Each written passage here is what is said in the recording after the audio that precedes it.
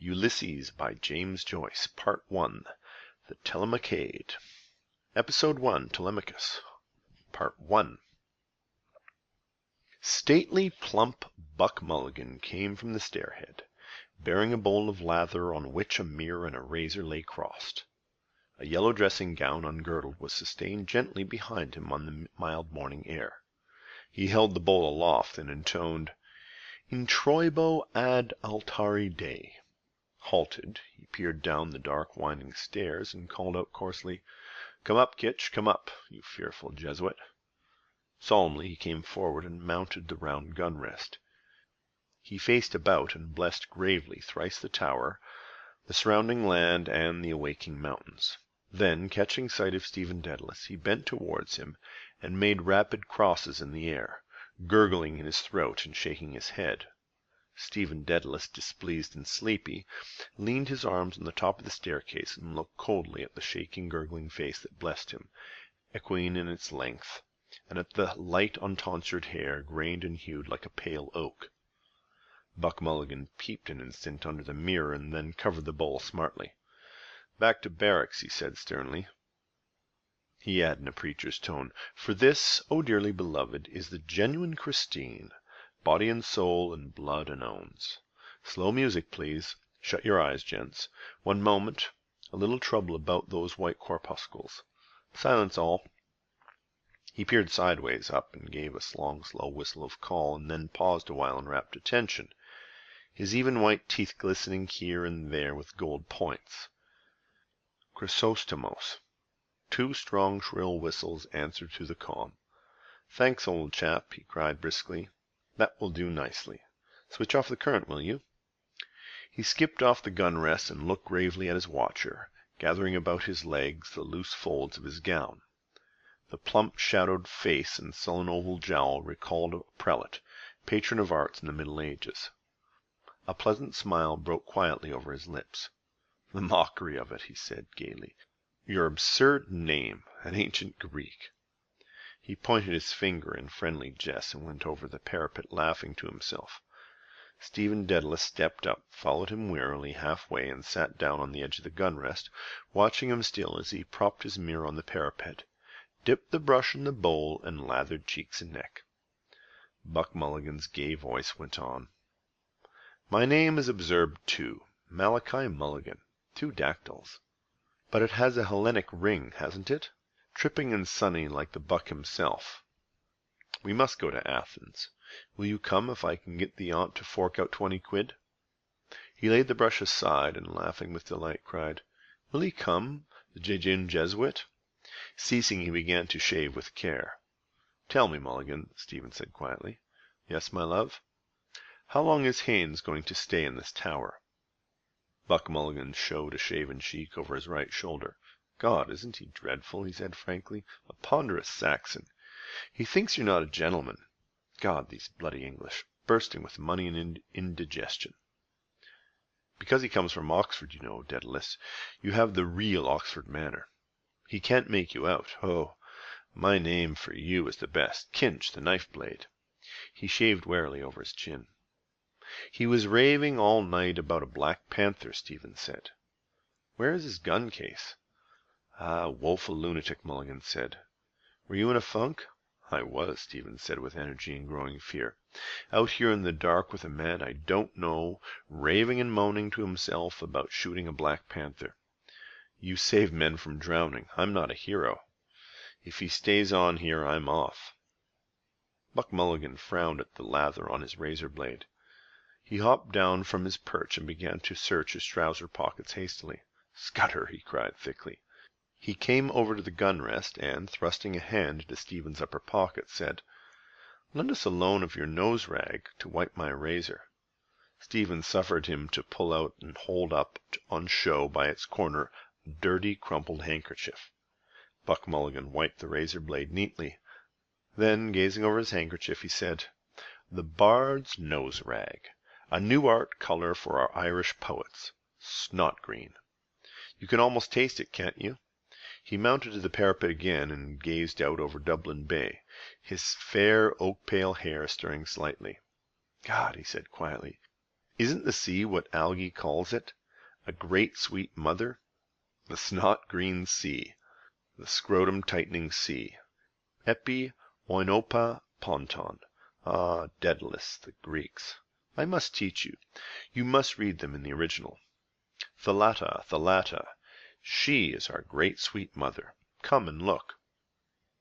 Stephen stood up and went over to the parapet. Leaning on it, he looked down on the water and on the mail-boat clearing the harbor mouth of Kingstown. Our mighty mother, Buck Mulligan said. He turned abruptly his gray searching eyes from the sea to Stephen's face. The aunt thinks you killed your mother, he said. That's why she won't let me have anything to do with you. Someone killed her, Stephen said gloomily.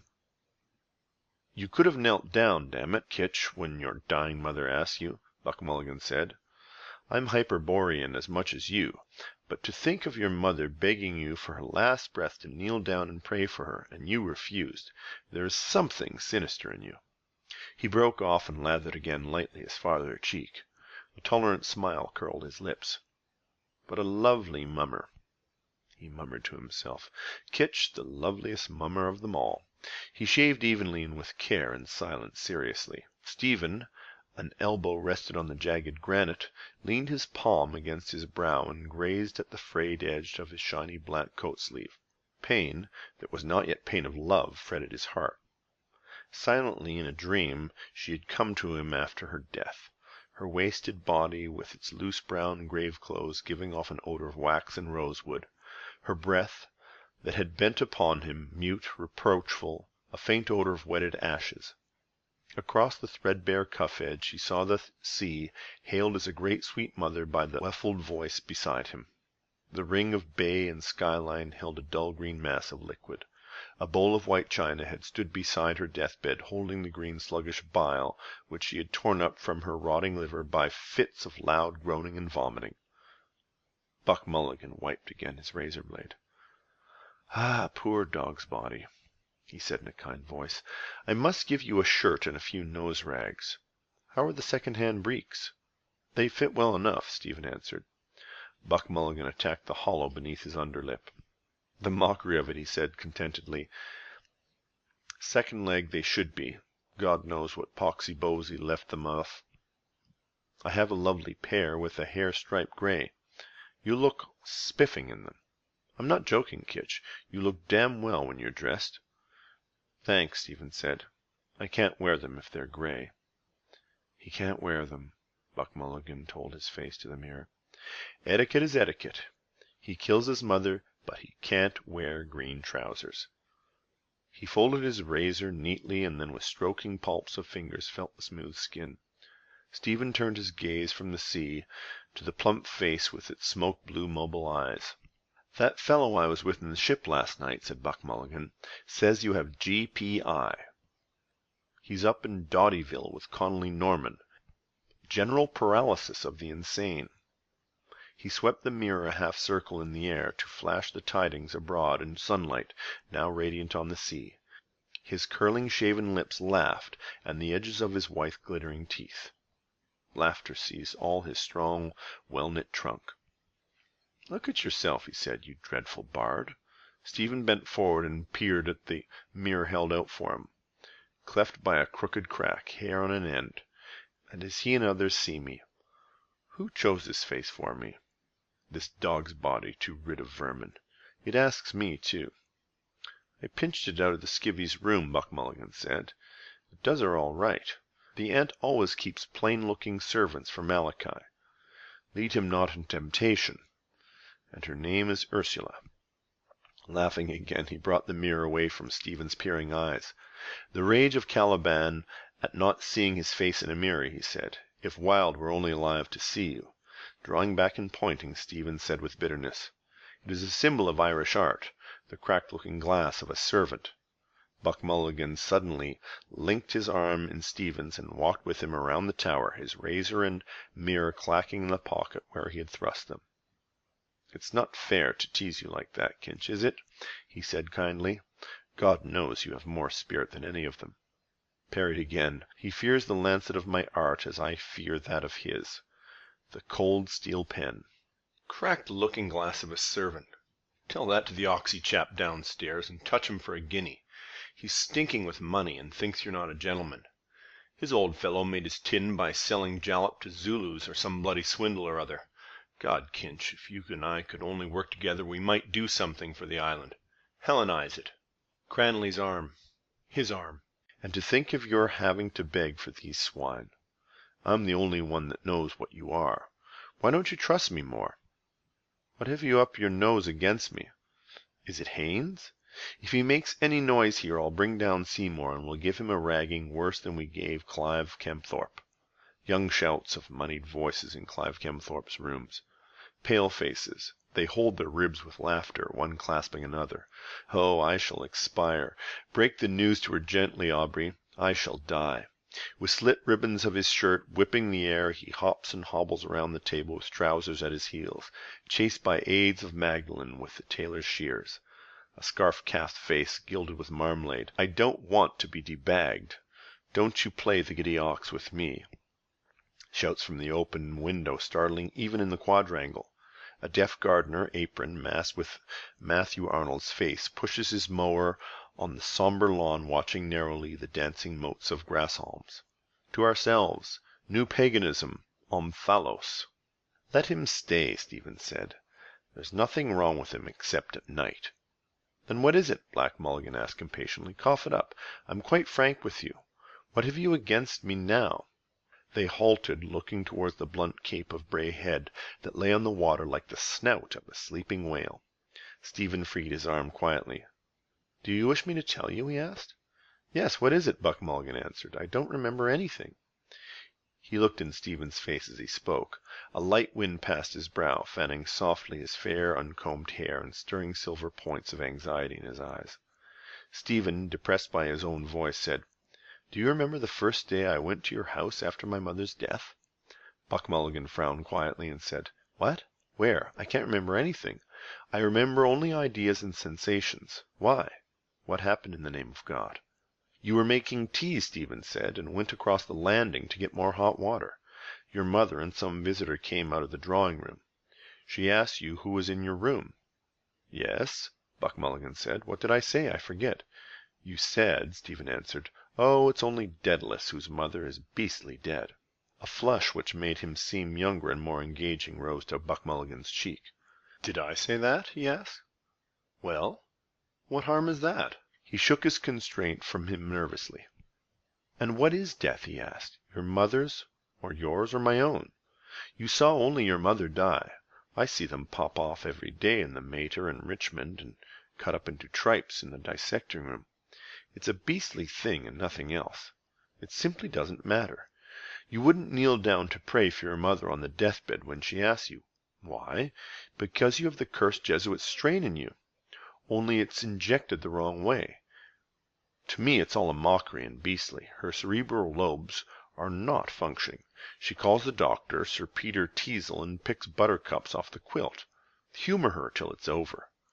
You crossed her last wish in death, and yet you won't sulk with me because I don't whinge like some hired mute from Lalouette's. Absurd. I suppose I didn't say it. I didn't mean to offend the memory of your mother. He had spoken himself into boldness. Stephen, shielding the gaping wounds which the words had left in his heart, said very coldly, I'm not thinking of the offense to my mother. Of what, then? Buck Mulligan had asked. Of the offense to me, Stephen answered. Buck Mulligan swung around on his heel. Oh, an impossible person, he exclaimed. He walked off quickly around the parapet. Stephen stood at his post, gazing over the calm sea towards the headland. Sea and headland now grew dim. Pulses were beating in his eyes, veiling their sight, and he felt the fever in his cheeks. A voice within the tower called loudly, Are you up there, Mulligan? I'm coming, Buck Mulligan answered. He turned towards Stephen and said, Look at the sea. What does it care about offences? Chuck Loyola, Kitch, and come on down. The Sassenach wants his morning rashers. His head halted again for a moment at the top of the staircase, level with the roof. Don't mope over it all day, he said. It's inconsequent. Give up the moody brooding. His head vanished, but the drone of his descending voice boomed out of the stairhead. And no more turn aside and brood upon love's bitter mystery, for Fergus rules the brazen cars. Wood shadows floated silently through the morning peace from the stair-head seaward where he gazed. Inshore and further out, the mirror of water whitened, spurned by light-shod hurrying feet. White breast of the dim sea, the twinning stresses two by two, a hand plucking the harp-strings, merging their twinning chords, wave-white wedded towards shimmering in the dim tide. A cloud began to cover the sun slowly, wholly shadowing the bay in deeper green. It lay beneath him, a bowl of bitter waters. Fergus's song. I sang it alone in the house, holding down the long dark chords. Her door was open. She wanted to hear my music. Silent with awe and pity, I went to her bedside. She was crying in her wretched bed. For those words, Stephen, love's bitter mystery. Where now? Her secrets, old feather fans, tasseled dance cards, powdered with musk, a gaud of amber beads in her locked drawer. A birdcage hung in the sunny windows of her house when she was a girl. She heard old Joyce singing in the pantomime of Turco the Terrible, and laughed with others when he sang, I am the boy that can enjoy invisibility, phantasmal mirth folded away, musk perfumed, and no more turn aside and brood. Folded away in the memory of nature and with her toys. Memories beset his brooding brain. Her glass of water from the kitchen tap where she had approached the sacrament, a cored apple filled with brown sugar, roasting for it the hob on the dark autumn evening, her shapely fingernails reddened by the blood of squashed lice from the children's shirts. In a dream, silently, she had come to him, her wasted body with its loose grave clothes giving off an odor of wax and rosewood, her breath bent over him with mute secret words, a faint odor of wetted ashes. Her glazing eyes staring out of death to shake and bend my soul. On me alone, the ghost candle to light her agony. Ghostly light on a tortured face. Her hoarse loud breath rattling in horror while all prayed on their knees. Her eyes on me to strike me down. Liliata rutilantium te confessorum turma circumdet. Iubilantium te virginum chorus excipiat. Ghoul, chewer of corpses. No, mother. Let me be and let me live. Kinch, ahoy! Buck Mulligan's voice sang from within the tower. It came nearer up the staircase, calling again. Stephen, still trembling at his soul's cry, heard warm running sunlight in the air behind his friendly words. Dedalus, come down, like a good mosey. Breakfast is ready. Haynes is apologizing for waking us last night. That's all right. I'm coming, Stephen said, turning. Do, for Jesus' sake, Buck Mulligan said, for my sake, and for all of our sakes. His head disappeared and reappeared. I told him your symbol of Irish art. He says it's very clever. Touch him for a quid, will you? A guinea, I mean. I get paid this morning, Stephen said. The school kip, Buck Mulligan said. How much? 4 quid? Lend us one. If you want, Stephen said. 4 shining sovereigns, Buck Mulligan cried with delight. We'll have a glorious drunk to astonish the druidy druids. 4 omnipotent sovereigns. He flung up his hands and tramped down the stone stairs, singing out the tune with a Cockney accent.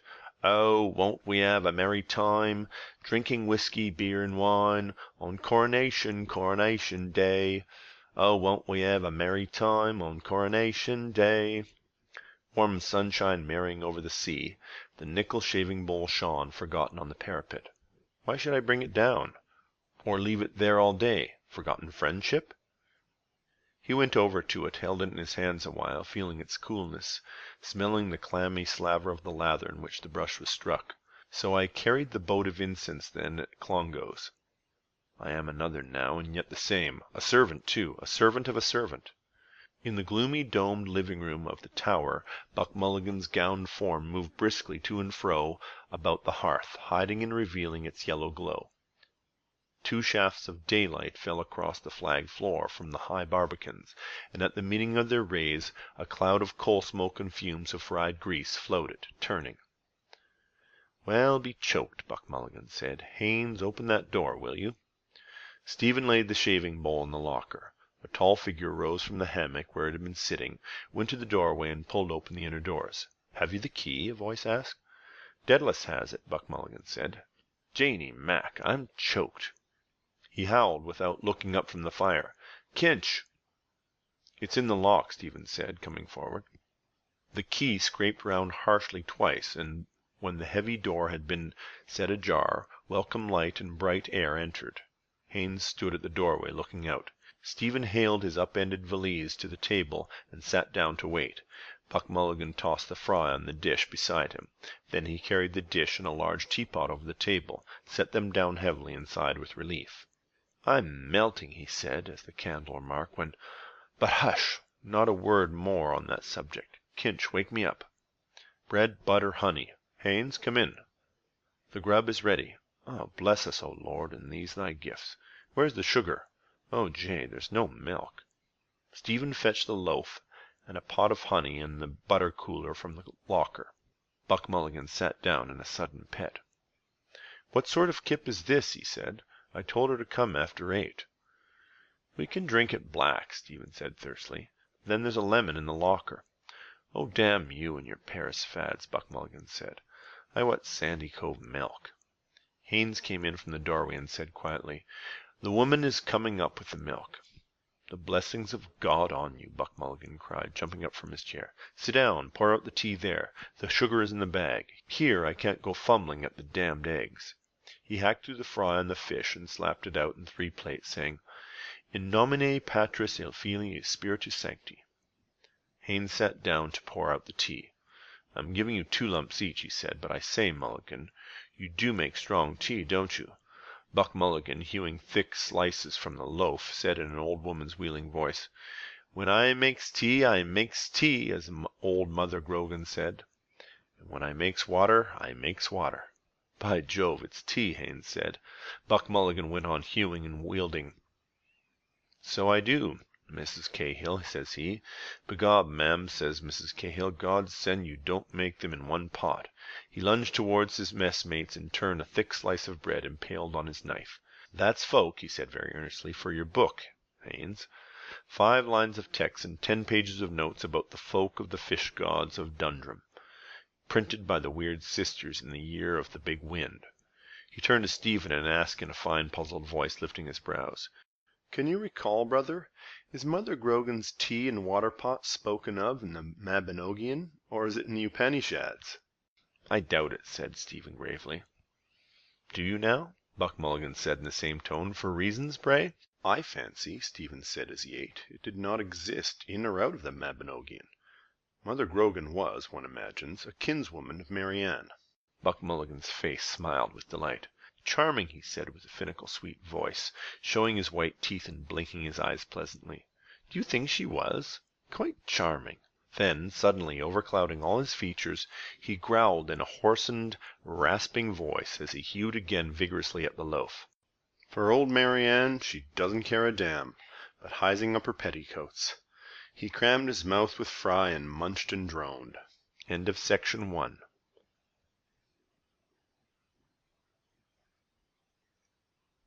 Ulysses by James Joyce, Part 1, The Telemachade, Episode 1, Telemachus, Part 2. The doorway was darkened by an entering form. "The milk, sir." "Come in, ma'am," Mulligan said. "Kinch, get the jug." An old woman came forward and stood by Stephen's elbow. "That's a lovely morning, sir," she said. "Glory be to God." "To whom?" Mulligan said, glancing at her. "Ah, to be sure." Stephen reached back and took the milk jug from the locker. "The islanders," Mulligan said to Haines casually, "speak frequently of the collector of prepuces."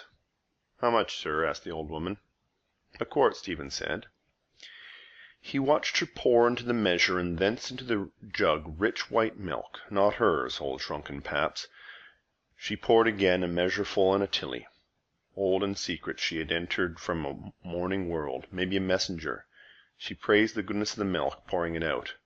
Crouching by a patient cow at daybreak in a lush field, a witch on her toadstool, her wrinkled fingers quick at the squirting dugs. They lowed about her whom they knew, dew silky cattle, Silk of the Kine and poor old woman, names given her in old times.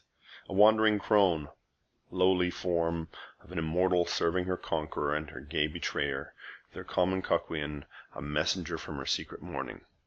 To serve or to upbraid, whether he could not tell, but scorned to beg her favor.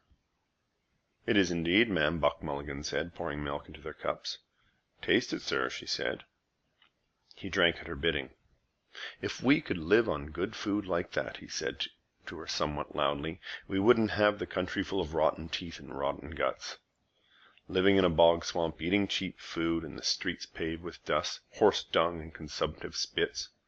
"Are you a medical student, sir?" the old woman asked. "I am, ma'am," Buck Mulligan answered. "Look at that now," she said. Stephen listened in a scornful silence. "She bows her old head to a voice that speaks to her loudly, her bone setter, her medicine man. Me she slights.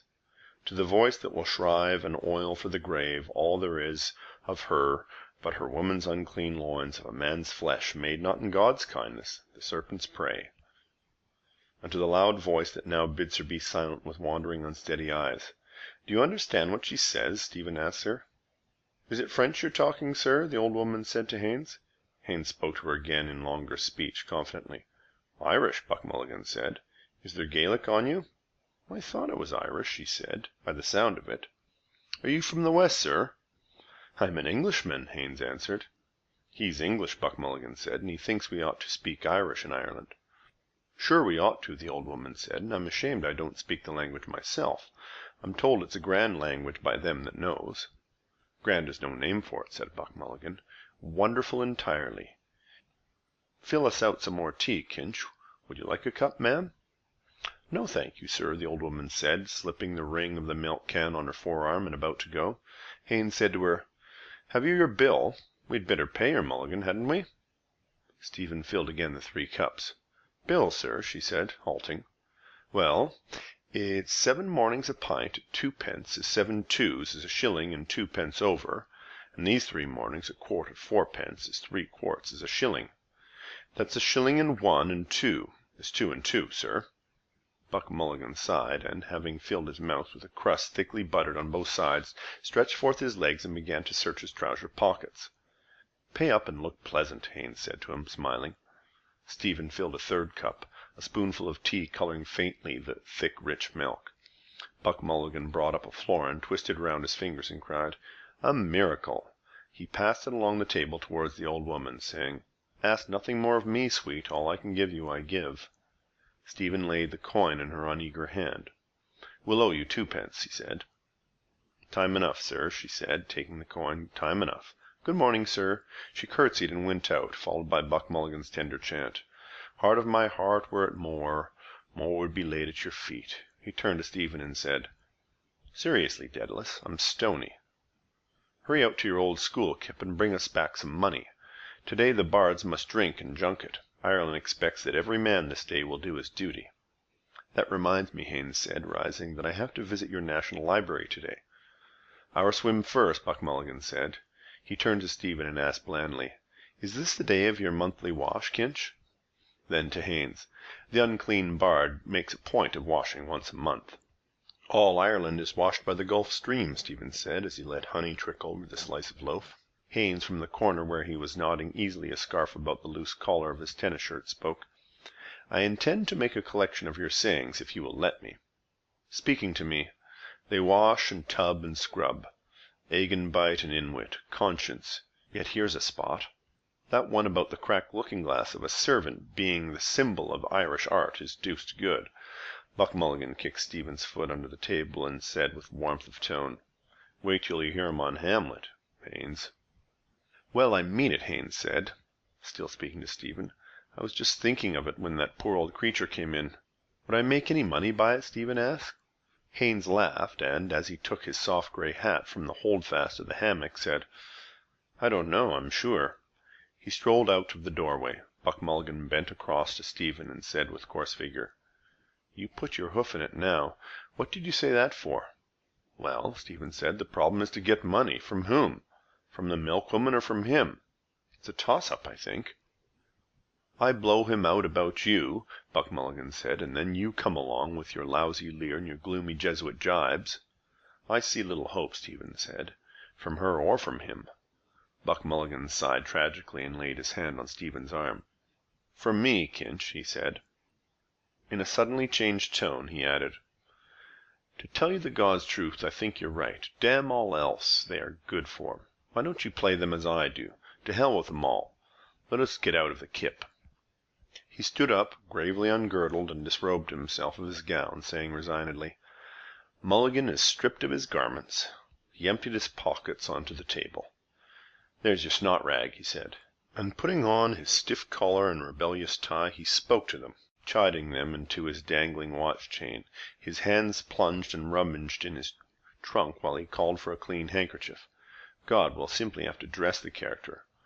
I want puce gloves and green boots. Contradiction. Do I contradict myself? Very well, then, I contradict myself. Mercurial Malachi. A limp black missile flew out of his talking hands. "And there's your Latin Quarter hat," he said. Stephen picked it up and put it on. Haines called to them from the doorway, "Are you coming, you fellows?" "I'm ready," Buck Mulligan answered, going towards the door. "Come out, Kinch. You have eaten all we left, I suppose." Resigned, he passed out, with grave words and gait, saying well nigh with sorrow, "And going forth he met Butterfly." Stephen, taking his ash plant from its leaning place, followed them out, and as they went down the ladder, pulled to the slow iron door and locked it. He put the huge key in his inner pocket. At the front of the ladder, Buck Mulligan asked, "Did you bring the key?" "I have it," Stephen said, preceding them. He walked on. Behind him he heard Buck Mulligan club with his heavy bath towel the leader shoots of ferns and grasses. "Down, sir." "How dare you, sir?" Haines asked. "Do you pay rent for this tower?" "£12," Buck Mulligan said. "To the Secretary of State for War," Stephen added over his shoulders. They halted while Haines surveyed the tower and said at last, "Rather bleak in winter time, I would say. Martello, you call it?" "Billy Pitt had them built," Buck Mulligan said, "when the French were on the sea. But ours is the Omphalos." "What is your idea of Hamlet?" Haines asked Stephen. No, Buck Mulligan shouted in pain. "I'm not equal to Thomas Aquinas and my 55 reasons he has made out to prop it up. Wait till I have a few pints in me first." He turned to Stephen, saying, as he pulled down neatly the peaks of his primrose waistcoat, "You couldn't manage it under 3 pints, Kinch, could you?" "It has waited so long," Stephen said listlessly. "It can wait longer." "You pique my curiosity," Haines said amiably. "Is it some paradox?" "Pooh!" Buck Mulligan said. "We have grown out of Wilde paradoxes. It's quite simple. He proves by algebra that Hamlet's grandson is Shakespeare's grandfather, and that he himself is the ghost of his own father." "What?" Haines said, beginning to point at Stephen. "He himself?" Buck Mulligan slung his towel stolewise round his neck, and bending in loose laughter, he said in Stephen's ear, "Oh, shade of Kinch the elder, Japhet in search of a father." "We're always tired in the morning," Stephen said to Haines, "and it is rather long to tell." Buck Mulligan, walking forward again, raised his hands. "The sacred pint alone can unbind the tongue of Dedalus," he said.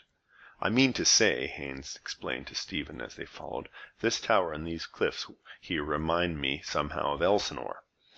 That beetles o'er his base into the sea, isn't it?" Buck Mulligan turned suddenly for an instant towards Stephen, but he did not speak.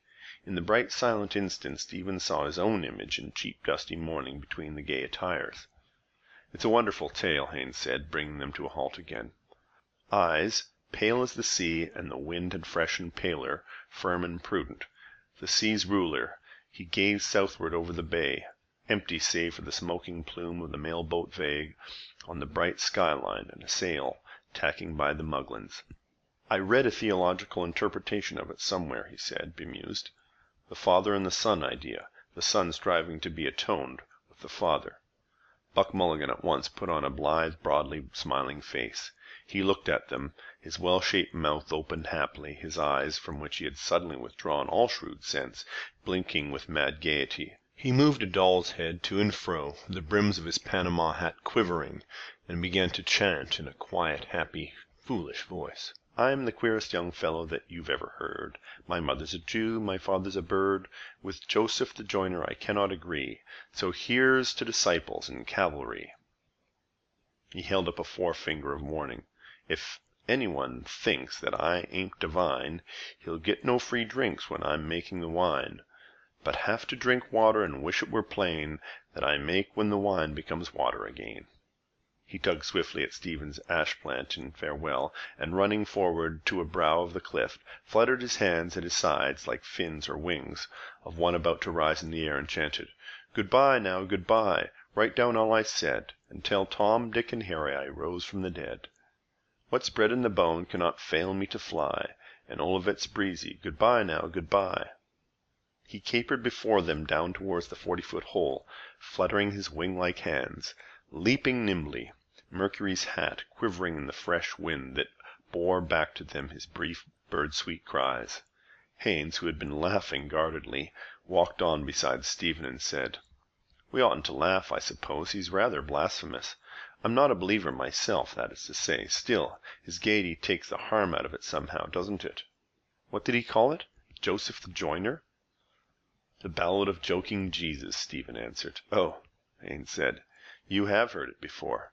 "3 times a day, after meals," Stephen said dryly. "You're not a believer, are you?"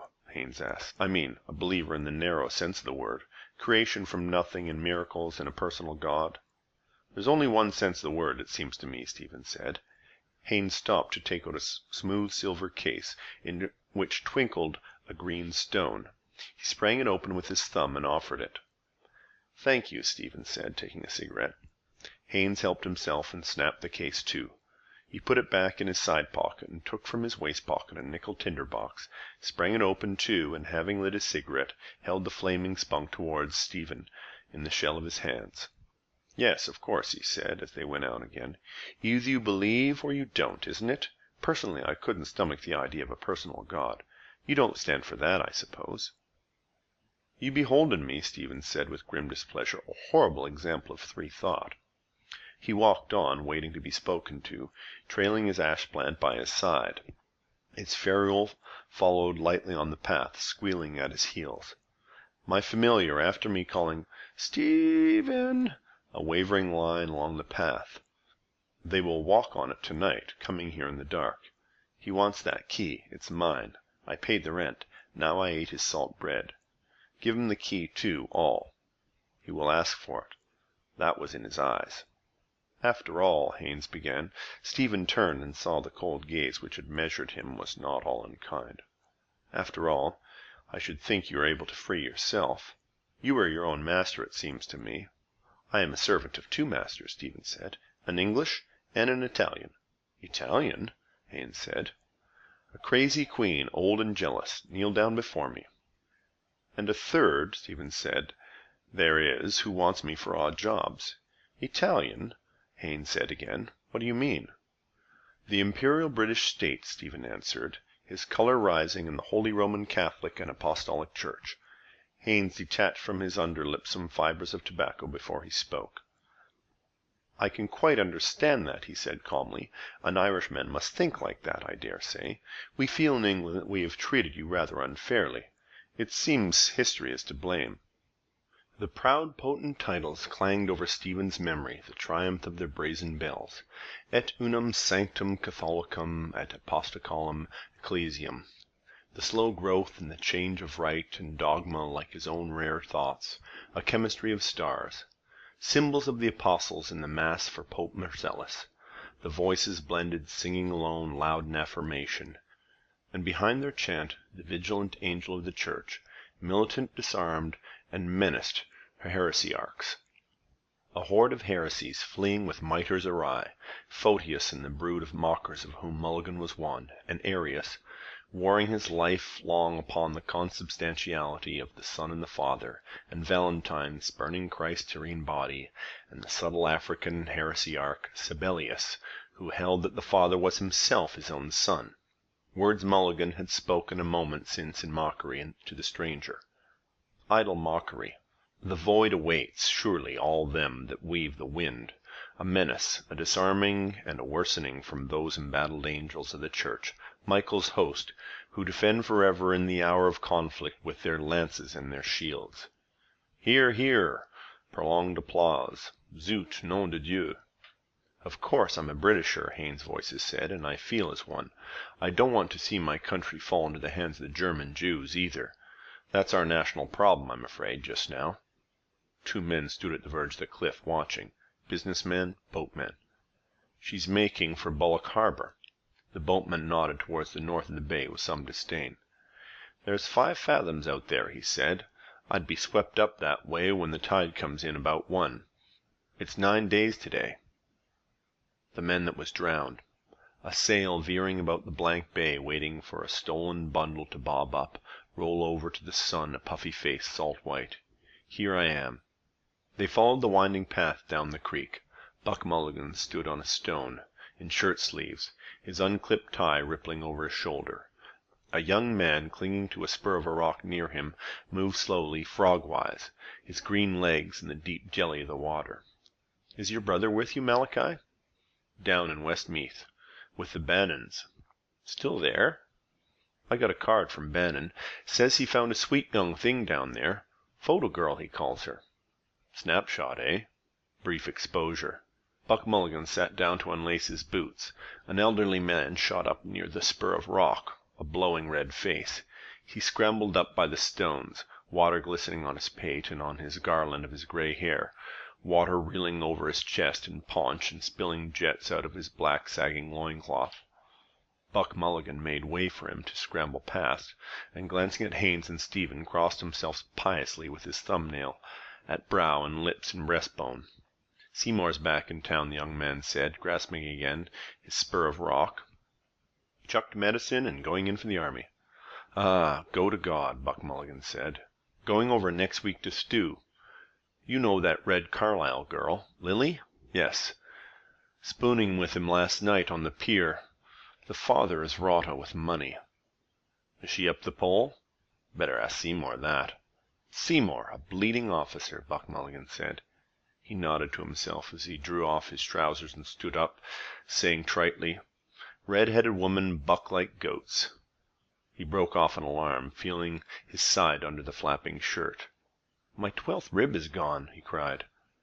"I'm the Übermensch, Toothless Kinch, and I, the Superman." He struggled out of his shirt and flung it behind him to where his clothes lay. "Are you going in there, Malachi?" "Yes, make room in the bed." The young man shoved himself backwards through the water and reached the middle of the creek in 2 long, clean strokes. Haines sat down on a stone, smoking. "Are you not coming in?" Buck Mulligan asked. "Later on," Haines said. "Not on my breakfast." Stephen turned away. "I'm going, Mulligan," he said. "Give us that key, Kinch," Buck Mulligan said, "to keep my chemise flat." Stephen handed him the key. Buck Mulligan laid it across his heaped clothes. "And 2 pence," he said, "for a pint. Throw it here." Stephen threw 2 pennies on the soft heap. Dressing, undressing, Buck Mulligan, erect, with joined hands before him, said solemnly, "He who stealeth from the poor lendeth to the Lord. Thus spake Zarathustra." His plump body plunged. "We'll see you again," Haines said, turning as Stephen walked up the path and smiling at Wild Irish. "Horn of a bull, hoof of a horse, smile of a Saxon." "The ship," Buck Mulligan cried. "half-12." "Good," Stephen said. He walked along the upward curving path. "Liliata rutilantium turma circumdet, ubilantium te Virginium." The priest's gray nimbus in a niche where he dressed discreetly. "I will not sleep here tonight. Home also I cannot go." A voice, sweetened and sustained, called him from the sea. Turning the curve, he waved his hand. It called again. A sleek brown head, a seal's, far out on the water, round. Usurper. End of section 2.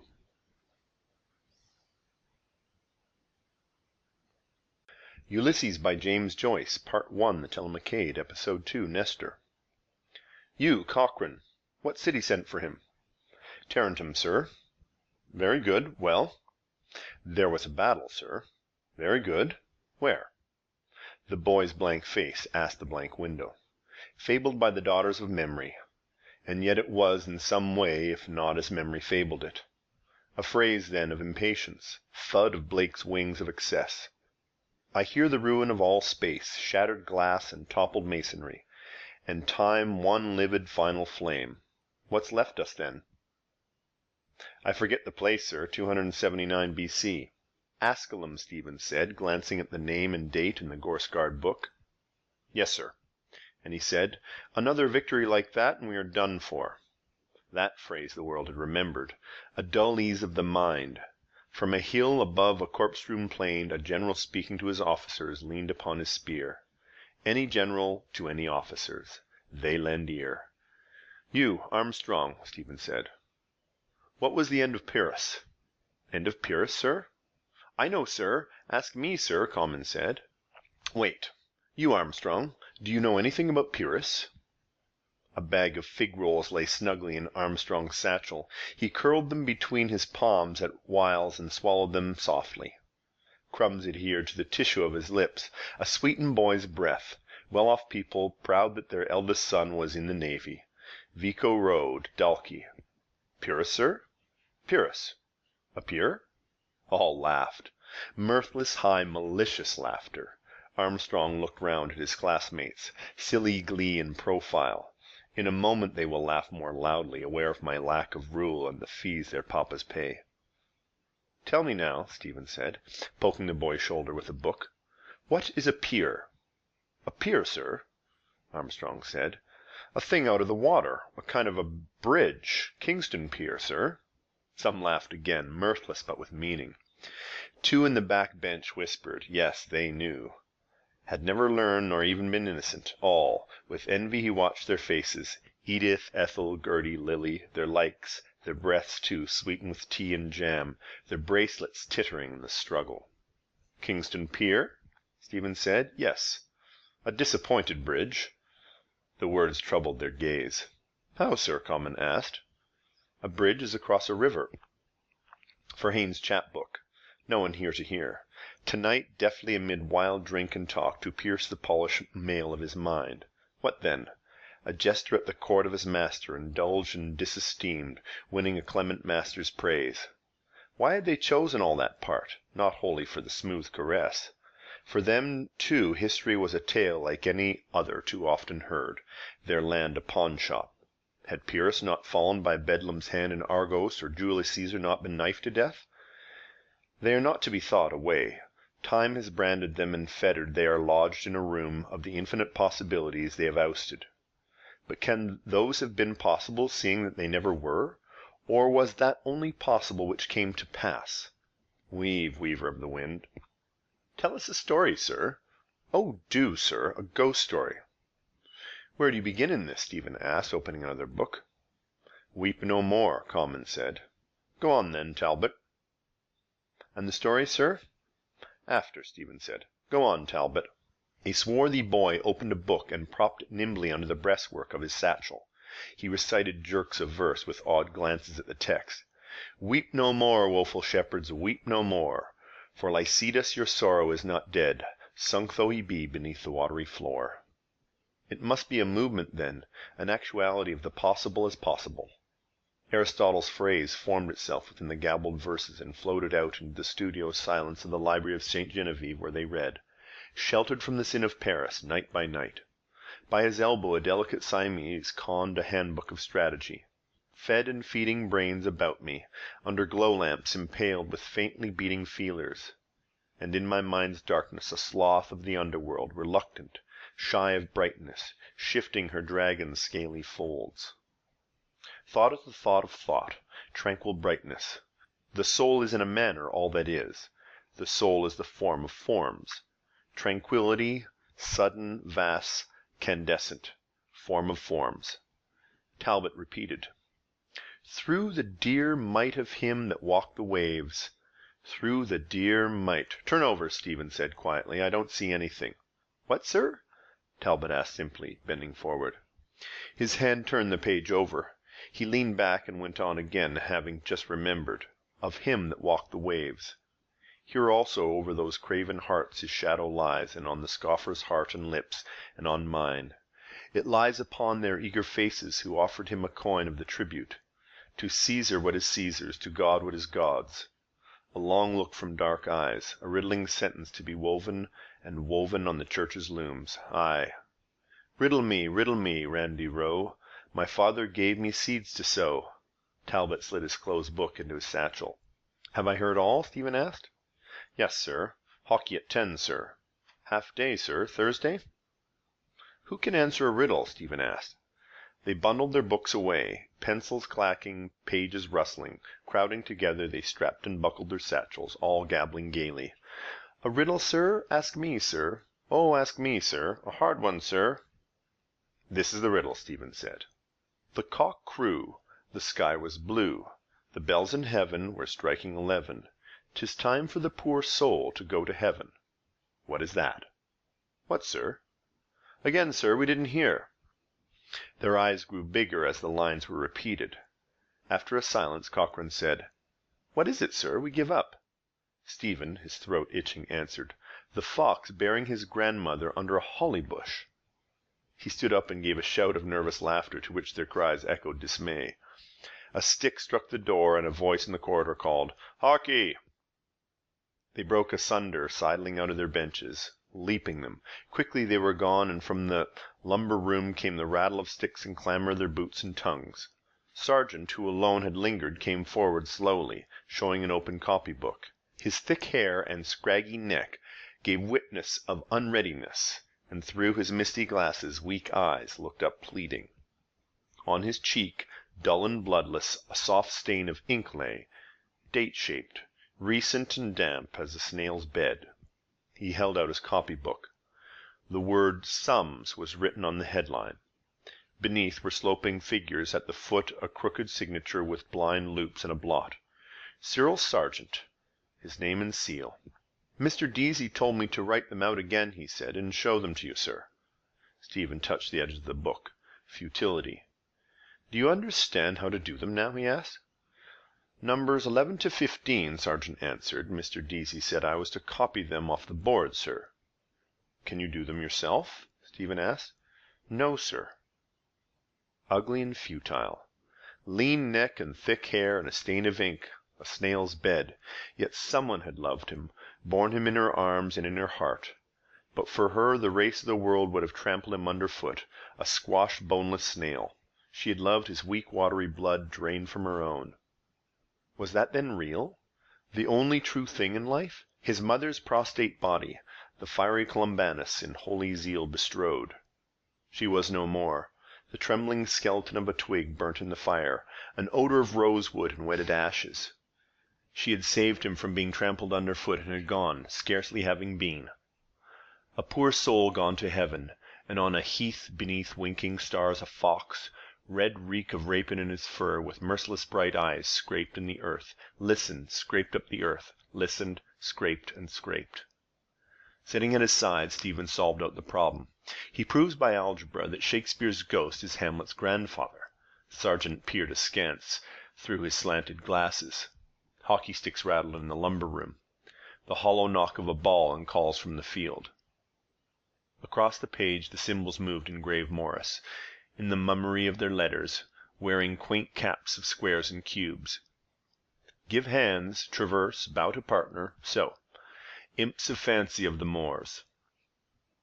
Gone too from the world, Averroes and Moses Maimonides, dark men in mien and movement, flashing in their mocking mirrors an obscure soul of the world, a darkness shining in brightness which brightness could not comprehend. Do you understand now? Can you work the second one for yourself? Yes, sir. In long, shaky strokes, Sargent copied the data. Waiting always for a word of help, his hand moved faithfully in unsteady symbols, a faint hue of shame flickering behind his dull skin. Amor matris, subjective and objective genitive.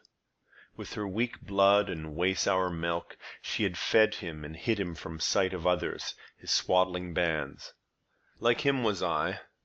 These sloping shoulders, this gracelessness. My childhood bends beside me. Too far for me to lay a hand there once or lightly. Mine is far, and his, secret as our eyes. Secrets, silent, stony, sit in the dark palaces of both our hearts. Secrets weary of their tyranny, tyrants willing to be dethroned. The sum was done. "It is very simple," Stephen said as he stood up. "Yes, sir. Thanks," Sargent answered. He dried the page with a sheet of thin blotting paper and carried his copybook back to his bench. "You had better get your stick and go out to the others," Stephen said as he followed towards the door of the boy's graceless form. "Yes, sir." In the corridor his name was heard, called from the playfield. "Sargent!" "Run on," Stephen said. "Mr. Deasy is calling you." He stood in the porch and watched the laggard hurry towards the scrappy field where sharp voices were in strife. They were sorted in teams, and Mr. Deasy came away, stepping over wisps of grass with gaitered feet. When he had reached the schoolhouse, voices again contending called to him. He turned his angry white mustache. "What is it now?" he cried continually without listening. "Cochrane and Halliday are on the same side, sir," Stephen said. "Will you wait in my study for a moment," Mr. Deasy said, "till I restore order here?" And as he stepped fussily back across the field, his old man's voice cried sternly, "What is the matter? What is it now?" Their sharp voices cried about him on all sides. Their many forms closed round him, the garish sunshine bleaching the honey of his ill-dyed head. Stale smoky air hung in the study, with the smell of drab abraded leather of its chairs. "As on the first day he bargained with me here, as it was in the beginning, is now. On the sideboard the tray of Stuart coins, base treasure of a bog, and ever shall be, and snug in their spoon case of purple plush faded the 12 apostles having preached to all the Gentiles, world without end." A hasty step over the stone porch and in the corridor. Blowing out his rare mustache, Mr. Deasy halted at the table. "First, our little financial settlement," he said. He brought out of his coat a pocketbook bound by a leathery thong. It slapped open, and he took from it 2 notes, one of joined halves, and laid them carefully on the table. "2," he said, strapping and stowing his pocketbook away. "And now his strong room for the gold." Stephen's embarrassed hand moved over the shells heaped in the cold stone mortar, whelks and money cowries and leopard shells, and this, whorled as an emir's turban, and this, the scallop of St. James. An old pilgrim's hoard, dead treasure, hollow shells. A sovereign fell, bright and new, on the soft pile of the tablecloth. "3," Mr. Deasy said, turning his little savings box about in his hand. "These are handy things to have, see? This is for sovereigns, this is for shillings, sixpences, and half-crowns. And here crowns, see?" He shot from it 2 crowns and 2 shillings. 3.12, he said. "I think you'll find that's right."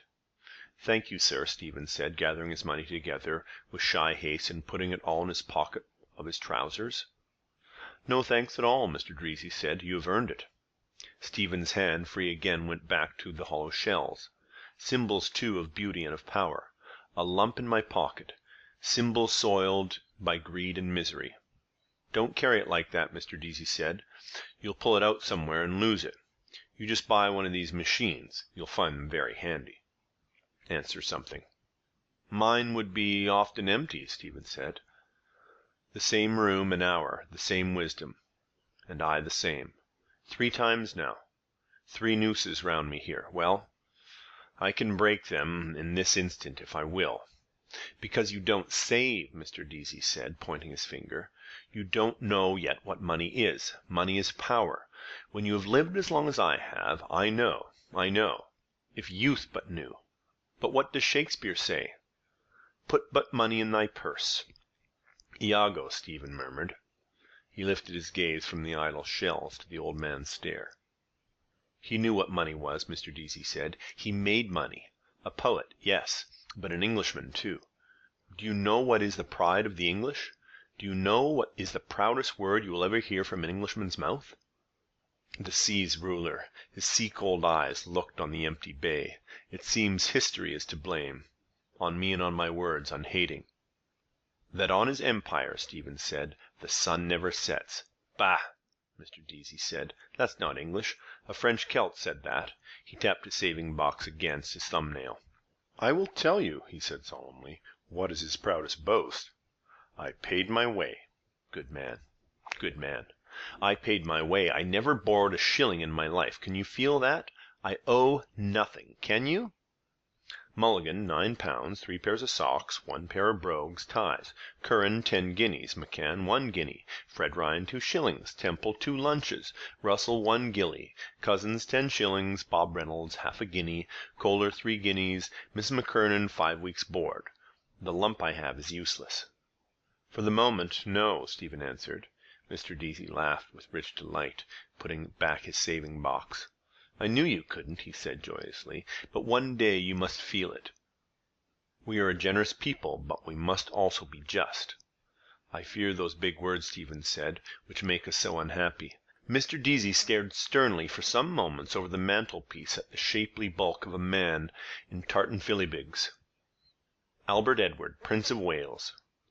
"You think me an old fogey and an old Tory," his thoughtful voice said. "I saw 3 generations since O'Connell's time. I remember the famine of '46. Do you know what the Orange Lodges agitated for repeal of the Union 20 years before O'Connell did, or before the prelates of your communion denounced him as a demagogue? You Fenians forget some things.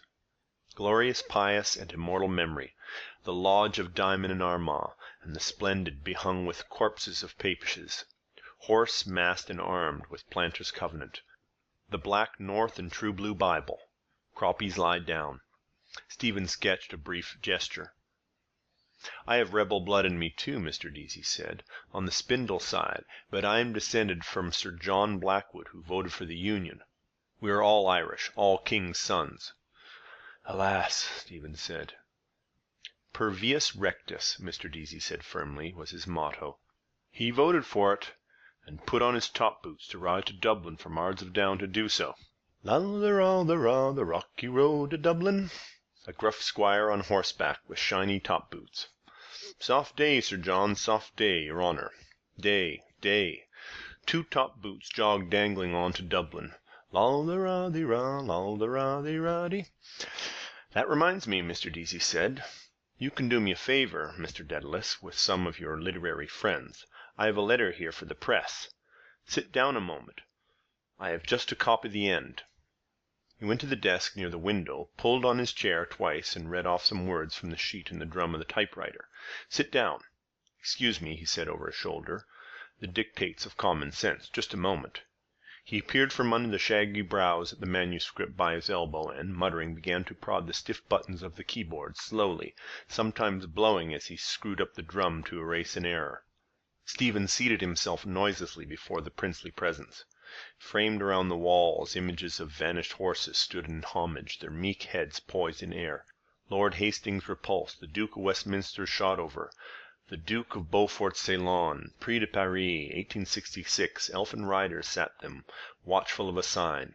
He saw their speeds backing king's colours, and shouted with the shouts of vanished crowds. Full stop, Mr. Deasy bade his keys, but prompt ventilation of this all-important question.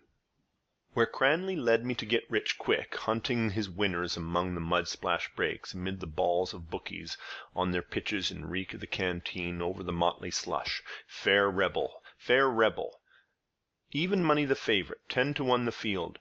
Dicers and thimble-riggers, we hurried after the hoofs, the vying caps and jackets, and past the meat-faced women, a butcher's dame nuzzling thirstily her clove of orange." Shouts rang shrill from the boys' playfield in a whirring whistle. Again, "A goal." "I am among them, among their battling bodies in a medley. The joust of life. You mean that knock-kneed mother's darling who seems to be slightly craw-sick? Jousts. Time shocked rebounds, shock by shock. Jousts, slush and uproar of battles, the frozen death-spew of the slain, a shout of spear-spikes baited with men's bloody guts." "Now then," Mr. Deasy said, rising. He came to the table, pinning together his sheets. Stephen stood up. "I have put the matter into a nutshell," Mr. Deasy said. "It's about the foot and mouth disease. Just look through it. There can be no 2 opinions on this matter. May I trespass on your valuable space? That doctrine of laissez-faire which so often in our history, our cattle trade, the way of all our old industries, Liverpool ring with jockey, the Galway harbour scheme, European conflagration, grain supplies through the narrow waters of the Channel, the pluter-perfect imperturbability of the Department of Agriculture. Pardoned a classical allusion. Cassandra, by a woman who was no better than she should be. To come to the point at issue."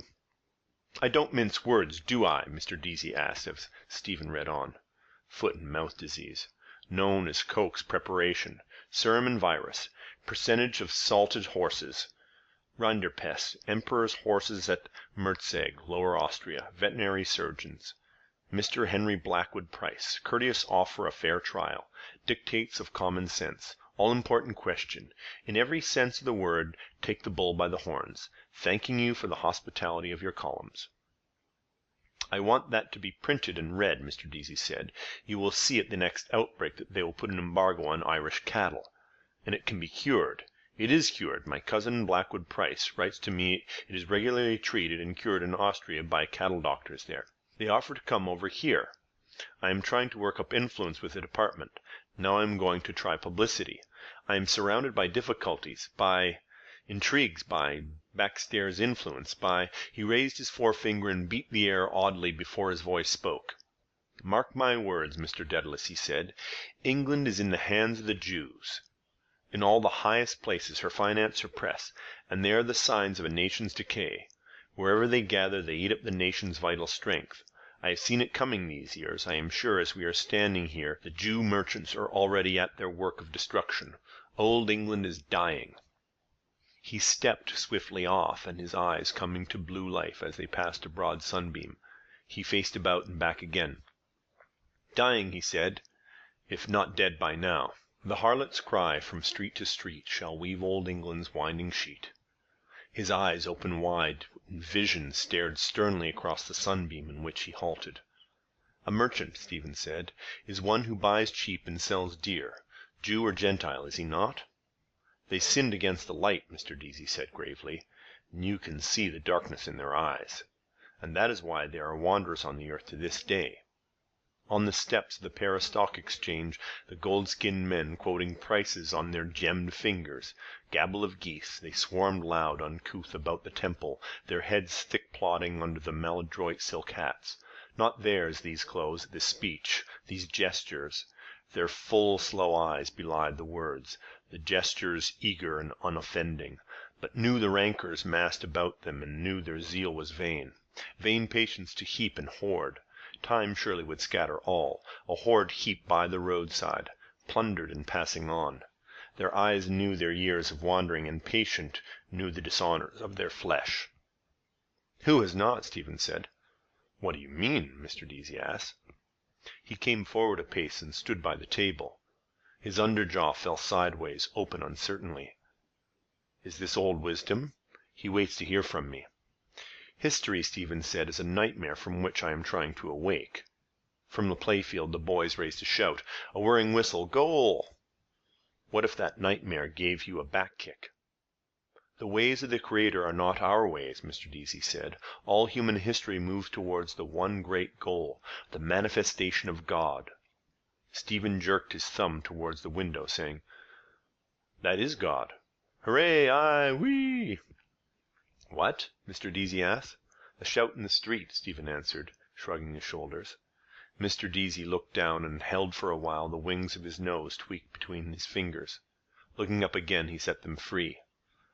"I am happier than you are," he said. "We have committed many errors and many sins. A woman brought sin into the world. For a woman who was no better than she should be, Helen, the runaway wife of Menelaus. 10 years the Greeks made war on Troy. A faithless wife first brought the strangers to our shore here. MacMorrough's wife and her leman, O'Rourke, Prince of Breffni. A woman, too, brought Parnell low. Many errors, many failures, but not the one sin. I am a struggler now at the end of my days, but I will fight for the right till the end. For Ulster will fight, and Ulster will be right." Stephen raised the sheets in his hand. "Well, sir," he began, "I foresee," Mr. Deasy said, "that you will not remain here very long at this work. You are not born to be a teacher, I think. Perhaps I am wrong." "A learner, rather," Stephen said. "And here what will you learn more?" Mr. Deasy shook his head. "Who knows?" he said. "To learn one must be humble, but life is the great teacher." Stephen rustled his sheets again. "As regards these," he began. "Yes," Mr. Deasy said, "you have 2 copies there. If you can have them published at once. Telegraph, Irish Homestead." "I will try," Stephen said, "and let you know tomorrow. I know 2 editors slightly." "That will do," Mr. Deasy said briskly. "I wrote last night to Mr. Field, M.P. There is a meeting of the Cattle Traders' Association today at the City Arms Hotel. I asked him to lay my letter before the meeting. You see if it can get you into your 2 papers. What are they? The Evening Telegraph? That will do," Mr. Deasy said. "There is no time to lose. Now I have to answer that letter from my cousin." "Good morning, sir," Stephen said, putting the sheets in his pocket. "Thank you." "Not at all," Mr. Deasy said as he searched the papers on the desk. "I like to break a lance with you, old as I am." "Good morning, sir," Stephen said again, bowing to his bent back. He went out by the open porch and down the gravel path under the trees, hearing the cries of voices and cracks of sticks from the playfield. The lions couchant on their pillars as he passed through the gate. Toothless terrors. Still I will help him in his fight. Mulligan will dub me a new name, the bullock befriending bard. Mr. Dedalus! Running after me. No more letters, I hope. Just one moment. Yes, sir, Stephen said, turning back to the gate. Mr. Deasy halted, breathing hard and swallowing his breath. I just wanted to say, he said, Ireland, they say, has the honor of being the only country which never persecuted the Jews. Do you know that? No. And do you know why? He frowned sternly on the bright air. Why, sir? Stephen asked, beginning to smile. Because she's never let them in, Mr. Deasy said solemnly. A cough-ball of laughter leapt from his throat, dragging after it a rattling chain of phlegm. He turned back quickly, coughing, laughing, his lifted arms waving to the air. She never let them in, he cried again through his laughter as he stamped on gaitered feet over the gravel of the path. That's why. On his wise shoulders, through the checkerwork of leaves, the sun flung spangles, dancing coins. End of section 3.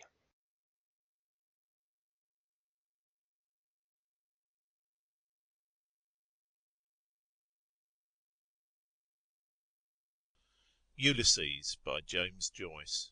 Part 1. The Telemachiad. Episode 3. Proteus. Ineluctable modality of the visible. At least that, if no more, thought through my eyes. Signatures of all things I am here to read. Sea-spawn and sea-wrack, the nearing tide, that rusty boot, snot-green, blue-silver, rust, coloured signs, limits of the diaphane, but he adds, in bodies. Then he was aware of them bodies before of them coloured. How? By knocking his sconce against them, sure. Go easy. Bald he was, and a millionaire.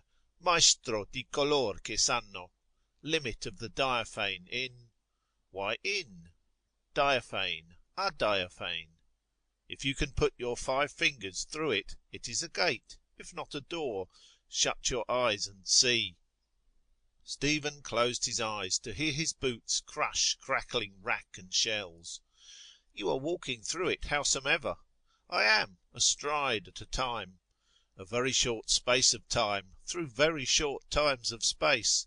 5, 6, the nacheinander. Exactly, and that is the ineluctable modality of the audible. Open your eyes. No, Jesus, if I fell over a cliff that beetles o'er his base, fell through the nebeneinander ineluctably.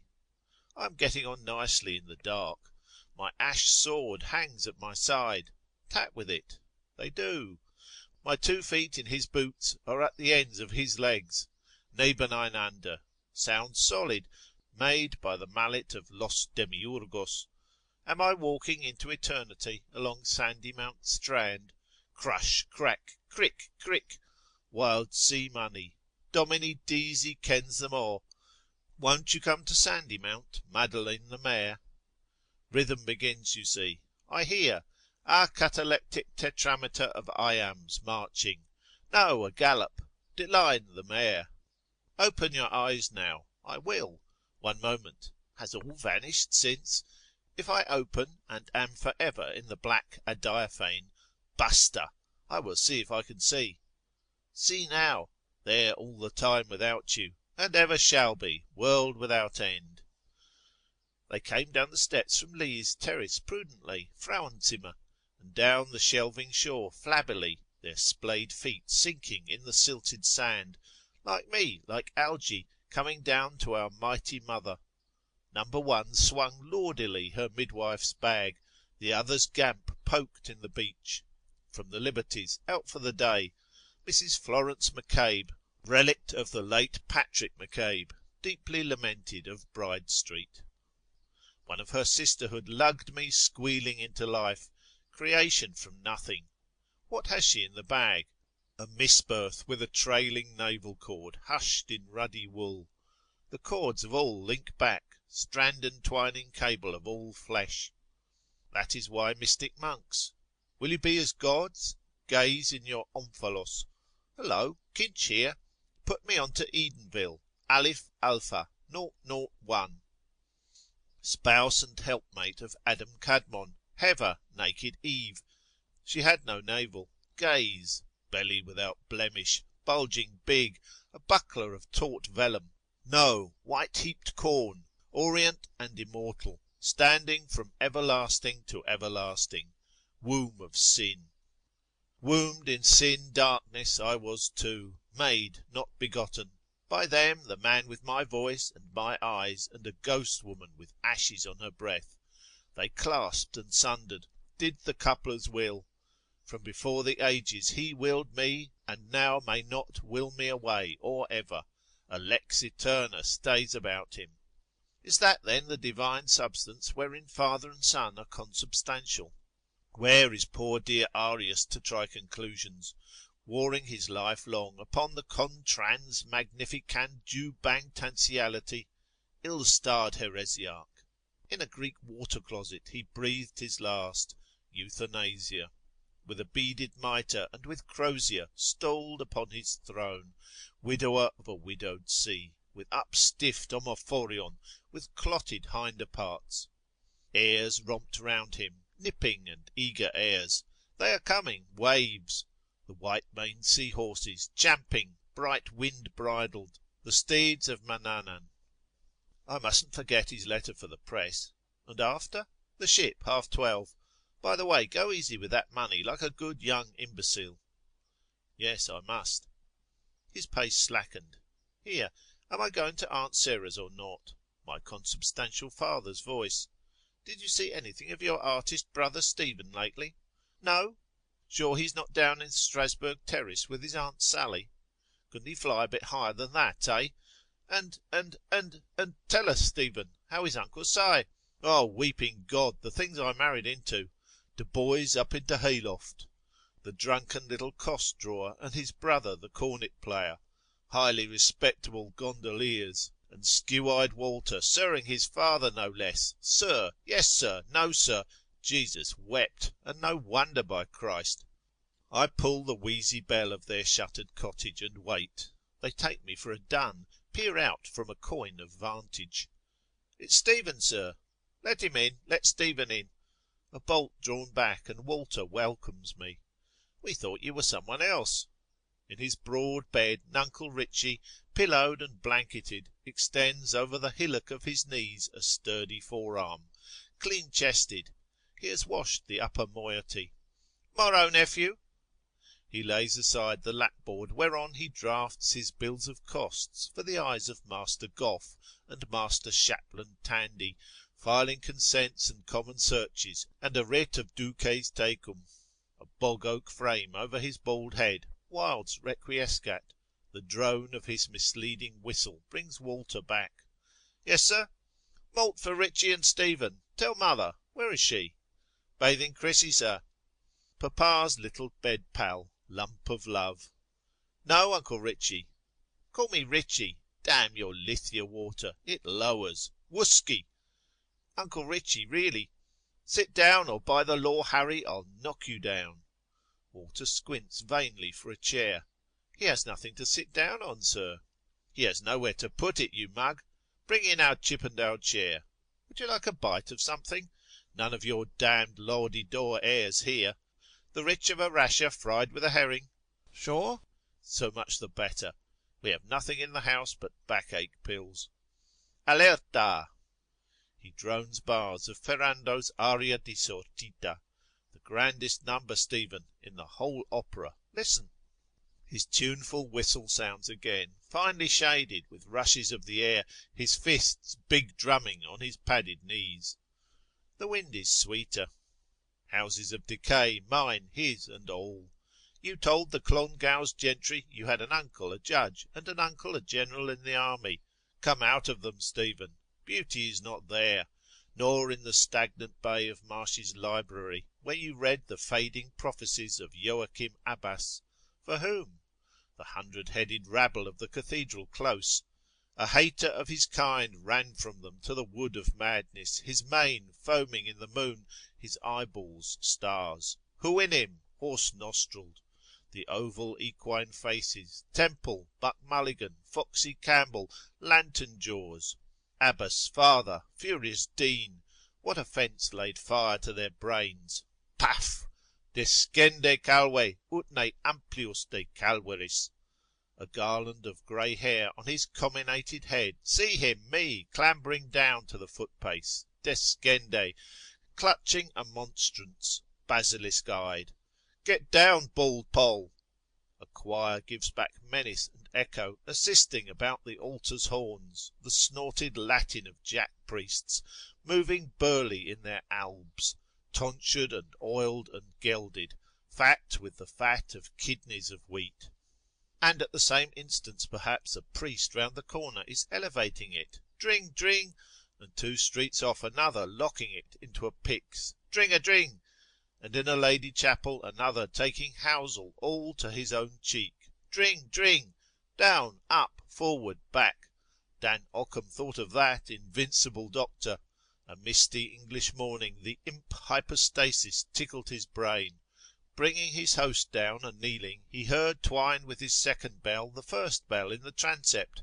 He is lifting his, and rising heard, now I am lifting, there 2 bells. He is kneeling, twang in diphthong. Cousin Stephen, you will never be a saint. Isle of Saints. You were awfully holy, weren't you? You prayed to the Blessed Virgin that you might not have a red nose.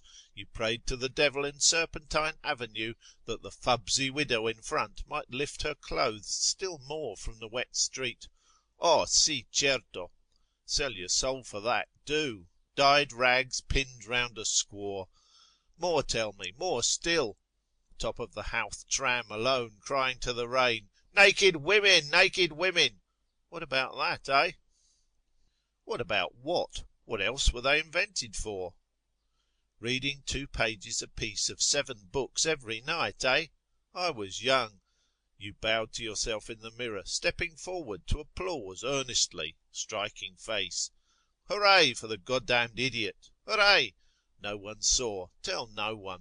Books you were going to write with letters for titles. Have you read his F? Oh yes, but I prefer Q.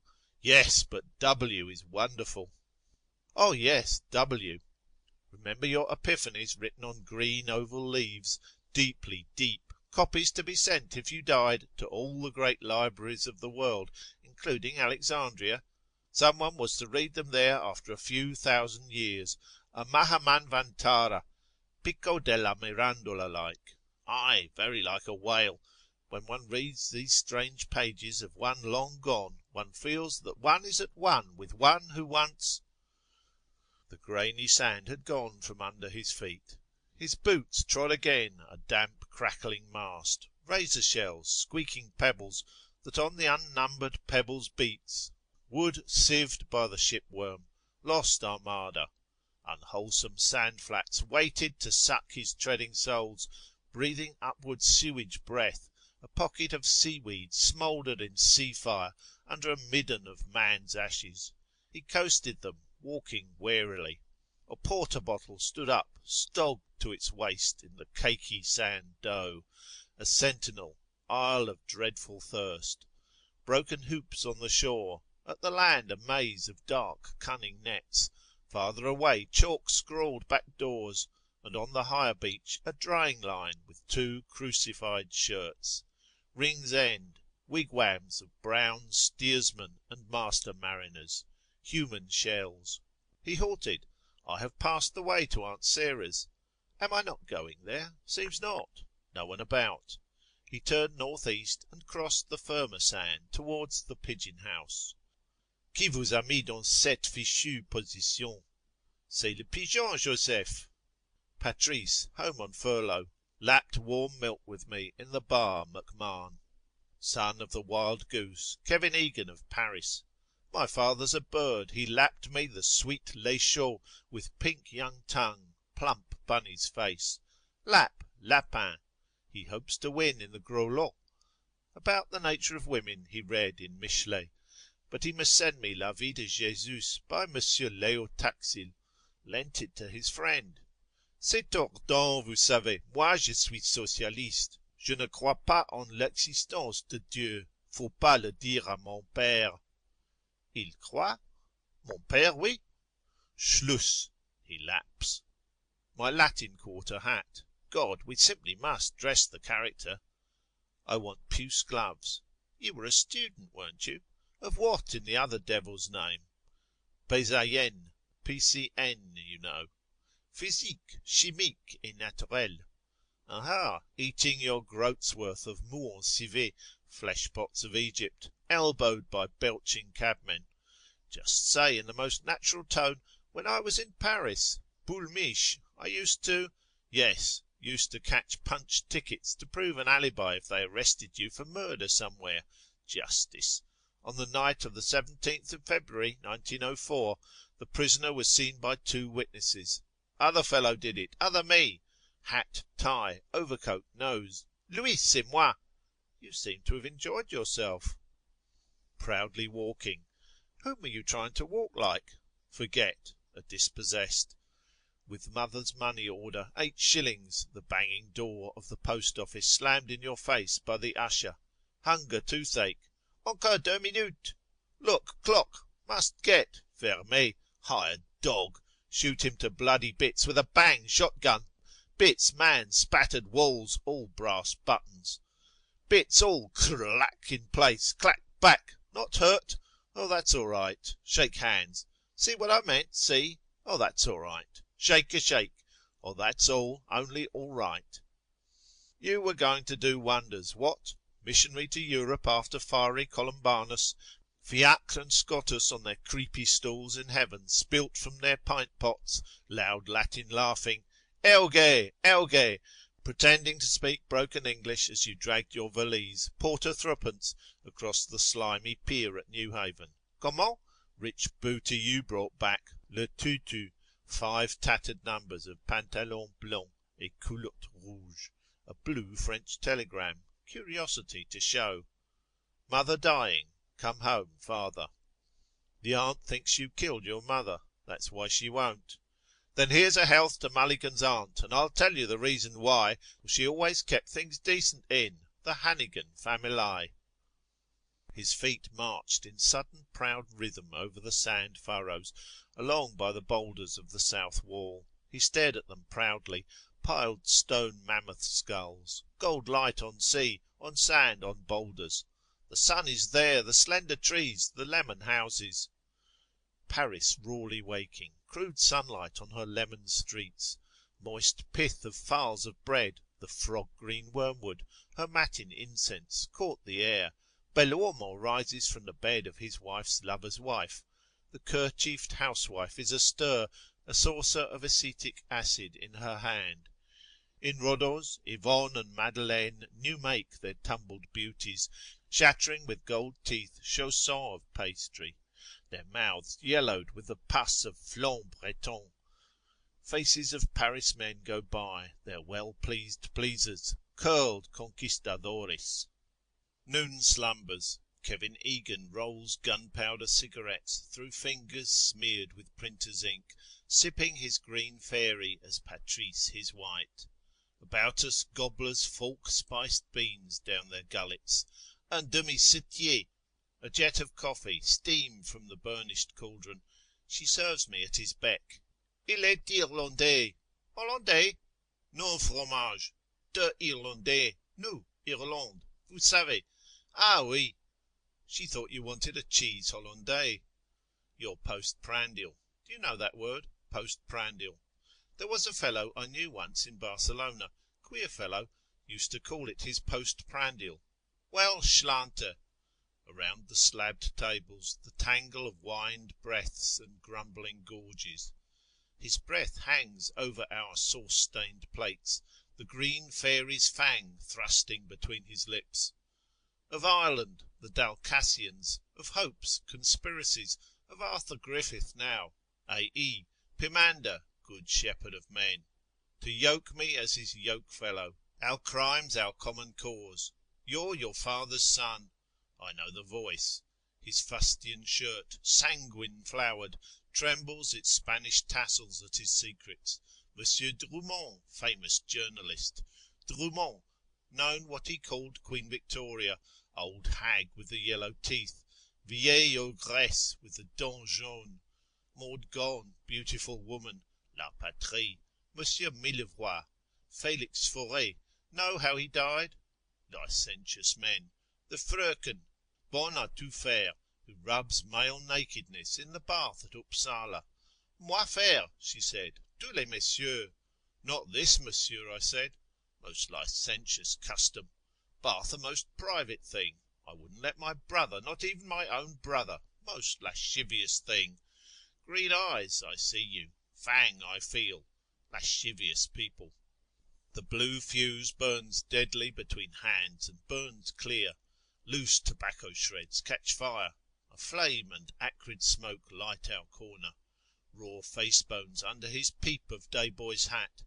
How the head centre got away. Authentic version. Got up as a young bride. Man, veil, orange blossoms. Drove out the road to Malahide. Did, faith. Of lost leaders, the betrayed, wild escapes. Disguises clutched at, gone, not here. Spurned lover. I was a strapping young gossoon at that time, I tell you. I'll show you my likeness one day. I was, faith. Lover, for her love he prowled with Colonel Richard Burke, a tannist of his sept, under the walls of Clerkenwell, and crouching, saw a flame of vengeance hurl them upward in the fog. Shattered glass and toppling masonry. In gay Paris he hides, Egan of Paris, unsought by any save by me. Making his day's stations, the dingy printing case, his 3 taverns, the Montmartre lair he sleeps short night in, Rue de la Goutte d'Or, damascened with fly-bone faces of the gone. Loveless, landless, wifeless. She is quite nicely comfy without her outcast man, Madame in rouge liqueur, canary and 2 buck lodgers, peachy cheeks, a zebra skirt, frisky as a young thing's. Spurned and undespairing. Tell Pat you saw me, won't you? I wanted to get poor Pat a job one time. Mon fils, soldier of France. I taught him to sing, the boys of Kilkenny are stout roaring blades. Know that old lay? I taught Patrice that. Old Kilkenny. St. Canice, Strombow's castle on the Nore. Goes like this. Oh, he takes me napper tandy by the hand. Oh, the boys of Kilkenny. Weak wasting hand on mine. They have forgotten Kevin Egan, not he them. Remembering thee, O Sion. He had come nearer the edge of the sea, and wet sand slapped his boots. The new air greeted him, harping in wild nerves, wind of wild air of seeds of brightness. Here I am not walking out to the Kish lightship, am I? He stood suddenly, his feet beginning to sink slowly in the quaking soil. Turn back. Turning, he scanned the shore south, his feet sinking again slowly in new sockets. The cold domed room of the tower waits. Through the barbicans the shafts of light are moving ever, slowly ever as my feet are sinking, creeping duskward over the dial floor. Blue dusk, nightfall, deep blue night. In the darkness of the dome they wait, their pushed-back chairs, my obelisk valise, around a board of abandoned platters. Who to clear it? He has the key. I will not sleep there when this night comes. A shut door of a silent tower, entombing there blind bodies, the panther sahib and his pointer. Call. No answer. He lifted his feet up from the suck and turned back by the mole of boulders. Take all, keep all. My soul walks with me, form of forms. So, in the moon's mid-watches, I pace the path above the rocks, in sable silvered, hearing Elsinore's tempting flood. The flood is following me. I can watch it flow past from here, get back then by the Poolbeg road to the strand there. He climbed over the sedge and Ely oar-weeds, and sat on a stool of rock, resting his ash-plant in a grike. A bloated carcass of a dog lay lolled on bladder-wrack. Before him the gunwale of a boat sunk in sand. Un coche ensablé, Louis Veuillot called Gautier's prose. These heavy sands a language, tide and wind have silted here, and these the stone heaps of dead builders, a warren of weasel rats. Hide gold there, try it, you have some, sands and stones, heavy of the past, Sir Lout's toys. Mind you don't get one bang on the ear. I'm the bloody well gigant, rolls all them bloody well boulders, bones for my stepping stones. Fee for fum, I smells the blood's odds and iridsman. A point, live dog, grew into sight, running across the sweep of sand. Lord, is he going to attack me? Respect his liberty. You will not be master of others, or their slave. I have my stick. Sit tight. From farther away, walking shoreward across the crested tide, figures, two, the two Maries. They have tucked it safe among the bulrushes. Peek-a-boo, I see you. No, the dog. He's running back to them. Who? Galleys of the Lochlans ran here to beach in quest of prey, their blood-beaked prows riding low on a molten pewter surf. Dane Vikings, talks of tomahawks a-glitter on their breasts, when Malachi wore the collar of gold. A school of turlehide whales stranded in hot noon, spouting, hobbling in the shallows. Then from the starving cagework city, a horde of jerkined dwarfs, my people, with flayers' knives, running, scaling, hacking in green, blubbery whale meat. Famine, plague, and slaughters. Their blood is in me, their lusts my waves. I moved among them on the frozen Liffey, that I, a changeling, among the spluttering resin fires. I spoke to no one, none to me. The dog's bark ran towards him, stopped, ran back, dog of my enemy. I just simply stood pale, silent, bayed about, terribilia meditans. A primrose doublet, fortune's knave, smiled on my fear. For that are you pining, the bark of their applause? Pretenders, live their lives. The Bruce's brother, Thomas Fitzgerald, silken knight, Perkin Warbeck, York's false scion, in breeches of silk of white rose ivory, wonder of a day, and Lambert Simnel, with a tale of nans and sutlers, a scullion crowned. All kings' sons, paradise of pretenders, then and now. He saved men from drowning, and you shake at a cur's yelping. But the courtiers who mocked Guido in Or San Michele were in their own house of... We don't want any of your medieval abstrusiosities. Would you do what he did? A boat would be near, a lifebuoy, natürlich, put there for you. Would you or would you not? The man that was drowned 9 days ago off Maiden's Rock. They are waiting for him now. The truth, spit it out. I would want to, I would try. I am not a strong swimmer. Water cold, soft. When I put my face into it in the basin at Clongowes. Can't see. Who's behind me? Out, quickly, quickly. Do you see the tide flowing quickly in on all sides, sheeting the lows of sand quickly, shell cocoa coloured? If I had land under my feet, I wanted his life still to be his, mine to be mine.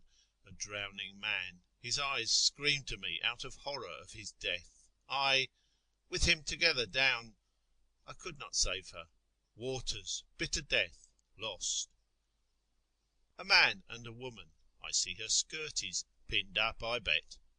Their dog ambled about a bank of dwindling sand, trotting, sniffing on all sides, looking for something lost in a past life. Suddenly he made off like a bounding hare, ears flung back, chasing the shadow of a low-skimming gull.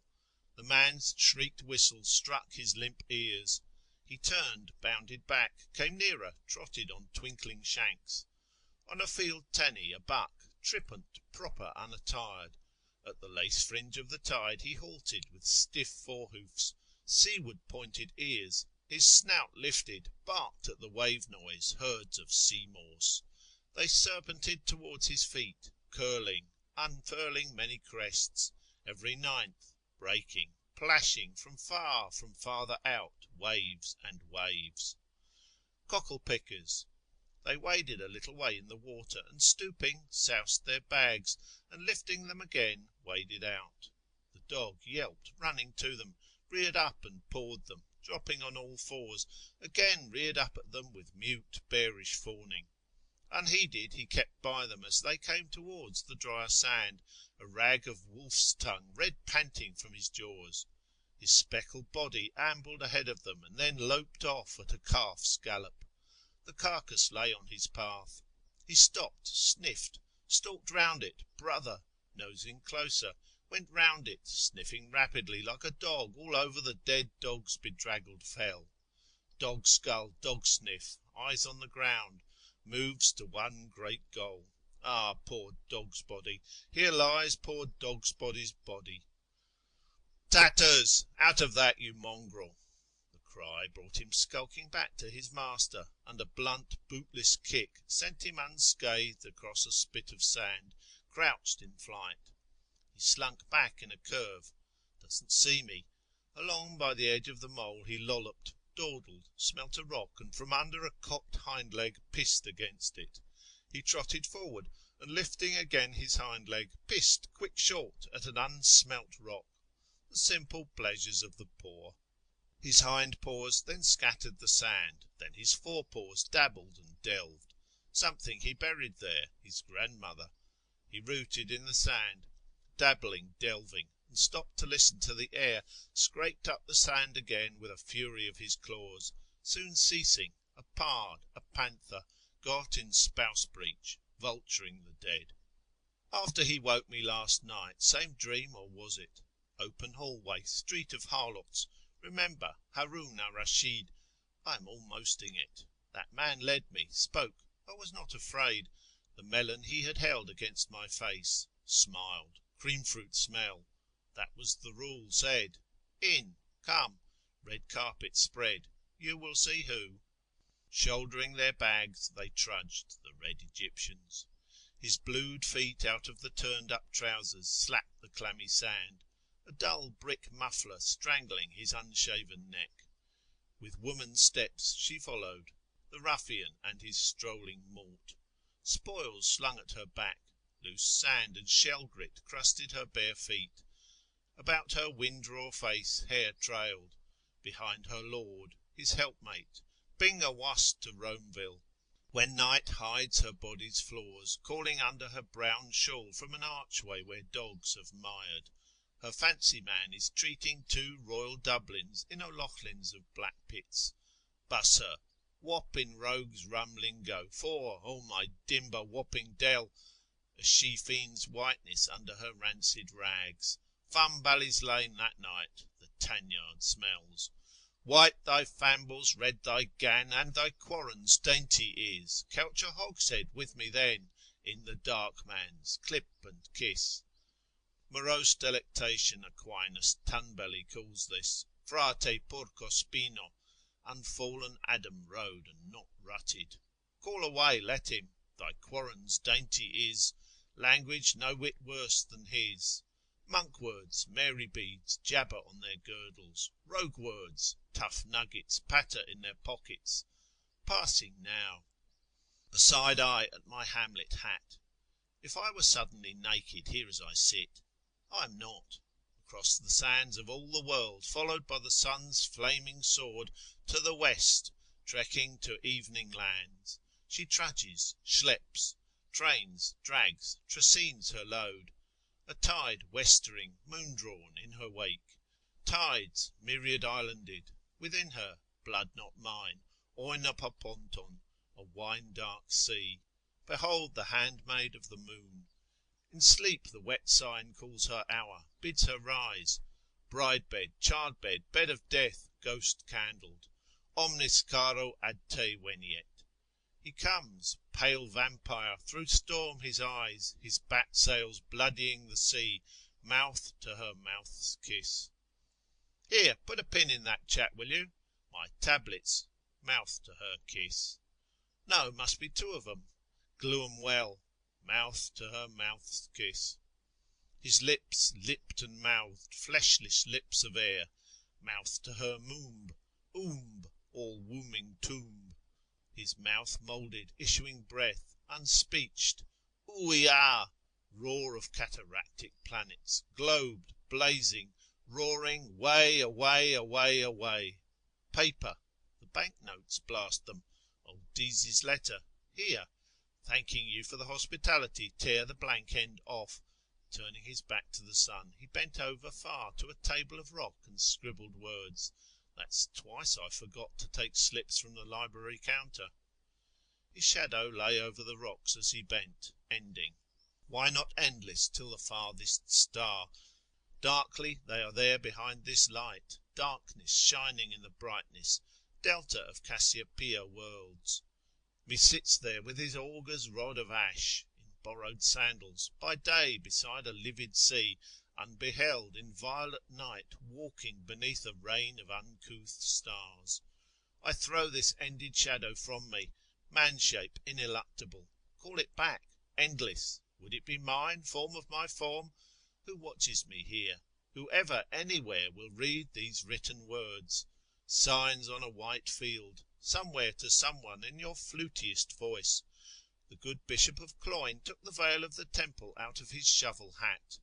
Veil of space with coloured emblems hatched on its field. Hold hard, coloured on a flat. Yes, that's right. Flat I see. Then think distance. Near, far, flat I see. East, back. Ah, see now. Falls back suddenly, frozen in stereoscope. Click does the trick. You'll find my words dark. Darkness is in our souls, do you not think? Flutia. Our souls, shame-wounded by our sins, cling to us yet more, a woman to her lover clinging, the more, the more. She trusts me, her hand gentle, the long-lashed eyes. Now where the blue hell am I bringing her beyond the veil? Into the ineluctable modality of the ineluctable visuality. She. What she? The Virgin at Hodges Figgis's window on Monday, looking in for one of the alphabet books you were going to write. Keen glance you gave her. Wrist through the braided jess of her sunshade. She lives in Leeson Park with a grief and kickshaws. A lady of letters. Talk that to someone else, Stevie. A pick-me-up. Bet she wears those curse of God stays, suspenders and yellow stockings, darned with lumpy wool. Talk about apple dumplings. Piuttosto. Where are your wits? Touch me, soft eyes. Soft, soft, soft hand. I am lonely here. Oh, touch me soon, now. What is that word, known to all men? I'm quiet here alone. Sad, too. Touch me. He lay back at full stretch over the sharp rocks, cramming the scribbled note and pencil into a pocket, his hat down on his eyes. That is Kevin Egan's movement I made, nodding for his nap, Sabbath sleep. Et vidit Deus, et erant valde bona. Allô, bonjour. Welcome as the flowers in May. Under its leaf he watched through peacock twittering lashes the southing sun. I am caught in this burning scene, Pan's hour, the faunal noon, among gum-heavy serpent plants, milk-oozing fruits, where on the tawny waters leaves lie wide. Pain is far, and no more turn aside and brood. His gaze brooded on his broad-toed boots, a buck's cast-offs, nebeneinander. He counted the creases of rucked leather, wherein another's foot had nested warm, the foot that beat the ground in tripudium, foot I dislove. But you were delighted when Esther Oswald's shoe went on you, girl I knew in Paris. Tiens, quel petit pied, staunch friend, a brother soul, Wilde's love that dare not speak its name. His arm, Cranley's arm, he now will leave me, and the blame? As I am, all or not at all. In long lassos from the Cock Lake the water flowed full, covering green goldenly lagoons of sand, rising, flowing. My ash plant will float away, I shall wait. No, they will pass on, passing, chafing against the low rocks, swirling, passing. Better get this job over quick. Listen, a four-worded wave speech. Si-su, hrs, rsais, oosh. Vehement breath of waters amid sea snakes, rearing horses, rocks. In cups of rocks it slops, flop, slop, slap, bounded in barrels, and spent its speech ceases. It flows purling, widely flowing, floating foam pool, flower unfurling. Under the upswelling tide he saw the writhing weeds lift languidly and sway reluctant arms, hicing up their petticoats, in whispering water swaying and upturning coy silver fronds. day by day, night by night, lifted, flooded, and let fall. Lord, they are weary, and, whispered to, they sigh. St. Ambrose heard it, sigh of leaves and waves, awaiting the fullness of their times. Deibus ac noctibus injurias patiens ingemiscit. To no end gathered, vainly then released, forth flowing, wending back, loom of the moon. Weary too in sight of lovers, lascivious men, a naked woman shining in her courts, she draws a toil of waters. 5 fathoms out there, full fathom 5 thy father lies. At one, he said, found drowned, high water at Dublin bar, driving before it a loose drift of rubble, fan shells of fishes, silly shells, a corpse rising salt white from the undertow, bobbing apace, a porpoise landward. There he is, hook it quick, pull. Sunk though he be beneath the watery floor, we have him, easy now. Bag of corpse gas sopping in foul brine, a quiver of minnows, fat of a spongy titbit, flash through the slits of his buttoned trouser fly. God becomes man, becomes fish, becomes barnacle goose, becomes featherbed mountain. Dead breaths I living breathe, tread dead dust, devour a urinous offal from all dead. Hauled stark over the gunwale, he breathes upwards the stench of his green grave, his leprous nose-hole snoring to the sun. A sea change this, brown eyes salt blue, sea death, mildest of all deaths known to man. Old Father Ocean, Prix de Paris, beware of imitations. Just you give it a fair trial. We enjoyed ourselves immensely. Come, I thirst. Clouding over. No black clouds anywhere, are there? Thunderstorm. All brighty falls, proud lightning of the intellect. Lucifer dico, qui nescit occatum. No, my cockle hat and staff, and his my sandal shoon. Where? To evening lands. Evening will find itself. He took the hilt of his ash plant, lunging with it softly, dallying still. Yes, evening will find itself in me, without me. All days make their end. By the way, next, when is it? Tuesday will be the longest day. Of all the glad new year, mother, the rum-tum-tiddly-tum. Lorne Tennyson, gentleman poet. Ja! For the old hag with the yellow teeth. And Monsieur Drumont, gentleman journalist. Ja! My teeth are very bad. Why, I wonder? Feel. That one is going too. Shells. Ought I go to a dentist, I wonder, with that money? That one. This. Toothless Kinch, the Superman. Why is that, I wonder? Or does it mean something, perhaps? My handkerchief. He threw it, I remember. Did I not take it up? His hand groped vainly in his pockets. No, I didn't. Better buy one. He laid the dry snot picked from his nostril on a ledge of rock, carefully. For the rest, let look who will. Behind. Perhaps there is someone. He turned his face over a shoulder. Regardons. Moving through the air, high spars of a three-master, her sails braided up on the cross-trees, homing upstream, silently moving, a silent ship. End of section 4.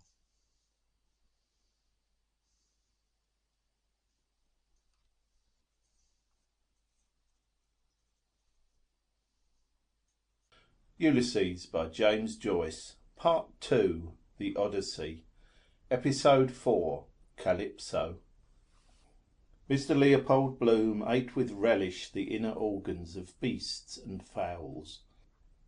He liked thick giblet soup, nutty gizzards, a stuffed roast heart, liver slices fried with crust crumbs, fried hencods roes. Most of all he liked grilled mutton kidneys, which gave to his palate a fine tang of faintly scented urine. Kidneys were in his mind as he moved about the kitchen softly, writing her breakfast things on the humpy tray. Jellied light and air were in the kitchen, but out of doors gentle summer morning everywhere made him feel a bit peckish. The coals were reddening. Another slice of bread and butter. 3, 4. Right. She didn't like her plate full. Right. He turned from the tray, lifted the kettle off the hob, and set it sideways on the fire. It sat there, dull and squat, its spout stuck out. Cup of tea soon. Good. Mouth dry. The cat walked stiffly round a leg of the table, with tail on high. Meow. Oh, there you are, Mr. Bloom said, turning from the fire. The cat mewed in answer, and stalked again stiffly round a leg of the table, mewing. Just how she stalks over my writing table. Prrr. Scratch my head. Prrr. Mr. Bloom watched curiously, kindly, the lithe black form. Clean to see, the gloss of her sleek hide, the white button under the butt of her tail, the green flashing eyes. He bent down to her, his hands on his knees. Milk for the pussons, he said. Meow, the cat cried. They call them stupid. They understand what we say better than we understand them. She understands all she wants to. Vindictive too. Wonder what I look like to her. Height of a tower? No, she can jump me. Afraid of the chickens she is, he said mockingly. Afraid of the chook-chooks. I never saw such a stupid pussons as the pussons. Cruel, her nature. Curious mice never squeal. Seem to like it. Meow, the cat said loudly. She blinked up out of her avid, shame-closing eyes, mewing plaintively and long, showing him her milk-white teeth. He watched the dark eye-slits narrowing with greed till her eyes were green stones. Then he went to the dresser, took the jug Hanlon's milkman had just filled for him, poured warm bubbled milk on a saucer, and set it slowly on the floor. Rrrr, she cried, running to lap. He watched the bristles shining wirily in the weak light as she tipped 3 times and licked lightly. Wonder, is it true if you clip them they can't mouse after? Why? They shine in the dark, perhaps, the tips, or kind of feelers in the dark, perhaps. He listened to her licking lap.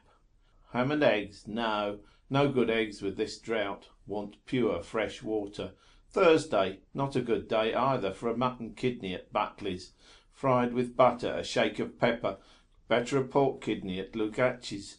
While the kettle is boiling. She lapped slower, then licking the saucer clean. Why are their tongues so rough? To lap better, all porous holes. Nothing she can eat? He glanced round him. No. On quietly creaky boots he went up the staircase to the hall, paused by the bedroom door. She might like something tasty. Thin bread and butter she likes in the morning. Still, perhaps, once in a way. He said softly in the bare hall, I'm going round the corner. Be back in a minute. And when he had heard his voice say it, he added, You don't want anything for breakfast? The sleepy, soft grunt answered, No, she did not want anything. He heard then a warm, heavy sigh, softer, as she turned over and the loose brass quoits of the bedstead jingled. Must get those settled, really. Pity. All the way from Gibraltar. Forgotten any little Spanish she knew. Wonder what her father gave for it. Old style. Ah, yes, of course. Bought it at the governor's auction. Got a short knock. Hard as nails at a bargain, old Tweedy. Yes, sir. At Plevna, that was. I rose from the ranks, sir, and I'm proud of it.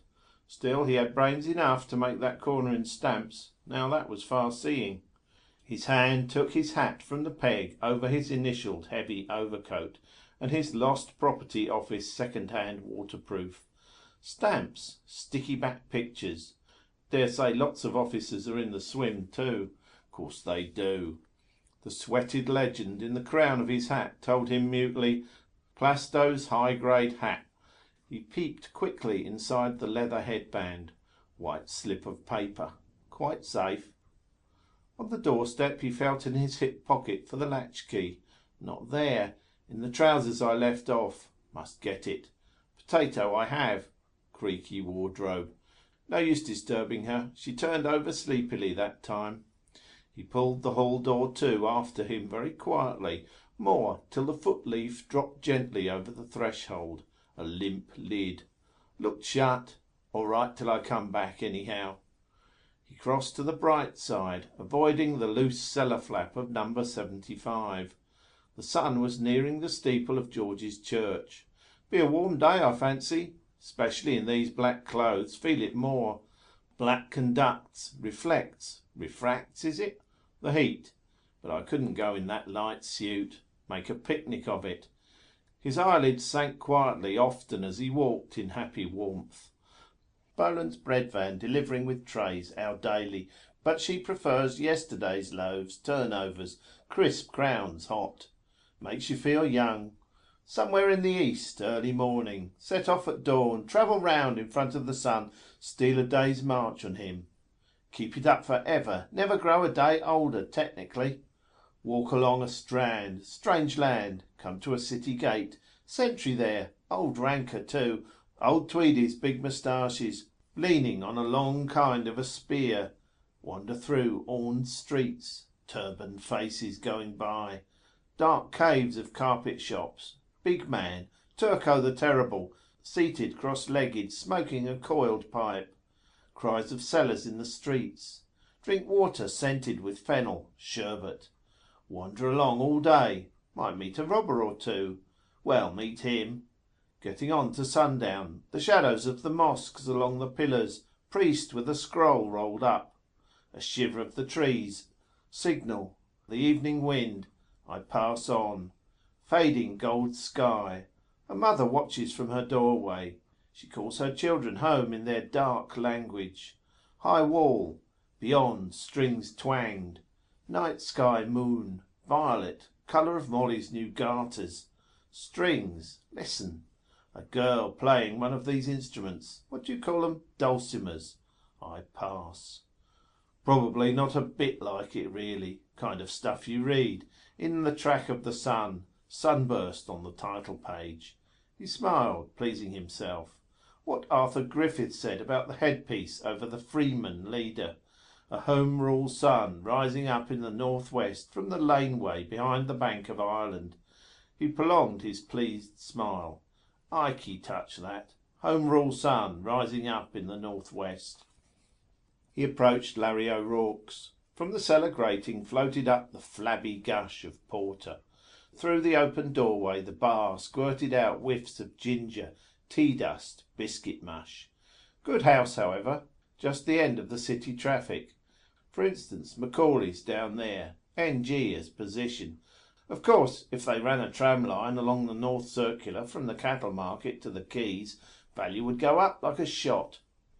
Bald head over the blind. Cute old codger. No use canvassing him an ad. Still, he knows his own business best. There he is, sure enough, my bold Larry, leaning against the sugar bin in his shirt sleeves, watching the aproned curate swab up with mop and bucket. Simon Dedalus takes him off to a tea with his eyes screwed up. Do you know what I'm going to tell you? What's that, Mr. O'Rourke? Do you know what? The Russians, they'd be only an 8 o'clock breakfast for the Japanese. Stop and say a word. About the funeral, perhaps. Sad thing about poor Dignam, Mr. O'Rourke.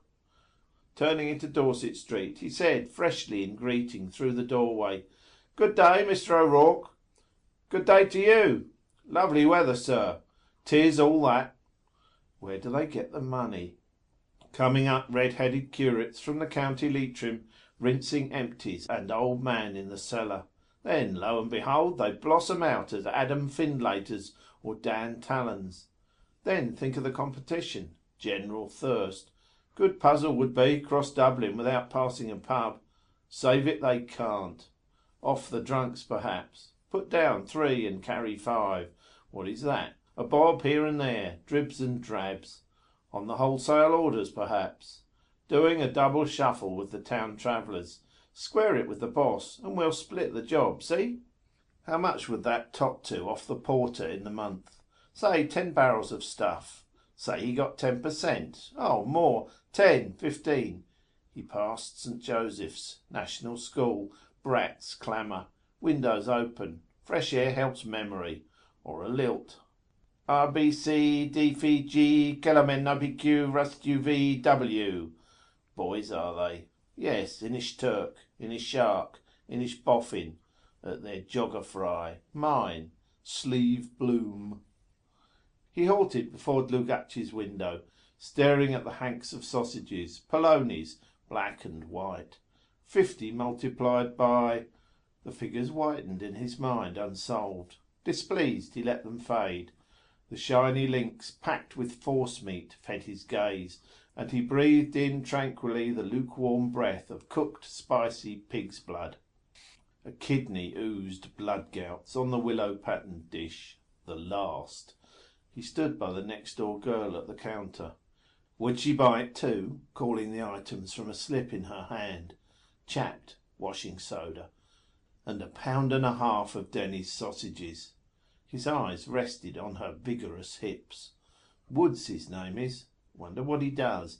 Wife is oldish. New blood. No followers allowed. Strong pair of arms. Whacking a carpet on the clothesline. She does whack it, by George. The way her crooked skirt swings at each whack. The ferret-eyed pork butcher folded the sausages he had snipped off with blotchy fingers, sausage pink. Sound meat there like a stall-fed heifer. He took up a page from the pile of cut sheets. The model farm at Kinnereth on the lake shore of Tiberias can become ideal winter sanatorium. Moses Montefiore. I thought he was. Farmhouse, wall round it, blurred cattle cropping. He held the page from him. Interesting. Read it nearer. The blurred cropping cattle, the page rustling, a young white heifer. Those mornings in the cattle market, the beasts lowing in their pens, branded sheep, flop and fall of dung, the breeders in hobnailed boots trudging through the litter, slapping a palm on a ripe meated hindquarter. There's a prime one. Unpeeled switches in their hands. He held the page aslant patiently, bending his senses and his will, his soft subject gaze at rest. The crooked skirt swinging whack by whack by whack. The pork butcher snapped 2 sheets from the pile, wrapped up her prime sausages, and made a red grimace. Now, my miss, he said. She tendered a coin, smiling boldly, holding her thick wrist out. Thank you, my miss, and 1 shilling 3d change. For you, please? Mr. Bloom pointed quickly, to catch up and walk behind her if she went slowly, behind her moving hams. Pleasant to see first thing in the morning. Hurry up, damn it. Make hay while the sun shines. She stood outside the shop in sunlight and sauntered lazily to the right. He sighed down his nose. They never understand. Soda-chapped hands, crusted toenails too. Brown scapulars in tatters, defending her both ways. The sting of disregard glowed to weak pleasure within his breast. For another, a constable off duty cuddled her in Eccles Lane. They like them sizable. Prime sausage. Oh, please, Mr. Policeman, I'm lost in the wood. 3d, please. His hand accepted the moist, tender gland and slid it into a side pocket. Then it fetched up 3 coins from his trousers pocket and laid them on the rubber prickles. They lay, were read quickly, and quickly slid, disc by disc, into the till. Thank you, sir. Another time. A speck of eager fire from Fox Eyes thanked him. He withdrew his gaze after an instant. No, better not. Another time. Good morning, he said, moving away. Good morning, sir. No sign. Gone. What matter? He walked back along Dorset Street, reading gravely. Agendath Netaim, Planters' Company, to purchase vast sandy tracts from Turkish government and plant with eucalyptus trees. Excellent for shade, fuel and construction. Orange groves and immense melon fields north of Jaffa. You pay 8 marks and they plant a dunam of land for you with olives, oranges, almonds or citrons. Olives cheaper. Oranges need artificial irrigation. Every year you get a sending of the crop. Your name entered for life as owner in the Book of the Union. Can pay 10 down and the balance in yearly instalments. Bleibtreustrasse, 34, Berlin, W15. Nothing doing. Still an idea behind it. He looked at the cattle, blurred in silver heat, silvered, powdered olive trees. Quiet long days, pruning, ripening. Olives are packed in jars, eh? I have a few left from Andrew's. Molly spitting them out. Knows the taste of them now. Oranges in tissue paper, packed in crates. Citrons too. Wonder, is poor Citron still alive in St. Kevin's Parade? And Mastiansky with the old cither. Pleasant evenings we had then. Molly in Citron's basket chair. Nice to hold. Cool waxen fruit. Hold in the hand. Lift it to the nostrils and smell the perfume. Like that. Heavy, sweet, wild perfume. Always the same, year after year. They fetched high prices too, Moisel told me. Arbutus Place. Pleasant streets. Pleasant old times. Must be without a flaw, he said. Coming all that way. Spain, Gibraltar, Mediterranean, the Levant. Crates lined up on the quayside at Jaffa. Chap ticking them off in a book. Navvies handling them in soiled dungarees. There's what d'you call him out of... How do you? Doesn't see. Chap you know just to salute. Bit of a bore. His back is like that Norwegian captain's. Wonder if I'll meet him today. Watering cart. To provoke the rain. On earth as it is in heaven. A cloud began to cover the sun. Wholly, slowly, wholly. Grey. Far. No, not like that. A barren land. Bare waste. Volcanic lake, the Dead Sea. No fish. Weedless. Sunk deep in the earth. No wind would lift those waves. Grey metal. Poisonous, foggy waters. Brimstone, they call it, raining down. The cities of the plain. Sodom, Gomorrah, Edom. All dead names. A dead sea and a dead land. Grey and old. Old now. It bore the oldest, the first race. A bent hag crossed from Cassidy's, clutching a noggin bottle by the neck. The oldest people. Wandered far away over all the earth. Captivity to captivity. Multiplying, dying, being born everywhere. It lay there now. Now it could bear no more. Dead. An old woman's. The grey, sunken cunt of the world. Desolation. Grey horror seared his flesh. Folding the page into his pocket, he turned into Eccles Street, hurrying homeward. Cold oil slid along his veins, chilling his blood, age crusting him with a salt cloak. Well, I'm here now. Morning mouth, bad images. Got up wrong side of the bed. Must begin again those Sandow's exercises. On the hands, down. Blotchy brown brick houses. Number 80 still unlet. Why is that? Valuation is only 28. Towers, Battersby, North, MacArthur. Parlour windows plastered with bills. Plasters on a sore eye. To smell the gentle smoke of tea, fume of the pan, sizzling butter, be near her ample bed-warmed flesh. Yes, yes. Quick warm sunlight came running from Berkeley Road, swiftly in slim sandals, along the brightening footpath. She runs to meet me, a girl with gold hair on the wind. 2 letters and a card lay on the hall floor. He stopped and gathered them. Mrs. Marion Bloom. His quick heart slowed at once. Bold hand, Mrs. Marion. "Poldy!" Entering the bedroom, he half closed his eyes and walked through warm yellow twilight towards her tousled head. "Who are the letters for?" He looked at them. Mullingar. Millie. "A letter for me from Millie," he said carefully, "and a card to you, and a letter for you." He laid her card and letter on the twill bedspread near the curve of her knees. "Do you want the blind up?" Letting the blind up by gentle tugs halfway, his backward eye saw her glance at the letter and tuck it under her pillow. "That do?" he asked, turning. She was reading the card, propped on her elbow. "She got the things," she said. He waited till she had laid the card aside and curled herself back slowly with a snug sigh. "Hurry up with that tea," she said. "I'm parched." "The kettle is boiling," he said. But he delayed to clear the chair, her striped petticoat, tossed soiled linen, and lifted all in an armful onto the foot of the bed. As he went down the kitchen stairs, she called, "Poldy!" "What?" "Scald the teapot." On the boil, sure enough, a plume of steam from the spout. He scalded and rinsed out the teapot and put in 4 full spoons of tea, Tilting the kettle then to let water flow in. Having set it to draw, he took off the kettle and crushed the pan flat on the live coals, and watched the lump of butter slide and melt. While he unwrapped the kidney, the cat mewed hungrily against him. Give her too much meat, she won't mouse. Say they won't eat pork. Kosher.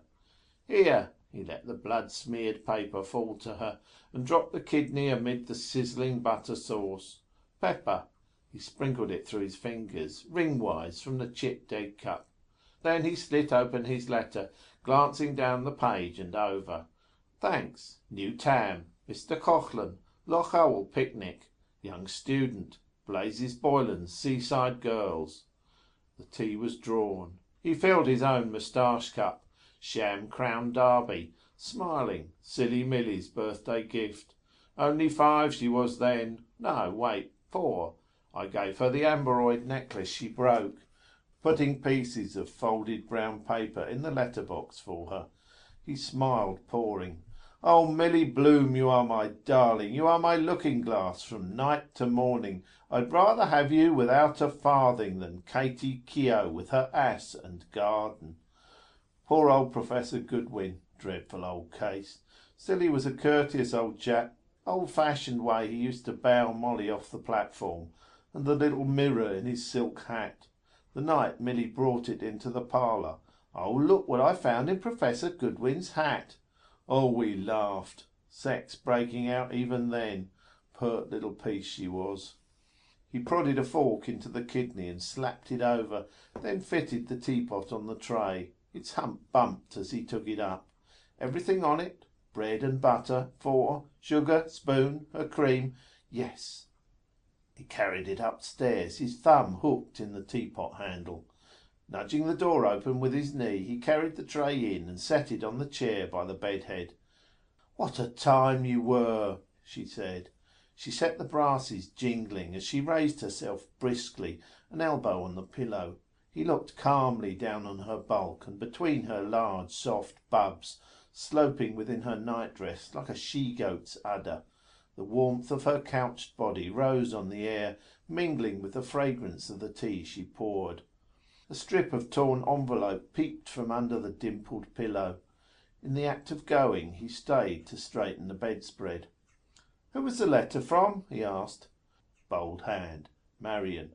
Oh, Boylan, she said. He's bringing the programme. What are you singing? Lacidarem with J.C. Doyle, she said, and Love's Old Sweet Song.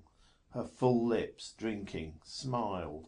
Rather stale smell that incense leaves next day. Like foul flower water. Would you like the window open a little? She doubled a slice of bread into her mouth, asking, What time is the funeral? 11, I think, he answered. I didn't see the paper. He took up a leg of her soiled drawers from the bed. No? Then a twisted grey garter looped round a stocking, rumpled, shiny sole. No, that book. Other stocking, her petticoat. It must have fell down, she said. He felt here and there. Voglio e non vorrei. Wonder if she pronounces that right, voglio. Not in the bed. Must have slid down. He stooped and lifted the valance.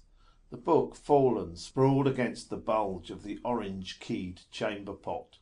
Show here, she said. I put a mark in it. There's a word I wanted to ask you.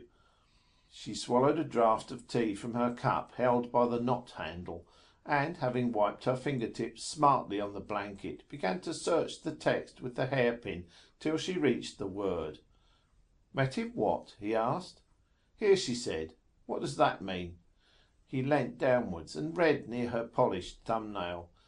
Metempsychosis? Yes. Who's he when he's at home? Metempsychosis, he said, frowning. It's Greek, from the Greek. That means the transmigration of souls. Oh, rocks, she said. Tell us in plain words. He smiled, glancing askance at her mocking eye. The same young eyes. The first night after the charades, Dolphin's Barn. He turned over the smudged pages. Ruby, the pride of the ring. Hello, illustration. Fierce Italian with carriage whip. Must be Ruby, pride of the on the floor naked. Sheet kindly lent. The monster Maffei desisted and flung his victim from him with an oath. Cruelty behind it all. Doped animals. Trapeze at Hengler's. Had to look the other way. Mob gaping. Break your neck and we'll break our sides. Families of them. Bone them young so they metempsychosis. That we live after death, our souls. That a man's soul after he dies. Dignam's soul. Did you finish it? He asked. Yes, she said. There's nothing smutty in it. Is she in love with the first fellow all the time? Never read it. Do you want another? Yes, get another of Paul de Kock's. Nice name he has. She poured more tea into her cup, watching its flow sideways. Must get that Capel Street Library book renewed, or they'll write to Kearney, my guarantor. Reincarnation, that's the word. Some people believe, he said, that we go on living in another body after death, that we lived before. They call it reincarnation. That we all lived before on the earth thousands of years ago, or some other planet. They say we've forgotten it. Some say they remember their past lives. The sluggish cream wound curdling spirals through her tea. Better remind her of the word, metempsychosis. An example would be better. An example. The bath of the nymph over the bed, given away with the Easter number of Photo Bits. Splendid masterpiece in art colours. Tea before you put milk in. Not unlike her with her hair down. Slimmer. 3 and 6 I gave for the frame. She said it would look nice over the bed. Naked nymphs. Greece. And for instance all the people that lived then. He turned the pages back. Metempsychosis, he said, is what the ancient Greeks called it. They used to believe you could be changed into an animal or a tree, for instance. What they called nymphs, for example. Her spoon ceased to stir up the sugar. She gazed straight before her, inhaling through her arched nostrils. There's a smell of burn, she said. Did you leave anything on the fire? The kidney, he cried suddenly.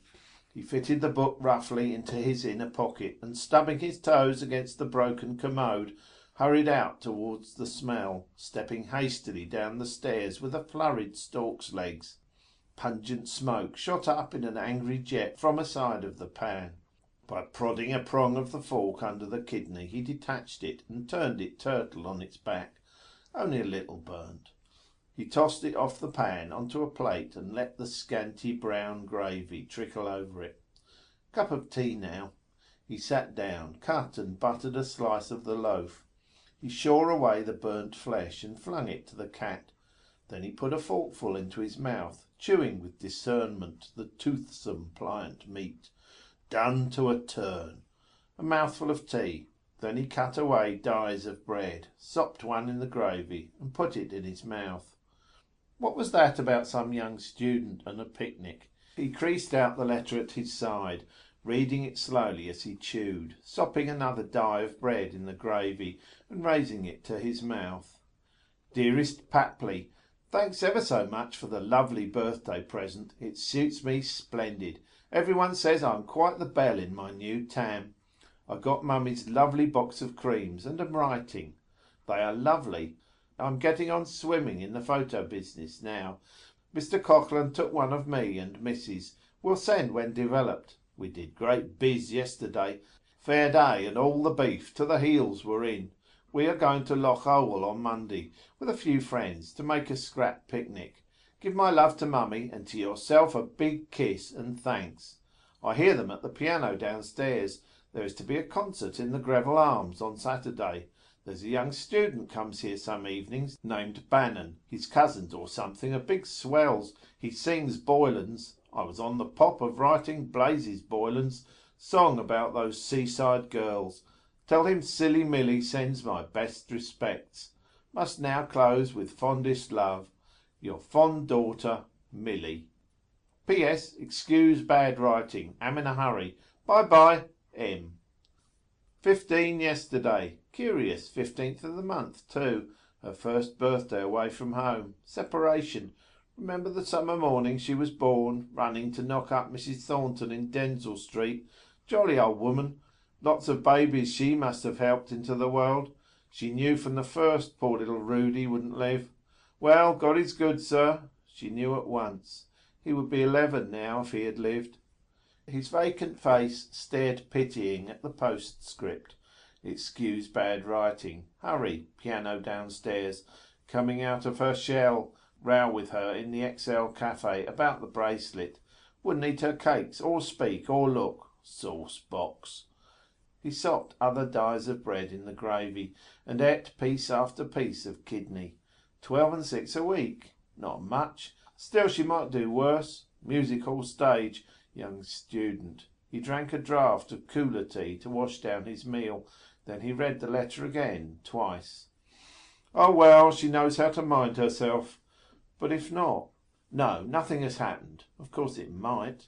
Wait in any case till it does. A wild piece of goods. Her slim legs running up the staircase. Destiny, ripening now. Vain, very. He smiled with troubled affection at the kitchen window. Day I caught her in the street, pinching her cheeks to make them red. Anemic a little. Was given milk too long. On the Erin's King that day, round the Kish. Damned old tub, pitching him about. Not a bit funky. Her pale blue scarf loose in the wind with her hair. All dimpled cheeks and curls. Your head it simply swirls.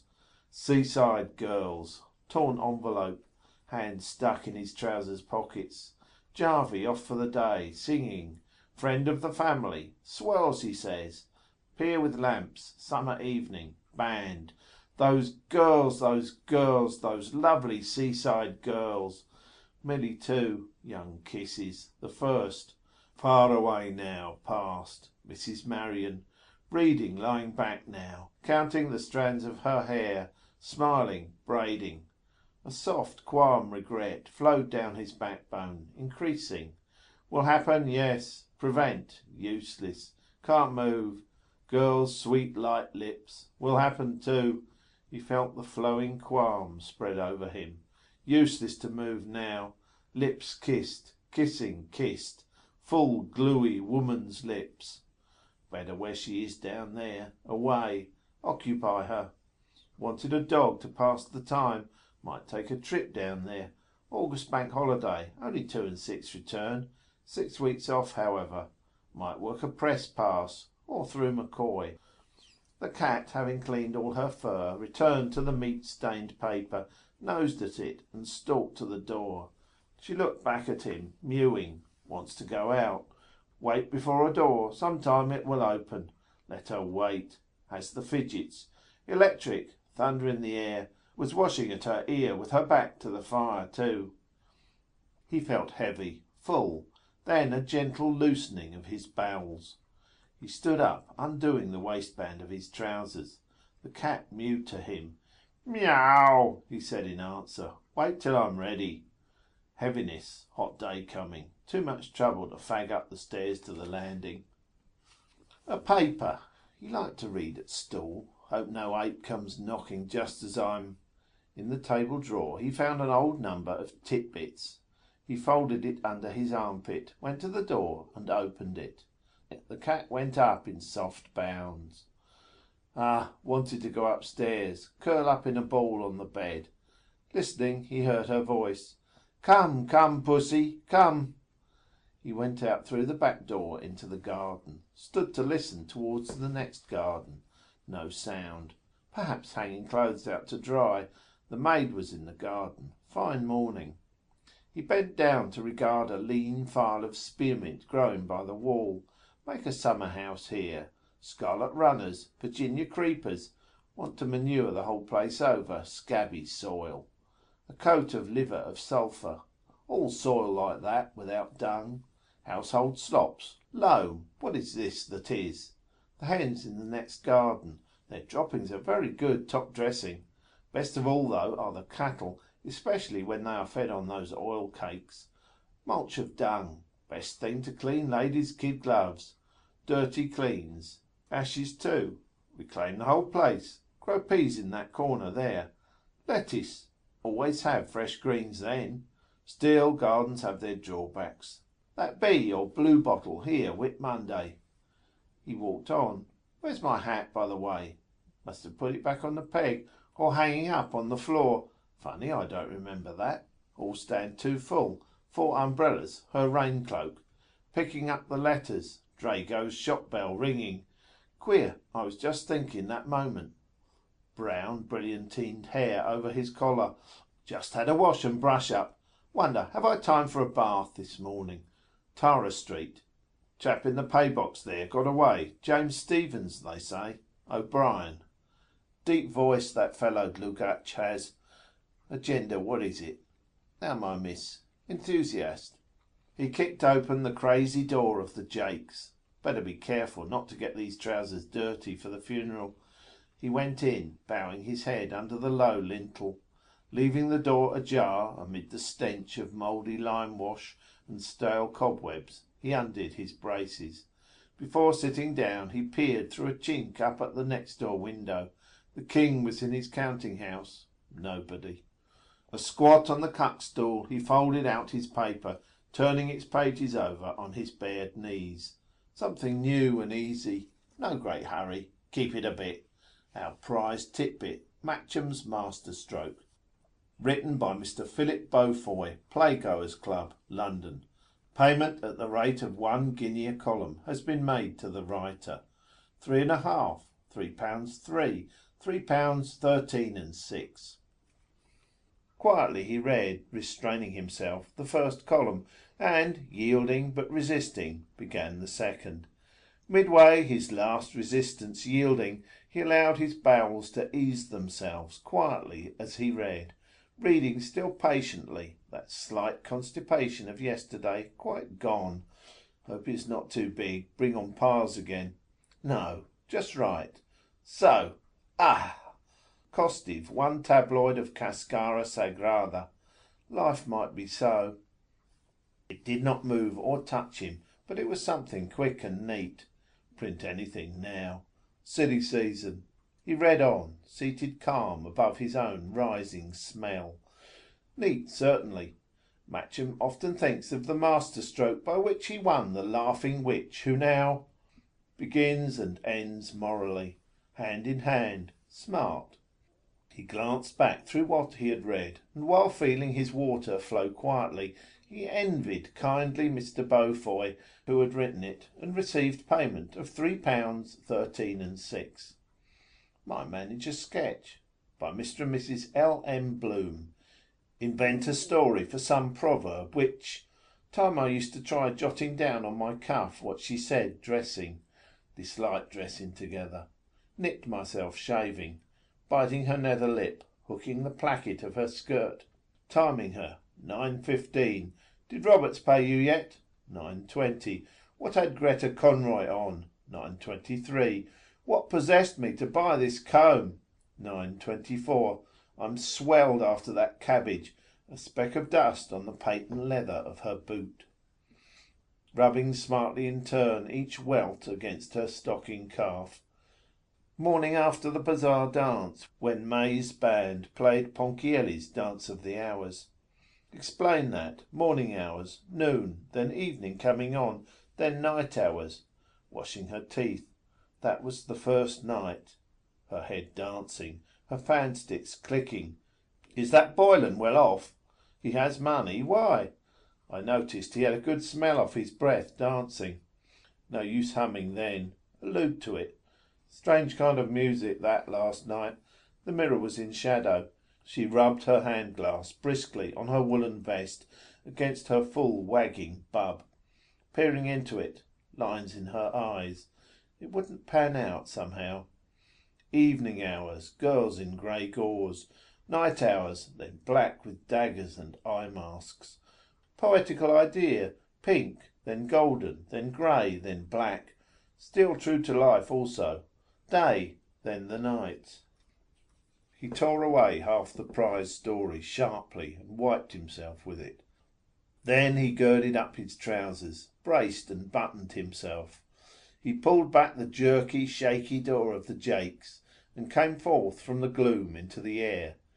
In the bright light, lightened and cooled in limb, he eyed carefully his black trousers, the ends, the knees, the hocks of the knees. What time is the funeral? Better find out in the paper.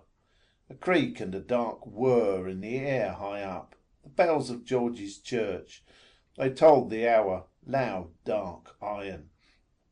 Hey ho, hey ho, hey ho, hey ho, hey ho, hey ho. 2:15. There again, the overtone following through the air. 3rd. Poor Dignam. End of section 5.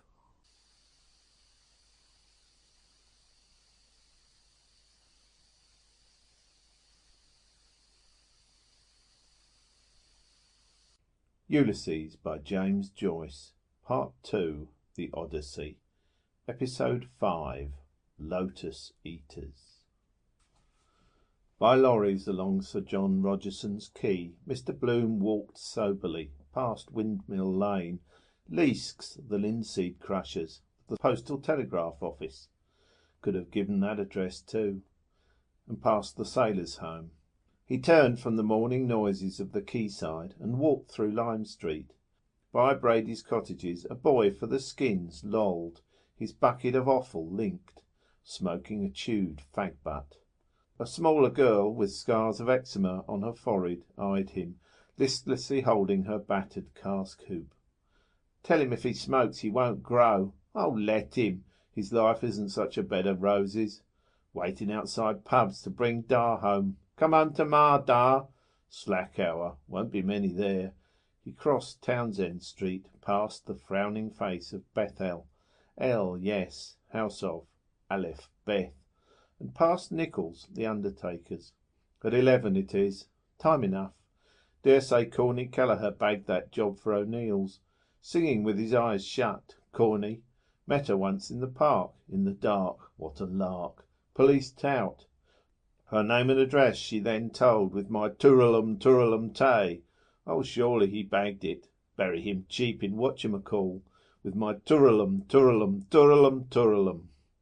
In Westland Row he halted before the window of the Belfast and Oriental Tea Company, and read the legends of lead-papered packets. Choice blend, finest quality, family tea, rather warm. Tea?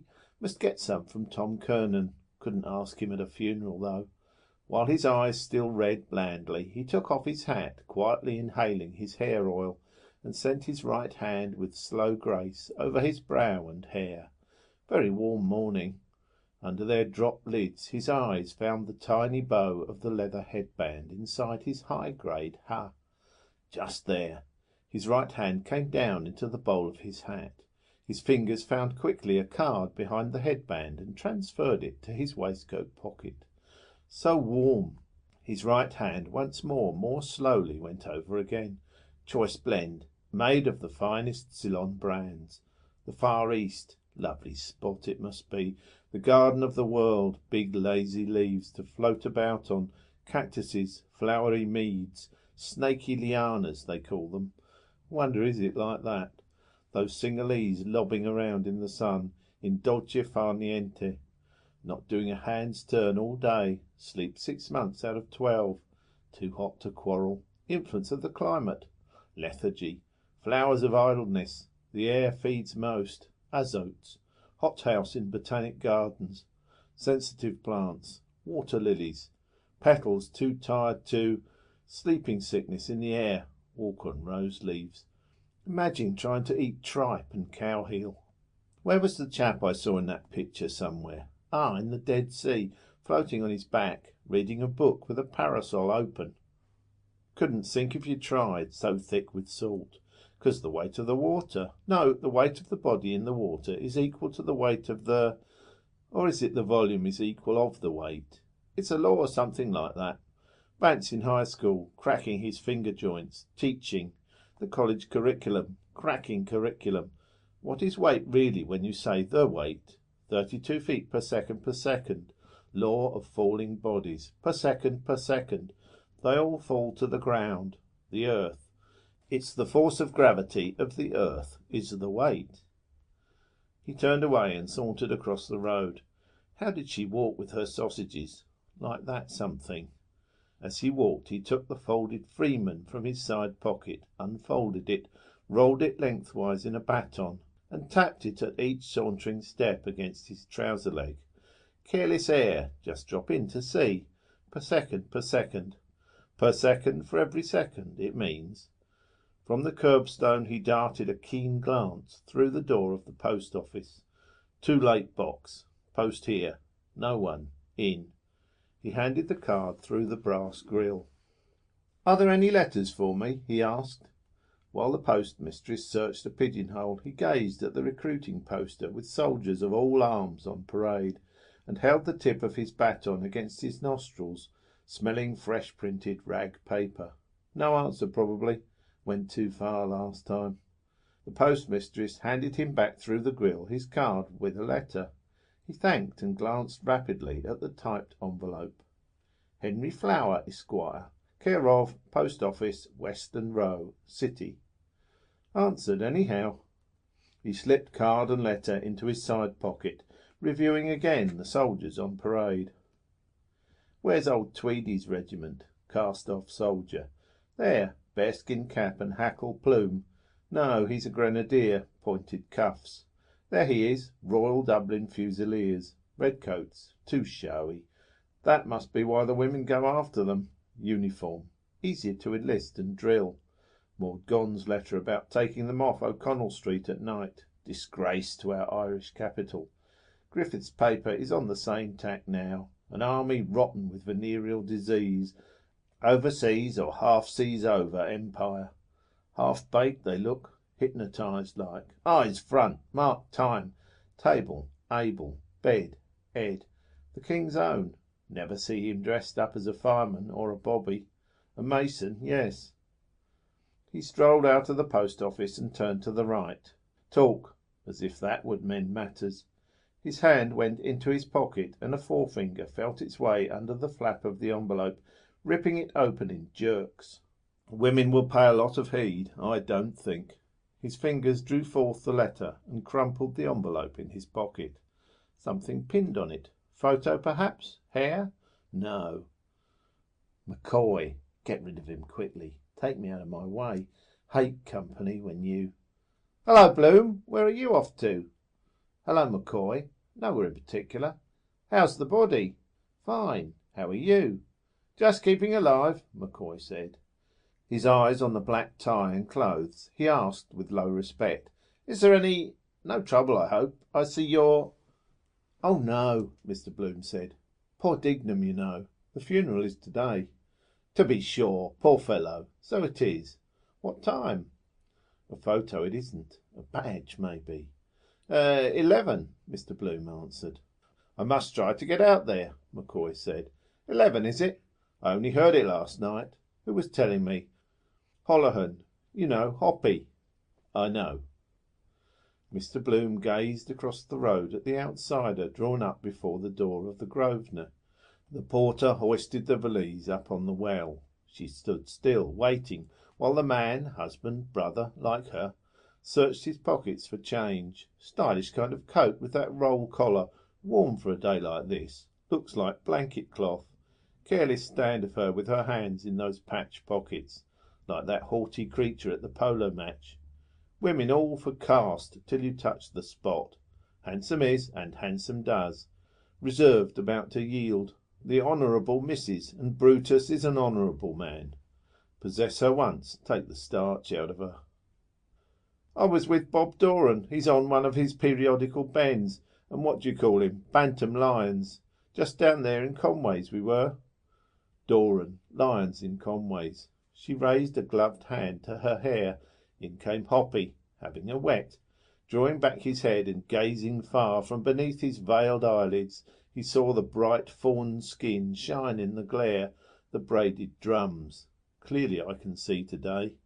Moisture about, gives long sight perhaps. Talking of one thing or another. Lady's hand. Which side will she get up? And he said, Sad thing about our poor friend Paddy. What Paddy? I said. Poor little Paddy Dignam, he said. Off to the country. Broadstone probably. High brown boots with laces dangling. Well-turned foot. What is he fostering over that change for? Sees me looking.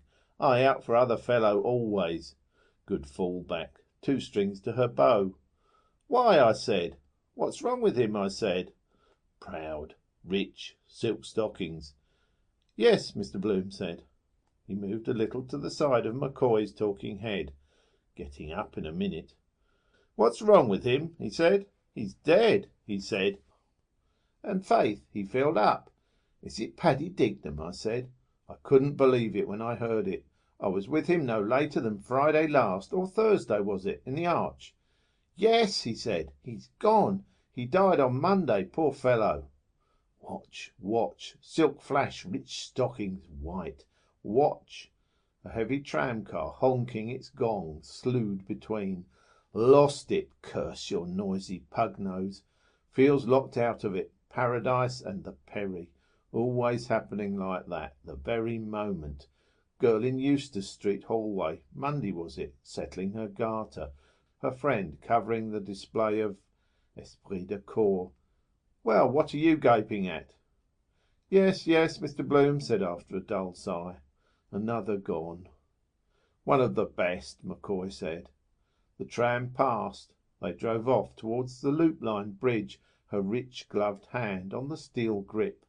Flicker, flicker, the lace flare of her hat in the sun. Flicker, flick. "Wife well, I suppose?" McCoy's changed voice said. "Oh, yes," Mr. Bloom said. "Tip-top, thanks." He unrolled the newspaper baton idly and read idly. "What is home without plum-trees, potted meat? Incomplete. With it, an abode of bliss. My missus has just got an engagement. At least it's not settled yet. Valise tack again. By the way, no harm. I'm off that, thanks." Mr. Bloom turned his large-lidded eyes with unhasty friendliness. "My wife too," he said. "She's going to sing at a swagger affair in the Ulster Hall, Belfast, on the 25th. "That's so," McCoy said. "Glad to hear that, old man. Who's getting it up?" Mrs. Marion Bloom. Not up yet. Queen was in her bedroom eating bread and... no book. Blackened court cards laid along her thigh by sevens. Dark lady and fair man. Cat, furry black ball. Torn strip of envelope. Love's old sweet song. Comes love's old... "It's kind of a tour, don't you see?" Mr. Bloom said thoughtfully. "Sweet song. There's a committee formed. Part shares and part profits." McCoy nodded, picking at his moustache stubble. "Oh, well," he said, "that's good news." He moved to go. "Well, glad to see you looking fit," he said. "Meet you knocking around." "Yes," Mr. Bloom said. "Tell you what," McCoy said, "you might put down my name at the funeral, will you? I'd like to go, but I mightn't be able, you see. There's a drowning case at Sandy Cove may turn up, and then the coroner and myself would have to go down if the body is found. You just shove in my name if I'm not there, will you?" "I'll do that," Mr. Bloom said, moving to get off. "That'll be all right." "Right," McCoy said brightly. "Thanks, old man. I'd go if I possibly could. Well, tol-lol. Just C.P. McCoy will do." "That will be done," Mr. Bloom answered firmly. Didn't catch me napping, that wheeze, the quick touch, soft mark. I'd like my job. Valise I have a particular fancy for. Leather, capped corners, riveted edges, double action lever lock. Bob Cowley lent him his for the Wicklow Regatta concert last year, and never heard tidings of it from that good day to this. Mr. Bloom, strolling towards Brunswick Street, smiled. "My missus has just got an... reedy freckled soprano, cheese-paring nose. Nice enough in its way for a little ballad. No guts in it. You and me, don't you know, in the same boat. Soft soaping. Give you the needle, that would. Can't he hear the difference? Think he's that way inclined a bit. Against my grain, somehow. Thought that Belfast would fetch him. I hope that smallpox up there doesn't get worse. Suppose she wouldn't let herself be vaccinated again. Your wife and my wife. Wonder is he pimping after me?"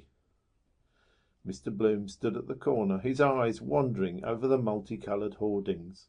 Cantrell's and Cochrane's ginger ale, aromatic. Cleary's summer sale. No, he's going on straight. Hello, Leah tonight. Mrs. Bandmann Palmer.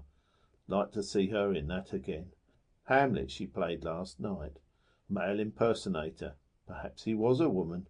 Why Ophelia committed suicide. Poor papa, how he used to talk about Kate Bateman in that.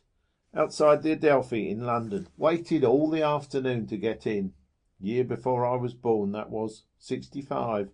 And Ristori in Vienna. What is this the right name is? By Mosenthal it is. Rachel, is it? No.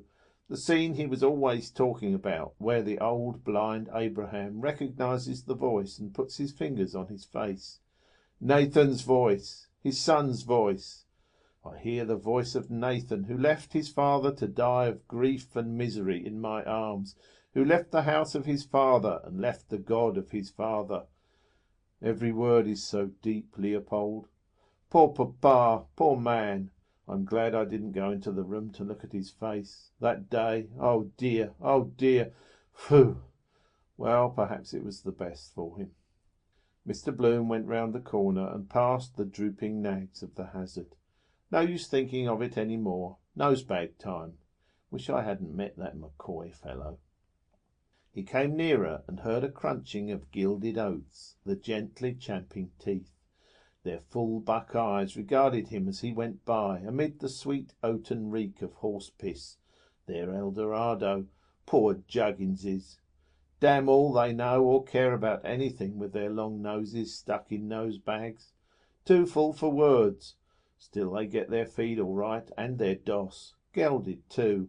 A stump of black gutta-percha wagging limp between their haunches. Might be happy all the same that way. Good poor brutes they look. Still their neigh can be very irritating. He drew the letter from his pocket and folded it into the newspaper he carried. Might just walk into her here. The lane is safer. He passed the cabman's shelter. Curious the life of drifting cabbies, all weathers, all places, time or set down, no will of their own. Voglio e non. Like to give them an odd cigarette. Sociable. Shout a few flying syllables as they pass. He hummed. La ci darem la mano, la la la la la la. He turned into Cumberland Street, and going on some paces, halted in the lee of the station wall. No one. Mead's timber yard. Piled baulks. Ruins and tenements. With careful tread he passed over a hopscotch court with its forgotten picky stone. Not a sinner. Near the timber yard a squatted child at marbles, alone, shooting the taw with a cunny thumb. A wise tabby, a blinking sphinx, watched from her warm sill. Pity to disturb them. Mohammed cut a piece out of his mantle not to wake her. Open it, and once I played marbles when I went to that old dame's school. She liked mignonette, Mrs. Ellis's, and Mr. He opened the letter within the newspaper. A flower. I think it's a yellow flower with flattened petals. Not annoyed then. What does she say? Dear Henry, I got your last letter to me, and thank you very much for it. I'm sorry you did not like my last letter. Why did you enclose the stamps? I'm awfully angry with you. I do wish I could punish you for that. I called you naughty boy because I do not like that other word. Please tell me what is the real meaning of that word. Are you not happy in your home, you poor little naughty boy? I do wish I could do something for you. Please tell me what you think of poor me. I often think of the beautiful name you have. Dear Henry, when will we meet? I think of you so often, you have no idea. I have never felt myself so much drawn to a man as you. I feel so bad about. Please write me a long letter and tell me more. Remember, if you do not, I will punish you. So now you know what I will do to you, you naughty boy, if you do not write. Oh, how I long to meet you. Henry dear, do not deny my request before my patience are exhausted. Then I will tell you all. Goodbye now, naughty darling. I have such a bad headache today, and write by return to your longing Martha. P.S. Do tell me what kind of perfume does your wife use? I want to know. He tore the flower gravely from its pinhold, smelt its almost no smell, and placed it in his heart pocket. Language of flowers. They like it because no one can hear. or a poisoned bouquet to strike him down. Then, walking slowly forward, he read the letter again, murmuring here and there a word. Angry tulips with you, darling. Manflower, punish your cactus if you don't. Please, poor forget-me-not. How I long, violets, the dear roses, when we soon anemone meet all naughty night stalk, wife Martha's perfume. Having read it all, he took it from the newspaper and put it back in his side pocket. Weak joy opened his lips, changed since the first letter. Wonder, did she write it herself? Doing the indignant. A girl of good family like me, respectable character, could meet one Sunday after the rosary. Thank you, not having any. Usual love scrimmage. Then running round corners. Bad as a row with Molly. Cigar has a cooling effect. Narcotic. Go further next time. Naughty boy. Punish. Afraid of words, of course. Brutal. Why not? Try it anyhow. A bit at a time. Fingering still the letter in his pocket, he drew the pin out of it. Common pin, eh? He threw it on the road. Out of her clothes somewhere. Pinned together. Queer the number of pins they always have. No roses without thorns. Flat Dublin voices bawled in his head. Those two sluts that night in the Coombe, linked together in the rain. Oh, Mary lost the pin of her drawers. She didn't know what to do. To keep it up. To keep it up. Them. Such a bad headache. Has her roses, probably. Or sitting all day typing. Eye focus bad for stomach nerves. What perfume does your wife use? How could you make out a thing like that? To keep it up. Martha, Mary. I saw that picture somewhere. I forget now. Old Master, or Fate for Money. He is sitting in their house talking. Mysterious. Also the two sluts in the Coombe would listen. To keep it up. Nice kind of evening feeling. No more wandering about. Just loll there. Quiet. Dusk. Let everything rip. Forget. Tell about places you've been. Strange customs. The other one, jar on her head, was getting the supper. Fruit, olives, lovely cool water out of the well, stone cold like the hole in the wall at Ashtown. Must carry a paper goblet next time I go to the trotting matches. She listens with big, dark, soft eyes. Tell her. More and more. All. Then a sigh. Silence. Long, long, long rest. Going under the railway arch, he took out the envelope, tore it swiftly in shreds, and scattered them towards the road. The shreds fluttered away, sank in the dank air, a white flutter, then all sank. Henry Flower. You could tear up a cheque for £100 in the same way. Simple bit of paper. Lord Ivy once cashed a 7-figure cheque for £1 million in the Bank of Ireland. Shows you the money to be made out of porter. Still, the other brother, Lord Ardilaun, has to change his shirt 4 times a day, they say. Skin breeds lice or vermin. £1 million.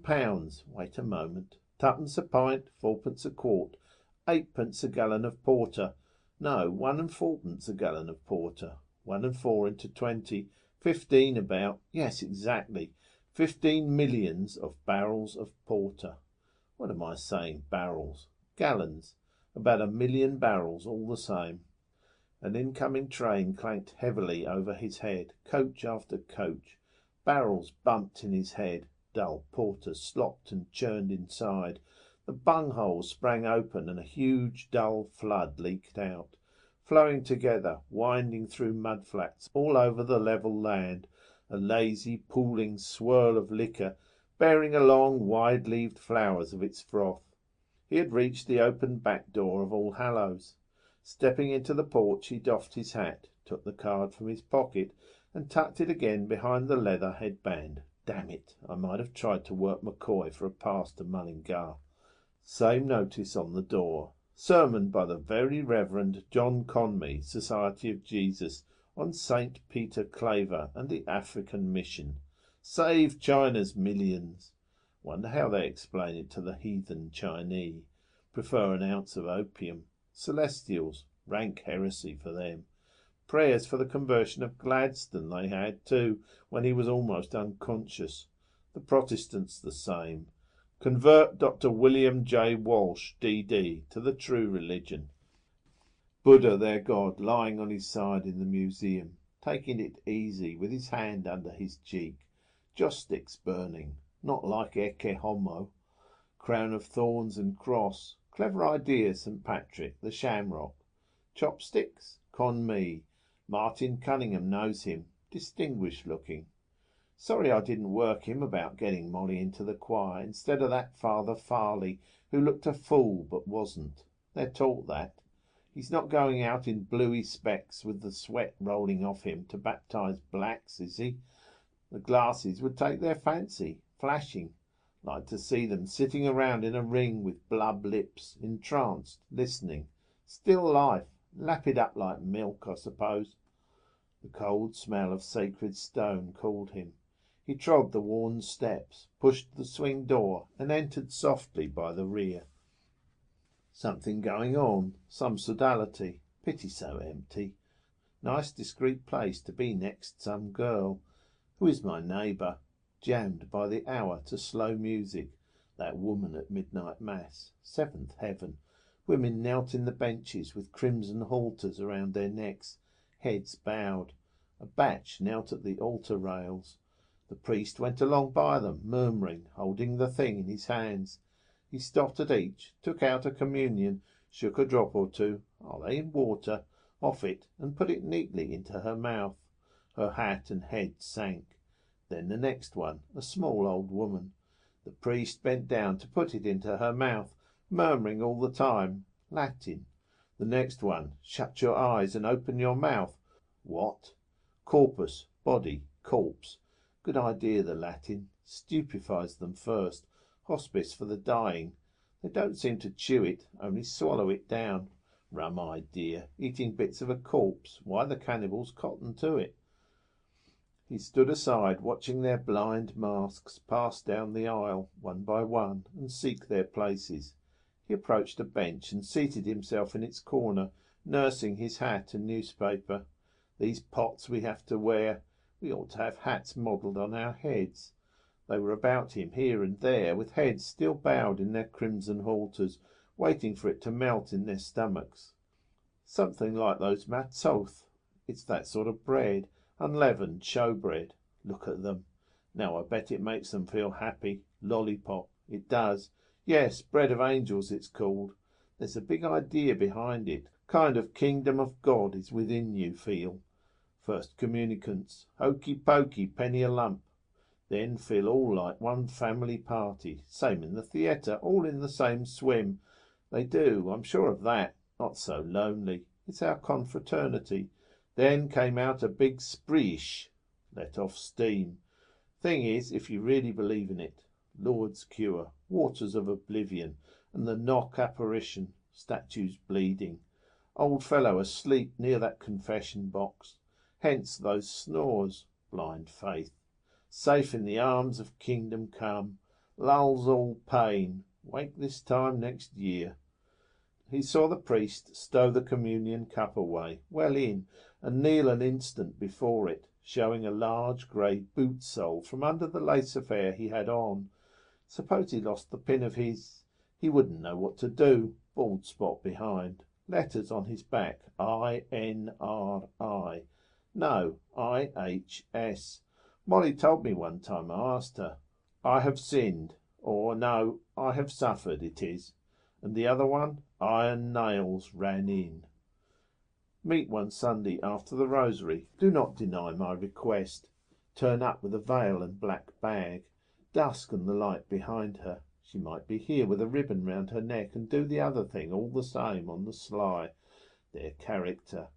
That fellow that turned Queen's evidence on the Invincibles, he used to receive the... Carey was his name. The communion every morning. This very church. Peter Carey. No, Peter Claver I'm thinking of. Dennis Carey. And just imagine that. Wife and 6 children at home, and plotting that murder all the time.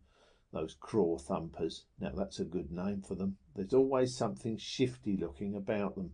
They're not straight men of business either. Oh no, she's not here. The flower. No, no. By the way, did I tear up that envelope? Yes, under the bridge. The priest was rinsing out the chalice, then he tossed off the dregs smartly. Wine makes it more aristocratic than, for example, if he drank what they are used to, Guinness's porter, or some temperance beverage, Wheatley's Dublin hot bitters, or Cantrell and Cochrane's ginger ale, aromatic. Doesn't give them any of it. Show wine, only the other. Cold comfort. Pious fraud, but quite right. Otherwise they'd have one old boozer worse than another coming along, cadging for a drink. Queer, the whole atmosphere of the... Quite right. Perfectly right, that is. Mr. Bloom looked back towards the choir. Not going to be any music. Pity. Who has the organ here, I wonder? Old Glynn, he knew how to make that instrument talk. The vibrato. £50 a year, they say he had in Gardner Street. Molly was in fine voice that day. The Stabat Mater of Rossini. Father Bernard Vaughan's sermon first. Christ or Pilate? Christ. But don't keep us all night over it. Music they wanted. Foot drill stopped. Could hear a pin drop. I told her to pitch her voice against that corner. I could feel the thrill in the air, the full, the people looking up. Quis est homo? Some of that old sacred music is splendid. Mercadante, 7 last words, Mozart's 12th Mass, the Gloria in that. Those old popes were keen on music, on art and statues and pictures of all kinds. Palestrina, for example. They had a gay old time while it lasted. Healthy too, chanting, regular hours, then brew liqueurs, Benedictine, green chartreuse. Still, having eunuchs in their choir, that was coming it a bit thick. What kind of voice is it? Must be curious to hear after their own strong basses. Connoisseurs. Suppose they wouldn't feel anything after. Kind of placid. No worry. Fall into flesh, don't they? Gluttons. Tall. Long legs. Who knows? Eunuch. One way out of it. He saw the priest bend down and kiss the altar, and then face about and bless all the people. All crossed themselves and stood up. Mr. Bloom glanced about him and then stood up, looking over the risen hats. Stand up at the gospel, of course. Then all settled down on their knees again, and he sat back quietly in his bench. The priest came down from the altar, holding the thing out from him, and he and the mass boy answered each other in Latin. Then the priest knelt down and began to read off a card. O God, our refuge and our strength. Mr. Bloom put his face forward to catch the words. English. Throw them the bone. I remember slightly. How long since your last mass? Gloria and Immaculate Virgin. Joseph, her spouse. Peter and Paul. More interesting if you understood what it was all about. Wonderful organisation, certainly. Goes like clockwork. Confession. Everyone wants to. Then I will tell you all. Penance. Punish me, please. Great weapon in their hands. More than doctor or solicitor. Woman dying too. And I. Shh, shh. And did you... Ch-ch-ch-ch. And why did you? Look down at her ring to find an excuse. Whispering gallery. Walls have ears. Husband learned to his surprise. God's little joke. Then out she comes. Repentant, skin deep. Lovely shame. Pray at an altar. Hail Mary and Holy Mary. Flowers, incense, candles melting. Hide her blushes. Salvation Army, blatant imitation. Reformed prostitute will address the meeting. How I found the Lord. Square-headed chaps those must be in Rome. They work the whole show. And don't they rake in the money too?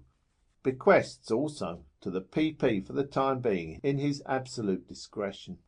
Masses for the repose of my soul to be said publicly with open doors. Monasteries and convents. The priest in the Fermanagh will case in the witness box. No browbeating him. He had his answer pat for everything. Liberty and exaltation of our Holy Mother, the Church. The doctors of the Church, they mapped out the whole theology of it. The priest prayed. Blessed Michael, Archangel, defend us in the hour of conflict. Be our safeguard against the wickedness and snares of the devil. May God restrain him, we humbly pray. And do thou, O Prince of the heavenly host, by the power of God, thrust Satan down to hell, and with him those other wicked spirits who wander through the world for the ruin of souls. The priest and the mass boy stood up and walked off. All over. The women remained behind. Thanksgiving. Better be shoving along, Brother Buzz. Come around with the plate, perhaps. Pay your Easter duty. He stood up. Hello. Were those 2 buttons of my waistcoat open all the time? Women enjoy it. Annoyed if you don't. Why didn't you tell me before? Never tell you. But excuse miss, there's a woof, just a woof, fluff. Or their skirt behind, placket unhooked. Glimpses of the moon. Still like you, better untidy. Good job it wasn't further south. He passed, discreetly buttoning, down the aisle and out through the main door into the light. He stood a moment unseeing by the cold black marble bowl, while before him and behind 2 worshippers dipped furtive hands in the low tide of holy water. Trams, a car of Prescott's dye works, a widow in her weeds. Notice, because I'm in mourning myself. He covered himself. How goes the time? 1:15. Time enough yet. Better get that lotion made up. Where is this? Ah, yes, the last time. Sweeney's in Lincoln Place. Chemists rarely move. They're green and gold beacon jars, too heavy to stir. Hamilton Longs, founded in the year of the flood. Huguenot churchyard near there. Visit some day. He walked southward along Westland Row, but the recipe is in the other trousers. Oh, and I forgot that latchkey too. Bore, this funeral affair. Oh well, poor fellow, it's not his fault. When was it I got it made up last? Wait, I changed a sovereign, I remember. 1st of the month it must have been, or the 2nd. Oh, he can look it up in the prescriptions book. The chemist turned back, page after page. Sandy, shrivelled smell he seems to have, shrunken skull, and old. Quest for the philosopher's stone. The alchemists. Drugs age you after mental excitement. Lethargy then. Why? Reaction. A lifetime in a night. Gradually changes your character, living all the day among herbs, ointments, disinfectants. All his alabaster lily pots, mortar and pestle, ac, dist, fol, law, te, virid.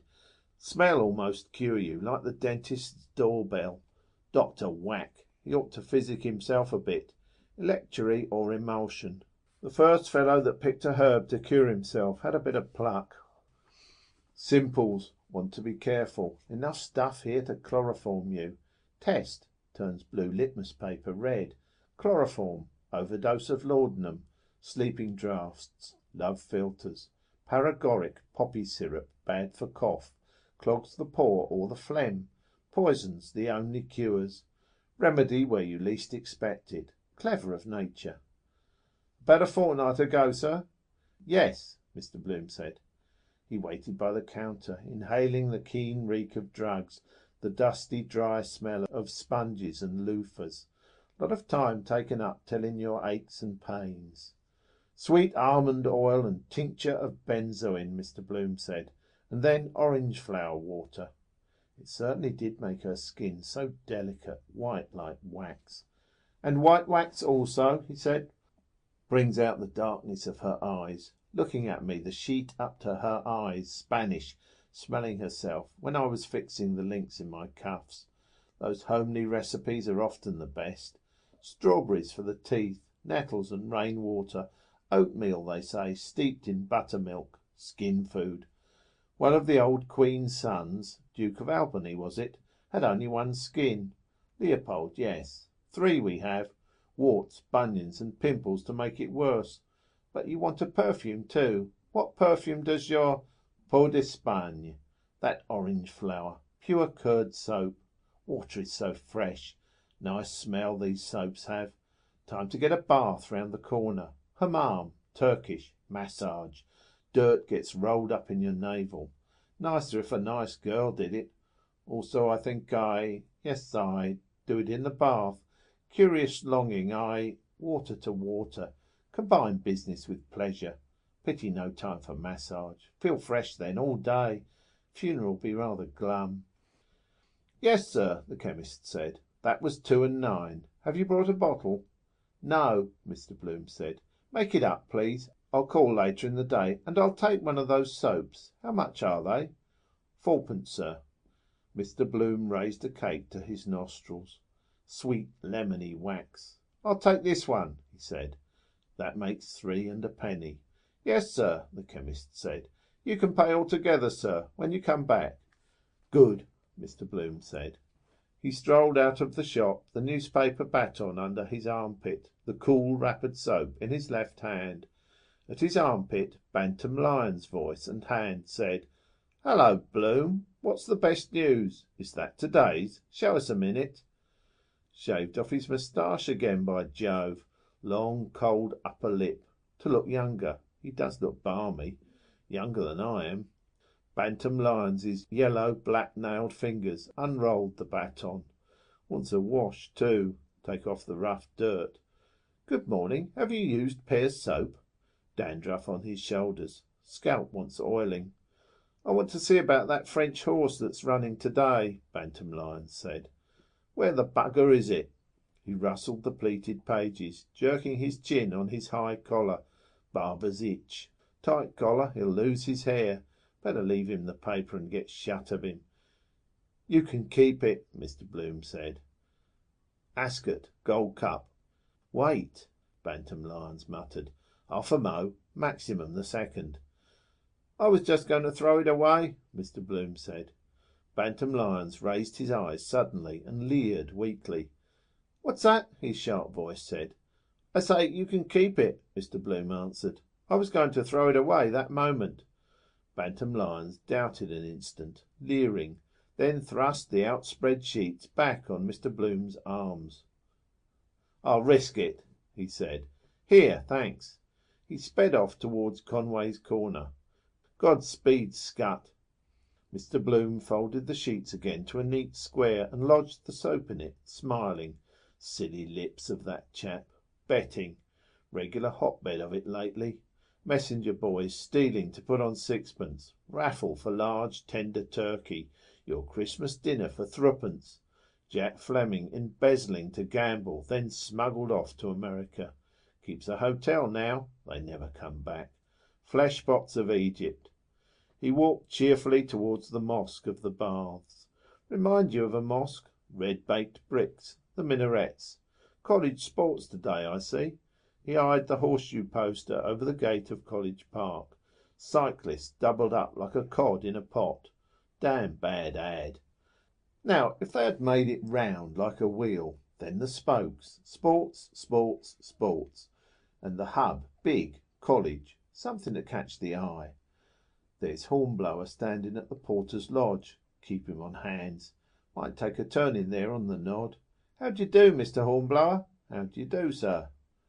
Heavenly weather, really. If life was always like that.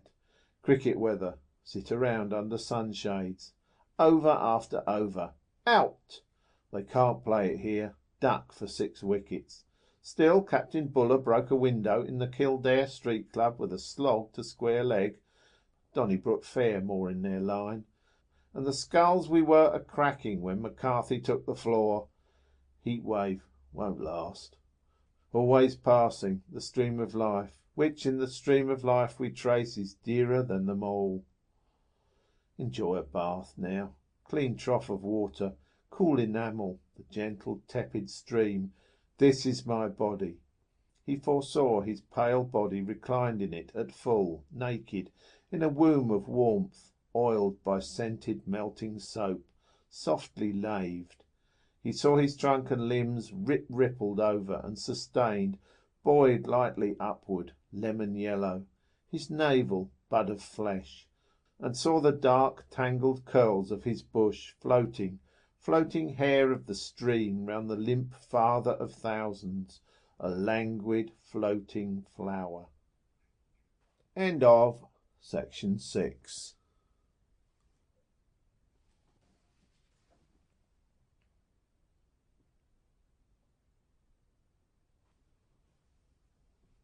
Ulysses by James Joyce.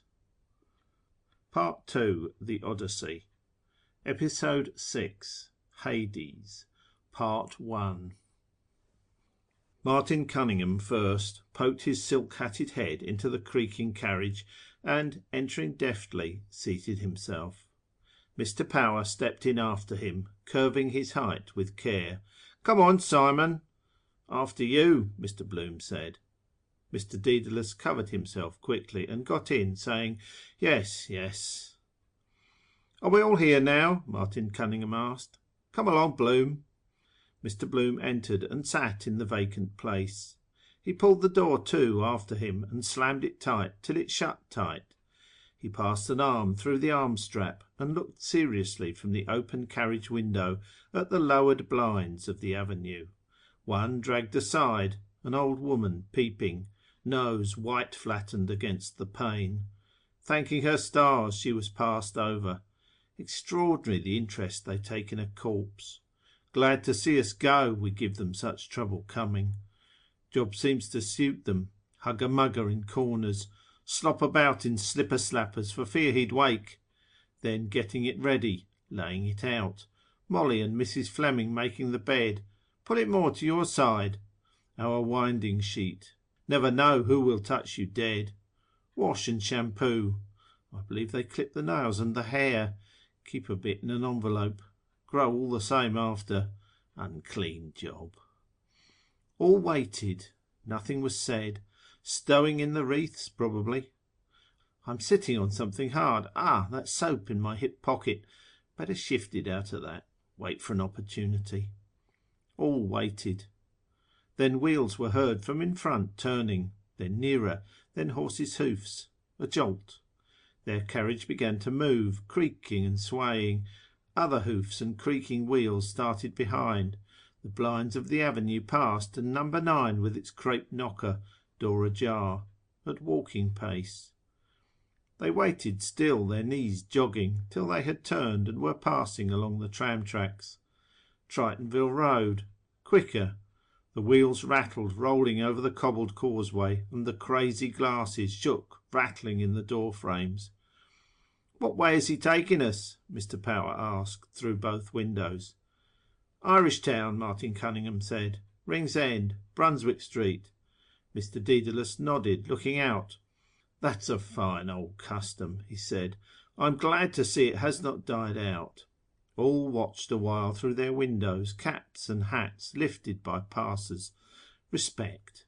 The carriage swerved from the tram track to the smoother road past Watery Lane. Mr. Bloom at gaze saw a lithe young man, clad in mourning, a wide hat. "There's a friend of yours gone by, Dedalus," he said. "Who is that?" "Your son and heir." "Where is he?" Mr. Dedalus said, stretching over across. The carriage, passing the open drains and mounds of ripped-up roadway before the tenement houses, lurched round the corner and, swerving back to the tram track, rolled on noisily with chattering wheels. Mr. Dedalus fell back, saying, "Was that Mulligan cad with him, his Fidus Arcates?" "No," Mr. Bloom said. "He was alone." "Down with his Aunt Sally, I suppose," Mr. Dedalus said. "The Golding faction, the drunken little cost-drawer, and Chrissy, papa's little lump of dung, the wise child that knows her own father." Mr. Bloom smiled joylessly on Ringsend Road. Wallace Bross, the Bottle Works, Dodder Bridge. Richie Golding and the legal bag. Golding, Collis and Ward, he calls the firm. His jokes are getting a bit damp. Great card he was. Walsing in Stamer Street with Ignatius Gallagher on a Sunday morning. The landlady's 2 hats pinned on his head. Out on the rampage all night. Beginning to tell on him now. That backache of his, I fear. Wife ironing his back. Thinks he'll cure it with pills. All breadcrumbs they are. About 600% profit. "He's in with a low-down crowd," Mr. Dedalus snarled. "That Mulligan is a contaminated, bloody, double-dyed ruffian by all accounts. His name stinks all over Dublin. But with the help of God and his blessed mother, I'll make it my business to write a letter one of those days to his mother, or his aunt, or whatever she is, that will open her eye as wide as a gate. I'll tickle his catastrophe, believe you me." He cried above the clatter of the wheels, "I won't have a bastard of a nephew ruin my son, a counter-jumper's son. Selling tapes in my cousin Peter Paul McSwiney's. Not likely. He ceased. Mr. Bloom glanced from his angry moustache to Mr. Power's mild face and Martin Cunningham's eyes and beard, gravely shaking. Noisy, self-willed man, full of his son. He is right. Something to hand on. If little Rudy had lived, see him grow up, hear his voice in the house, walking beside Molly in an Eton suit, my son, me in his eyes. Strange feeling it would be. From me, just a chance. Must have been that morning in Raymond Terrace. She was at the window, watching the two dogs at it by the wall of the Cease to Do Evil, and the sergeant grinning up. She had that cream gown on, with the rip she never stitched. Give us a touch, Poldy. God, I'm dying for it. How life begins. Got big then. Had to refuse the Greystones concert. My son inside her. I could have helped him on in life. I could. Make him independent. Learn German too. Are we late? Mr. Power asked. 10 minutes, Martin Cunningham said, looking at his watch. Molly, Millie, same thing, watered down, her tomboy oaths. Oh, jumping Jupiter, ye gods and little fishes. Still, she's a dear girl. Soon be a woman. Mullingar, dearest Papley, young student. Yes, yes, a woman too. Life, life. The carriage heeled over and back, their 4 trunks swaying. Corney might have given us a more commodious yoke, Mr. Power said. He might, Mr. Dedalus said, if he hadn't that squint troubling him. Do you follow me? He closed his left eye. Martin Cunningham began to brush away crust crumbs from under his thighs. What is this? He said. In the name of God. Crumbs? Someone seems to have been making a picnic party here lately, Mr. Power said. All raised their thighs, eyed with disfavour the mildewed buttonless leather of the seats. Mr. Dedalus, twisting his nose, frowned downward and said, Unless I'm greatly mistaken. What do you think, Martin? It struck me too, Martin Cunningham said. Mr. Bloom set his thigh down. Glad I took that bath. Feel my feet quite clean, but I wish Mrs. Fleming had darned these socks better. Mr. Dedalus sighed resignedly. After all, he said, it's the most natural thing in the world. Did Tom Kernan turn up? Martin Cunningham asked, twirling the peak of his beard gently. Yes, Mr. Bloom answered. He's behind with Ned Lambert and Hines. And Corny Kelleher himself? Mr. Power asked. At the cemetery, Martin Cunningham said. I met McCoy this morning, Mr. Bloom said. He said he'd try to come. The carriage halted short. What's wrong? We're stopped. Where are we? Mr. Bloom put his head out of the window. The Grand Canal, he said. Gasworks. Whooping cough, they say it cures. Good job Millie never got it. Poor children. Doubles them up, black and blue in convulsions. Shame, really. Got off lightly with illness compared. Only measles. Flaxseed tea, scarlatina, influenza epidemics. Canvassing for death. Don't miss this chance. Dog's home over there. Poor old Athos. Be good to Athos, Leopold, is my last wish. Thy will be done. We obey them in the grave. A dying scrawl. He took it to heart, pined away. Quiet brute. Old men's dogs usually are. A raindrop spat on his hat. He drew back and saw an instant of shower spray dots over the grey flags. Apart, curious, like through a calendar. I thought it would. My boots were creaking. I remember now. The weather is changing, he said quietly. A pity it did not keep up fine, Martin Cunningham said. Wanted for the country, Mr. Power said. There's the sun again coming out. Mr. Dedalus, peering through his glasses towards the veiled sun, hurled a mute curse at the sky. It's as uncertain as a child's bottom, he said. We're off again. The carriage turned again its stiff wheels, and their trunks swayed gently. Martin Cunningham twirled more quickly the peak of his beard. Tom Kernan was immense last night, he said, and Paddy Leonard taking him off to his face. Oh, draw him out, Martin, Mr. Power said eagerly. Wait till you hear him, Simon, on Ben Dollard singing of the Croppy Boy. Immense, Martin Cunningham said pompously. His singing of that simple ballad, Martin, is the most trenchant rendering I ever heard in the whole course of my experience. Trenchant, Mr. Power said, laughing. He's dead nuts on that. And the retrospective arrangement. Did you read Dan Dawson's speech? Martin Cunningham asked. I did not then, Mr. Dedalus said. Where is it? In the paper this morning. Mr. Bloom took the paper from his inside pocket. That book I must change for her. No, no, Mr. Dedalus said quickly. Later on, please. Mr. Bloom's glance travelled down the edge of the paper, scanning the deaths. Callan, Coleman, Dignam, Fawcett, Lowry, Naumann, Peake. What Peake is that? Is it the chap was in Crosby and Allane's? No. Sexton, Earbright. Inked characters fast fading on the frayed, breaking paper. Thanks to the little flower, sadly missed, to the inexpressible grief of his, aged 88 after a long and tedious illness. Months, mind. Quinlan, on whose soul sweet Jesus have mercy. It is now a month since dear Henry fled to his home up above in the sky, while his family weeps and mourns his loss, hoping some day to meet him on high. I tore up the envelope. Yes. Where did I put her letter after I read it in the bath?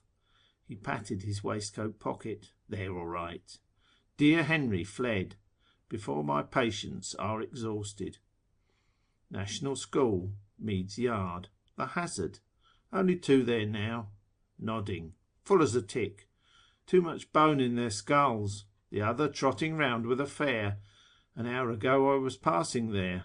The Jarvies raised their hats. A pointsman's back straightened itself upright suddenly against a tramway standard by Mr. Bloom's window. Couldn't they invent something automatic so that the wheel itself much handier? Well, but that fellow would lose his job then. Well, but then another fellow would get a job making the new invention. Ancient concert rooms. Nothing on there. A man in a buff suit with a crepe armlet. Not much grief there. Quarter mourning. People in law, perhaps. They went past the bleak pulpit of St. Mark's, under the railway bridge, past the Queen's Theatre, in silence. Hoardings. Eugene Stratton. Mrs. Bandman Palmer. Could I go to see Leah tonight, I wonder? I said I. Or the Lily of Killarney. Elster Grimes Opera Company. Big, powerful change. Wet, bright bills for next week. Fun on the Bristol. Martin Cunningham could work a pass for the Gaiety. Have to stand a drink or two. As broad as it's long. He's coming in the afternoon. Her songs. Plastos. Sir Philip Crampton's memorial fountain bust. Who was he? How do you do? Martin Cunningham said, raising his palm to his brow in salute. He doesn't see us, Mr. Power said. Yes, he does. How do you do? Who? Mr. Dedalus asked. Blazes Boylan, Mr. Power said. There he is, airing his quiff. Just that moment I was thinking. Mr. Dedalus bent across to salute. From the door of the red bank the white disk of a straw hat flashed reply. Passed. Mr. Bloom reviewed the nails of his left hand, then those of his right hand. The nails, yes. Is there anything more in him that she sees? Fascination. Worst man in Dublin. That keeps him alive. They sometimes feel what a person is. Instinct. But a type like that. My nails. I'm just looking at them. Well pared. And after, thinking alone. Body getting a bit softy. I would notice that from remembering. What causes that? I suppose the skin can't contract quickly enough when the flesh falls off. But the shape is there. The shape is there still. Shoulders, hips, plump. Night of the dance, dressing. Shift stuck between the cheeks behind. He clasped his hands between his knees and, satisfied, sent his vacant glance over their faces. Mr. Power asked, How is the concert tour getting on, Bloom? Oh, very well, Mr. Bloom said. I hear great accounts of it. It's a good idea, you see. Are you going yourself? Well, no, Mr. Bloom said. In point of fact, I have to go down to the County Clare on some private business. You see, the idea is to tour the chief towns. What you lose on one, you can make up on the other." "Quite so," Martin Cunningham said. "Mary Anderson is up there now." "Have you good artists?" "Louis Werner is touring her," Mr. Bloom said. "Oh yes, we'll have all the top nobbers. J.C. Doyle and John McCormack, I hope, and the best, in fact." "And Madame," Mr. Power said, smiling. "Last but not least." Mr. Bloom unclasped his hands in a gesture of soft politeness and clasped them. "Smith O'Brien. Someone has laid a bunch of flowers there. Woman. Must be his death day. For many happy returns." The carriage, wheeling by Farrell's statue, united noiselessly their unresisting knees. "Oot!" A dull-garbed old man from the curbstone tendered his wares, his mouth open. "Oot!" 4 bootlaces for a penny. Wonder why he was struck off the rolls. Had his office in Hume Street, same house as Molly's namesake, Tweedy, Crown Solicitor for Waterford.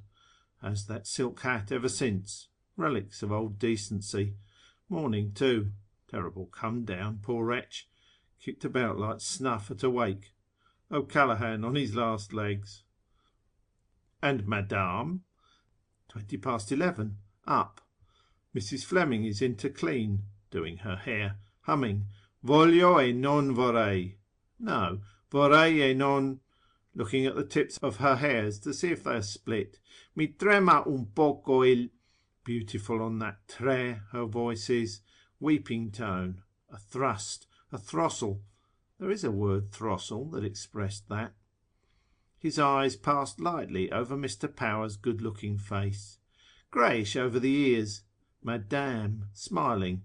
I smiled back. Smile goes a long way. Only politeness, perhaps. Nice fellow. Who knows? Is that true about the woman he keeps? Not pleasant for the wife. Yet they say, who was it told me, there is no carnal. You would imagine that would get played out pretty quick. Yes, it was Crofton met him one evening, bringing her a pound of rump steak. What is this she was? Barmaid in juries. Or the Moira, was it? They passed under the huge-cloaked Liberator's form. Martin Cunningham nudged Mr. Power. "Of the tribe of Reuben," he said. A tall, black-bearded figure bent on a stick, stumping round the corner of Elvery's elephant house, showed them a curved hand open on his spine. "In all his pristine beauty," Mr. Power said. Mr. Dedalus looked after the stumping figure and said mildly, "The devil break the hasp of your back." Mr. Power, collapsing in laughter, shaded his face from the window as the carriage passed Gray's statue. "We've all been there," Martin Cunningham said broadly. His eyes met Mr. Bloom's eyes. He caressed his beard, adding, "Well, nearly all of us." Mr. Bloom began to speak with a sudden eagerness to his companions' faces. "That's an awfully good one that's going the rounds about Reuben J and the Son." "About the boatman?" Mr. Power asked. "Yes, isn't it awfully good?" "What is that?" Mr. Dedalus asked. "I didn't hear it." "There was a girl in the case," Mr. Bloom began, "and he determined to send him to the Isle of Man out of harm's way. But when they were both—" "What?" Mr. Dedalus asked. "That confirmed bloody hobbledy-hoy, is it?" "Yes," Mr. Bloom said. "They were both on the way to the boat, and he tried to drown—" "Drown Barabbas!" Mr. Dedalus cried. "I wish to Christ he did." Mr. Power sent a long laugh down his shaded nostrils. "No," Mr. Bloom said, "the Son himself." Martin Cunningham thwarted his speech rudely. Reuben J and the Son were piking it down the quay next the river on their way to the Isle of Man boat, and the young chiseller suddenly got loose and over the wall with him into the Liffey. "For God's sake!" Mr. Dedalus exclaimed in fright. "Is he dead?" "Dead?" Martin Cunningham cried. "Not he. The boatman got a pole and fished him out by the slack of the breeches, and he was landed up to the father on the quay. More dead than alive. Half the town was there." "Yes," Mr. Bloom said, "but the funny part is, and Reuben J, Martin Cunningham said, gave the boatman a florin for saving his son's life." A stifled sigh came from under Mr. Power's hand. Oh, he did, Martin Cunningham affirmed. Like a hero, a silver florin. Isn't it awfully good? Mr. Bloom said eagerly. 1 and 8pence too much, Mr. Dedalus said dryly. Mr. Power's choked laugh burst quietly in the carriage. Nelson's pillar. 8 plums a penny! 8 for a penny! We had better look a little serious, Martin Cunningham said. Mr. Dedalus sighed. And then indeed, he said, poor little Paddy wouldn't grudge us a laugh. Many a good one, he told himself.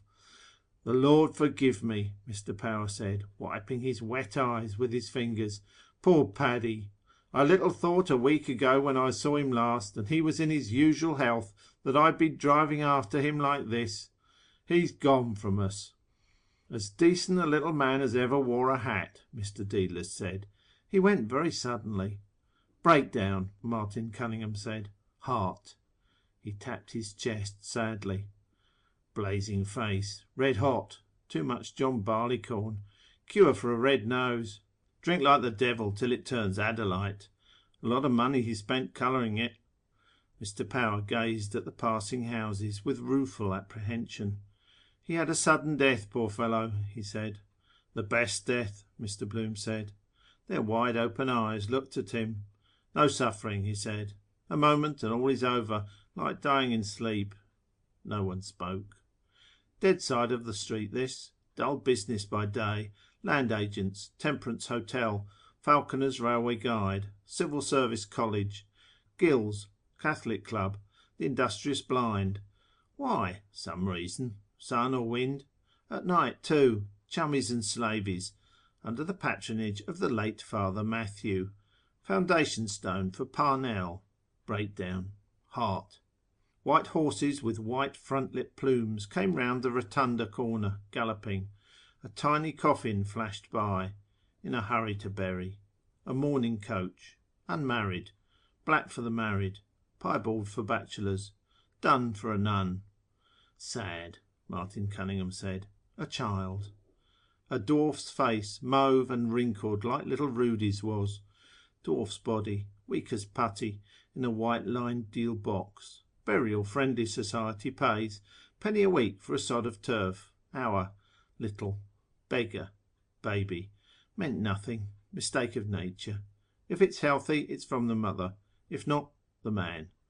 Better luck next time. Poor little thing, Mr. Dedalus said. It's well out of it. The carriage climbed more slowly the hill of Rutland Square. Rattle his bones, over the stones, only a pauper nobody owns. In the midst of life, Martin Cunningham said. But the worst of all, Mr. Power said, is the man who takes his own life. Martin Cunningham drew out his watch briskly, coughed and put it back. The greatest disgrace to have in the family, Mr. Power added. Temporary insanity, of course, Martin Cunningham said decisively. We must take a charitable view of it. They say a man who does it is a coward, Mr. Dedalus said. It is not for us to judge, Martin Cunningham said. Mr. Bloom, about to speak, closed his lips again. Martin Cunningham's large eyes. Looking away now. Sympathetic, human man he is. Intelligent, like Shakespeare's face. Always a good word to say. They have no mercy on that here, or infanticide. Refuse Christian burial. They used to drive a stake of wood through his heart in the grave, as if it wasn't broken already.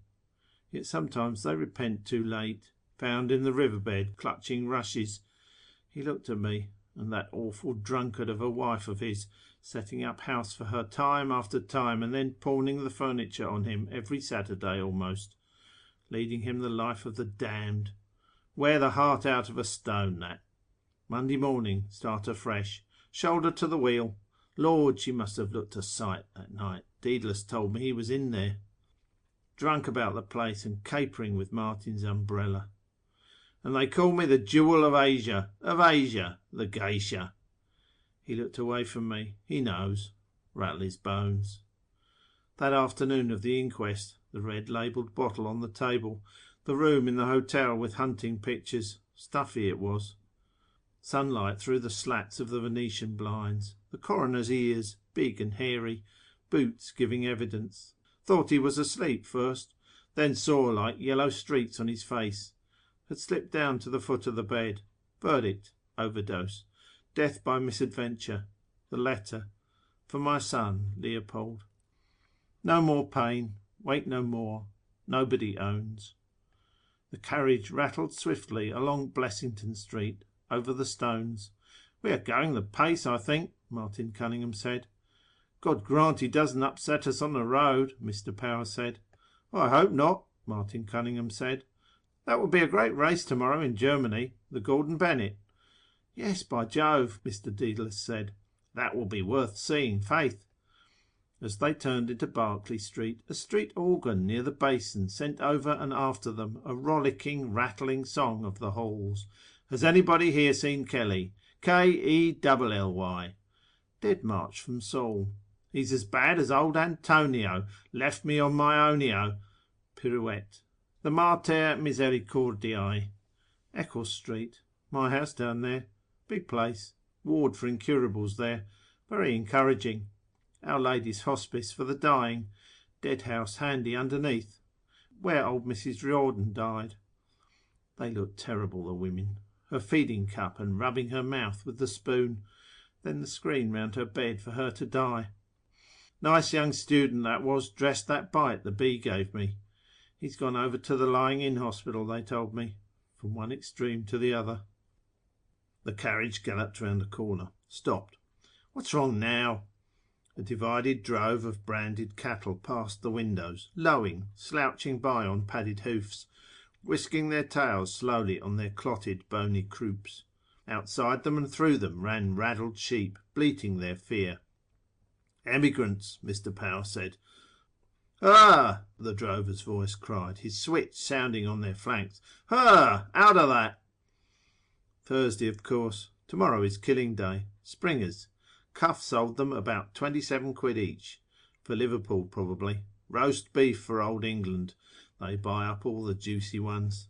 And then the 5th quarter is lost. All that raw stuff. Hide, hair, horns. Comes to a big things in a year. Dead meat trade. Buy products of the slaughterhouse for tanneries. Soap, margarine. Wonder if that dodge works now, getting dicky meat off the train at Clonsilla." The carriage moved on through the drove. "I can't make out why the corporation doesn't run a tram line from the park gate to the quays," Mr. Bloom said. "All those animals could be taken in trucks down to the boats." "Instead of blocking up the thoroughfare," Martin Cunningham said. "Quite right, they ought to."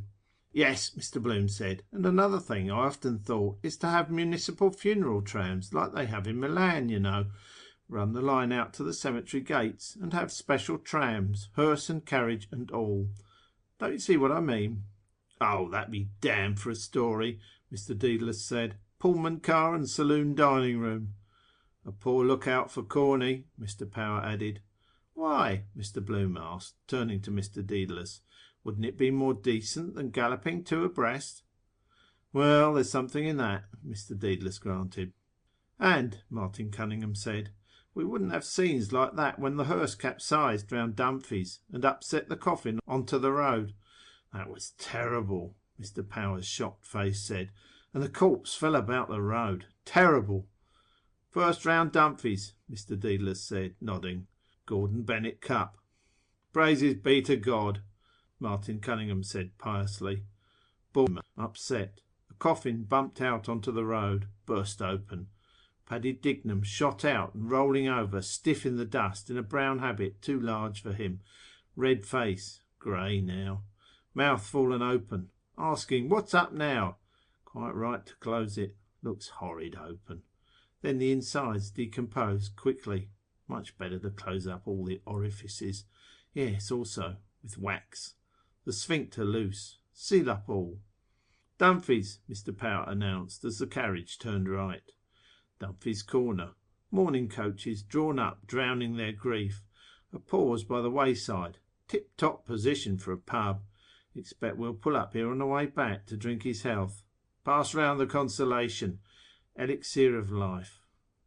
But suppose now it did happen. Would he bleed if a nail, say, cut him in the knocking about? He would, and he wouldn't, I suppose. Depends on where. The circulation stops. Still, some might ooze out of an artery. It would be better to bury them in red. a dark red. In silence they drove along Phibsborough Road. An empty hearse trotted by, coming from the cemetery. Looks relieved. Cross Guns Bridge, the Royal Canal. Water rushed roaring through the sluices. A man stood on his dropping barge between clamps of turf. On the towpath by the lock a slag-tethered horse, aboard of the Bugaboo. Their eyes watched him. On the slow, weedy waterway he had floated on his raft coastward over Ireland, drawn by a haulage rope past beds of reeds, over slime, mud-choked bottles, carrion dogs. Athlone, Mullingar, Moy Valley. I could make a walking tour to see Millie by the canal, or cycle down. Hire some old crock. Safety. Wren had one the other day at the auction, but a lady's. Developing waterways. James McCann's hobby, to row me o'er the ferry. Cheaper transit. By easy stages. Houseboats. Camping out. Also hearses. To heaven by water. Perhaps I will, without writing. Come as a surprise.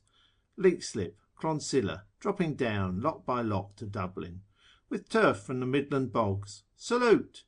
He lifted his brown straw hat, saluting Paddy Dignam.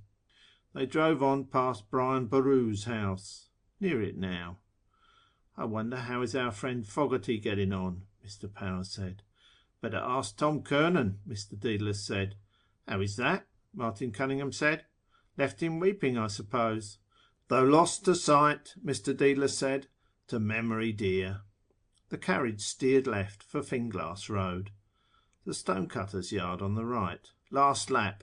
Crowded on the spit of land, silent shapes appeared, white, sorrowful, holding out calm hands, knelt in grief, pointing, fragments of shapes, hewn, in white silence, appealing, the best obtainable.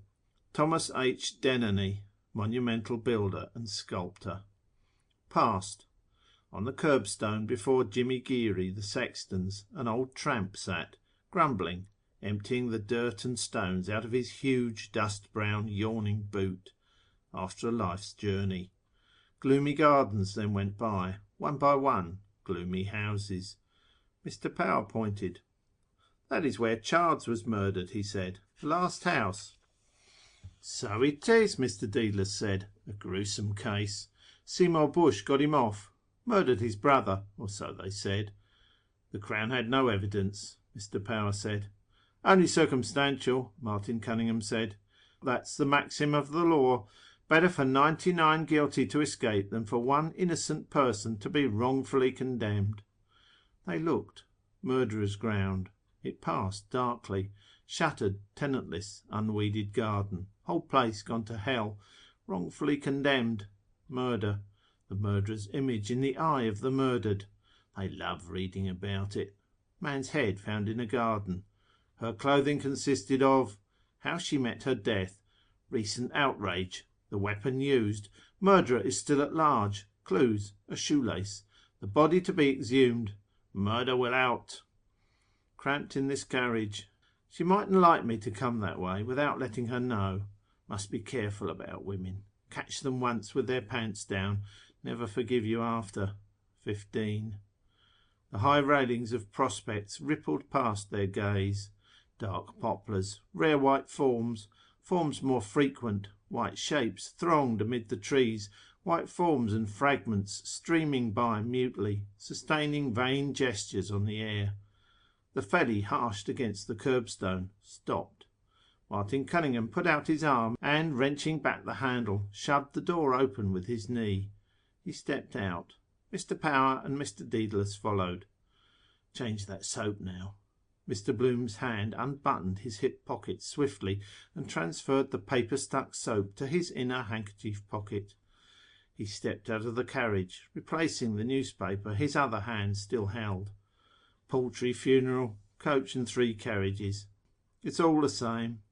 Pallbearers, gold reins, requiem mass, firing a volley, pomp of death. Behind the hind carriage a hawker stood by his barrow of cakes and fruit. Simnel cakes those are, stuck together, cakes for the dead. Dog biscuits. Who ate them? Mourners coming out.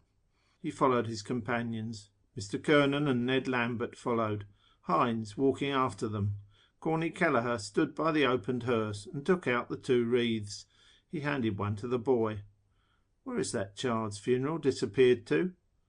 A team of horses passed from Finglas with toiling, plodding tread, dragging through the funereal silence a creaking waggon on which lay a granite block. The waggoner marching at their head saluted. Coffin now, got here before us, dead as he is. Horse looking round at it with his plumes skew ways. Dull eye, collar tight on his neck, pressing on a blood vessel or something. Do they know what they cart out here every day? Must be 20 or 30 funerals every day. Then Mount Jerome for the Protestants. Funerals all over the world, everywhere, every minute. Shovelling them under by the cartload, double quick. Thousands every hour. Too many in the world. End of section 7.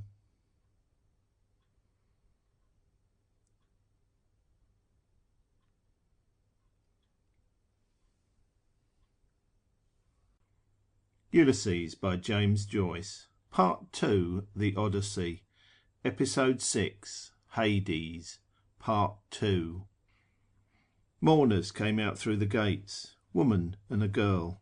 Lean-jawed harpy, hard woman at a bargain, her bonnet awry.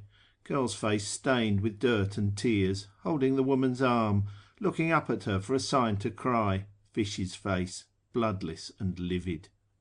The mutes shouldered the coffin and bore it in through the gates. So much dead weight. Felt heavier myself stepping out of that bath. First the stiff, then the friends of the stiff. Corny Kelleher and the boy followed with their wreaths. Who is that beside them? Ah, the brother-in-law. All walked after. Martin Cunningham whispered, I was in mortal agony with you talking of suicide before Bloom. What? Mr. Power whispered. How so? His father poisoned himself, Martin Cunningham whispered. Had the Queen's Hotel in Ennis. You heard him say he was going to Clare. Anniversary. Oh, God, Mr. Power whispered. First I heard of it. Poisoned himself? He glanced behind him to where a face with dark, thinking eyes followed towards the Cardinal's mausoleum, speaking. Was he insured? Mr. Bloom asked.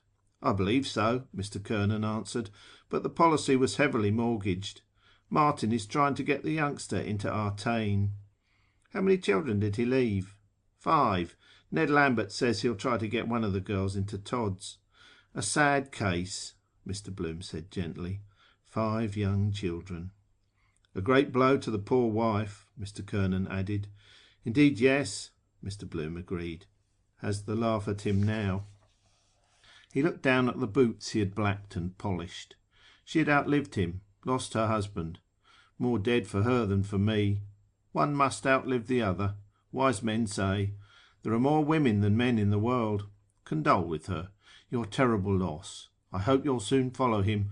For Hindu widows only. She would marry another. Him? No. Yet who knows after? Widowhood not the thing since the old Queen died. Drawn on a gun carriage. Victoria and Albert. Frogmore Memorial mourning. But in the end she put a few violets in her bonnet. Vain in her heart of hearts. All for a shadow. Consort not even a king. Her son was the substance. Something new to hope for, not like the past she wanted back, waiting. It never comes. One must go first, alone under the ground, and lie no more in her warm bed. How are you, Simon? Ned Lambert said softly, clasping hands. Haven't seen you for a month of Sundays. Never better. How are all in Cork's own town? I was down there for the Cork Park races on Easter Monday, Ned Lambert said. Same old 6 and 8pence. Stopped with Dick Tivey. And how is Dick, the solid man? Nothing between himself and heaven, Ned Lambert answered. By the holy Paul, Mr. Dedalus said in subdued wonder. Dick Tivey bald? Martin is going to get a whip up for the youngsters, Ned Lambert said, pointing ahead. A few bob a scull, just to keep them going till the insurance is cleared up. Yes, yes, Mr. Dedalus said dubiously. Is that the eldest boy in front? Yes, Ned Lambert said, with the wife's brother. John Henry Menton is behind. He put down his name for £1. I'll engage he did, Mr. Dedalus said. I often told poor Paddy he ought to mind that job. John Henry is not the worst in the world. How did he lose it? Ned Lambert asked. Liquor, what? Many a good man's fault, Mr. Dedalus said with a sigh. They halted about the door of the mortuary chapel. Mr. Bloom stood behind the boy with the wreath, looking down at his sleek combed hair and the slender furrowed neck inside its brand new collar. Poor boy! Was he there when the father? Both unconscious. Lighten up at the last moment and recognise for the last time all he might have done. I owe 3 shillings to O'Grady. Would he understand? The mutes bore the coffin into the chapel. Which end is his head? After a moment he followed the others in, blinking in the screened light. The coffin lay on its bier before the chancel, 4 tall yellow candles at its corners, always in front of us. Corny Kelleher, laying a wreath at each 4 corner, beckoned to the boy to kneel. The mourners knelt here and there in praying desks. Mr. Bloom stood behind near the font, and, when all had knelt, dropped carefully his unfolded newspaper from his pocket and knelt his right knee upon it. He fitted his black hat gently on his left knee, and, holding its brim, bent over piously. A server, bearing a brass bucket with something in it, came out through a door. The white-smocked priest came after him, tidying his stole with one hand, balancing with the other a little book against his toad's belly. Who'll read the book? I, said the rook. They halted by the bier, and the priest began to read out of his book with a fluent croak. Father Coffey. I knew his name was like coffin. Domine, nomine. Bully about the muzzle he looks. Bosses the show. Muscular Christian. Woe betide any one that looks crooked at him. Priest. Thou art Peter. Burst sideways like a sheep in clover, Dedalus says he will. With a belly on him like a poisoned pup. Most amusing expressions that man finds. Burst sideways. Non intres in judicium cum servo tuo, Domine. Makes them feel more important to be prayed over in Latin. Requiem Mass. Crepe weepers. Black-edged notepaper. Your name on the altar list. Chilly place this. Want to feed well, sitting in there all the morning in the gloom, kicking his heels, waiting for the next please. Eyes of a toad too. What swells him up that way? Molly gets swelled after cabbage. Air of the place, maybe. Looks full of bad gas. Must be an infernal lot of bad gas round the place. Butchers, for instance. They get like raw beefsteaks. Who was telling me? Mervyn Brown. Down in the vaults of St. Werburgh's, lovely old organ, 150, they have to bore a hole in the coffin sometimes to let out the bad gas and burn it. Out it rushes. Blue. One whiff of that and you're a goner. My kneecap is hurting me. Ow! That's better. The priest took a stick with a knob at the end of it out of the boy's bucket and shook it over the coffin. Then he walked to the other end and shook it again. Then he came back and put it in the bucket. As you were before you rested. It's all written down. He has to do it. Et ne nos inducas in tentationem. The server piped the answers in the treble. I often thought it would be better to have boy servants, up to 15 or so. After that, of course. Holy water that was, I expect, shaking the sleep out of it. He must be fed up with that job, shaking that thing over all the corpses they trot up. What harm if he could see what he was shaking it over? Every mortal day a fresh batch. Middle-aged men, old women, children, women dead in childbirth, men with beards, bald-headed businessmen, consumptive girls with little sparrows' breasts. All the year round he prayed the same thing over them all, and shook water on top of them. Sleep. On dignum now. In paradisum. Said he was going to paradise, or is in paradise. Says that over everybody. Tiresome kind of a job, but he has to say something. The priest closed his book and went off, followed by the server. Corny Kelleher opened the side doors, and the gravediggers came in, hoisted the coffin again, carried it out, and shoved it on their cart. Corny Kelleher gave one wreath to the boy, and one to the brother-in-law. All followed them out of the side doors into the mild grey air. Mr. Bloom came last, folding his paper again into his pocket. He gazed gravely at the ground till the coffin cart wheeled off to the left. The metal wheels ground the gravel with a sharp grating cry, and the pack of blunt boots followed the barrow along a lane of sepulchres. The ree, the ra, the ree, the ra, the roo. Lord, I mustn't lilt here. The O'Connell circle, Mr. Dedalus said about him. Mr. Power's soft eyes went up to the apex of the lofty cone. He's at rest, he said, in the middle of his people, old Dano, but his heart is buried in Rome. How many broken hearts are buried here, Simon? Her grave is over there, Jack, Mr. Dedalus said. I'll soon be stretched beside her. Let him take me whenever he likes. Breaking down, he began to weep to himself quietly, stumbling a little in his walk. Mr. Power took his arm. She's better where she is, he said kindly. I suppose so, Mr. Dedalus said with a weak gasp. I suppose she is in heaven, if there is a heaven. Corny Kelleher stepped aside from his rank and allowed the mourners to plod by. Sad occasions, Mr. Kernan began politely. Mr. Bloom closed his eyes and sadly twice bowed his head.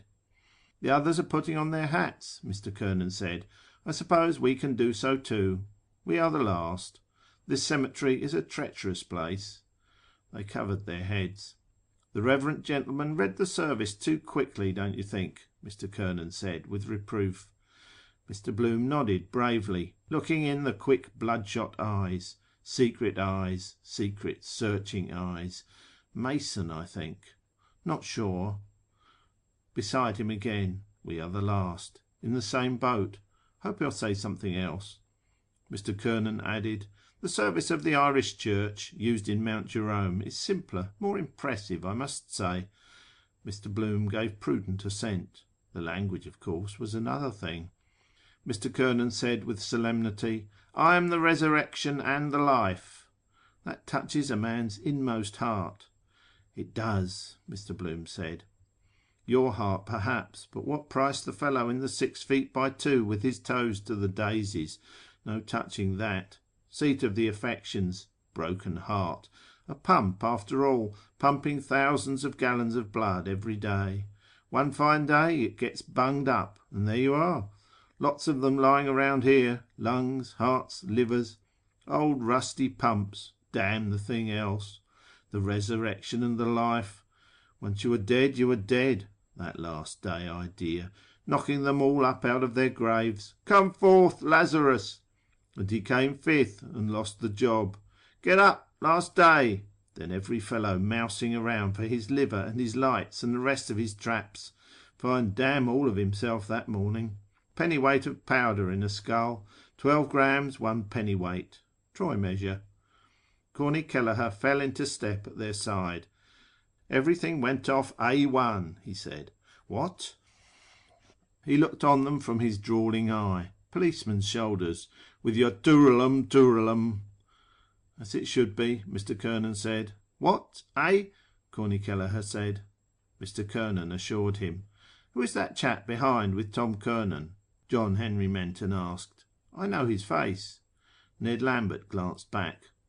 Bloom, he said.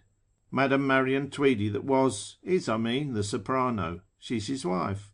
Oh, to be sure, John Henry Menton said.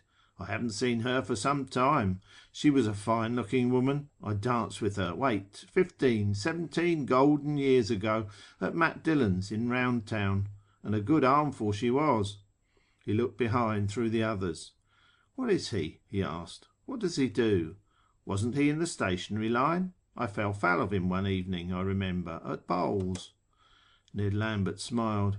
Yes, he was, he said, in Wisdom Healy's, a traveller for blotting paper. In God's name, John Henry Menton said, what did she marry a coon like that for? She had plenty of game in her then. Has still, Ned Lambert said. He does some canvassing for ads. John Henry Menton's large eyes stared ahead. The barrow turned into a side lane. A portly man, ambushed among the grasses, raised his head in homage. The gravediggers touched their caps. John O'Connell, Mr. Power said, pleased. He never forgets a friend. Mr. O'Connell shook all their hands in silence. Mr. Dedalus said, I'm come to pay you another visit. My dear Simon, the caretaker answered in a low voice, I don't want your custom at all. Saluting Ned Lambert and John Henry Menton, he walked on at Martin Cunningham's side, puzzling 2 keys at his back. Did you hear that one, he asked them, about Mulcahy from Coombe? I did not, Martin Cunningham said.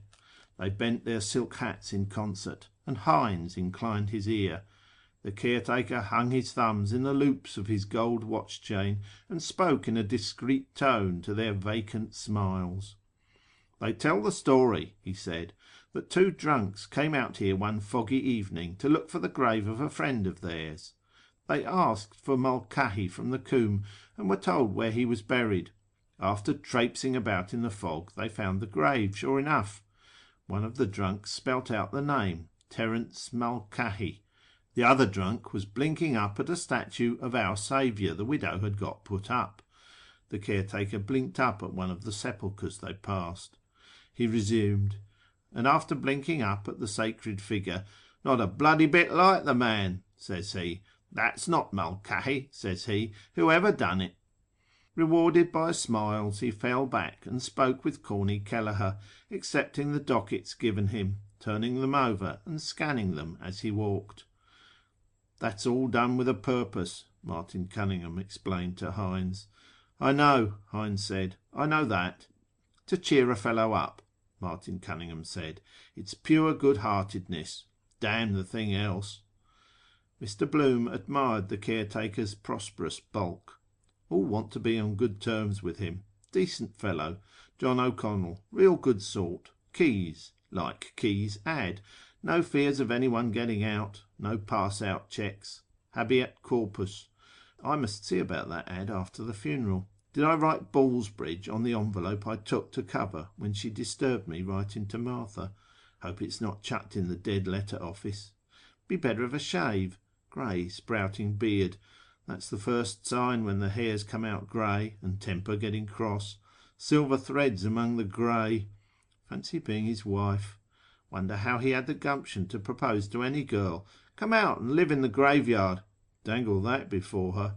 It might thrill her first. Courting death. Shades of night hovering here with all the dead stretched about. The shadows of the tombs when churchyards yawn. And Daniel O'Connell must be a descendant, I suppose.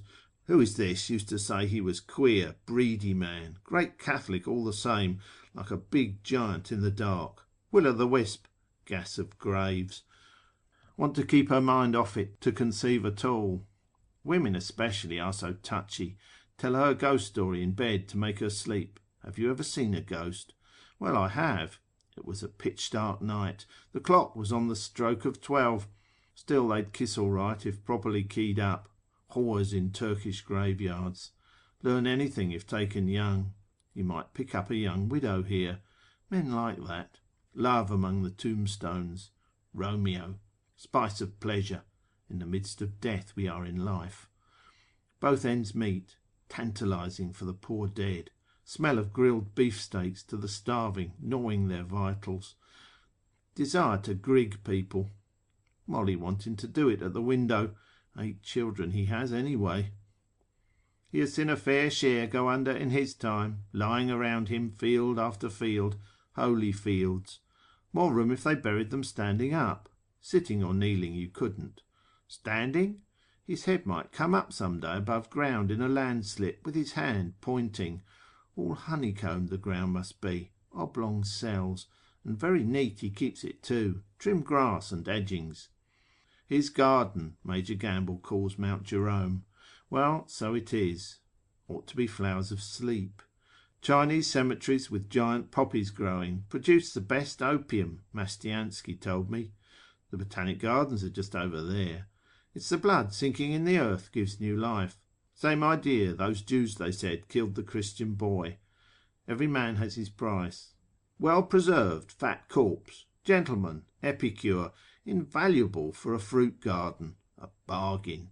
By carcass of William Wilkinson, auditor and accountant, lately deceased, £3 13 6, with thanks. I dare say the soil would be quite fat with corpse manure, bones, flesh, nails, charnel houses. Dreadful. Turning green and pink, decomposing. Rot quick in damp earth. The lean old ones tougher, then a kind of tallowy, kind of a cheesy, then begin to get black, treacle oozing out of them, then dried up. Death moths.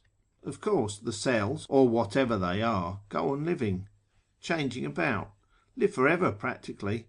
Nothing to feed on themselves. But they must breed a devil of a lot of maggots. Soil must be simply swirling with them. Your head, it simply swirls. Those pretty little seaside girls. He looks cheerful enough over it. Give him a sense of power, seeing all the others go under first. Wonder how he looks at life. Cracking his jokes, too, warms the cockles of his heart. The one about the bulletin.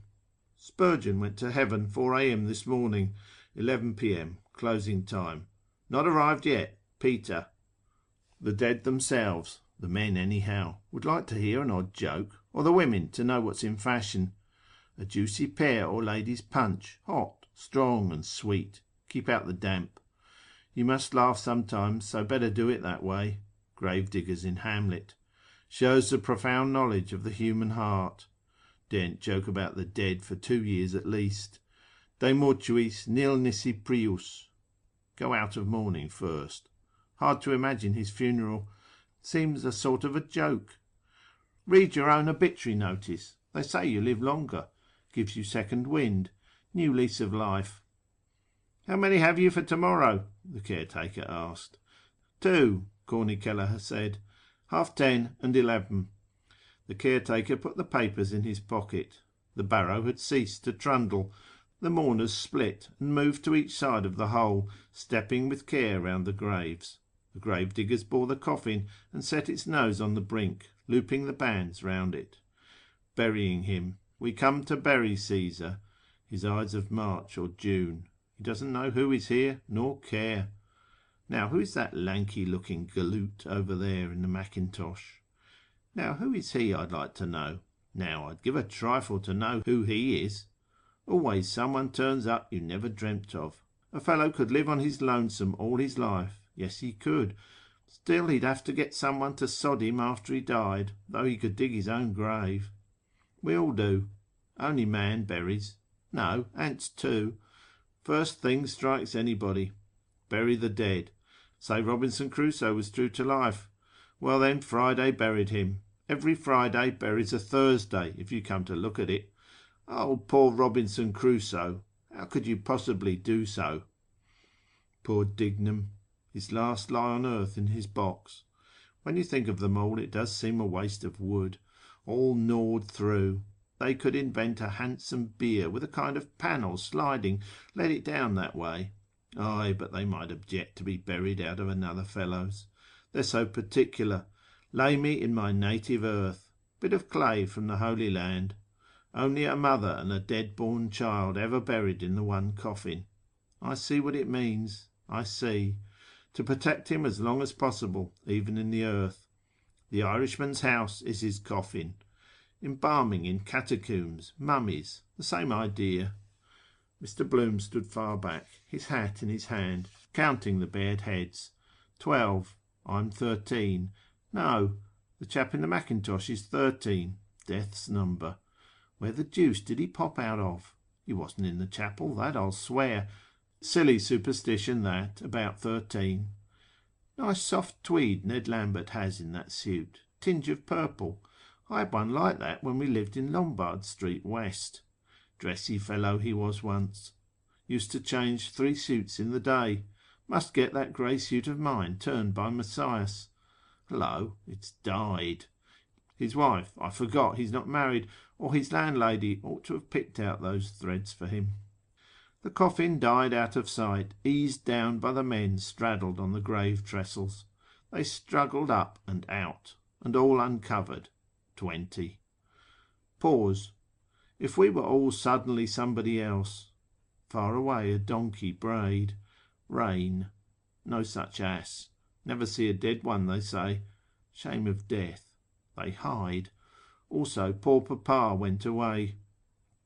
Gentle sweet air blew round the bared heads in a whisper. Whisper. The boy by the grave head held his wreath with both hands, staring quietly in the black open space. Mr. Bloom moved behind the portly, kindly caretaker. Well-cut frock coat, weighing them up perhaps to see which will go next. Well, it is a long rest. Feel no more. It's the moment you feel. Must be damned unpleasant. Can't believe it at first. Mistake must be. Someone else. Try the house opposite. Wait, I wanted to... I haven't yet... Then the darkened death chamber. Light they want. Whispering around you. Would you like to see a priest? Then rambling and wandering. Delirium all you hid all your life. The death struggle. His sleep is not natural. Press the lower eyelid. Watching, is his nose pointed? Is his jaw sinking? Are the soles of his feet yellow? Pull the pillow away and finish it off on the floor, since he's doomed. Devil in that picture of sinner's death, showing him a woman, dying to embrace her in his shirt. Last act of Lucia. Shall I never more behold thee? Bam! Expires. Gone at last. People talk about you a bit. Forget you. Don't forget to pray for him. Remember him in your prayers. Even Parnell. Ivy Day dying out. Then they follow, dropping into a hole one after the other. We are praying now for the repose of his soul. Hoping you're well and not in hell. Nice change of air. Out of the frying pan of life into the fire of purgatory. Does he ever think of the hole waiting for himself? They say you do when you shiver in the sun. Someone walking over it. Callboy's warning. Near you. Mine over there towards Finglas. The plot I bought. Mamma, poor mamma, and little Rudy. The gravediggers took up their spades and flung heavy clods of clay in on the coffin. Mr. Bloom turned his face. And if he was alive all the time? Phew, by jingo, that would be awful. No, no, he is dead, of course. Of course he is dead. Monday he died. They ought to have some law to pierce the heart and make sure, or an electric clock, or a telephone in the coffin, and some kind of canvas air hole. Flag of distress. 3 days. Rather long to keep them in summer. Just as well to get shut of them as soon as you are sure there's no... The clay fell softer. Begin to be forgotten. Out of sight, out of mind. The caretaker moved away a few paces and put on his hat. Had enough of it. The mourners took heart of grace, one by one, covering themselves without show. Mr. Bloom put on his hat and saw the portly figure make its way deftly through the maze of graves. Quietly, sure of his ground, he traversed the dismal fields. Hines jotting down something in his notebook. Ah, the names. But he knows them all. No, coming to me. I'm just taking the names, Hines said below his breath. What is your Christian name? I'm not sure. L, Mr. Bloom said. Leopold. And you might put down McCoy's name too. He asked me to. Charlie, Hines said, writing. I know. He was on the Freeman once. So he was before he got his job in the morgue under Louis Byrne. Good idea, a post-mortem for doctors. Find out what they imagine they know. He died of a Tuesday, got the run, levanted with the cash of a few ads. Charlie, you're my darling. That was why he asked me to. Oh well, does no harm. I saw to that, McCoy. Thanks, old chap. Much obliged. Leave him under an obligation. Costs nothing. And tell us, Hines said, do you know that fellow was over there in the... He looked round.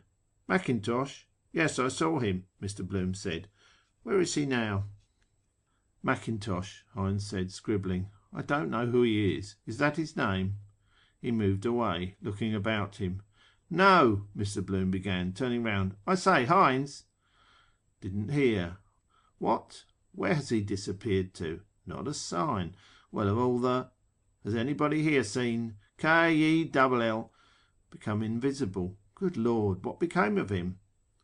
A seventh gravedigger came beside Mr. Bloom to take up an idle spade. Oh, excuse me. He stepped aside nimbly. Clay, brown, damp, began to be seen in the hole. It rose. nearly over. A mound of damp clods rose, and the gravediggers rested their spades. All uncovered again for a few instants. The boy propped his wreath against a corner, the brother-in-law his on a lump. The gravediggers put on their caps and carried their earthy spades towards the barrow. They knocked the blades lightly on the turf, clean. One bent to pluck from the haft a long tuft of grass. One, leaving his mates, walked slowly on with shouldered weapon, its blade blue-glancing. Silently at the gravehead another coiled the coffin-band, his navel cord. The brother-in-law, turning away, placed something in his free hand. Thanks in silence. Sorry, sir. Trouble. Head shake. I know that. For yourselves, just. The mourners moved away slowly, without aim, by devious paths, staying a while to read a name on a tomb. Let us go round by the chief's grave, Hines said. We have time. Let us, Mr. Power said. They turned to the right, following their slow thoughts. With awe, Mr. Power's blank voice spoke. Some say he's not in that grave at all, that the coffin was filled with stones, that one day he will come again. Hines shook his head. Parnell will never come again, he said. He's there, all that was mortal of him. Peace to his ashes. Mr. Bloom walked unheeded along his grove, by saddened angels, crosses, broken pillars, family vaults, stone hopes praying with upcast eyes, old Ireland's hearts and hands. More sensible to spend the money on some charity for the living. Pray for the repose of the soul of... Does anybody really? Plant him and have done with him. Light down a coal chute. Then lump them together to save time. All Souls' Day. 27th, I'll be at his grave. 10 shillings for the gardener. He keeps it free of weeds. Old man himself, bent down double with his shears, clipping, near death's door. Who passed away? Who departed this life, as if they did it of their own accord, got the shove, all of them. Who kicked the bucket? More interesting if they told you what they were. So-and-so, wheelwright. I travelled for cork lino. I paid 5 shillings in the pound. Or a woman's with her saucepan. I cooked good Irish stew. Eulogy in a country churchyard it ought to be. That poem of, whose is it, Wordsworth or Thomas Campbell? Entered into rest, the Protestants put it. Old Dr. Murren's. The great physician called him home. Well, it's God's acre for them. Nice country residence, newly plastered and painted. Ideal spot to have a quiet smoke and read the church Times. Marriage ads they never try to beautify. Rusty wreaths hung on knobs, garlands of bronze foil. Better value that for the money. Still, the flowers are more poetical. The other gets rather tiresome, never withering. Expresses nothing. Immortel. A bird sat tamely perched on a poplar branch, light stuffed, like the wedding present Alderman Hooper gave us. Not a budge out of him.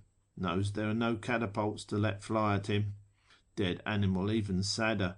Silly Milly burying the little dead bird in the kitchen matchbox. A daisy chain and bits of broken chainies on the grave. The Sacred Heart, that is, showing it, heart on his sleeve.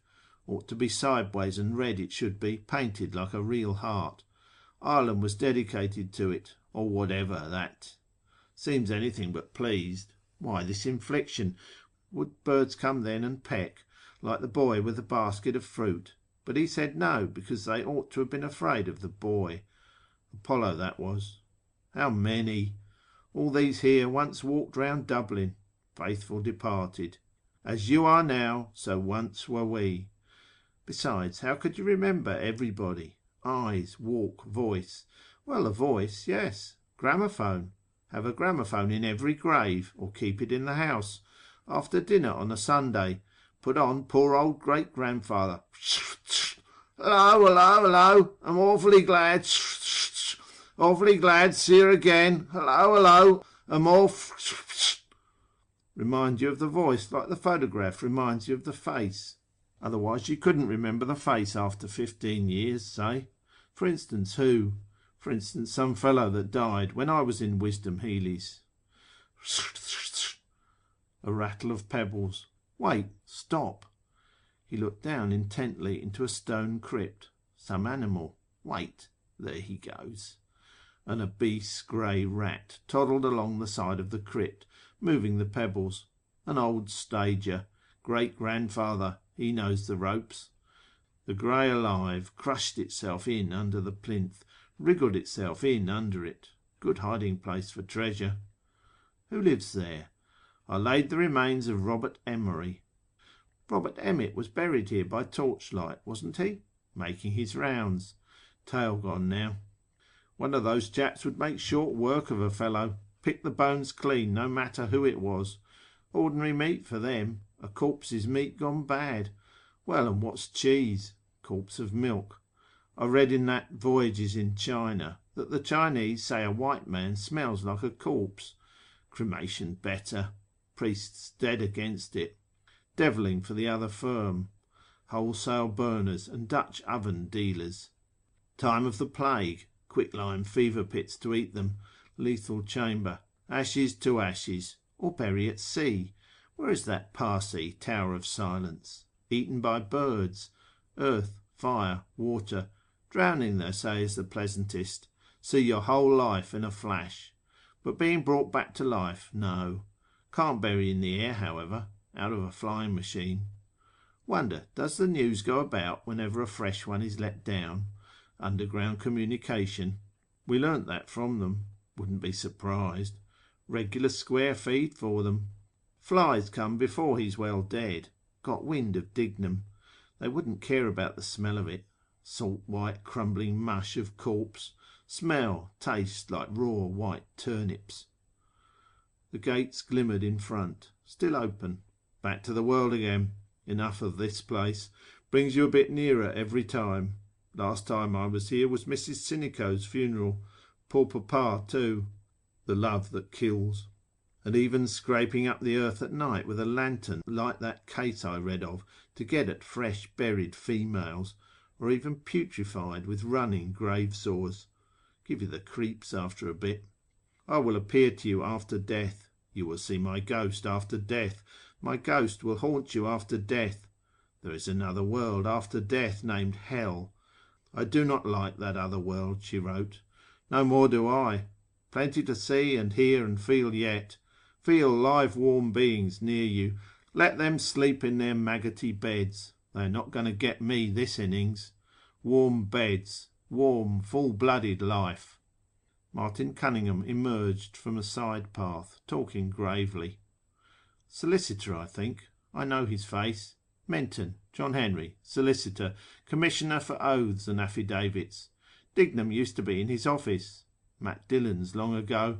Jolly Matt, convivial evenings. Cold fowl, cigars, the Tantalus glasses. Heart of gold, really. Yes, Menton. Got his rag out that evening on the bowling green because I sailed inside him. Pure fluke of mine, the bias. Why he took such a rooted dislike to me. Hate at first sight. Molly and Floey Dillon linked under the lilac tree, laughing. Fellow always like that. Mortified if women are by. Got a dinge in the side of his hat. Carriage, probably. Excuse me, sir, Mr. Bloom said beside them. They stopped. Your hat is a little crushed, Mr. Bloom said, pointing. John Henry Menton stared at him for an instant without moving. There. Martin Cunningham helped, pointing also. John Henry Menton took off his hat, bulged out the dinge, and smoothed the nap with care on his coat sleeve. He clapped the hat on his head again. It's all right now, Martin Cunningham said. John Henry Menton jerked his head down in acknowledgment. Thank you, he said shortly. They walked on towards the gates. Mr. Bloom, chapfallen, drew behind a few paces so as not to overhear. Martin laying down the law. Martin could wind a sappy head like that round his little finger without his seeing it. Oyster eyes. Never mind. Be sorry after, perhaps, when it dawns on him. Get the pull over him that way. Thank you. How grand we are this morning. End of section 8.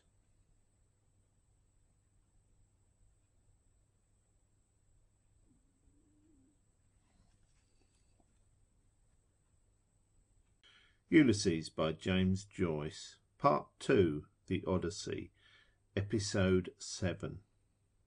Aeolus, Part 1. In the heart of the Hibernian metropolis. Before Nelson's Pillar, trams slowed, shunted, changed trolley, started for Black Rock, Kingstown and Dalkey, Clonskeagh, Rathgar and Terranure, Palmerston Park and Upper Rathmines, Sandymount Green, Rathmines, Ringsend and Sandymount Tower, Harold's Cross. The hoarse Dublin United Tramway Company's timekeeper bawled them off. Rathgar and Terranure! Come on, Sandymount Green! Right and left, parallel, clanging, ringing, a double-decker and a single-decker moved from their railheads, swerved to the down line, glided parallel. Start, Palmerston Park! The wearer of the crown. Under the porch of the General Post Office, shoeblacks cooled and polished. Parked in North Princes Street His Majesty's vermilion mail cars, bearing on their sides the royal initials E.R., received loudly flung sacks of letters, postcards, letter cards, parcels, insured and paid, for local, provincial, British and overseas delivery. Gentlemen of the Press. Gross-booted draymen rolled barrels dull thudding out of Prince's stores and bumped them up on the brewery float. On the brewery float, bumped dull thudding barrels rolled by gross-booted draymen out of Prince's stores. There it is, Red Murray said. Alexander Keyes. Just cut it out, will you? Mr. Bloom said, and I'll take it round to the telegraph office. The door of Rutledge's office creaked again. Davy Stevens, minute in a large cape-coat, a small felt hat crowning his ringlets, passed out with a roll of papers under his cape, a king's courier. Red Murray's long shears sliced out the advertisement from the newspaper in 4 clean strokes. Scissors and paste. I'll go through the printing works, Mr. Bloom said, taking the cut square. Of course, if he wants a par, Red Murray said, earnestly, a pen behind his ear, we can do him one. Right, Mr. Bloom said, with a nod. I'll rub that in. We. William Braden, Esquire, of Oaklands, Sandymount. Red Murray touched Mr. Bloom's arm with the shears and whispered, Braden. Mr. Bloom turned and saw the liveried porter raise his lettered cap as a stately figure entered between the newsboards of the Weekly Freeman and National Press, and the Freeman's Journal and National Press. Dull thudding Guinness's barrels.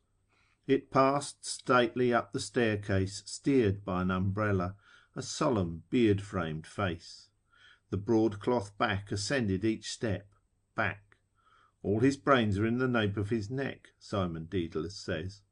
Welts of flesh behind on him. Fat folds of neck, fat neck, fat neck. Don't you think his face is like our Saviour? Red Murray whispered. The door of Rutledge's office whispered, eh. They always build one door opposite another for the wind to way in, way out. Our Saviour, beard-framed oval face, talking in the dusk, Mary, Martha, steered by an umbrella sword to the footlights, Mario the tenor. Or like Mario, Mr. Bloom said. Yes, Red Murray agreed, but Mario was said to be the picture of our Saviour. Jesus Mario with rougy cheeks, doublet and spindle legs, hand on his heart, in Martha, Come, thou lost one, come, thou dear one. The crozier and the pen.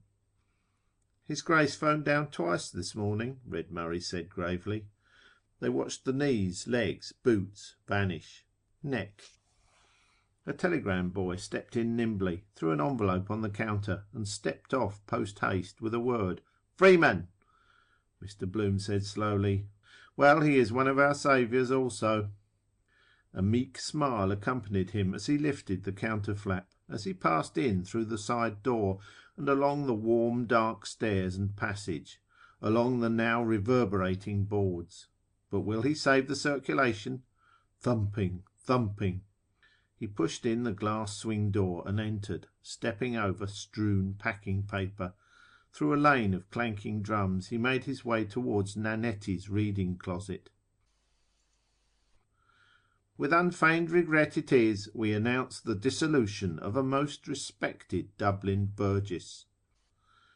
Hines here too. Account of the funeral probably. Thumping thump. This morning the remains of the late Mr. Patrick Dignam. Machines. Smash a man to atoms if they got him caught. Rule the world today. His machineries are pegging away too. Like these. Got out of hand. Fermenting. Working away. Tearing away. And that old grey rat tearing to get in. How a great daily organ is turned out. Mr. Bloom halted behind the foreman's spare body, admiring a glossy crown. Strange he never saw his real country. Ireland, my country. Member for College Green. He boomed that workaday worker tack for all it was worth. It's the ads and side features sell a weekly, not the stale news in the official gazette. Queen Anne is dead. Published by authority in the year 1000 and... Demesne, situate in the townland of Rosenallis, barony of Tinnachinch. To all whom it may concern, schedule pursuant to statute, showing return of number of mules and jennets exported from Ballina. Nature notes. Cartoons. Phil Blake's weekly Pat and Bull story.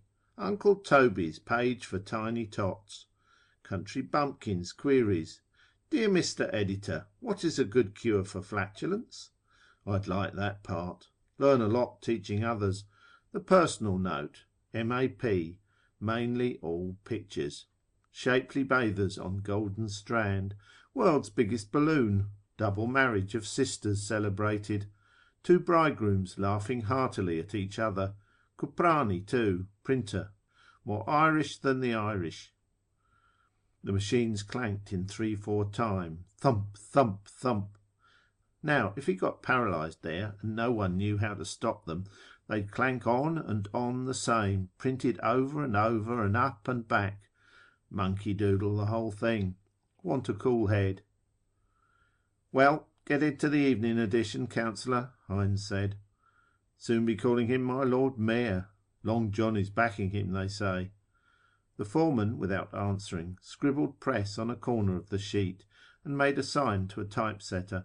He handed the sheet silently over the dirty glass screen. Right, thanks, Hines said, moving off. Mr. Bloom stood in his way.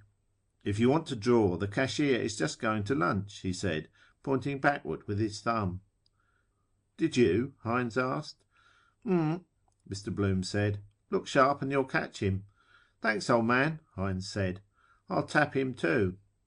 He hurried on eagerly towards the Freeman's Journal. 3 bob I lent him in meagres. 3 weeks. 3rd hint. We see the canvasser at work. Mr. Bloom laid his cutting on Mr. Nanetti's desk. Excuse me, Councillor, he said. This ad, you see. Keys, you remember? Mr. Nanetti considered the cutting a while and nodded. He wants it in for July, Mr. Bloom said. He doesn't hear it. Nanan. Iron nerves. The foreman moved his pencil towards it. But wait, Mr. Bloom said. He wants it changed. Keys, you see. He wants 2 keys at the top. Hell of a racket they make. Maybe he understands what I... The foreman turned round to hear patiently, and lifting an elbow, began to scratch slowly in the armpit of his alpaca jacket. Like that, Mr. Bloom said, crossing his forefingers at the top. Let him take that in first. Mr. Bloom, glancing sideways up from the cross he had made, saw the foreman's sallow face, think he has a touch of jaundice, and beyond the obedient reels feeding in huge webs of paper. Clank it, miles of it unreeled. What becomes of it after? Oh, wrap up meat, parcels, various uses, 1001 things. Slipping his words deftly into the pauses of the clanking, he drew swiftly on the scarred woodwork. House of Keys. Like that, see? 2 crossed keys here, a circle, then here the name Alexander Keys, tea, wine, and spirit merchant, so on. Better not teach him his own business. You know yourself, councillor, just what he wants. Then round the top in leaded, the House of Keys. You see? Do you think that's a good idea? The foreman moved his scratching hand to his lower ribs and scratched there quietly. The idea, Mr. Bloom said, is the House of Keys. You know, councillor, the Manx Parliament. Innuendo of Home Rule. Tourists, you know, from the Isle of Man. Catches the eye, you see. Can you do that? I could ask him, perhaps, about how to pronounce that voglio, but then, if he didn't know, only make it awkward for him. Better not. We can do that, the foreman said. Have you the design? I can get it, Mr. Bloom said. It was in a Kilkenny paper. He has a house there too. I'll just run out and ask him. Well, you can do that, and just a little par calling attention. You know the usual. High-class licensed premises. Long-felt want. So on. The foreman thought for an instant. We can do that, he said. Let him give us a 3 months' renewal. A typesetter brought him a limp galley page. He began to check it silently. Mr. Bloom stood by, hearing the loud throbs of cranks, watching the silent typesetters at their cases. Want to be sure of his spelling? Proof fever. Martin Cunningham forgot to give us his spelling bee conundrum this morning. It is amusing to view the unpar, 1 R, allowed, embarra, 2 R's is it? Double S, ment, of a harassed pedlar, while gauging, AU, the symmetry of a peeled pear under a cemetery wall. Silly, isn't it? Cemetery put in, of course, on account of the symmetry. I could have said when he clapped on his topper, thank you. I ought to have said something about an old hat or something. No, I could have said, looks as good as new now. See his phiz then. St! The nethermost deck of the first machine jogged forwards in its flyboard with st! The first batch of quire-folded papers. St! Almost human the way it st! To call attention, doing its level best to speak. That door too, st! Creaking, asking to be shut. Everything speaks in its own way. St! Noted churchman and occasional contributor. The foreman handed back the galley page suddenly, saying, Wait, where's the Archbishop's letter? It's to be repeated in the Telegraph. Where's what's-his-name? He looked about him round his loud, unanswering machines. Monks, sir? A voice asked from the casting box. Aye, where's Monks? Monks! Mr. Bloom took up his cutting. Time to get out. Then I'll get the design, Mr. Nanetti, he said, and you'll give it a good place, I know. Monks! Yes, sir? 3 months' renewal. Want to get some wind off my chest first. Try it anyhow. Rub in August. Good idea. Horse show month. Ballsbridge. Tourists over for the show. A day farther. He walked on through the case room, passing an old man, bowed, spectacled, aproned. Old Monks, the day father. Queer lot of stuff he must have put through his hands in his time. Obituary notices, pubs ads, speeches, divorce suits, found drowned. Nearing the end of his tether now. Sober, serious man, with a bit in the savings bank, I'd say. Wife a good cook and washer. Daughter working the machine in the parlour. Plain Jane. No damn nonsense. And it was the feast of the Passover. He stayed in his walk to watch a typesetter neatly distributing type. Reads it backwards first. Quickly he does it. Must require some practice that. Mangid, Ktsirtap. Poor papa with his Haggadah book. Reading backwards with his finger to me. Pesach. Next year in Jerusalem. Dear, oh dear. All that long business about that brought us out of the land of Egypt and into the house of bondage. Alleluia. Shema Israel, Idonai Eloheinu. No, that's the other. Then the 12 brothers, Jacob's sons. And then the lamb and the cat and the dog and the stick and the water and the butcher. And then the angel of death kills the butcher and he kills the ox. And the dog kills the cat. Sounds a bit silly till you come to look into it well. Justice it means, but it's everybody eating everyone else. That's what life is after all. How quickly he does that job. Practice makes perfect. Seems to see with his fingers. Mr. Bloom passed on out of the clanking noises, through the gallery onto the landing. Now, am I going to tram it out all the way, and then catch him out, perhaps? Better phone him up first. Number? Same as Citron's house, 2844. Only once more that soap. He went down the house staircase. Who the deuce scrawled all over these walls with matches? Looks as if they did it for a bet. Heavy, greasy smell there always is in those works. Lukewarm glue in Tom's next door when I was there. He took out his handkerchief to dab his nose. Citron lemon? Ah, the soap I put there. Lose it out of that pocket. Putting back his handkerchief, he took out the soap and stowed it away, buttoned into the hip pocket of his trousers. What perfume does your wife use? I could go home still. Tram. Something I forgot. Just to see before dressing. No. Here. No. A sudden screech of laughter came from the Evening Telegraph office. Know who that is? What's up? Pop in a minute to phone. Ned Lambert it is. He entered softly. Erin, green gem of the silver sea. The ghost walks, Professor McHugh murmured softly, biscuitfully, to the dusty window pane. Mr. Dedalus, staring from the empty fireplace at Ned Lambert's quizzing face, asked of it sourly, Agonising Christ, wouldn't it give you a heartburn on your arse? Ned Lambert, seated on the table, read on. Or again, note the meanderings of some purling rill as it babbles on its way, fanned by gentlest zephyrs, though quarrelling with the stony obstacles, to the tumbling waters of Neptune's blue domain, mid mossy banks, played on by the glorious sunlight, or neath the shadows cast o'er its pensive bosom by the overarching leafage of the giants of the forest. What about that, Simon? He asked over the fringe of his newspaper. How's that for high? Changing his drink, Mr. Dedalus said. Ned Lambert, laughing, struck the newspaper on his knees, repeating, the pensive bosom and the overarching leafage. Oh, boys, oh, boys. And Xenophon looked upon Marathon, Mr. Dedalus said, looking again on the fireplace and to the window, and Marathon looked on the sea.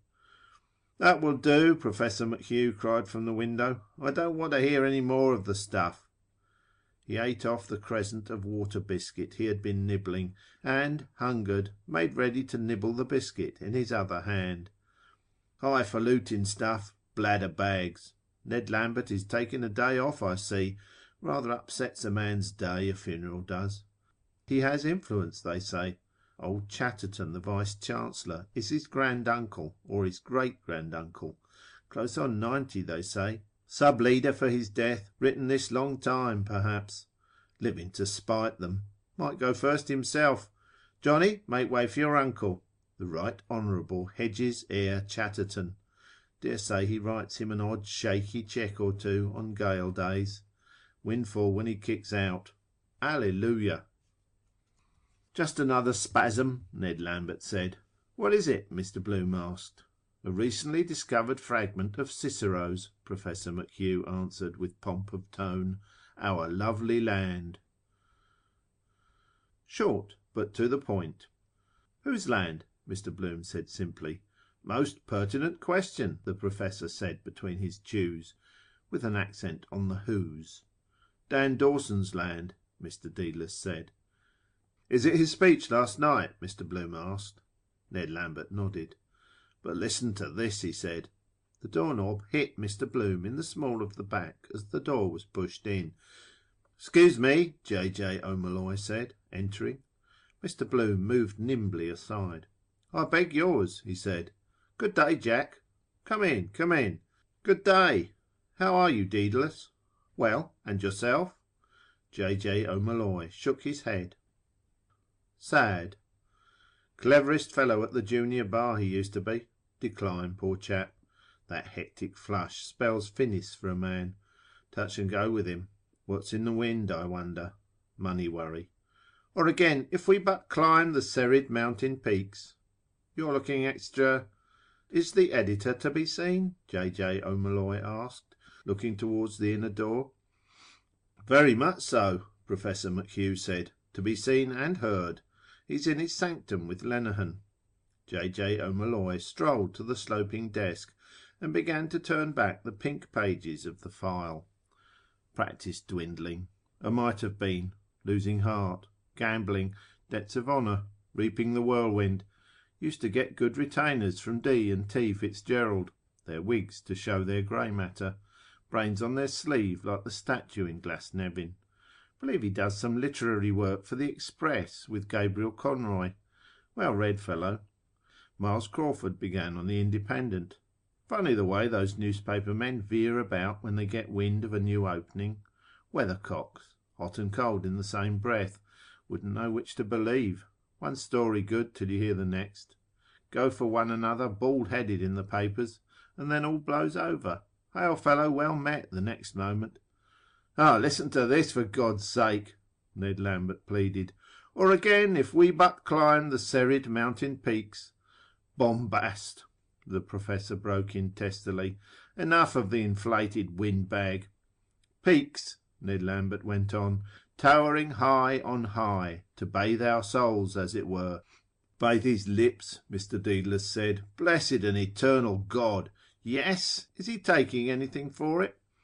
As 'twere in the peerless panorama of Ireland's portfolio, unmatched, despite their well-praised prototypes in other vaunted prize regions, for very beauty, of bosky grove and undulating plain, and luscious pastureland of vernal green, steeped in the transcendent, translucent glow of our mild, mysterious Irish twilight. His native Doric. The moon, Professor McHugh said. He forgot Hamlet. That mantles the vista far and wide, and wait till the glowing orb of the moon shines forth to irradiate her silver effulgence. Oh, Mr. Dedalus cried, giving vent to a hopeless groan. Shite and onions! That'll do, Ned. Life is too short. He took off his silk hat, and blowing out impatiently his bushy moustache, Welsh-combed his hair with raking fingers. Ned Lambert tossed the newspaper aside, chuckling with delight. An instant after, a hoarse bark of laughter burst over Professor McHugh's unshaven, black-spectacled face. "Doughy door," he cried. What Weatherup said. All very fine to jeer at it now in cold print, but it goes down like hot cake, that stuff. He was in the bakery line too, wasn't he? Why they called him Doughy Door. Feathered his nest well anyhow. Daughter engaged to that chap in the Inland Revenue Office with the motor. Hooked that nicely. Entertainment's open house. Big blowout. Weatherup always said that. Get a grip of them by the stomach. The inner door was opened violently, and a scarlet-beaked face, crested by a comb of feathery hair, thrust itself in. The bold blue eyes stared about them, and the harsh voice asked, "What is it?" "And here comes the sham squire himself," Professor McHugh said grandly. "Get out of that, you bloody old pedagogue," the editor said in recognition. "Come, Ned," Mr. Dedalus said, putting on his hat. "I must get a drink after that." "Drink?" the editor cried. "No drinks served before Mass." "Quite right too," Mr. Dedalus said, going out. "Come on, Ned." Ned Lambert sidled down from the table. The editor's blue eyes roved towards Mr. Bloom's face, shadowed by a smile. "Will you join us, Miles?" Ned Lambert asked. Memorable battles recalled. "North Cork Militia," the editor cried, striding to the mantelpiece. "We won every time. North Cork and Spanish officers." "Where was that, Miles?" Ned Lambert asked, with a reflective glance at his toe-caps. "In Ohio," the editor shouted. "So it was, begad," Ned Lambert agreed. Passing out, he whispered to J.J. O'Molloy, "Incipient jigs. Sad case." "Ohio!" the editor crowed in high treble from his uplifted scarlet face. "My Ohio!" "A perfect cretic," the Professor said. "Long, short and long."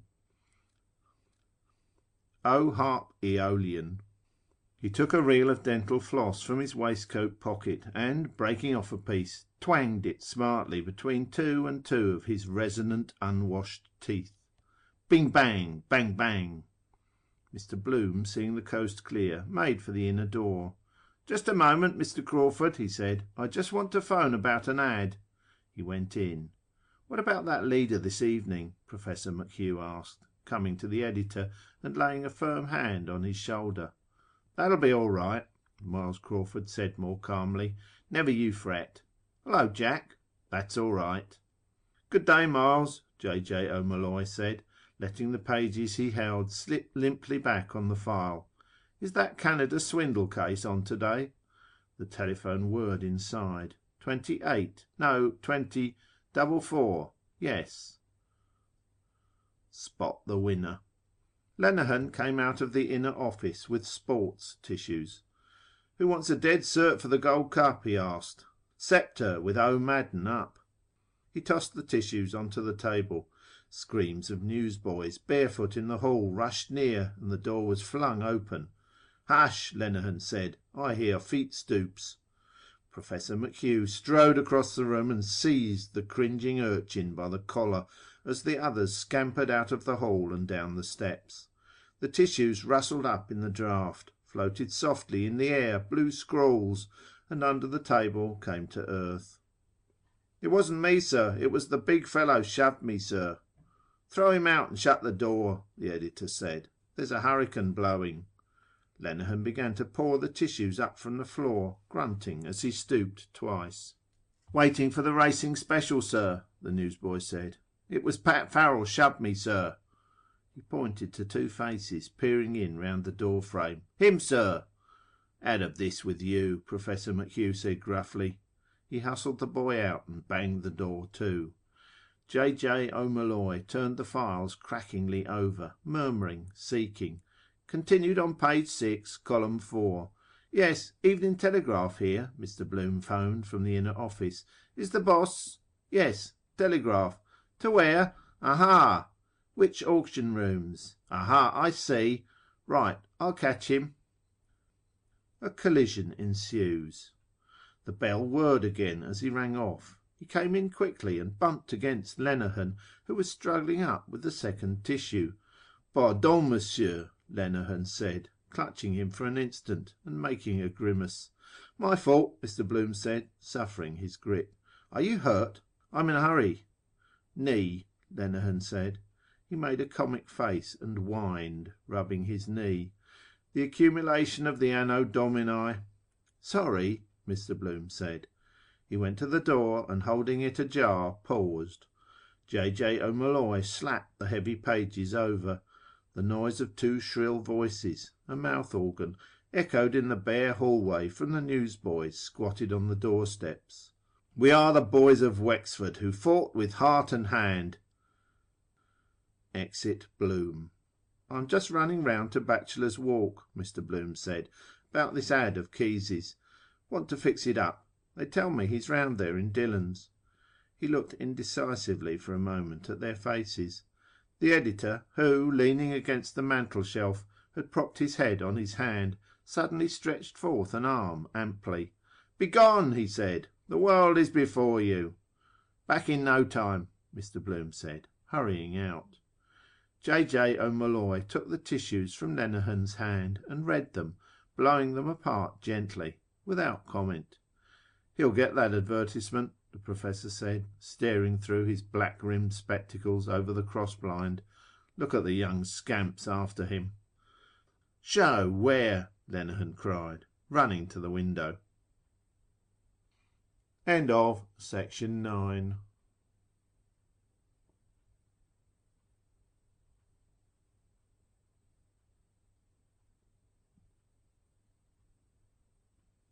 Ulysses by James Joyce, Part 2, The Odyssey, Episode 7, Aeolus, Part 2. A street cortege. Both smiled over the cross-blind at the file of capering newsboys in Mr. Bloom's wake, the last zigzagging white on the breeze, a mocking kite, a tail of white Bowknots. "Look at the young gutter snipe behind him hue and cry," Lenehan said, "and you'll kick. Oh, my rib risible!" Taking off his flat spogs and a walk, small nines, steal upon larks. He began to mazurka in swift caricature, across the floor on sliding feet, past the fireplace to J. O'Molloy, who placed the tissues in his receiving hands. "What's that?" Miles Crawford said with a start. "Where are the other two gone?" "Who?" the Professor said, turning. "They're gone round the Oval for a drink. Paddy Hooper is there with Jack Hall. Came over last night." "Come on then," Miles Crawford said. "Where's my hat?" He walked jerkily into the office behind, parting the vent of his jacket, jingling his keys in his back pocket. They jingled then in the air and against the wood as he locked his desk drawer. "He's pretty well on," Professor McHugh said in a low voice. "Seems to be," J. O'Molloy said, taking out a cigarette case in murmuring meditation. "But it is not always as it seems. Who has the most matches?" "The calumet of peace." He offered a cigarette to the Professor and took one himself. Lenehan promptly struck a match for them and lit their cigarettes in turn. J. O'Molloy opened his case again and offered it. "Thank ye, Voo," Lenehan said, helping himself. The editor came from the inner office, a straw hat awry on his brow. He declaimed in song, pointing sternly at Professor McHugh.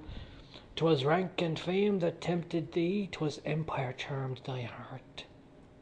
The Professor grinned, locking his long lips. "Aye, you bloody old Roman Empire," Miles Crawford said. He took a cigarette from the open case. Lenehan, lighting it for him with quick grace, said, "Silence for my brand new riddle." "Imperium Romanum," J. O'Molloy said gently. "It sounds nobler than British or Brixton. The word reminds one somehow of fat in the fire." Miles Crawford blew his first puff violently towards the ceiling. "That's it," he said. "We are the fat. You and I are the fat in the fire. We haven't got a chance of a snowball in hell." The grandeur that was Rome. "Wait a moment," Professor McHugh said, raising two quiet claws. "We mustn't be led away by words, by sounds of words. We think of Rome, imperial, imperious, imperative." He extended elocutionary arms from frayed, stained shirt cuffs, pausing. "What was their civilization? Vast, I allow, but vile.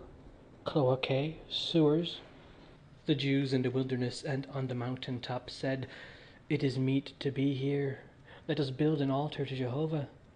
The Roman, like the Englishman who follows in his footsteps, brought to every new shore on which he set his foot. On our shore he never set it. Only his cloacal obsession. He gazed about him in his toga and he said, 'It is meet to be here. Let us construct a water closet.'" "Which they accordingly did do," Lenehan said. "Our old ancient ancestors, as we read in the first chapter of Guinness's, were partial to the running stream." "They were nature's gentlemen," J. O'Molloy murmured. "But we also have Roman law." "And Pontius Pilate is his prophet," Professor McHugh responded. "Do you know that story about Chief Baron Pales?" J. O'Molloy asked. "It was at the Royal University dinner. Everything was going swimmingly." "First my riddle," Lenehan said. "Are you ready?" Mr. O'Madden Burke, tall, in copious grey of Donegal tweed, came in from the hallway. Stephen Dedalus behind him uncovered as he entered. "Entrez, mes enfants," Lenehan cried. "I escort a supplicant," Mr. O'Madden Burke said melodiously. "Youth led by experience visits notoriety." "How do you do?" the editor said, holding out a hand. "Come in. Your governor is just gone." Lenehan said to all, "Silence! What opera resembles a railway line? Reflect, ponder, excogitate, reply." Stephen handed over the typed sheets, pointing to the title and signature. "Who?" the editor asked. "Bit torn off." "Mr. Garrett Deasy," Stephen said. That old pelters, the editor said. Who tore it? Was he short taken? On a swift sail flaming, from storm and south he comes, pale vampire, mouth to my mouth. Good day, Stephen, the professor said, coming to peer over their shoulders. Foot and mouth, are you turned? Bullock befriending bard. Shindy in well-known restaurant. Good day, sir, Stephen answered. The letter is not mine. Mr. Garrett Deasy asked me to... Oh, I know him, Miles Crawford said, and I knew his wife too. The bloodiest old tartar God ever made. By Jesus, she had the foot and mouth disease and no mistake. The night she threw the soup in the waiter's face and the Star and Garter. Oh ho! A woman brought sin into the world. For Helen, the runaway wife of Menelaus, 10 years the Greeks. O'Rourke, Prince of Breffni. Is he a widower? Stephen asked. Aye, a grass one, Miles Crawford said, his eyes running down the typescript. Emperor's horses. Habsburg. An Irishman saved his life on the ramparts of Vienna. Don't you forget. Maximilian Carl O'Donnell, Graf von Tyrconnell in Ireland. Sent his heir over to make the king an Austrian field marshal now. Going to be trouble there one day. Wild geese. Oh yes, every time. Don't you forget that. The moot point is, did he forget it? J.J. M.I. said quietly, turning a horseshoe paperweight. Saving princes is a thank you job. Professor McHugh turned on him. And if not, he said. I'll tell you how it was, Miles Crawford began. A Hungarian it was one day. Lost causes, noble Marquess mentioned. We were always loyal to lost causes, the professor said. Success for us is the death of the intellect and of the imagination. We were never loyal to the successful. We serve them. I teach the blatant Latin language. I speak the tongue of a race, the acme of whose mentality is the maxim, time is money. Material domination. Dominus, Lord. Where is the spirituality? Lord Jesus, Lord Salisbury, a sofa in a West End club. But the Greek. Kyrie eleison. A smile of light brightened his dark-rimmed eyes, lengthened his long lips. The Greek, he said again. Kyrios, shining word. The vowels, the Semite and the Saxon know not. Kyrie, the radiance of the intellect. I ought to profess Greek, the language of the mind. Kyrie eleison. The closet maker and the cloak maker will never be lords of our spirit. We are liege subjects of the Catholic chivalry of Europe that founded at Trafalgar, and of the empire of the spirit, not an imperium that went under with the Athenian fleets at Aegos Potami. Yes, yes, they went under. Pyrrhus, misled by an oracle, made a last attempt to retrieve the fortunes of Greece, loyal to a lost cause. He strode away from them towards the window. They went forth to battle, Mr. O'Madden Burke said greyly, but they always fell. Boo-hoo, Lenehan wept with little noise, owing to a brick received in the latter half of the matinee. Poor, poor, poor Pyrrhus. He whispered then near Stephen's ear. Lenehan's Limerick.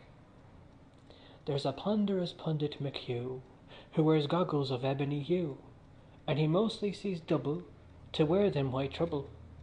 I can't see the Joe Miller, can you?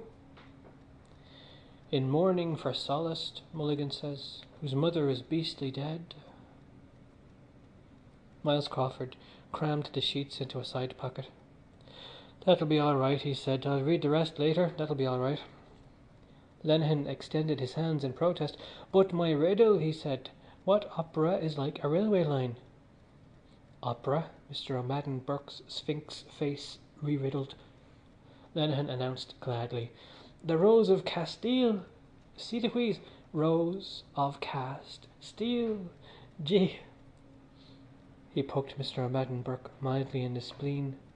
Mr. O'Madden Burke fell back with a grace on his umbrella, feigning a gasp. Help, he sighed. I feel a strong weakness. Lenehan, rising to tiptoe, fanned his face rapidly with the rustling tissues. The Professor, returning by way of the files, swept his hand across Stephen's and Mr. O'Madden Burke's loose ties. "Paris, past and present," he said. "You look like communards." "Like fellows who had blown up the Bastille," J. O'Molloy said in quiet mockery.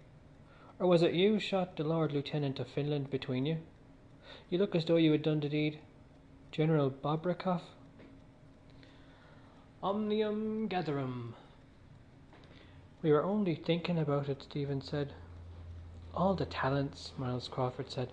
"Law, the classics." "The turf," Lenehan put in.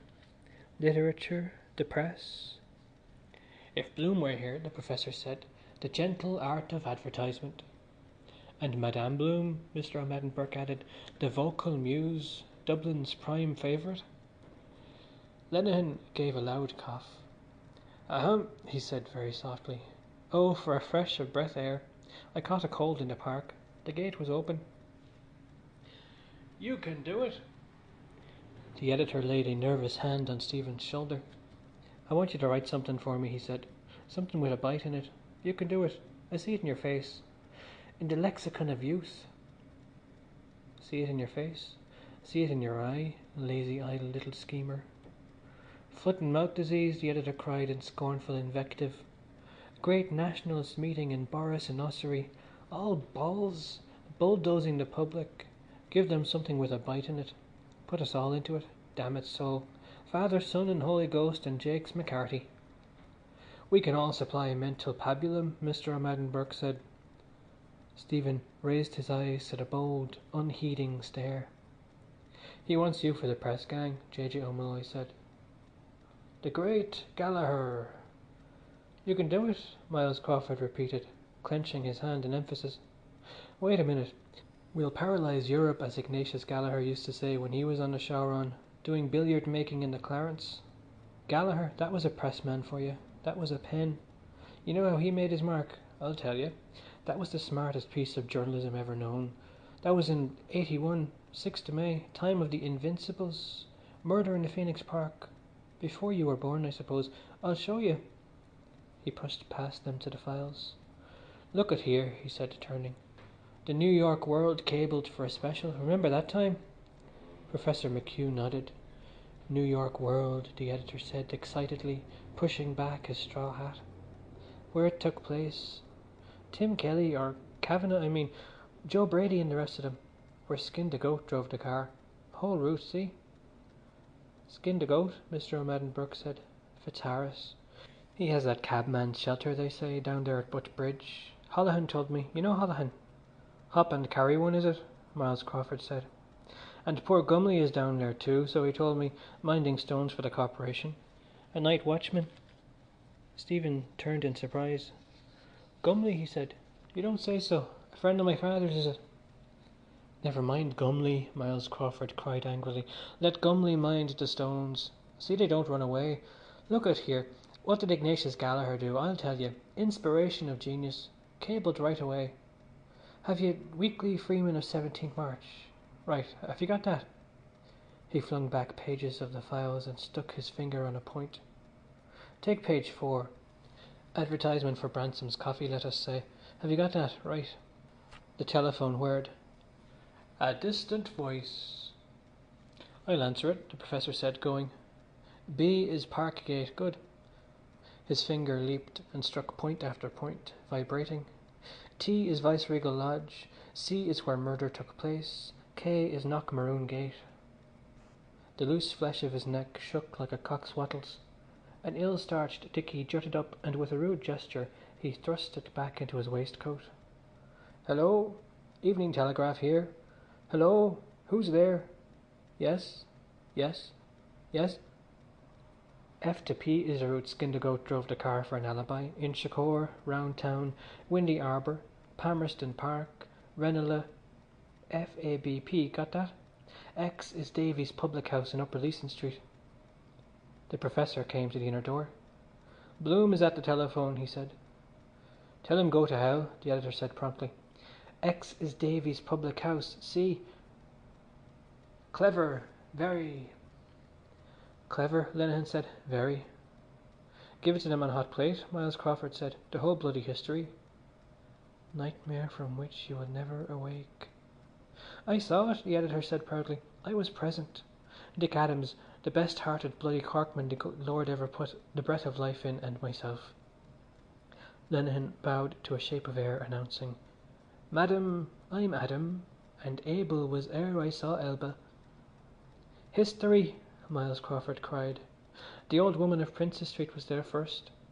There was weeping and gnashing of teeth over that. Out of an advertisement. Gregor Gray made the design for it. That gave him the leg up. Then Paddy Hooper worked the Tay Pay, who took him on to the Star. Now he's got in with the Blumenfeld. That's press, that's talent. Pyatt, he was all their daddies. The father of scarce journalism, Lenehan confirmed, and the brother-in-law of Chris Callanan. Hello, are you there? Yes, he's here still. Come across yourself. Where do you find a pressman like that now, eh? The editor cried. He flung the pages down. The father of scare journalism, Lenehan confirmed, and the brother-in-law of Chris Callanan. Hello, are you there? Yes, he's still here. Come across yourself. Where do you find a pressman like that now, eh? The editor cried. He flung the pages down. Damn clever, Lenehan said to Mr. O'Madden Burke. Very smart, Mr. O'Madden Burke said. Professor McHugh came from the outer office. Talking about the Invincibles, he said. Did you see that some hawkers were up before the recorder? Oh, yes, J.J. O'Malloy said eagerly. Lady Dudley was walking home through the park to see all the trees that were blown down by that cyclone last year, and thought she'd buy a view of Dublin. And it turned out to be a commemoration postcard of Joe Brady, or Number One, or Skin the Goat, right outside the Viceregal Lodge, imagine. They're only in the hook and eye department, Miles Crawford said. Pshaw, press and the bar? Where have you a man now at the bar like those fellows, like Whiteside, like Isaac Butt, like the silver-tongued O'Hagan, eh? Ah, bloody nonsense. Pshaw, only in the halfpenny place.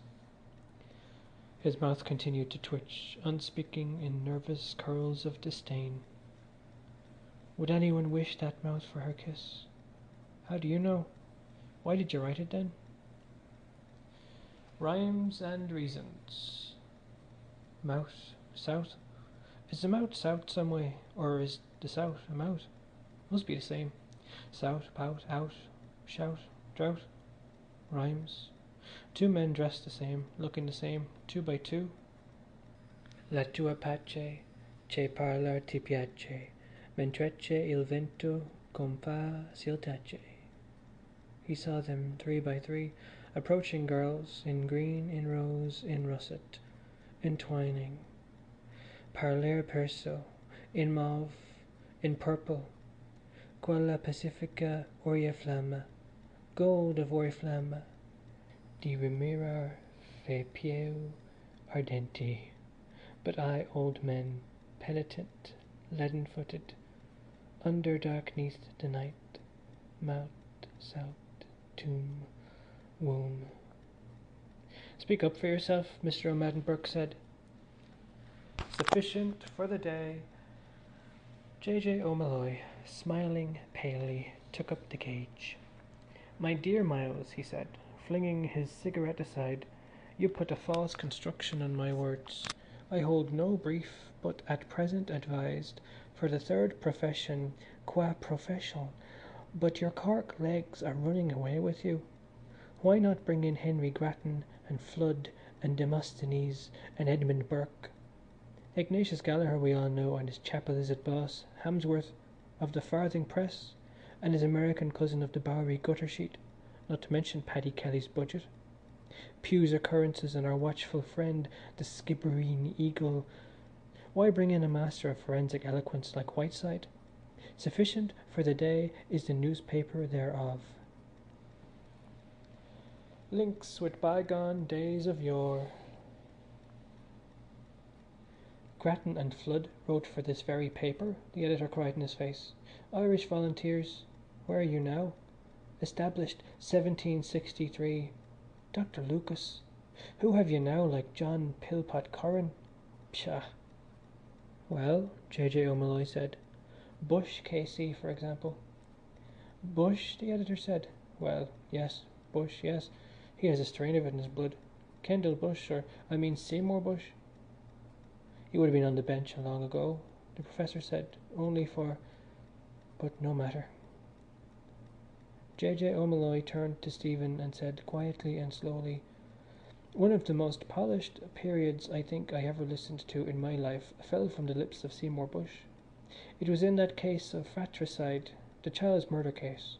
Bush defended him, and in the porches of mine ear did pour... By the way, how did he find that out? He died in his sleep? Or the other story, Beast with Two Backs?" "What was that?" the professor asked. "Italia magistra artium." He spoke on the law of evidence, J.J. O'Molloy said, of Roman justice as contrasted with the earlier Mosaic code, the Lex Talionis, and he cited the Moses of Michelangelo in the Vatican. "Ha! A few well-chosen words," Lenehan prefaced. "Silence."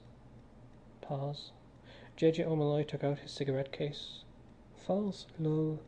Something quite ordinary. Messenger took out his matchbox thoughtfully and lit his cigar.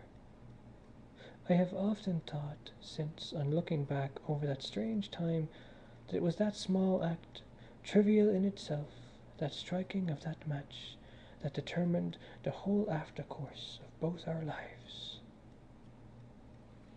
A polished period. J.J. O'Molloy resumed, moulding his words. He said of it, that stony effigy in frozen music, horned and terrible, of the human form divine, that eternal symbol of wisdom and of prophecy which, if aught that the imagination or the hand of sculptor has wrought in marble, of soul transfigured and of soul transfiguring, deserves to live, deserves to live. His slim hand, with a wave, graced echo and fall. "Fine," Miles Crawford said at once. "The divine afflatus," Mr. O'Madden Burke said. "You like it?" J.J. O'Molloy asked Stephen. Stephen, his blood wooed by grace of language and gesture, blushed. He took a cigarette from the case. J.J. O'Molloy offered his case to Miles Crawford. Lenehan lit their cigarettes as before and took his trophy, saying, "Muchibus tankibus." "A man of high morale." "Professor McGuinness was speaking to me about you," J.J. O'Molloy said to Stephen. "What do you think really of that hermetic crowd, the opal hush poets? A.E. the master mystic? That Blavatsky woman started it. She was a nice old bag of tricks. A.E. has been telling some Yankee interviewer that you came to him in the small hours of the morning to ask him about planes of consciousness. McGuinness thinks you must have been pulling A.E.'s leg. He's a man of the very highest morale, McGuinness." "Speaking about me? What did he say? What did he say? What did he say about me? Don't ask." "No, thanks," Professor McHugh said, waving the cigarette case aside. "Wait a moment. Let me say one thing. The finest display of oratory I ever heard was a speech made by John F. Taylor at the College Historical Society. Mr. Justice Fitzgibbon, the present Lord Justice of Appeal, had spoken, and the paper under debate was an essay, new for those days, advocating the revival of the Irish tongue." He turned towards Miles Crawford and said, "You know Gerald Fitzgibbon. Then you can imagine the style of his discourse." "He is sitting with Tim Healy," J.J. O'Molloy said, "rumour has it, on the Trinity College Estates Commission." "He is sitting with a sweet thing," Miles Crawford said, "in a child's frock. Go on. Well?" "It was the speech, mark you," the professor said, "of a finished orator, full of courteous haughtiness and pouring in chaste diction, I will not say the vials of his wrath, but pouring the proud man's contumely upon the new movement. It was then a new movement. We were weak, therefore worthless." He closed his long, thin lips an instant, but eager to be on, raised an outspanned hand to his spectacles and, with trembling thumb and ring finger touching lightly the black rims, steadied them to a new focus. Impromptu. In a ferial tone he addressed J. O'Molloy. Taylor had come there, you must know, from a sick bed. That he had prepared his speech I do not believe, for there was not even one shorthand writer in the hall. His dark, lean face had a growth of shaggy beard round it. He wore a loose, white silk neckcloth, and altogether he looked, though he was not, a dying man. His gaze turned at once, but slowly, from J. O'Molloy's towards Stephen's face, and then bent at once to the ground, seeking. His unglazed linen collar appeared behind his bent head, soiled by his withering hair. Still seeking, he said. When Fitzgibbon's speech had ended, John F. Taylor rose to reply. Briefly, as well as I can bring them to mind, his words were these. He raised his head firmly. His eyes bethought themselves once more. Witless shellfish swam in the gross lenses to and fro, seeking outlet. He began. Mr. Chairman, ladies and gentlemen, great was my admiration in listening to the remarks addressed to the youth of Ireland a moment since by my learned friend. It seemed to me that I had been transported into a country far away from this country, into an age remote from this age, that I stood in ancient Egypt, and that I was listening to the speech of some high priest of that land addressed to the youthful Moses. His listeners held their cigarettes poised to hear, their smokes ascending in frail stalks that flowered with his speech. And let our crooked smokes, noble words coming. Look out. Could you try your hand at it yourself? And it seemed to me that I heard the voice of that Egyptian high priest raised in a tone of like haughtiness and like pride. I heard his words, and their meaning was revealed to me. From the fathers. It was revealed to me that those things are good which yet are corrupted, which neither if they were supremely good, nor unless they were good, could be corrupted. Ah, curse you, that's St. Augustine. Why will you Jews not accept our culture, our religion and our language? You are a tribe of nomad herdsmen. We are a mighty people. You have no cities nor no wealth. Our cities are hives of humanity, and our galleys, trireme and quadrireme, laden with all manner merchandise, furrow the waters of the known globe. You have but emerged from primitive conditions. We have a literature, a priesthood, an age-long history, and a polity. Nile, child, man, effigy. By the Nile bank, the Babe Marie's keel, cradle of bulrushes, a man supple in combat, stone-horned, stone-bearded, heart of stone. You pray to a local and obscure idol. Our temples, majestic and mysterious, are the abodes of Isis and Osiris, of Horus and Amun-Ra. Yours serfdom, awe and humbleness. Ours thunder and the seas. Israel is weak and few are her children. Egypt is an host and terrible are her arms.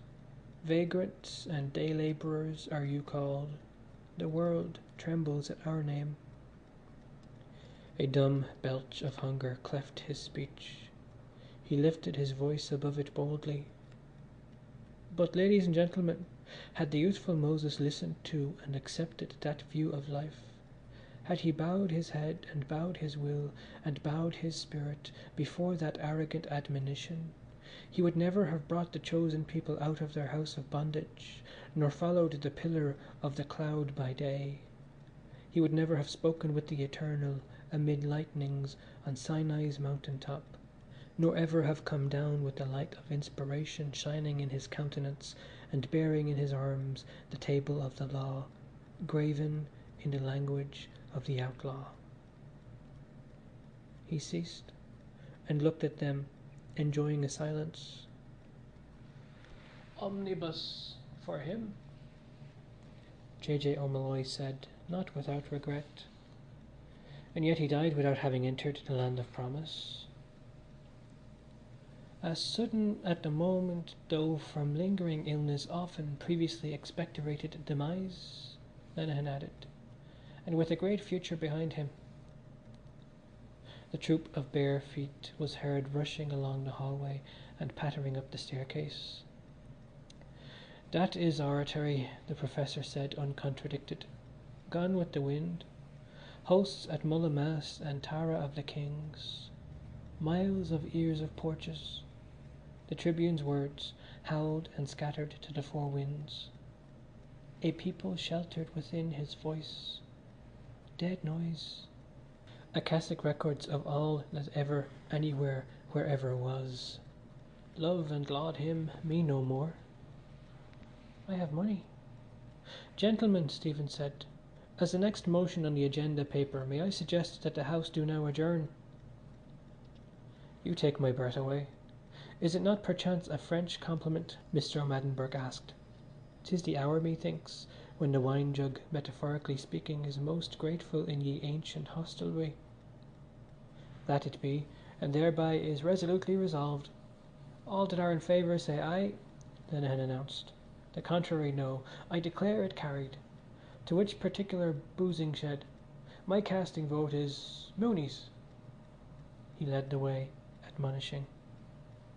We will sternly refuse to partake of strong waters, will we not? Yes, we will not, by no manner of means. Mr. O'Maddenburg, following close, said with an ally's lunge of his umbrella, Lay on, Macduff. Chip off the old block, the editor cried, clapping Stephen on the shoulder. Let us go. Where are those blasted keys? He fumbled in his pocket, pulling out the crushed type-sheets. Foot and mouth. I know. That'll be all right. That'll go in. Where are they? That's all right. He thrust the sheets back and went into the inner office. Let us hope. J.J. O'Malloy, about to follow him in, said quietly to Stephen, I hope you will live to see it published. Miles, one moment. He went into the inner office, closing the door behind him. Come along, Stephen, the professor said. That's fine, isn't it? It has the prophetic vision. Fuit Ilium, the sack of windy Troy, kingdoms of this world. The masters of the Mediterranean are fellaheen today. The first newsboy came pattering down the stairs at their heels and rushed out into the street, yelling, Racing special! Dublin, I have much, much to learn. They turned to the left along Abbey Street. I have a vision too, Stephen said. Yes, the professor said, skipping to get into step. Crawford will follow. Another newsboy shot past him, yelling as he ran, Racing special! Dear, dirty Dublin. Dubliners. 2 Dublin Vestals, Stephen said, elderly and pious, have lived 50 and 53 years in Fumbleys Lane. Where is that? The professor asked. Off Blackpits, Stephen said. Damp night reeking of hungry dough. Against the wall. Face glistering tallow under her fustian shawl. Frantic hearts. Akashic records. Quicker. Darlint. On now, dare it. Let there be life. They want to see the views of Dublin from the top of Nelson's Pillar. They save up 3 and 10pence in a red tin letterbox money box. They shake out the 3-penny bits and 6pences and coax out the pennies with the blade of a knife. 2 and 3 in silver and 1 and 7 in coppers. They put on their bonnets and best clothes and take their umbrellas for fear it may come to rain. Wise virgins, Professor McHugh said. Life on the raw. They buy 1 and 4pence worth of brawn and 4 slices of pan loaf at the North City dining rooms in Marlborough Street from Miss Kate Collins, proprietress. They purchase 4 and 20 ripe plums from a girl at the foot of Nelson's Pillar to take off the thirst of the brawn. They give 2 3-penny bits to the gentleman at the turnstile and begin to waddle slowly up the winding staircase, grunting, encouraging each other, afraid of the dark, panting, one asking the other, have you the brawn, praising God and the Blessed Virgin, threatening to come down, peeping at the air slits. Glory be to God, they'd no idea it was that high. Their names are Anne Cairns and Florence McCabe. Anne Cairns has the lumbago for which she rubs on Lourdes water, given her by a lady who got a bottleful from a passionist father. Florence McCabe takes a crew bean and a bottle of double X for supper every Saturday. Antithesis, the professor said, nodding twice. Vestal virgins, I can see them. What's keeping our friend? He turned. A bevy of scampering newsboys rushed down the steps, scattering in all directions, yelling, their white papers fluttering. Hard after them, Miles Crawford appeared on the steps, his hat aureoling his scarlet face, talking with J.J. O'Malloy. Come along, the professor cried, waving his arm. He set off again to walk by Stephen's side. Return of Bloom. Yes, he said, I see them. Mr. Bloom, breathless, caught in a whirl of wild newsboys near the offices of the Irish Catholic and Dublin Penny Journal, called, Mr. Crawford, a moment. Telegraph, racing special. What is it? Miles Crawford said, falling back a pace. A newsboy cried in Mr. Bloom's face. Terrible tragedy in Rathmines. A child hit by a bellows. Interview with the editor. Just this ad, Mr. Bloom said, pushing through towards the steps, puffing and taking the cutting from his pocket. I spoke with Mr. Keyes just now. He'll give a renewal for 2 months, he says. After he'll see. But he wants a part to call attention in a Telegraph too, the Saturday Pink. And he wants it copied if it's not too late. I told Councillor Nannetti from the Kilkenny People. I can have access to it in the National Library. House of Keys, don't you see? His name is Keyes. It's a play on the name. But he practically promised he'd give the renewal. But he wants just a little puff. What will I tell him, Mr. Crawford? KMA. Will you tell him he can kiss my arse? Miles Crawford said, throwing out his arm for emphasis. Tell him that straight from the stable. A bit nervy. Look out for squalls. All off for a drink, arm in arm. Lenihan's yachting cap on the cadge beyond. Usual blarney. Wonder is that young Dedalus the moving spirit. Has a good pair of boots on him today. Last time I saw him he had his heels on view. Been walking in muck somewhere. Careless chap. What was he doing in Irish Town? Well, Mr. Bloom said, his eyes returning. If I can get the design I suppose it's worth a short par. He'll give the ad, I think. I'll tell him. KMRIA. He can kiss my royal Irish arse. Miles Crawford cried loudly over his shoulder. Any time he likes, tell him. While Mr. Bloom stood, weighing the point and about to smile, he strode on jerkily. Raising the wind. Nulla bona, Jack, he said, raising his hand to his chin. I'm up to here. I've been through the hoop myself. I was looking for a fellow to back a bill for me no later than last week. Sorry, Jack, you must take the will for the deed. With a heart and a half if I could raise the wind anyhow. J.J. O'Malloy pulled a long face and walked on silently. They caught up on the others and walked abreast. When they have eaten the brawn and the bread and wiped their 20 fingers in the paper the bread was wrapped in, they go nearer to the railings. Something for you, the professor explained to Miles Crawford. 2 old women on the top of Nelson's pillar. Some column, that's what Wadler 1 said. That's new, Miles Crawford said. That's copy. Out for the Waxy's Dargle. 2 old trickies, what? But they are afraid the pillar will fall, Stephen went on. They see the roofs and argue about where the different churches are. Rathmines' Blue Dome, Adam and Eve's, St. Lawrence O'Toole's. But it makes them giddy to look, so they pull up their skirts. Those slightly rambunctious females. Easy all, Miles Crawford said. No poetic licence. We're in the archdiocese here. And settled down on their striped petticoats, peering up at the statue of the one-handled adulterer. One-handled adulterer, the professor cried. I like that. I see the idea. I see what you mean. Dames donate Dublin's sits, speed pills, velocitus, aerolits, belief. It gives them a crick in their necks, Stephen said. and they are too tired to look up or down or to speak. They put the bag of plums between them and eat the plums out of it, one after another, wiping off with their handkerchiefs the plum juice that dribbles out of their mouths and spitting the plum stones slowly out between the railings. He gave a sudden loud laugh as it closed. Lenehan and Mr. O'Madden Burke, hearing, turned, beckoned, and led on towards Mooney's. "Finished?" Miles Crawford said. "As long as you do no worse."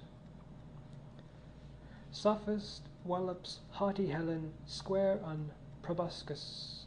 Spartans gnash molars. Ithacans vow pen is champ." "You remind me of Antisthenes," the professor said, "a disciple of Gorgias the sophist. It is said of him that none could tell if he were bitterer against others or against himself. He was the son of a noble and a bondwoman, and he wrote a book in which he took away the palm of beauty from Argive Helen and gave it to poor Penelope. Poor Penelope. Penelope rich." They made ready to cross O'Connell Street. "Hello there, Central." At various points along the 8 lines, tramcars with motionless trolleys stood in their tracks, bound for or from Rathmines, Rathfarnham, Blackrock, Kingstown and Dalkey, Sandymount Green, Ringsend and Sandymount Tower, Donnybrook, Palmerston Park and Upper Rathmines, all still, becalmed in short circuit. Hackney cars, cabs, delivery wagons, mail vans, private broughams, aerated mineral water floats with rattling crates of bottles, rattled, rolled, horse-drawn rapidly. What, and likewise, where? "But what do you call it?" Miles Crawford asked. "Where did they get the plums?"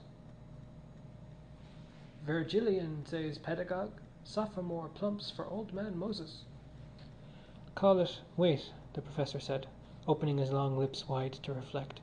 "Call it— let me see— call it Deus nobis haec otia fecit." "No," Stephen said. "I call it a Pisgah sight of Palestine, or the parable of the plums." "I see," the professor said. He laughed richly. "I see," he said again, with new pleasure. "Moses and the Promised Land. We gave him that idea," he added to J. O'Molloy. "Horatio is cynosure this fair June day." J. O'Molloy sent a weary, sidelong glance towards the statue and held his peace. "I see," the professor said. He halted on Sir John Gray's pavement island and peered aloft at Nelson through the meshes of his wry smile. "Diminished digits prove too titillating for frisky frumps. Anne Wimbles, Flo Wangles, yet can you blame them?" "One-handled adulterer," he said, smiling grimly. "That tickles me, I must say." "Tickled the old ones too," Miles Crawford said, "if the God Almighty's truth was known." End of section 10.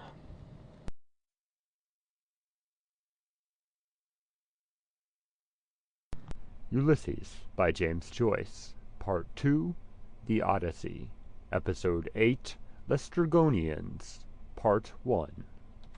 Pineapple Rock, lemon plat, butterscotch, a sugar-sticky girl shoveling scoopfuls of creams for a Christian brother, some school treat, bad for their tummies, lozenge and comfit manufacturer to His Majesty the King, God save our, sitting on his throne sucking red jujubes white, a sombre YMCA young man, watchful among the warm sweet fumes of Graham lemons, placed a throwaway in a hand of Mr. Bloom.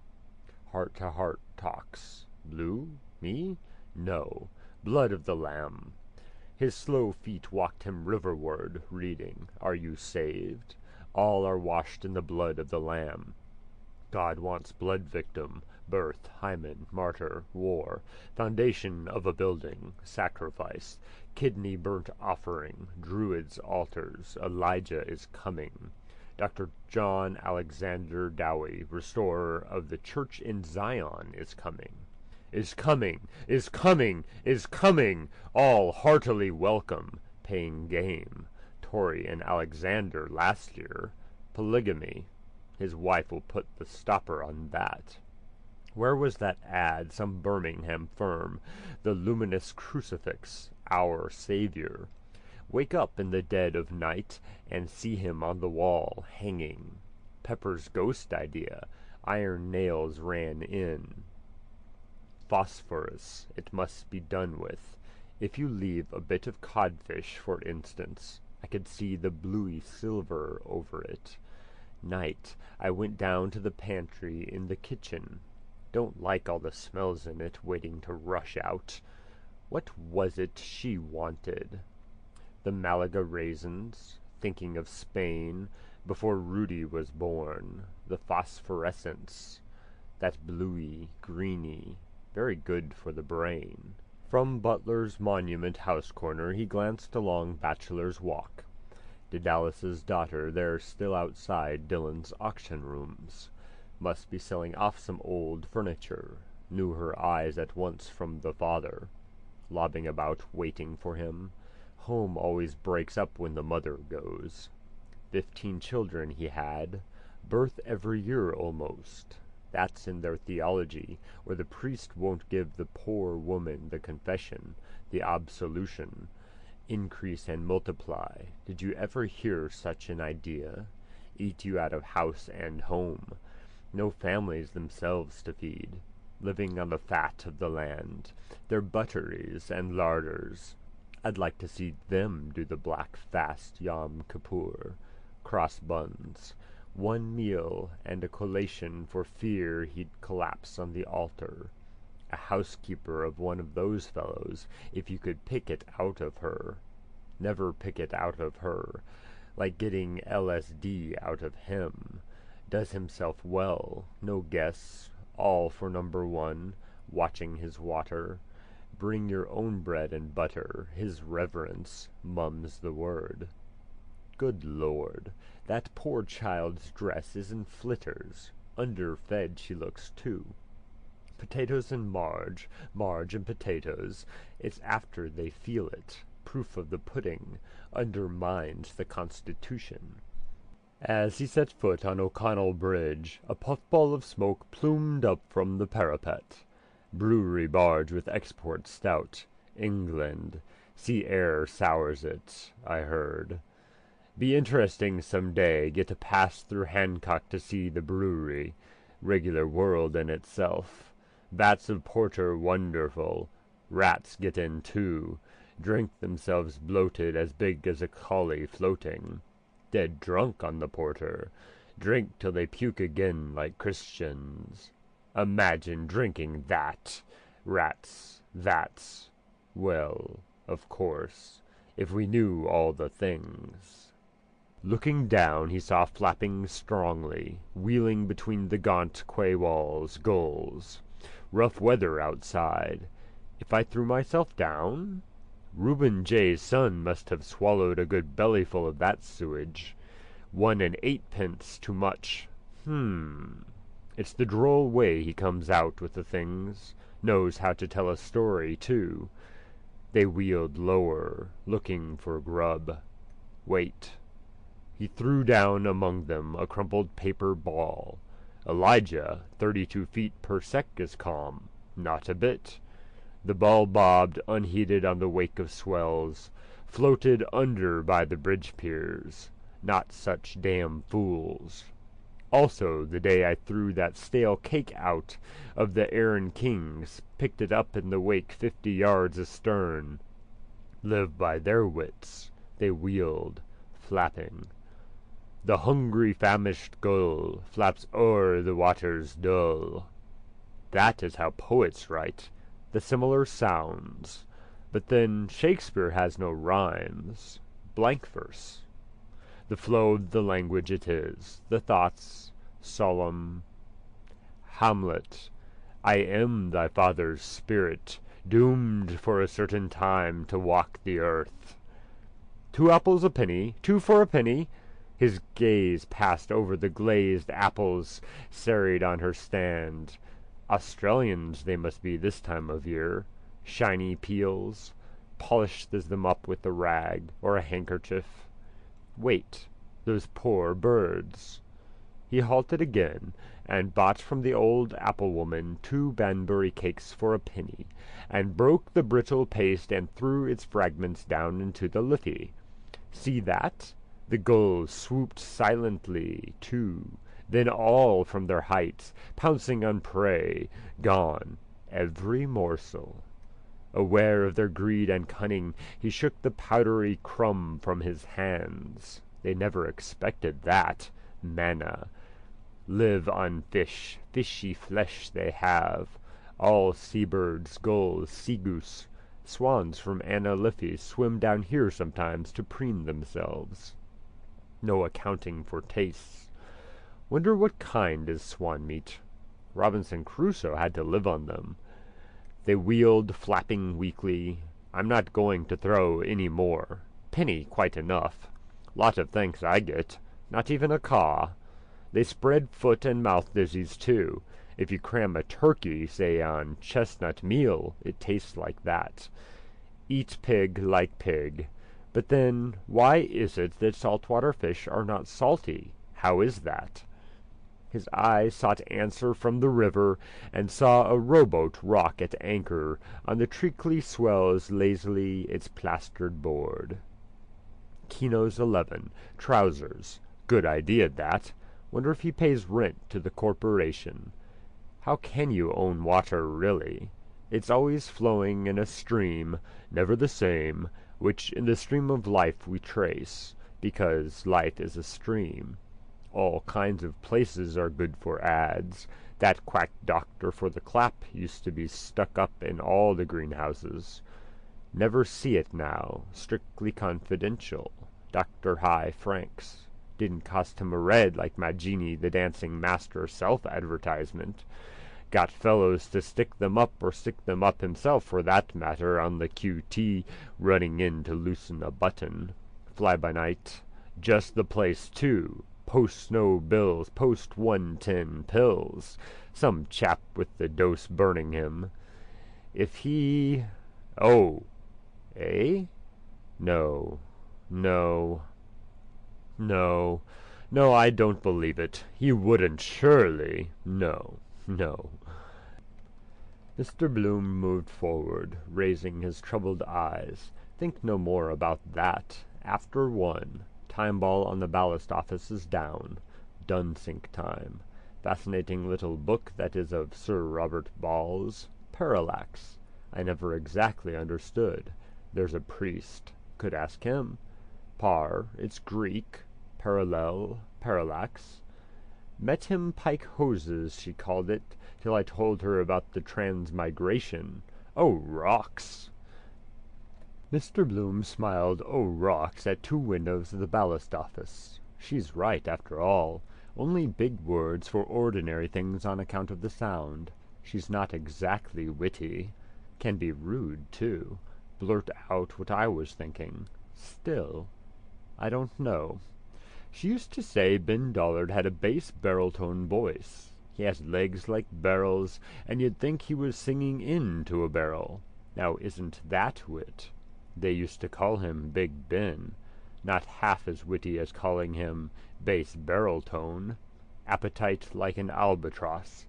Get outside of a baron of beef. Powerful man he was at stowing away number 1 bass. Barrel of bass? See? It all works out. A procession of white-smocked sandwichmen marched slowly towards him along the gutter, scarlet sashes across their boards. Bargains, like that priest they are this morning. We have sinned, we have suffered. He read the scarlet letters on their 5 tall white hats. H-E-L-Y-S. Wisdom Heelys. Y, lagging behind, drew a chunk of bread from under his foreboard, crammed it into his mouth, and munched as he walked. Our staple food, 3 bob a day. Walking along the gutters, street after street, just keep skin and bone together. Bread and skilly. They are not boil. No Gladesman. Doesn't bring in any business either. I suggested to him about a transparent show-cart with 2 smart girls sitting inside writing letters, copybooks, envelopes, blotting paper. I bet that would have caught on. Smart girls, writing something catch the eye at once. Everyone dying to know what she's writing. Get 20 of them round you if you stare at nothing. Have a finger in the pie. Women, too. Curiosity. Pillar of salt. Wouldn't have it, of course, because he didn't think of it himself first. Or the ink bottle I suggested with a false stain of black celluloid. His ideas for ads like plum trees potted under the obituaries. Cold meat department. You can't lick 'em. What? Our envelopes. Hello. Jones, where are you going? Can't stop, Robinson. I am hastening to purchase the only reliable ink eraser cancel, sold by Healy's Limited, 85 Dame Street. Well out of that ruck I am. Devil of a job it was collecting accounts of those convents. Tranquilla convent. That was a nice nun there. Really sweet face. Wimple suited her small head. Sister? Sister? I am sure she was crossed in love by her eyes. Very hard to bargain with that sort of a woman. I disturbed her at her devotions that morning, but glad to communicate with the outside world. Our great day, she said. Feast of Our Lady of Mount Carmel. Sweet name, too, Caramel. She knew I think she knew by the way if she had married she would have changed. I suppose they really were short of money, fried everything in the best butter all the same, no lard for them. My heart's broke eating dripping. They like buttering themselves in and out, Molly tasting it, her veil up. Sister? Pat Claffey, the pawnbroker's daughter. It was a nun, they say, invented barbed wire. He crossed Westmoreland Street when apostrophe S had plodded by. Rover Cycle Shop. Those races are on today. How long ago is that? Year Phil Gilligan died. We were in Lombard Street West. Wait, was in Tom's. Got the job in Wisdom Healy's year we married. 6 years. 10 years ago. 94 he died, yes, that's right. The big fire at Arnott's. Val Dillon was Lord Mayor. The Glen Cree dinner. Alderman Robert O'Reilly emptying the port into his soup before the flag fell. Bob lapping it for the inner alderman. Couldn't hear what the band played. For what we have already received may the Lord make us. Milly was a kiddie then. Molly had that elephant grey dress with the braided frogs, man-tailored with self-covered buttons. She didn't like it because I sprained my ankle first day. She wore choir picnic at the Sugarloaf. As if that. Old Goodwin's tall hat done up with some sticky stuff. Fly's picnic, too. Never put a dress on her back like it. Fitted her like a glove. Shoulders and hips. Just beginning to plump it out well. Rabbit pie we had that day. People looking after her. Happier then. Snug little room that was, with the red wallpaper. Dockrell's. 1 and 9pence a dozen. Milly's tubbing night. American soap I bought. Elderflower. Cozy smell of her bathwater. Funny she looked soaked all over. Shapely, too. Now photography. Poor Papa's daguerreotype atelier he told me of. Hereditary taste. He walked along the curbstone. Stream of life. What was the name of that priestly-looking chap was always squinting in when he passed? Weak eyes. Woman. Stopped in Citron St. Kevin's Parade. Penn something. Pendennis? My memory is getting... Penn? Of course, it's years ago. Noise of the trams, probably. Well, if he couldn't remember the Dayfather's name that he sees every day... Bartol d'Arcy was the tenor, just coming out then, seeing her home after practice. conceited fellow with his waxed-up mustache, gave her that song, Winds That Blow from the South. Windy night, that was I went to fetch her there, was that lodge meeting on about those lottery tickets after Goodwin's concert in the supper-room or oak-room of the mansion house. He and I behind. Sheet of her music blew out of my hand against the high school railings. Lucky it didn't. Thing like that spoils the effect of a night for her. Professor Goodwin linking her in front. Shaky on his pins, poor old sot. His farewell concerts. Positively last appearance on any stage. Maybe for months, and maybe for never. Remember her laughing at the wind. Her blizzard collar up. Corner of Harcourt Road, remember that gust. Brfoo! Blew up all her skirts, and her boa nearly smothered old Goodwin. She did get flushed in the wind. Remember when we got home, raking up the fire, and frying up those pieces of lap of mutton for her supper, with the chutney sauce she liked, and the mulled rum? Could see her in the bedroom from the hearth unclamping the busk of her stays, white. Swish and soft flop her stays made on the bed, always warm from her, always like to let herself out, sitting there after till near 2, taking out her hairpins. Milly tucked up in Betty house, happy, happy. That was the night. "Oh, Mr. Bloom, how do you do?" "Oh, how do you do, Mrs. Breen?" "No use complaining. How is Molly those times? Haven't seen her for ages." "In the pink," Mr. Bloom said gaily. "Milly has a position down in Mullingar, you know." "Go away. Isn't that grand for her?" "Yes, in a photographer's there, getting on like a house on fire. How are all your charges?" "All on the baker's list," Mrs. Breen said. "How many has she? No other in sight? You're in black, I see. You have no—" "No," Mr. Bloom said. "I have just come from a funeral. Going to crop up all day, I foresee. Who's dead? When and what did he die of? Turn up like a bad penny." "Oh, dear me," Mrs. Breen said. "I hope it wasn't any near relation." "May as well get her sympathy." "Dingham," Mr. Bloom said. "An old friend of mine. He died quite suddenly, poor fellow. Heart trouble, I believe.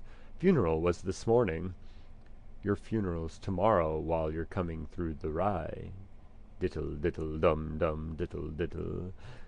"Sad to lose the old friends," Mrs. Breen's woman eyes said melancholily. "Now that's quite enough about that. Just," quietly, "husband." "And your lord and master?" Mrs. Breen turned up her 2 large eyes. "Hasn't lost them anyhow." "Oh, don't be talking," she said. "He's a caution to rattlesnakes. He's in there now with his law books finding out the law of libel. He has me heart scalded. Wait till I show you." Hot mock turtle vapour and steam of new-baked jam-puffs roly-poly poured out from Harrison's. The heavy noon-reek tickled the top of Mr. Bloom's gullet. "Want to make good pastry? Butter, best flour, Demerara sugar, or they'd taste it with the hot tea.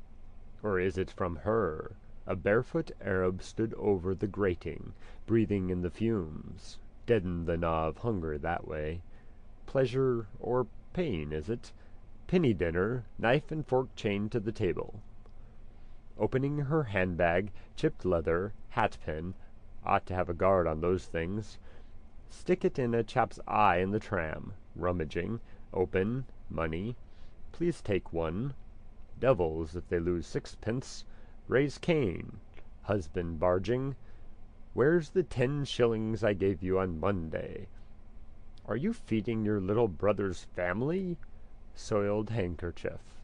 Medicine bottle. Pastille. That was fell. What is she? "There must be a new moon out," she said. "He's always bad then. Do you know what he did last night?" Her hand ceased to rummage. Her eyes fixed themselves on him, wide in alarm, yet smiling. "What?" Mr. Bloom asked. "Let her speak. Look straight in her eyes. I believe you. Trust me." "Woke me up in the night," she said. "Dream he had. A nightmare." "Indiges. Said the ace of spades was walking up the stairs." "The ace of spades!" Mr. Bloom said. She took a folded postcard from her handbag. "Read that," she said. "He got it this morning." "What is it?" Mr. Bloom asked, taking the card. U.P.? U.P.? Up, she said. "Someone taking a rise out of him. It's a great shame for them, whoever he is." "Indeed it is," Mr. Bloom said. She took back the card, sighing. "And now he's going round to Mr. Minton's office. He's going to take an action for £10,000, he says." She folded the card into her untidy bag and snapped the catch. Same blue serge dress she had 2 years ago, the nap bleaching. Seen its best days. Wispish hair over her ears, and that dowdy toque. 3 old grapes to take the harm out of it. Shabby genteel. She used to be a tasty dresser. Lines round her mouth. Only a year or so older than Molly. See the eye that woman gave her, passing, cruel, the unfair sex. He looked still at her, holding back behind his look his discontent. Pungent mock turtle, oxtail, mulligatawny, I'm hungry too, flakes of pastry on the gusset of her dress, daub of sugary flour stuck to her cheek, rhubarb tart with liberal fillings, rich fruit interior. Josie Powell, that was, in Luke Doyle's Long Ago, Dolphin's Barn, the charades, U.P. Up. Change the subject. "Do you ever see anything of Mrs. Beaufoy?" Mr. Bloom asked. "Mina Purefoy," she said. "Philip Beaufoy, I was thinking. Playgoers Club. Matcham often thinks of the master stroke. Did I pull the chain?" "Yes." "The last act?" "Yes. I just called to ask on the way in. Is she over it?" "She's in the lying-in hospital in Hollis Street. Dr. Horn got her in. She's 3 days bad now." "Oh," Mr. Bloom said. "I'm sorry to hear that." "Yes," Mrs. Breen said. "And a house full of kids at home. It's a very stiff berth, the nurse told me." "Oh," Mr. Bloom said. His heavy, pitying gaze absorbed her news. His tongue clacked in compassion. "Tch, tch. I'm sorry to hear that," he said. "Poor thing! 3 days! That's terrible for her." Mrs. Breen nodded. "She was taken bad on the Tuesday." Mr. Bloom touched her funny bone gently, warning her, "Mind, let this man pass." A bony form strode along the curbside from the river, staring with a rapt gaze into the sunlight through a heavy-stringed glass. Tight as a skull-piece, a tiny hat gripped his head. From his arm a folded dust-coat, a stick, and an umbrella dangled to his stride. "Watch him," Mr. Bloom said. "He always walks outside the lamp-posts. Watch." "Who is he, if it's a fair question?" Mrs. Breen asked. "Is he dotty?" "His name is Cashel Boyle O'Connor Fitzmaurice Tisdall Farrell," Mr. Bloom said, smiling. "Watch." "He has enough of them," she said. "Dennis will be like that one of these days." She broke off suddenly. "There he is," she said. "I must go after him. Goodbye. Remember me to Molly, won't you?" "I will," Mr. Bloom said. He watched her dodge through passers towards the shop fronts. Dennis Breen in skimpy frock coat and blue canvas shoes shuffled out of Harrison's, hugging 2 heavy tomes to his ribs. Blown in from the bay, like old times, He suffered her to overtake him without surprise, and thrust his dull grey beard towards her, his loose jaw wagging as he spoke earnestly. "M'sugar, off his chump." Mr. Bloom walked on again easily, seeing ahead of him in sunlight the tight skull-piece, the dangling stick-umbrella and dust-coat. Going the 2 days. Watch him. Out he goes again. One way of getting on in the world, and that other old mosey lunatic in those duds. Hard time she must have with him. U.P. Up. I'll take my oath. That's Alf Bergen or Richie Goulding. Wrote it for Lark in the Scotch House, I bet anything. Round to Minton's office, his oyster eyes staring at the postcard. Be a feast for the gods. He passed the Irish Times. There might be other answers lying there, like to answer them all. Good system for criminals. Code. At their lunch now. Clerk with the glasses there doesn't know me. Oh, leave them there to simmer. Enough bother wading through 44 of them. Wanted. Smart lady typist to aid gentlemen in literary work. I called you naughty darling because I do not like that other world. Please tell me what is the meaning. Please tell me what perfume does your wife. Tell me who made the world. The way they spring those questions on you, and the other one, Lizzie Twigg. My literary efforts have had the good fortune to meet with the approval of the eminent poet A.E. Mr. Geo. Russell. No time to do her hair drinking sloppy tea with a book of poetry. Best paper by long chalks for a small ad. Got the provinces now. Cook and General EXE Cuisine housemaid kept. Wanted live man for spirit counter. RESP girl RC wishes to hear of post in fruit or pork shop. James Carlyle made that. 6.5% dividend. Made a big deal on Coates's shares. Canny cunning old Scotch hunks. All the toady news.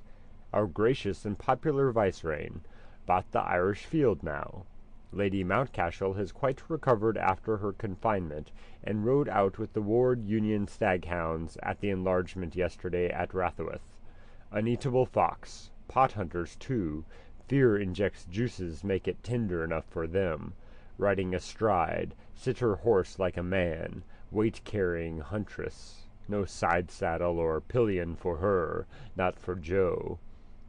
First to the meet and in at the death. Strong as a brood mare, some of these horsey women. Swagger around livery stables. Toss off a glass of brandy neat while you'd say knife. That one at the Grosvenor this morning. Up with her on the car, whish swish. Stonewall or 5-barred gate put her mount to it. Think that pug-nosed driver did it out of spite. Who is this she was like?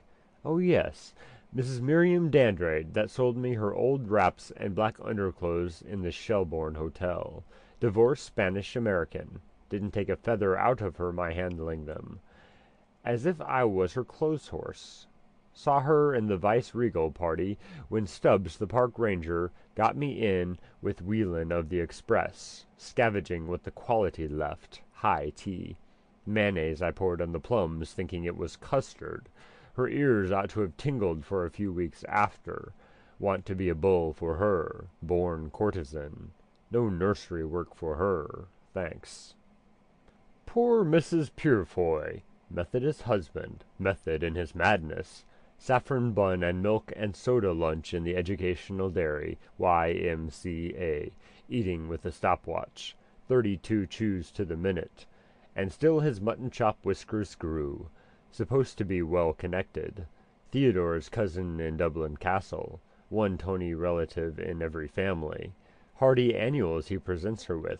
Saw him out at the 3 jolly toppers marching along bareheaded, and his eldest boy carrying one in a market net.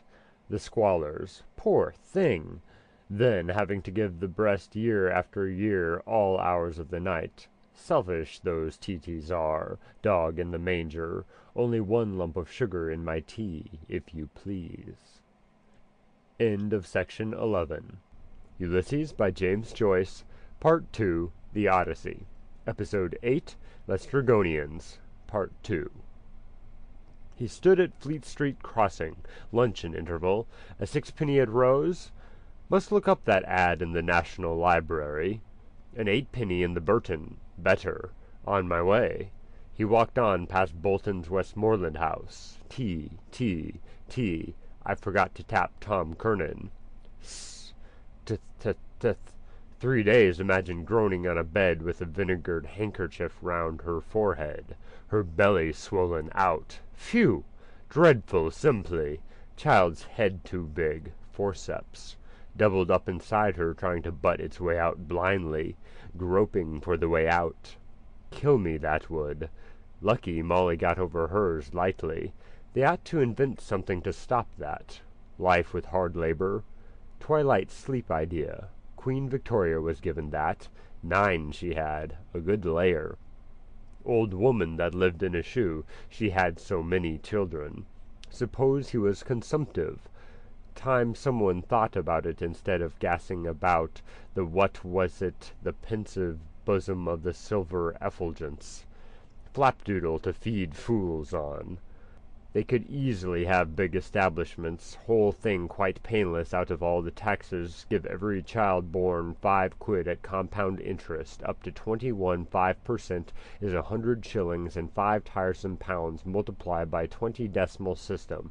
Encourage people to put by money, save 110 and a bit 21 years, want to work it out on paper, come to a tidy sum more than you think. Not stillborn, of course. They are not even registered. Trouble for nothing. Funny sight, 2 of them together, their bellies out, Molly and Mrs. Moisel. Mothers meeting. Pithesis retires for the time being, then returns. How flat they look all of a sudden after.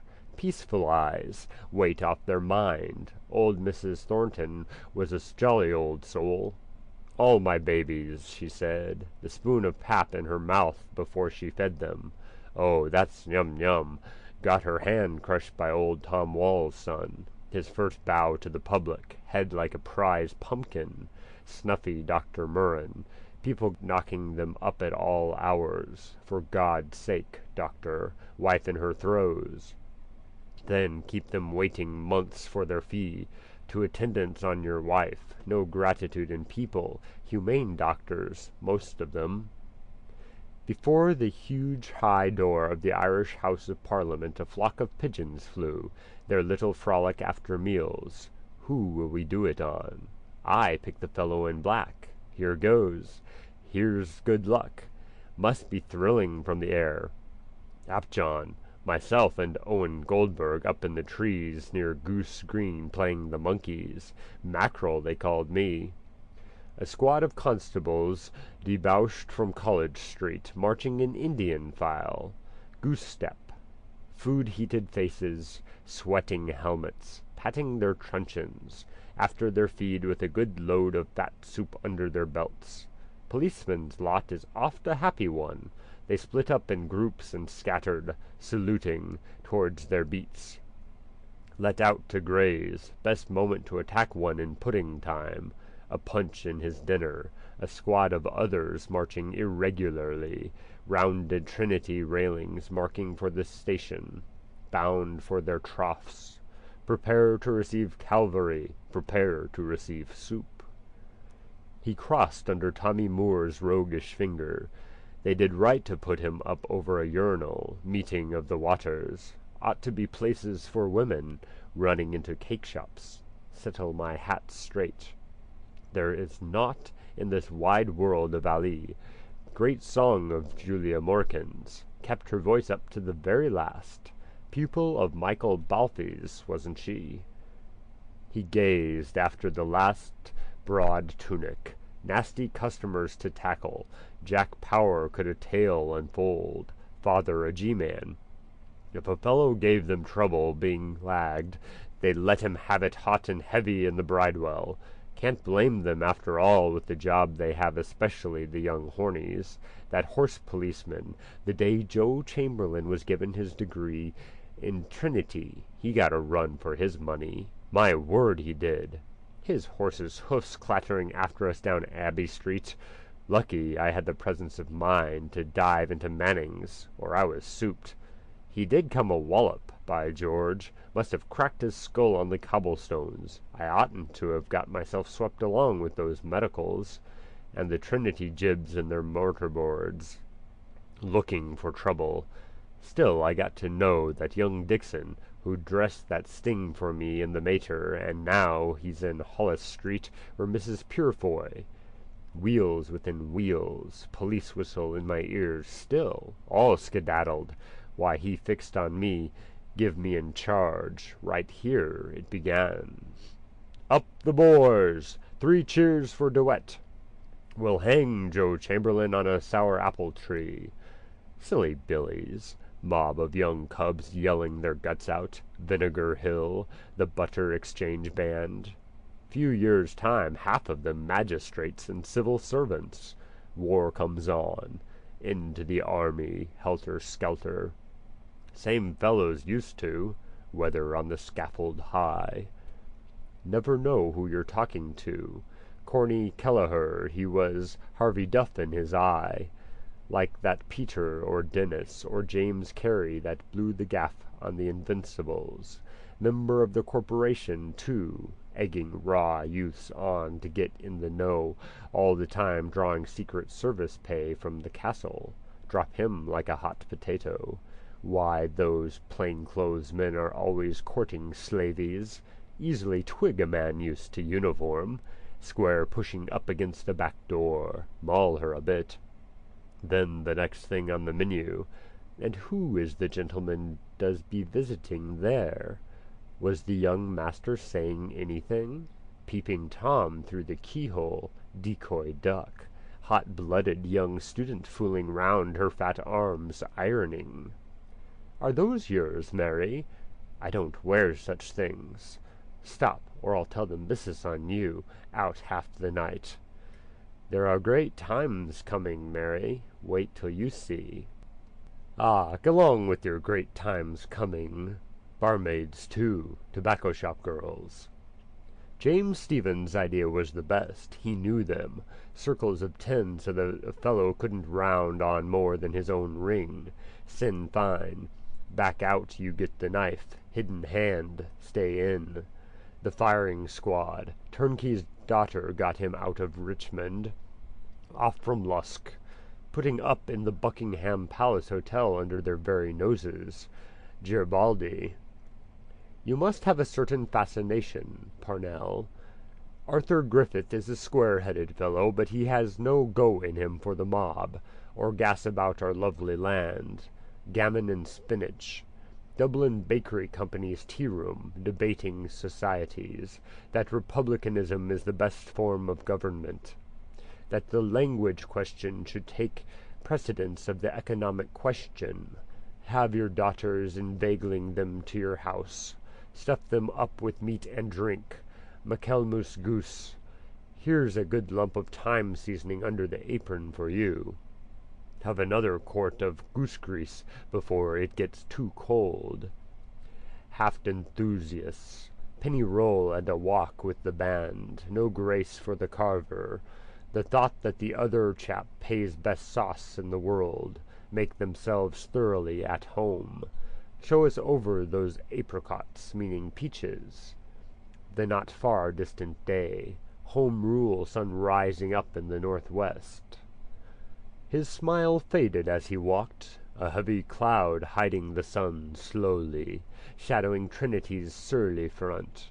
Trams passed one another, ingoing, outgoing, clanging. Useless words. Things go on same, day after day. Squads of police marching out, back, trams in, out. Those 2 loonies mooching about. Dingnam carted off.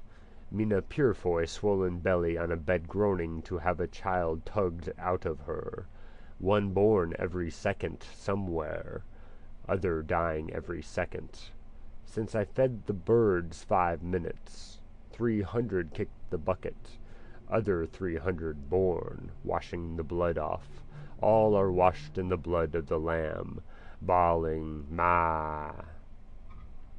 Cityful passing away, other cityful coming, passing away too, other coming on, passing on, houses, lines of houses, streets, miles of pavements, piled up bricks, stones, changing hands, this owner, that.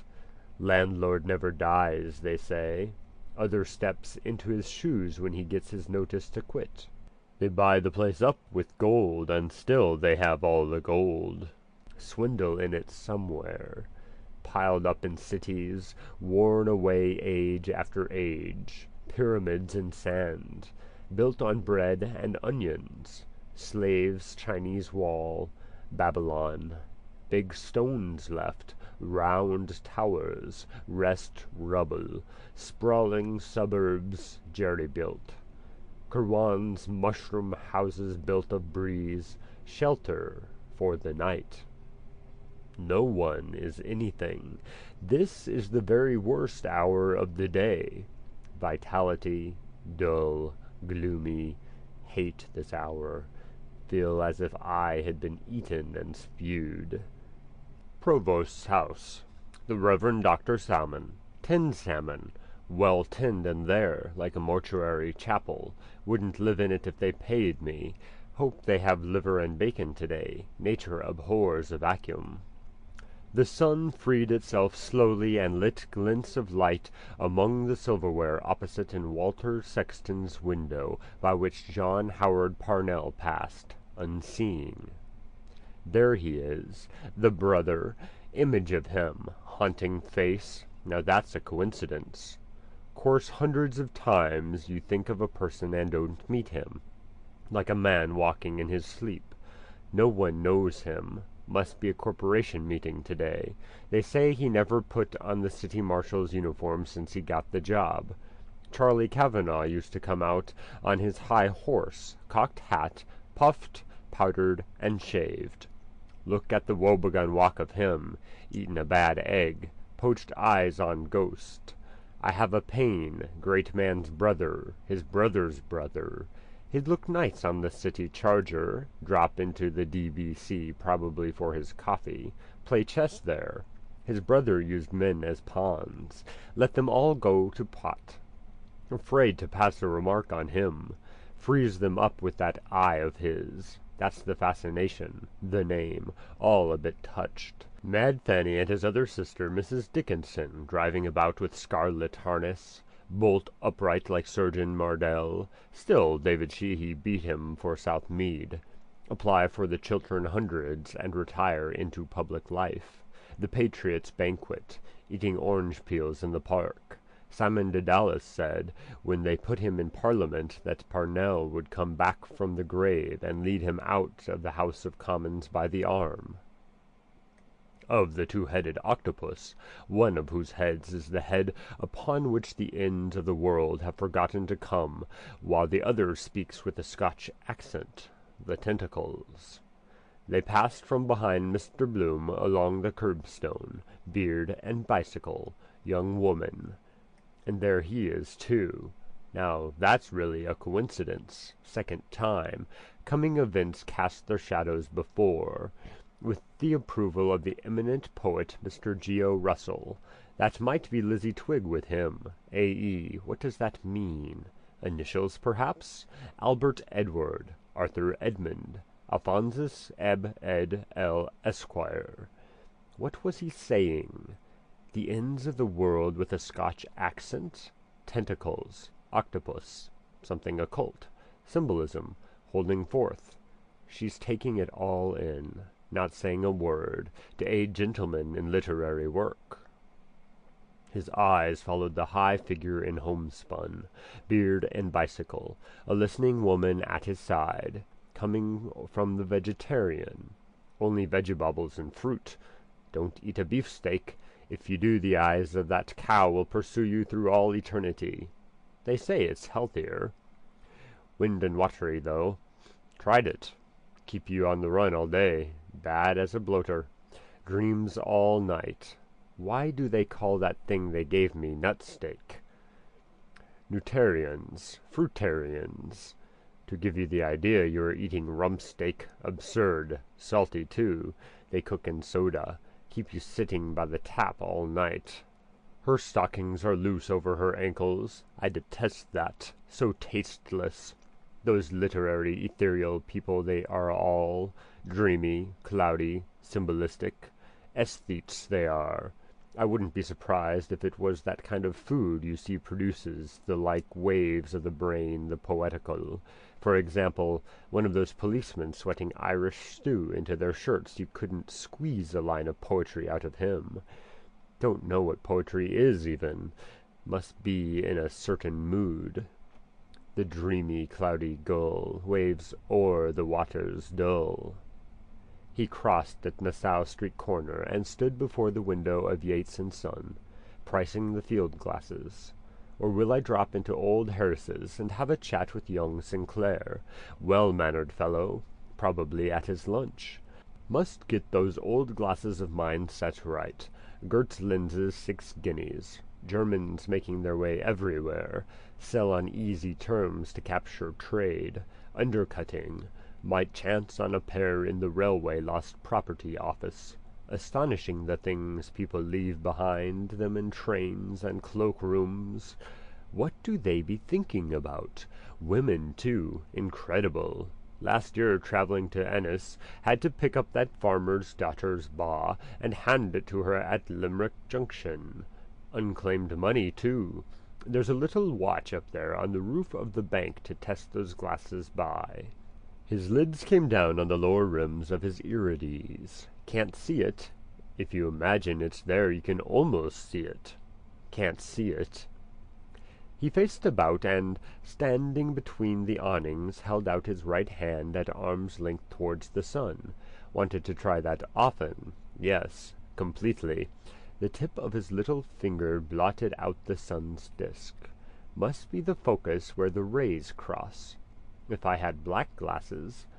Interesting. There was a lot of talk about those sunspots when we were in Lombard Street West. Looking up from the back garden. Terrific explosions they are. There will be a total eclipse this year. Autumn sometime. Now that I come to think of it, that ball falls at Greenwich time. It's the clock is worked by an electric wire from Dunsink. Must go out there some first Saturday of the month.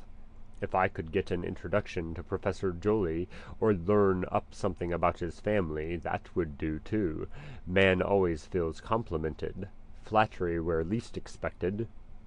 Nobleman proud to be descended from some king's mistress. His foremother lay it on with a trowel. Cap in hand goes through the land. Not go in, and blurt out what you know you're not to. What's parallax? Shows this gentleman the door. Ah. His hand fell to his side again. Never know anything about it. Waste of time. Gas balls spinning about, crossing each other, passing.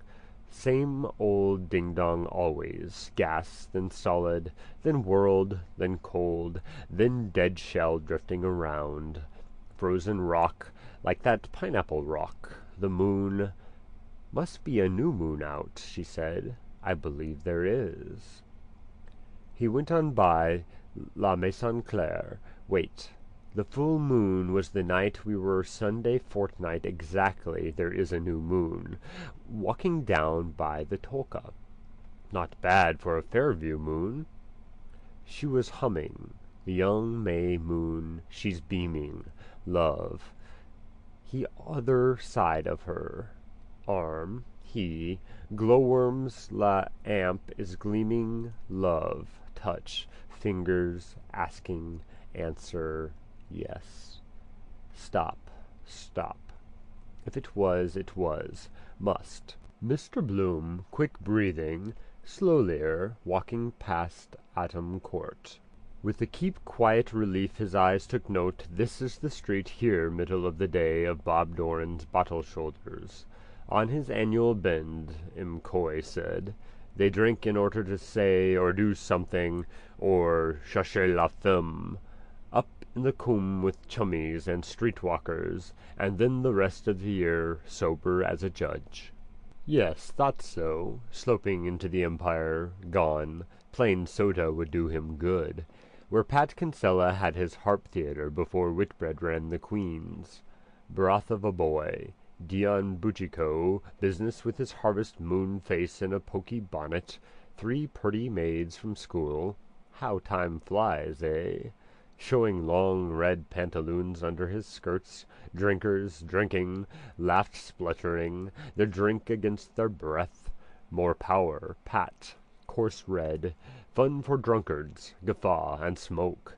Take off that white hat, his parboiled eyes. Where is he now? Beggar somewhere, the harp that once did starve us all.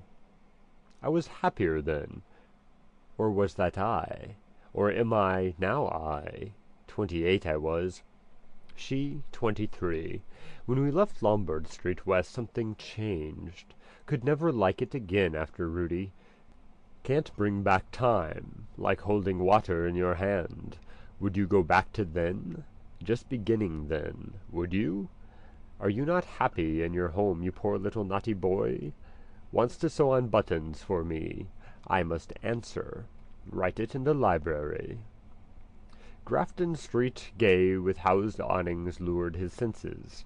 Muslin prints, silk dames, and dowagers, jingle of harnesses, hoof-thuds, low ringing in the baking causeway. Thick feet that woman has in the white stockings. Hope the rain mucks them up on her. Country bread, chaw-bacon. All the beef to the heels we're in. Always gives a woman clumsy feet. Molly looks out of plumb. He passed, dallying, the windows of Brown Thomas, silk mercers, cascades of ribbons, flimsy china silks. A tilted urn poured from its mouth a flood of blood-hued poplin, lustrous blood. The Huguenots brought that here. La Casa e Santa, Tara Tara. Great chorus that. Tari Tara. Must be washed in rainwater. Meyer beer. Tara. Bum bum bum. Pincushions. I'm a long time threatening to buy one, sticking them all over the place. Needles in window curtains. He bared slightly his left forearm. Scrape nearly gone. Not today, anyhow. Must go back for that lotion. For her birthday, perhaps. June, July, August, September, 8th. Nearly 3 months off. Then she mightn't like it. Women won't pick up pins.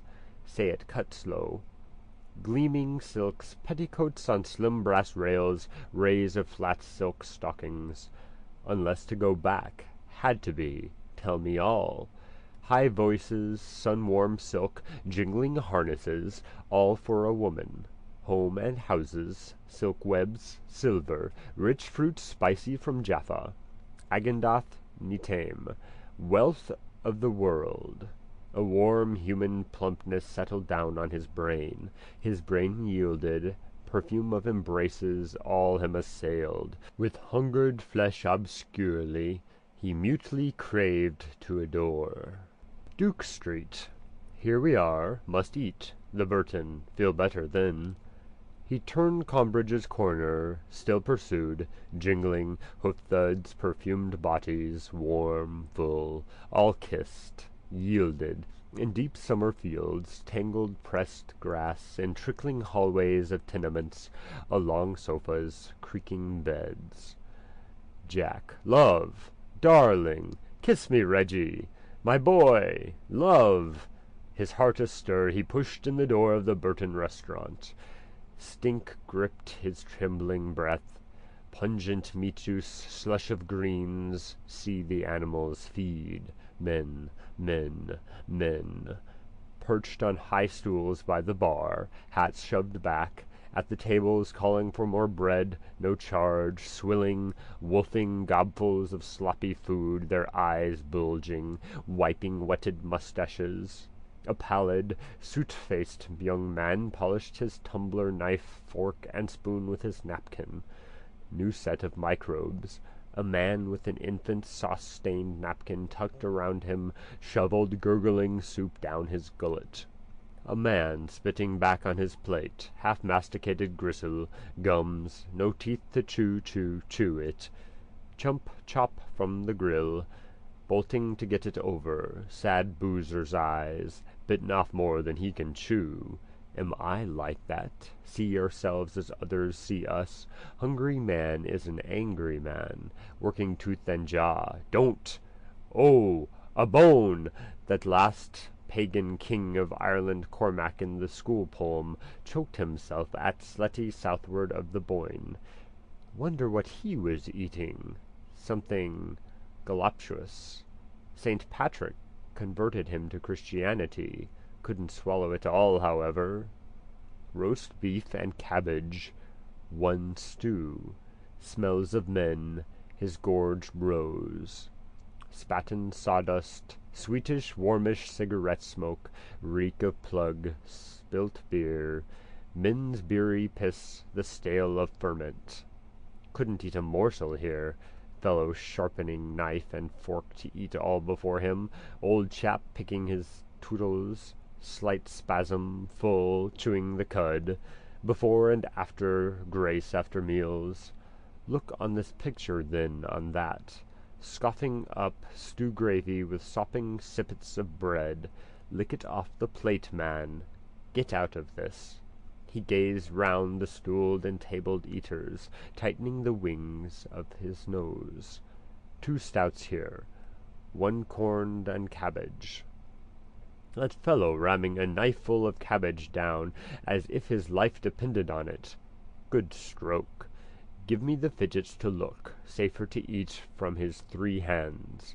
Tear it limb from limb, second nature to him, born with a silver knife in his mouth. That's witty, I think, or no. Silver means born rich, born with a knife, but then the illusion is lost. An ill-girt server gathered sticky, clattering plates. Rock, the head bailiff, standing at the bar, blew the foamy crown from his tankard. Well up. It splashed yellow near his boot. A diner, knife and fork upright, elbows on table, ready for a second helping, stared towards the food lift across his stained square of newspaper. Other chap telling him something with his mouth full. Sympathetic listener. Table talk. I munched unto Unchester bunk munch day. Ha? Did you, faith? Mr. Bloom raised 2 fingers doubtfully to his lips. His eyes said, Not here. Don't see him. Out. I hate dirty eaters. He backed towards the door. Get a light snack in Davy Burns. Stopgag. Keep me going. Had a good breakfast. Roast and mashed here. Pint of stout. Every fellow for his own. Tooth and nail. Gulp. Grub. Gulp. Gobstuff. He came out into clearer air and turned back towards Grafton Street. Eat or be eaten. Kill! Kill! Suppose that communal kitchen, years to come, perhaps, all trotting down with porringers and tommycans to be filled. Devour contents in the street. John Howard Parnell example, the provost of Trinity, every mother's son. Don't talk of your provost and provost of Trinity women and children, cabmen, priests, parsons, field marshals, archbishops. From Aylesbury Road, Clyde Road, artisan dwellings, North Dublin Union, Lord Mayor in his gingerbread coach, old Queen in a bath chair, my plates empty. After you with our incorporated drinking cup. Like Sir Philip Crampton's fountain, rub off the microbes with your handkerchief. Next chap rubs on a new batch with his. Father O'Flynn would make hares of them all. Have rows all the same, all for number 1. Children fighting for the scrappings of the pot. Want a soup pot as big as the Phoenix Park. Harpooning flitches and hindquarters out of it. Hate people all round you. City Arms Hotel, table d'hote she called it. Soup, joint and sweet. Never know whose thoughts you're chewing. Then who'd wash up all the plates and forks? Might be all feeding on tabloids that time, teeth getting worse and worse. After all, there's a lot in that vegetarian fine flavor of things from the earth. Garlic, of course, it stinks after Italian organ grinders, crisp of onions, mushrooms, truffles, pain to the animal too. Pluck and draw fowl, wretched brutes there at the cattle market waiting for the pole-axe to split their skulls open. Moo. Poor trembling calves. Meh. Staggering bob, bubble and squeak, butcher's buckets, wobbly lights. Give us that brisket off the hook. Plop, raw head and bloody bones. Flayed, glass-eyed sheep hung from their haunches. Sheep snouts, bloody papered, snivelling, nose jam on sawdust. Top and lashers going out. Don't maul them pieces, young one. Hot, fresh blood they prescribe for decline. Blood always needed. Insidious. Lick it up, smoking hot, thick sugary, famished ghosts. Ah, I'm hungry. He entered Davy Burns' moral pub. He doesn't chat. Stands a drink now and then, but in leap year once in 4. Cashed a check for me once. What will I take now? He drew his watch. Let me see now. Shandygaff? Hello, Bloom, Nosy Flynn said from his nook. Hello, Flynn. How's things? Tip-top. Let me see. I'll take a glass of Burgundy, and let me see. Sardines on the shelves. Almost taste them by looking. Sandwich? Ham and his descendants. Mustard and bread there. Potted meats. What is home without Plumtree's potted meat? Incomplete. What a stupid ad. Under the obituary notices they stuck it. All up a plum tree. Dingnam's potted meat. Cannibals would with lemon and rice. White missionary, too salty, like pickled pork. Expect the chief consumes the parts of honor. Ought to be tough from exercise. His wives in a row to watch the effect. There was a right royal old man who ate or something, the somethings of the Reverend Mr. MacTrigger. With it an abode of bliss, Lord knows what concoction. Calls, mouldy tripes, windpipes, faked and minced up. Puzzle find the meat. Kosher. No meat and milk together. Hygiene. That was what they call now. Yom Kippur, fast spring cleaning of inside. Peace and war depend on some fellow's digestion. Religions, Christmas turkeys and geese. Slaughter of innocents. Eat, drink, and be merry. Then casual wards full after. Heads bandaged. Cheese digests all but itself. Mitty cheese. Have you a cheese sandwich? Yes, sir. Like a few olives, too, if they had them. Italian, I prefer. Good glass of Burgundy, take away that. Lubricate. A nice salad, cool as a cucumber. Tom Kernan can dress. Puts gusto into it. Pure olive oil. Millie served me that cutlet with a sprig of parsley. Take 1 Spanish onion. God made food, the devil the cooks. Deviled crab? Wife well? Quite well, thanks. A cheese sandwich, then. Gargonzola, have you? Yes, sir. Nosy Flynn sipped his grog. Doing any singing those times? Look at his mouth. Could whistle in his own ear. Flap ears to match. Music? Knows as much about it as my coachman. Still, better tell him. Does no harm. Free ad. She's engaged for a big tour end of this month. You may have heard, perhaps? No. Oh, that's the style? Who's getting it up? The curate served. How much is that? 7d, sir. Thank you, sir. Mr. Bloom cut his sandwich into slender strips. Mr. MacTrigger, easier than the dreamy, creamy stuff, his 500 wives, had the time of their lives. Mustard, sir? Thank you.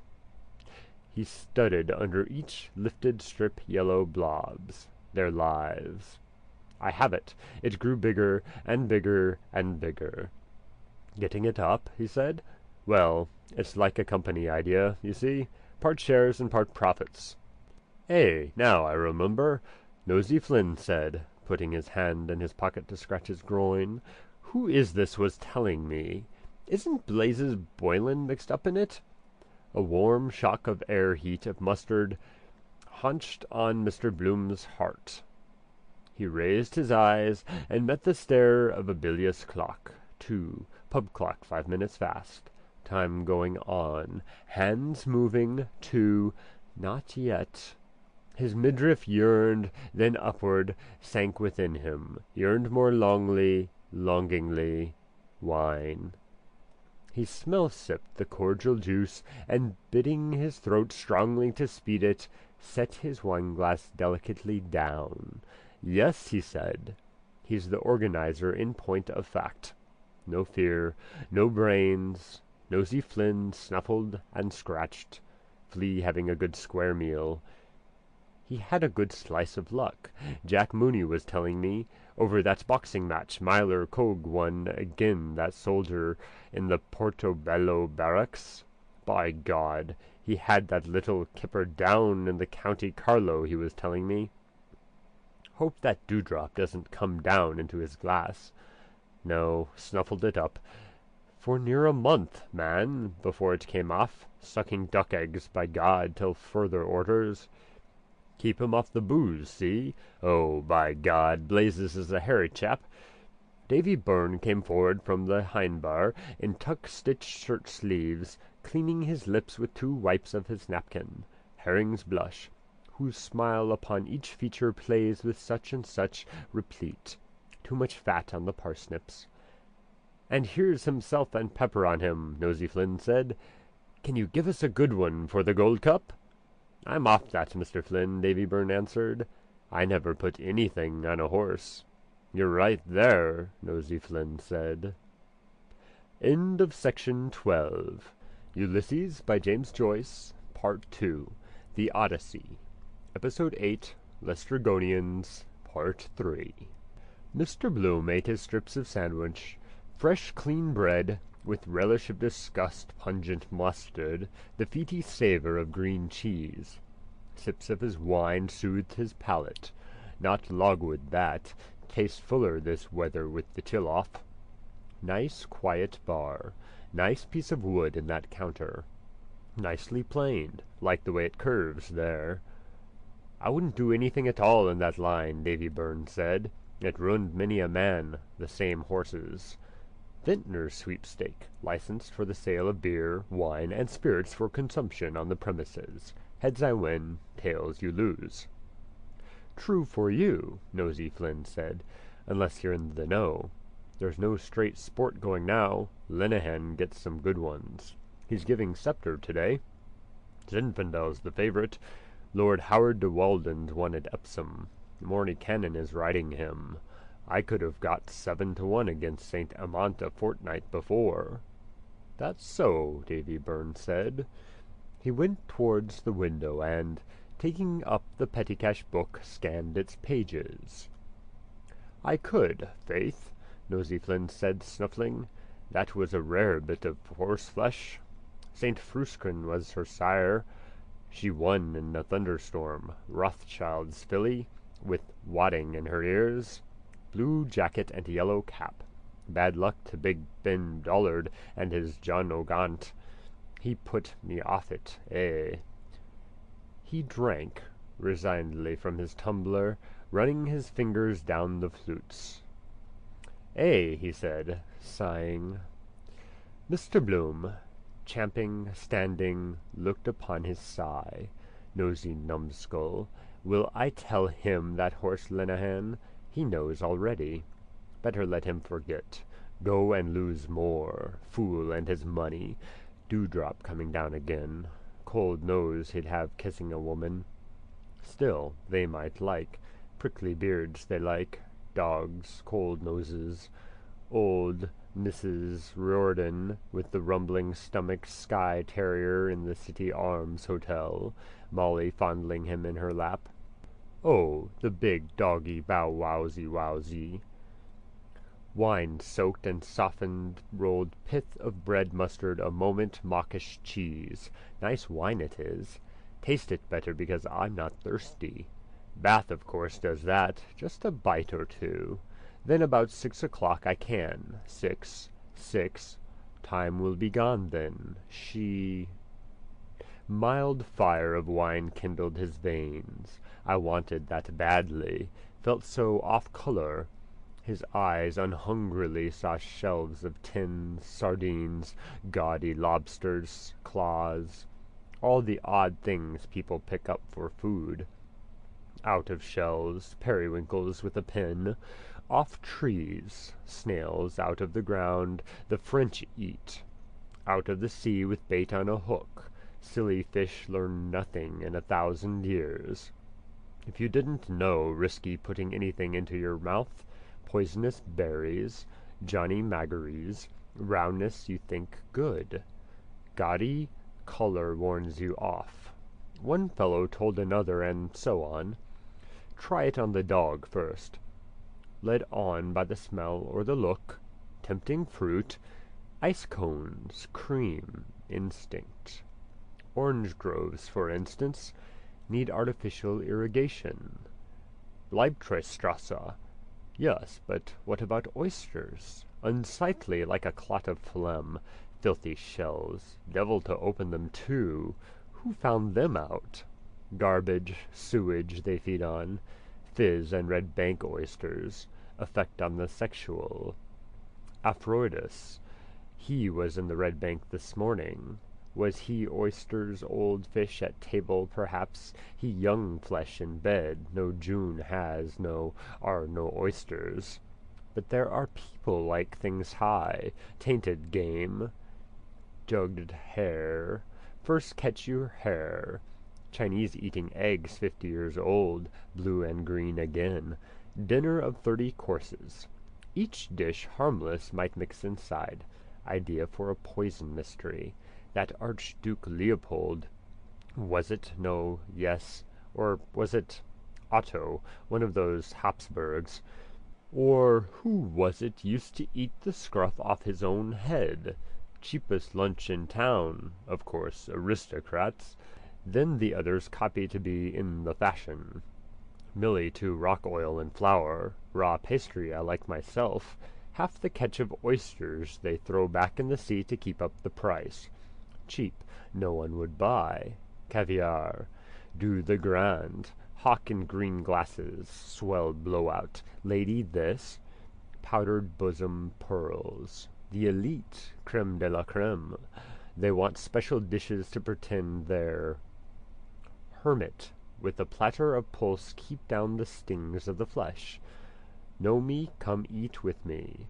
Royal sturgeon high sheriff. Coffee, the butcher, right to venisons of the forest from his ex. Send him back the half of a cow. Spread I saw down in the master of the rolls kitchen area. White-hatted chef like a rabbi. Combustible duck. Curly cabbage a la Duchesse de Parma. Just as well to write it on the bill of fare, so you can know what you've eaten. Too many drugs spoil the broth. I know it myself. Dosing it with Edward's desiccated soup. Geese stuffed silly for them. Lobsters boiled alive. Do take some ptarmigan. Wouldn't mind being a waiter in a swell hotel. Tips, evening dress, half-naked ladies. May I tempt you to a little more filet lemon sole, Miss Dubedat? Yes, Dubedat. And she did, bedad. Huguenot name, I expect that. A Miss Dubedat lived in Killiney, I remember. Du de la French. Still, it's the same fish perhaps old Mickey Hanlon of Moore Street ripped the guts out of, making money, hand over fist, finger in fish's gills, can't write his name on a check, think he was painting the landscape with his mouth twisted. Muakil. Ah, acha ha, ignorant as a quiche of Bruges, worth 50,000 pounds.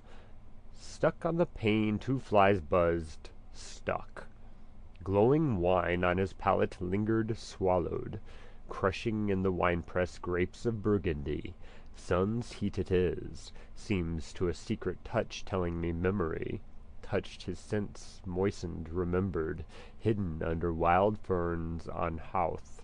Below us bay sleeping, sky, no sound, the sky. The bay purple by the lion's head, green by Drumlock, yellow-green towards Sutton. Fields of undersea, the lines faint brown in grass, buried cities. Pillowed on my coat she had her hair, earwigs in the heather scrub, my hand under her nape. You'll toss me all, oh, wonder! Cool, soft with ointments her hand touched me, caressed. Her eyes upon me did not turn away. Ravished over her I lay, full lips, full open, kissed her mouth. Yum! Softly she gave me in my mouth the seed cake warm and chewed. Mawkish pulp her mouth had mumbled sweet sour of her spittle. Joy, I ate it, joy, young life, her lips that gave me pouting. Soft, warm, sticky gum-jelly lips, flowers her eyes were. Take me, willing eyes, pebbles fell, she lay still, a goat, no one. High on Ben Howth rhododendrons, a nanny goat walking sure-footed, dropping currants. Screened under ferns she laughed warm-folded. Wildly I lay on her, kissed her eyes, her lips, her stretched neck beating, woman's breasts full in her blouse of nun's veiling, fat nipples upright. Hot I tongued her, she kissed me, I was kissed. All yielding she tossed my hair, kissed, she kissed me, and me now.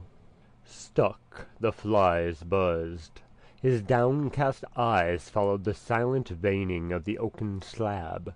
Beauty, it curves, curves are beauty. Shapely goddesses, Venus, Juno, curves the world admires. Can see them, library, museum, standing in the round hall. Naked goddesses, aids to digestion. They don't care what man looks, all to see, never speaking. I mean to say to fellows like Flynn, suppose she did Pygmalion and Galatea, what would she say first? Mortal, put you in your proper place, quaffing nectar at mess with the gods' golden dishes, all ambrosial, not like a tanner lunch we have, boiled mutton, carrots and turnips, bottle of Alsop.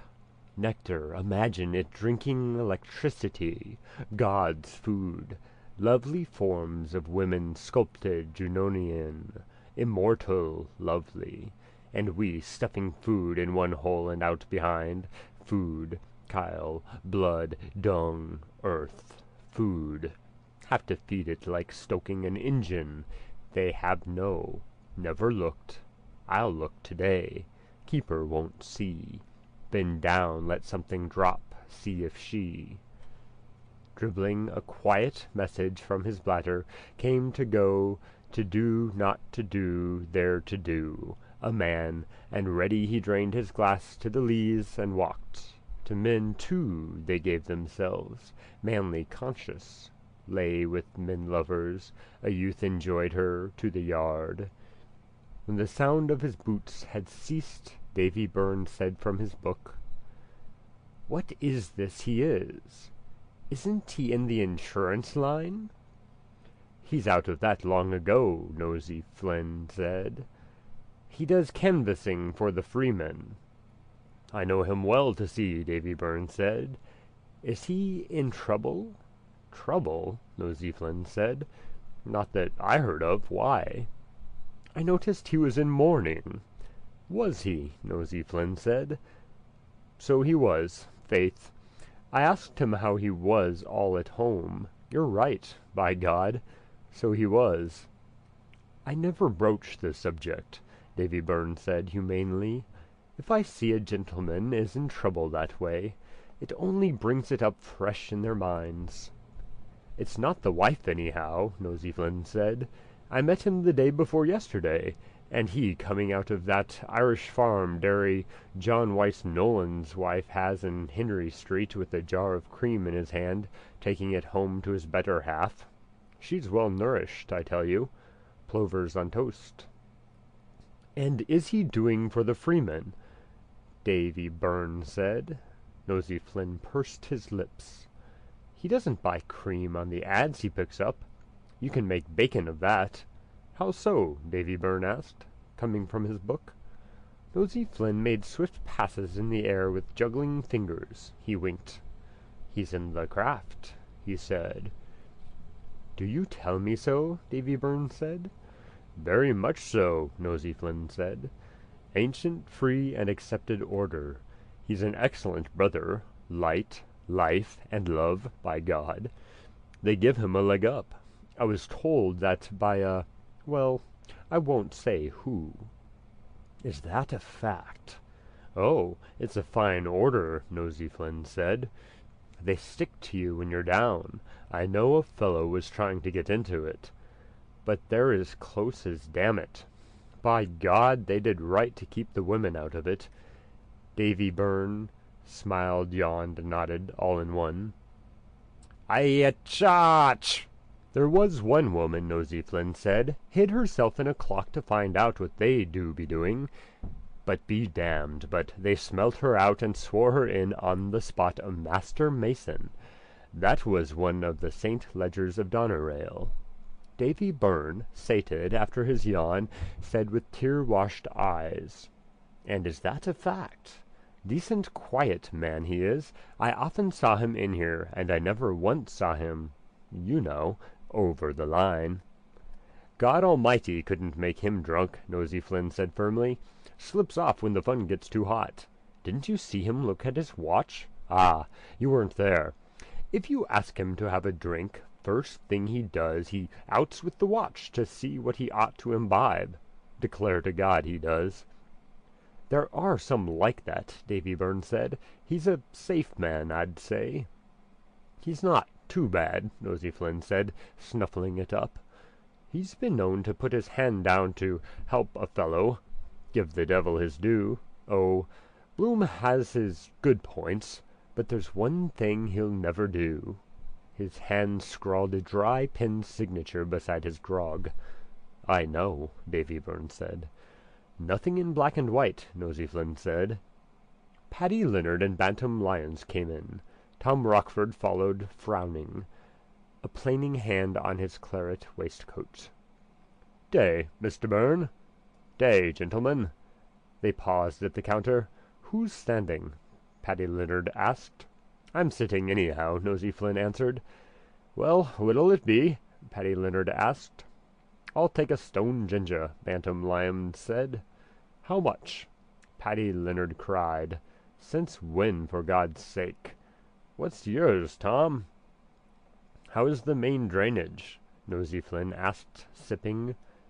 For answer, Tom Rockford pressed his hand to his breastbone and hiccuped. Would I trouble you for a glass of fresh water, Mr. Byrne? He said. Certainly, sir. Paddy Leonard eyed his ale-mates. Lord love a duck, he said. Look at what I'm standing drinks to. Cold water and ginger pop. Two fellows that would suck whiskey off a sore leg. He has some bloody horse up his sleeve for the gold cup. A dead snip. Zinfandel, is it? Nosey Flynn asked. Tom Rockford spilt powder from a twisted paper into the water set before him. That cursed dyspepsia, he said before drinking. Bread soda is very good, Davy Byrne said. Tom Rockford nodded and drank. Is it Zinfandel? Say nothing, Bantam Lyons winked. I'm going to plunge 5 bob on my own. Tell us if you're worth your salt and be damned to you, Paddy Leonard said. Who gave it to you? Mr. Bloom on his way out raised 3 fingers in greeting. So long, Nosey Flynn said. The others turned. That's the man now that gave it to me, Bantam Lyons whispered. Prut!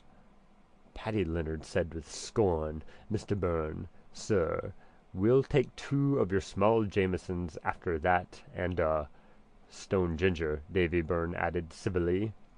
Hey, Paddy Leonard said. "A sucking bottle for the baby." Mr. Bloom walked towards Dawson Street, his tongue brushing his teeth smooth. Something green it would have to be. Spinach, say. Then with those Rontgen rays searchlight you could. At Duke Lane a ravenous terrier choked up a sick, knuckly cud on the cobblestones and lapped it up with new zest. Surfeit returned with thanks, having fully digested the contents, first sweet, then savoury. Mr. Bloom coasted warily. Ruminants, his second course. Their upper jaw they move. Wonder if Tom Rockford will do anything with that invention of his, wasting time explaining it to Flynn's mouth. Lean people, long mouths. Ought to be a hall or a place where inventors could go in and invent free. Course, then you'd have all the cranks pestering. He hummed, prolonging in solemn echo the closes of the bars Don Giovanni. E sinor teco im invitasti. Feel better? Burgundy. Good pick-me-up. Who distilled first? Some chap in the blues. Dutch courage. That Killenny people in the National Library, now I must. Bare, clean, closed stools, waiting in the window of William Miller, plumber, turned back his thoughts. They could, and watch it all the way down. Swallow a pin, sometimes, come out of the ribs years after. Tour round the body, changing biliary duct, spleen, squirting liver, gastric juice, coils of intestines like pipes. But the poor buffer would have to stand all the time with his insides, entrails on show. Science. E sinor teco. What does that teco mean? Tonight, perhaps? Don Giovanni, thou hast to be invited to come to supper tonight, to rum the rum-dum. Doesn't go properly. Keys, 2 months if I get Nanetti too. That'll be £2.10, about £2.8. 3 Hines owes me. 2.11, Prescott's Dye Works van over there. If I get Billy Prescott's ad, 2.15. 5 guineas about, on the pig's back. Could buy one of those silk petticoats for Molly, colour of her new garters. Today, not think. To the south then. What about English watering places? Brighton, Margate, Piers by moonlight, her voice floating out. Those lovely seaside girls. Against John Long's, a drowsing loafer lounged in heavy thought, gnawing a crusted knuckle. Handyman wants job, small wages, will eat anything. Mr. Bloom turned at Gray's confectioner's window of unbought tarts and past the Reverend Thomas Conlon's bookstore. Why I left the Church of Rome. Bird's nest. Women run him. They say they used to give pauper children soup to change to Protestants in the time of the potato blight. Society over the way Papa went to for the conversion of poor Jews. Same bait. Why we left the Church of Rome. A blind stripling stood tapping the curbstone with his slender cane. No tram in sight. Wants to cross. Do you want to cross? Mr. Bloom asked. The blind stripling did not answer. His wall face frowned weakly. He moved his head uncertainly. "You're in Dawson Street," Mr. Bloom said. "Molesworth Street is opposite. Do you want to cross? There's nothing in the way." The cane moved out trembling to the left. Mr. Bloom's eyes followed its line, and saw again the Dye Works van drawn up before Drago's, where I saw his brilliantined hair just when I was horse-drooping, driver in John Long's, slacking his drouth. "There's a van there," Mr. Bloom said, "but it's not moving. I'll see you across. Do you want to go to Molesworth Street?" "Yes," the stripling answered. "South Frederick Street." "Come," Mr. Bloom said. He touched the thin elbow gently, then took the limp-seeing hand to guide it forward. "Say something to him. Better not do the condescending. They mistrust what you tell them. Pass a common remark." "The rain kept off?" No answer. Stains on his coat, slobbers his food, I suppose. Tastes all different for him. Have to be spoon-fed first. Like a child's hand, his hand. Like Millie's was. Sensitive. Sizing me up, I dare say, from my hand.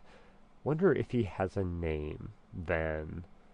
Keep his cane clear of the horse's legs. Tired drudge get his doze. That's right, clear, behind a bull, in front of a horse. Thanks, sir. Knows I'm a man. Voice. Right now? First turn to the left. The blind stripling tapped the curbstone and went on his way, drawing his cane back, feeling again.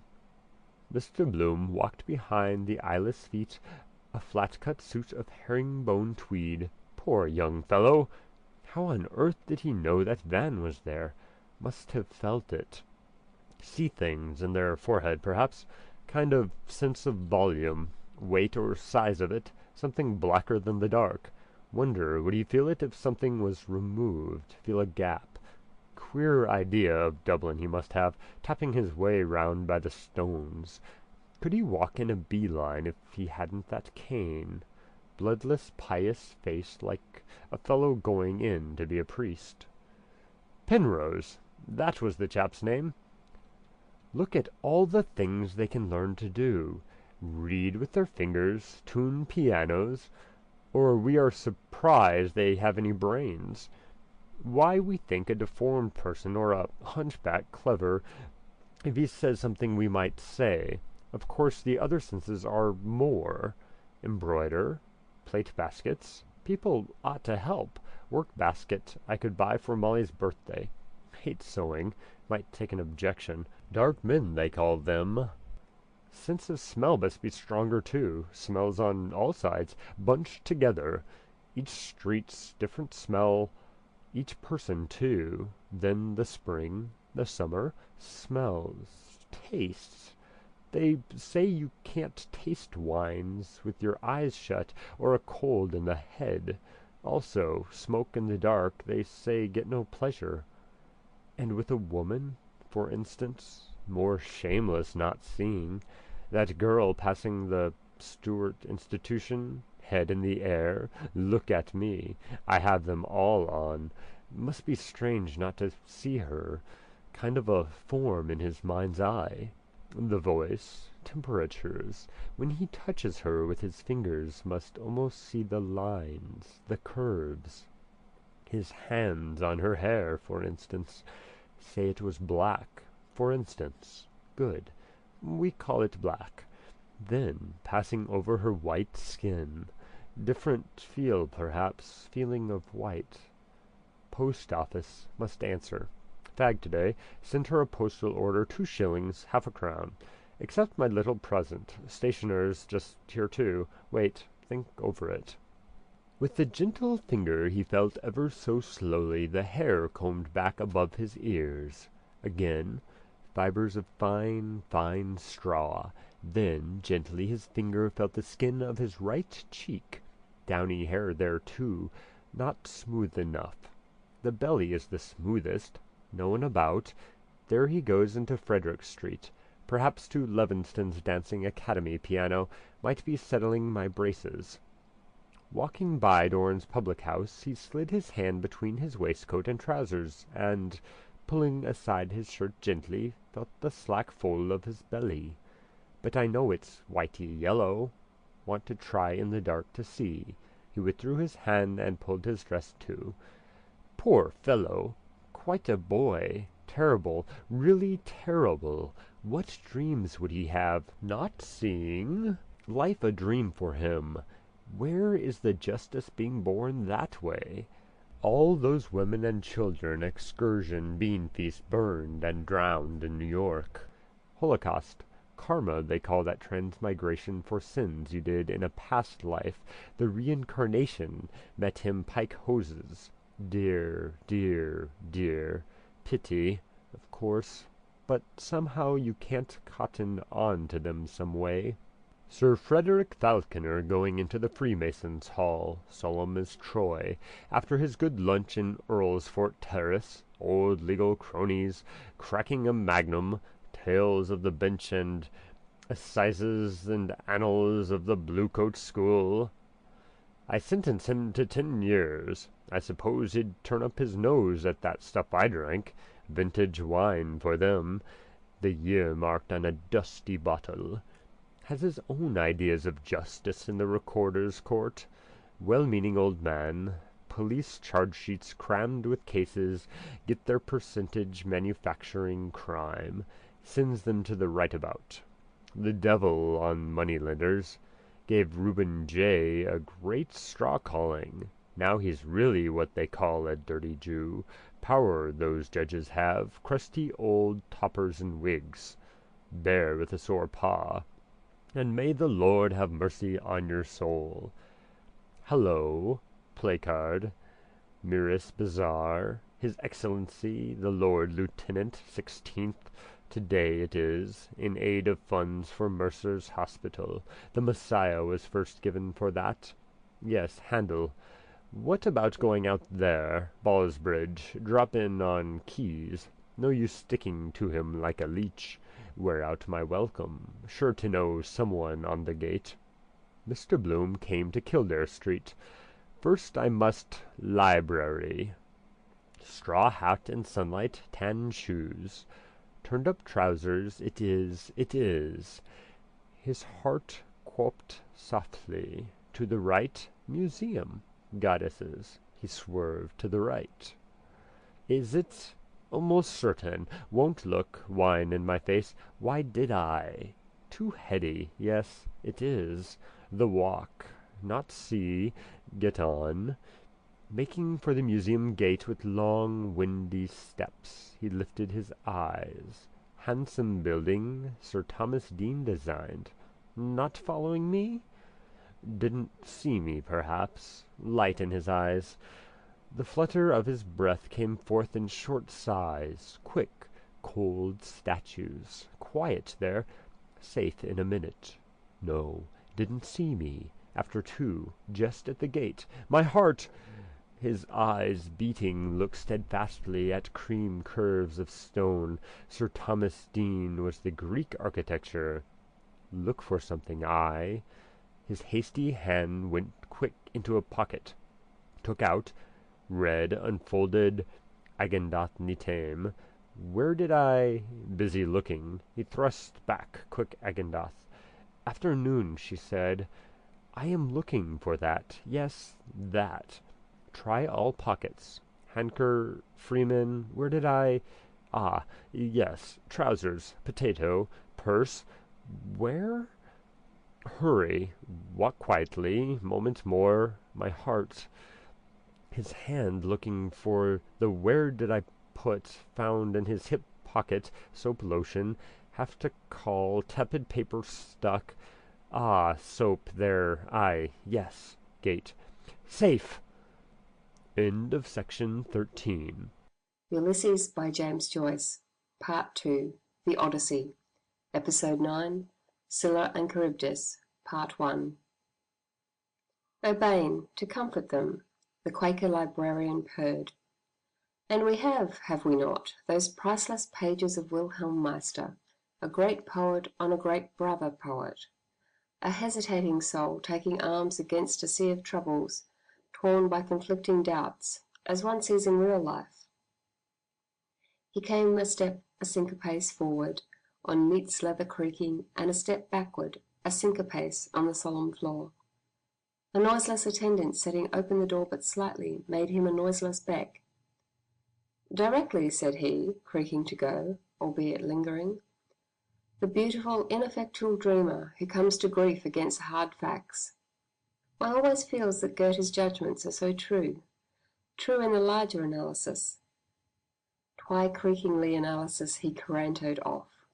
Bald, most zealous by the door, he gave his large ear all to the attendant's words, heard them, and was gone. 2 left. Monsieur de la Palisse, Stephen sneered, was alive 15 minutes before his death. Have you found those 6 brave medicals, John Eglinton asked with elder's gall, to write Paradise Lost at your dictation? The Sorrows of Satan, he calls it. Smile. Smile, Cranley, smile. First he tickled her, then he patted her, then he passed the female catheter, for he was a medical, jolly old I feel you would need one more for Hamlet. 7 is dear to the mystic mind, the shining 7, W.B. calls them. Glitter-eyed his rufous skull, close to his green-capped desk lamp, sought the face bearded amid dark greener shadow, an olive holy-eyed. He laughed low, a sizar's laugh of Trinity, unanswered. Orchestral Satan, weeping many a rude tear such as angels weep, ed egli avia del cul fato trombetta. He holds my follies hostage. Cranley's 11 true Wicklow men to free their sireland. Gap-toothed Kathleen, her 4 beautiful green fields, the stranger in her house, and one more to hail him, Ave Rabbi, the Tinhally 12. In the shadow of the glen he cooees for them, my soul's youth I gave him, night by night, Godspeed, good hunting. Mulligan has my telegram. Folly, persist. Our young Irish bards, John Eglinton censured, have yet to create a figure which the world will set beside Saxon Shakespeare's Hamlet, though I admire him, as old Ben did, on this side idolatry. All these questions are purely academic, Russell oracled out of his shadow. I mean, whether Hamlet is Shakespeare or James I or Essex. Clergymen's discussions of the historicity of Jesus. Art has to reveal to us ideas, formless spiritual essences. The supreme question about a work of art is out of how deep a life does it spring. The painting of Gustave Moreau is the painting of ideas. The deepest poetry of Shelley, the words of Hamlet bring our minds into contact with the eternal wisdom, Plato's world of ideas. All the rest is the speculation of schoolboys for schoolboys. A.E. has been telling some Yankee interviewer, "Wall tarnation strike me."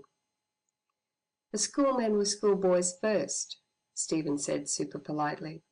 Aristotle was once Plato's schoolboy. And has remained so, one should hope, John Eglinton sedately said. One can see him, a model schoolboy with his diploma under his arm. He laughed again at the now smiling bearded face. Formless spiritual, Father, Word and Holy Breath, All-Father the Heavenly Man, Jesus Christos, Magician of the Beautiful, the Logos who suffers in us at every moment. This verily is that. I am the fire upon the altar, I am the sacrificial butter. Dunlop, Judge, the noblest Roman of them all, A.E., Arvel, the name ineffable, in heaven height, K.H., their master, whose identity is no secret to adepts. Brothers of the Great White Lodge, always watching to see if they can help. The Christ with the bride sister, moisture of light, born of an ensouled virgin, repentant Sophia, departed to the plain of Budai. The life esoteric is not for an ordinary person. O.P. must work off bad karma first. Mrs. Cooper Oakley once glimpsed our very illustrious sister H.P.B.'s elemental. Oh fie, out on't for fruitful. You oughtn't to look, missus, so you oughtn't when a lady's a showing off her elemental. Mr. Best entered, tall, young, mild, light. He bore in his hand with grace a notebook, new, large, clean, bright. That model schoolboy, Stephen said, would find Hamlet's musings about the afterlife of his princely soul, the improbable, insignificant and undramatic monologue, as shallow as Plato's. John Eglinton, frowning, said, waxing wroth, "Upon my word, it makes my blood boil to hear anyone compare Aristotle with Plato." Which of the two, Stephen asked, would have banished me from his commonwealth? Unsheath your dagger definitions. Hoarseness is the whatness of all horse. Streams of tendency and aeons they worship. God, noise in the street, very peripatetic. Space, what you damn well have to see. Through spaces smaller than red globules of man's blood they creepy crawl after Blake's buttocks into eternity of which this vegetable world is but a shadow. Hold to the now, the here, through which all future plunges to the past. Mr. Best came forward, amiable, towards his colleague. "Haynes is gone," he said. "Is he?" I was showing him Jubenville's book. He's quite enthusiastic, don't you know, about Hyde's love songs of Connacht. I couldn't bring him in to hear the discussion. He's gone to Gill's to buy it. Bound thee forth my booklet quick to greet the callous public. Writ I ween 'twas not my wish in lean unlovely English. The peat smoke is going to his head, John Eglinton opined. We feel in England, penitent thief, gone. I smoked his baccy, green twinkling stone, and emeralds set in the ring of the sea. People do not know how dangerous love songs can be, the auric egg of Russell warned occultly. The movements which work revolutions in the world are born out of the dreams and visions in a peasant's heart on the hillside. For them, the earth is not an exploitable ground, but the living mother. The rarefied air of the academy and the arena produce the 6-shilling novel, the music hall song. France produces the finest flower of corruption in Mallarmé, but the desirable life is revealed only to the poor of heart, the life of Homer's Phaeacians. From these words Mr. Best turned an unoffending face to Stephen. Mallarmé, don't you know, he said, has written those wonderful prose poems Stephen McKenna used to read to me in Paris, the one about Hamlet. He says, il se promène, lisant au livre de lui-même. Don't you know, reading the book of himself. He describes Hamlet given in a French town, don't you know, a provincial town. They advertised it. His free hand graciously wrote tiny signs in air. Hamlet, ou le distrait pièce de Shakespeare. He repeated to John Eglinton's new-gathered frown. Pièce de Shakespeare, don't you know? It's so French, the French point of view, Hamlet ou the absent-minded beggar, Stephen ended. John Eglinton laughed. Yes, I suppose it would be, he said. Excellent people, no doubt, but distressingly short-sighted in some matters. Sumptuous and stagnant exaggeration of murder. A deathsman of the soul, Robert Greene called him, Stephen said. Not for nothing was he a butcher's son, wielding the sledded poleaxe and spitting in his palms. 9 lives are taken off for his father's one. Our Father who art in purgatory. Khaki Hamlets don't hesitate to shoot. The blood-bolted shambles in Act 5 is a forecast of the concentration camp sung by Mr. Swinburne. Cranley, I his mute orderly, following battles from afar. Whelps and dams of murderous foes whom none but we had spared. Between the Saxon smile and the Yankee York, the devil in the deep sea. He will have it that Hamlet is a ghost story, John Eglinton said for Mr. Best's behoof. Like the fat boy in Pickwick, he wants to make our flesh creep. List, list, oh list. My flesh hears him, creeping, hears. If thou didst ever... What is a ghost? Stephen said with tingling energy. One who has faded into impalpability through death, through absence, through change of manners. Elizabethan London lay as far from Stratford as corrupt Paris lies from virgin Dublin. Who is the ghost from limbo patrum, returning to the world that has forgotten him? Who is King Hamlet? John Eglinton shifted his spare body, leaning back to judge. Lifted. It is this hour of a day in mid-June, Stephen said, begging with a swift glance their hearing. The flag is up on the playhouse by the bankside. The bear Saracen growls in the pit near it, Paris Garden. Canvas climbers who sailed the Drake chew their sausages among the groundlings. Local colour, work in all, you know, make them accomplices. Shakespeare has left the Huguenot's house in Silver Street and walks by the Swan Mews along the river bank. But he does not stay to feed the pen, chivying her game of signets towards the rushes. The Swan of Avon has other thoughts. Composition of place. Ignatius Loyola, make haste to help me. The play begins. A player comes on under the shadow, made up in the cast-off mail of a court buck, a well-set man with a bass voice. It is the ghost, the king, a king and no king, and the player is Shakespeare, who has studied Hamlet all the years of his life, which were not vanity, in order to play the part of the spectre. He speaks the words to Burbage, the young player who stands before him beyond the rack of cerecloth, calling him by a name. Hamlet, I am thy father's spirit, bidding him list. To a son he speaks, the son of his soul, the prince, young Hamlet, and to the son of his body, Hamlet Shakespeare, who has died in Stratford, that his namesake may live forever. Is it possible that that player Shakespeare, a ghost by absence, and in the vesture of buried Denmark, a ghost by death, speaking his own words to his own son's name, had Hamlet Shakespeare lived, he would have been Prince Hamlet's twin? Is it possible, I want to know, or probable, that he did not draw or foresee the logical conclusion of those premises?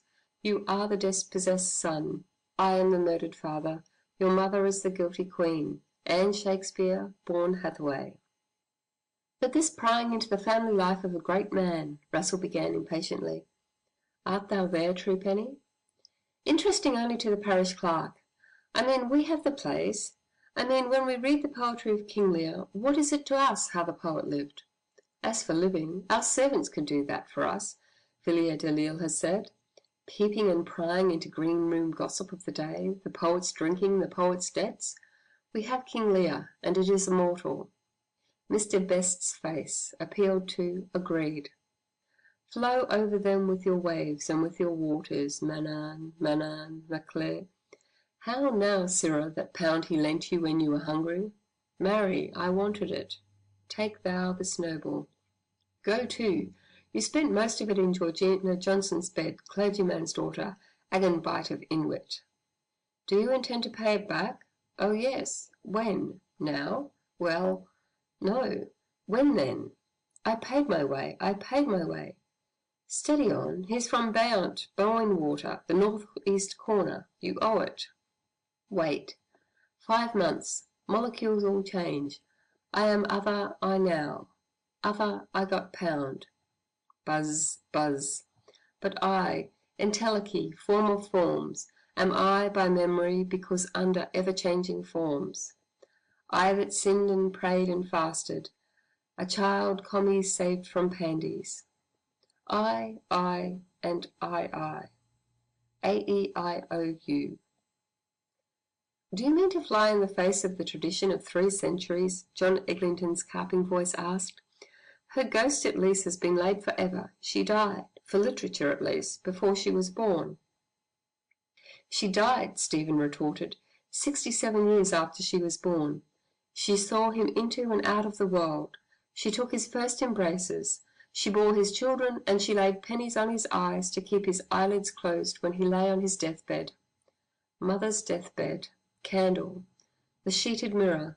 Who brought me into this world lies there, bronze-lidded, under few cheap flowers, Liliata rutilantium. I wept alone. John Eglinton looked at the tangled glowworm of his lamp. The world believes that Shakespeare made a mistake, he said, and got out of it as quickly and as best he could. Bosh, Stephen said rudely. A man of genius makes no mistakes. His errors are volitional and are the portals of discovery. Portals of discovery open to let in the Quaker librarian, soft, creak-footed, bald-eared, and assiduous. A shrew, John Eglinton said shrewdly, is not a useful portal of discovery, one should imagine. What useful discovery did Socrates learn from Xanthippe? Dialectic, Stephen answered, and from his mother how to bring thoughts into the world. What he learnt from his other wife, Myrto, absit nomen, Socratidian's Episcidian, no man, not a woman, will ever know. But neither the midwife's law nor the quarter lectures saved him from the archons of Sinn Fein and their naggin of hemlock. But Anne Hathaway, Mr. Best's quiet voice said forgetfully. Yes, we seem to be forgetting her as Shakespeare himself forgot her. His look went from Brutus' beard to Carper's skull, to remind, to chide them, not unkindly, then to the bald pink Lollard costard, guiltless though maligned. He had a good groat's worth of wit, Stephen said, and no truant memory. He carried a memory in his wallet as he trudged to Romeville, whistling "The Girl I Left Behind Me." If the earthquake did not time it, we should know where to place poor Wat, sitting in his form, the cry of hounds, the studded bridle and her blue windows. That memory, Venus and Adonis, lay in the bedchamber of every light of love in London. Is Catherine the shrew ill-favoured? Hortensio calls her young and beautiful.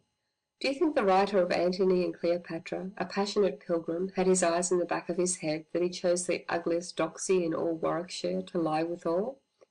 Good, he left her and gained the world of men. But his boy women are the women of a boy. Their life, thought, speech are lent them by males. He chose badly? He was chosen, it seems to me. If others have their will, Anne hath a way. By cock, she was to blame. She put the come-hither on him, sweet and 26. The grey-eyed goddess who bends over the boy Adonis, stooping to conquer, as prologue to the swelling act, is a bold-faced Stratford wench who tumbles in a cornfield, a lover younger than herself. And my turn? When? Come. Ryfield, Mr. Best said brightly, gladly, raising his new book, gladly, brightly. He murmured then, with blonde delight for all, between the acres of the rye these pretty country folk would lie. Paris, the well-pleased pleaser. A tall figure in bearded homespun rose from shadow and unveiled its cooperative watch. I am afraid I am due at the homestead. Whither away? Exploitable ground. Are you going? John Eglinton's active eyebrows asked. Shall we see what moors tonight? Piper is coming. Piper, Mr. Best piped. Is Piper back? Peter Piper pecked a peck of pickled pepper. I don't know if I can. Thursday, we have our meeting, if I can get away in time. Yogi Bogie box in Dawson Chambers. Isis unveiled. Their parley book we tried to pawn. Cross-legged under an umbral umbershoot, he thrones an Aztec logos, functioning on astral levels, their oversoul, Mahatma. The faithful hermetists await the light, ripe for cellorship, ring ground about him. Louis H. Victory T. Caulfield Irwin. Lotus ladies tend them in the eyes, their pineal glands aglow. Filled with his God, he thrones, Buddha under plantain. Golfer of souls, engulfer, he soul, she soul, shoal of souls. Engulfed with wailing cry-cries, world, whirling, they bewail. In quintessential triviality, for years in this flesh case, a she-soul dwelt. They say we are to have a literary surprise, the Quaker librarian said, friendly and earnest. Mr. Russell, rumour has it, is gathering together a sheaf of our younger poets' verses. We are all looking forward anxiously. Anxiously he glanced in the cone of lamplight where three faces, lighted, shone. See this, remember. Stephen looked down on a wide, headless corbine, hung on his ashplant handle over his knee. My cask and sword. Touch lightly with 2 index fingers. Aristotle's experiment. 1 or 2. Necessity is that in virtue of which it is impossible that one can be otherwise. Argle, 1 hat is 1 hat. Listen. Young Coleman Starkey. George Roberts is doing the commercial part. Longworth will give it a good puff in the Express. Oh, will he? I liked Colum's Drover. Yes, I think he has that queer thing genius. Do you think he has genius really? Yeats admired his line, as in wild earth a Grecian vase. Did he? I hope he'll be able to come tonight. Malachi Mulligan is coming too. Moore asked him to bring Haynes. Did you hear Miss Mitchell's joke about Moore and Martin? The Moore is Martin's wild oats? Awfully clever, isn't it? They remind one of Don Quixote and Sancho Panza. Our national epic has yet to be written, Dr. Sigerson says. Moore is the man for it. A knight of the rueful countenance here in Dublin. With a saffron kilt? O'Neill? Russell? Oh yes, he must speak the grand old tongue. And his Dulcinea? James Stephens is doing some clever sketches. We are becoming important, it seems. Cordelia, Cordoglio, Lear's loneliest daughter. Nugshotten, now your best French polish. Thank you very much, Mr. Russell, Stephen said, rising. If you will be so kind as to give the letter to Mr. Norman. Oh yes, if he considers it important, it will go in. We have so much correspondence. I understand, Stephen said. Thanks. God ild you. The Pig's paper, Bullock befriending. Singe has promised me an article for Dana too. Are we going to be read? I feel we are. The Gaelic League wants something in Irish. I hope you will come around tonight. Bring Starkey. Stephen sat down. The Quaker librarian came from the leave-takers. Blushing, his mask said, "Mr. Dedalus, your views are most illuminating." He creaked to and fro, tiptoeing up near heaven by the altitude of Chopin, and covered by the noise of outgoing, said low, "Is it your view, then, that she was not faithful to the poet?" Alarmed face asks me, "Why did he come? Courtesy or an inward light?" "Where there is a reconciliation," Stephen said, "there must have been first a sundering." Yes. Christ fox in leather trews, hiding, a runaway in blighted tree forks, from hue and cry, knowing no vixen, walking lonely in the chase. Women who won to him, tender people, a whore of Babylon, ladies of justice, bully tapsters' wives, fox and geese, and a new place, a slack dishonoured body that was once comely, once as sweet, as fresh as cinnamon, now her leaves falling, all bare, frightened of the narrow grave and unforgiven. Yes, so you think. The door closed behind the outgoer. Rest suddenly possessed the discreet vaulted cell, rest of warm and brooding air, a vestal's lamp. Here he pons things that were not, what Caesar would have lived to do had he believed the soothsayer, what might have been, possibilities of the possible as possible, things not known, what name Achilles bore when he lived among women. Coffined thoughts around me, in mummy cases, embalmed in spice of words. Thoth, god of libraries, a bird god, moony crowned. And I heard the voice of that Egyptian high priest, in painted chambers loaded with tile books.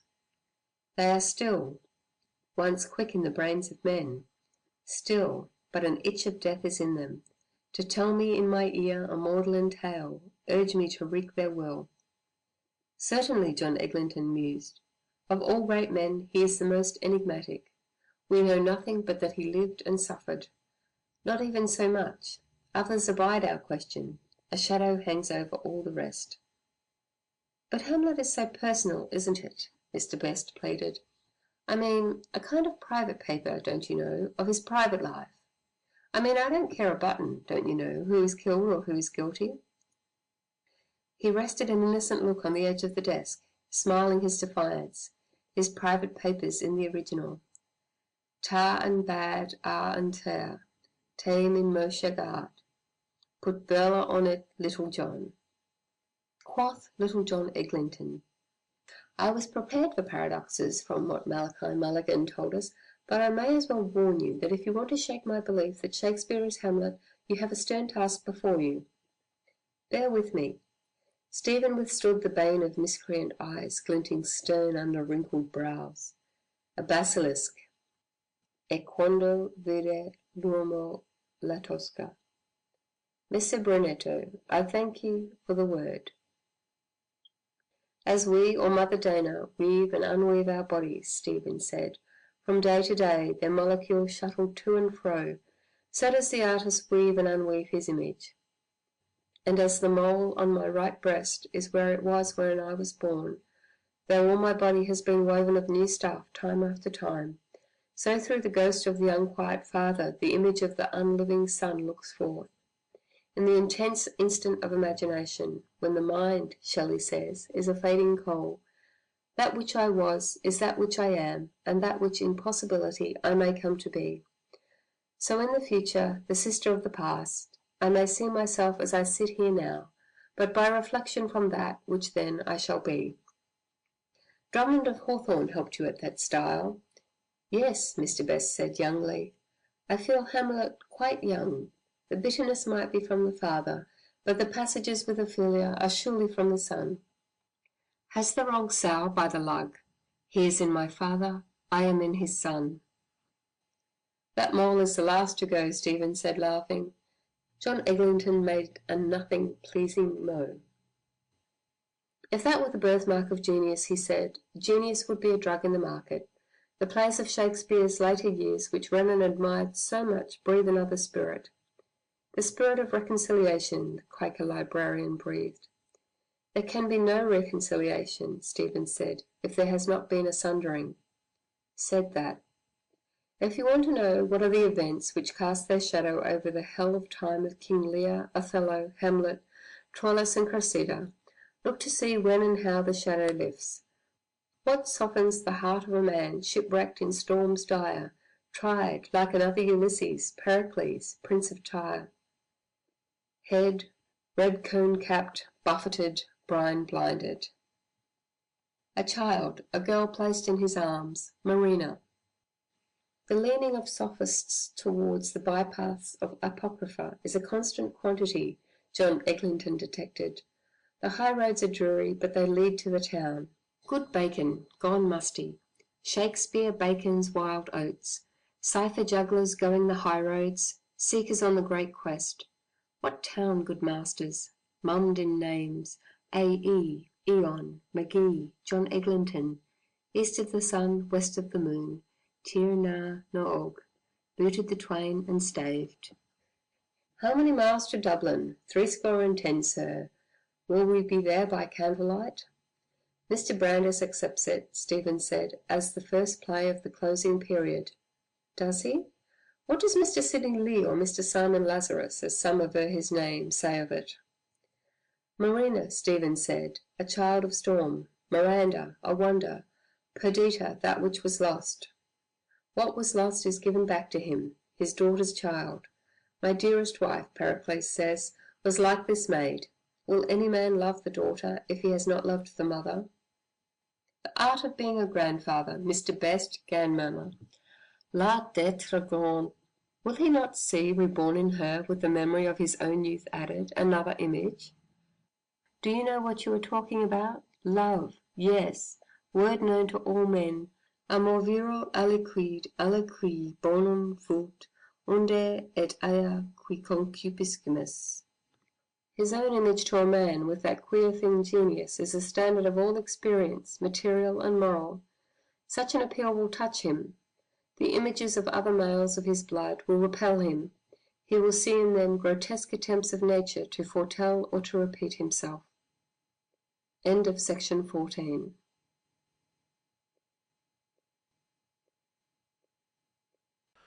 Ulysses by James Joyce, Part 2, The Odyssey, Episode 9, Scylla and Charybdis, Part 2. The benign forehead of the Quaker librarian enkindled rosily with hope. I hope Mr. Dedalus will work out his theory for the enlightenment of the public. And we ought to mention another Irish commentator, Mr. George Bernard Shaw. Nor should we forget Mr. Frank Harris. His articles on Shakespeare in the Saturday Review were surely brilliant. Oddly enough, he too draws for us an unhappy relation with the dark lady of the sonnets.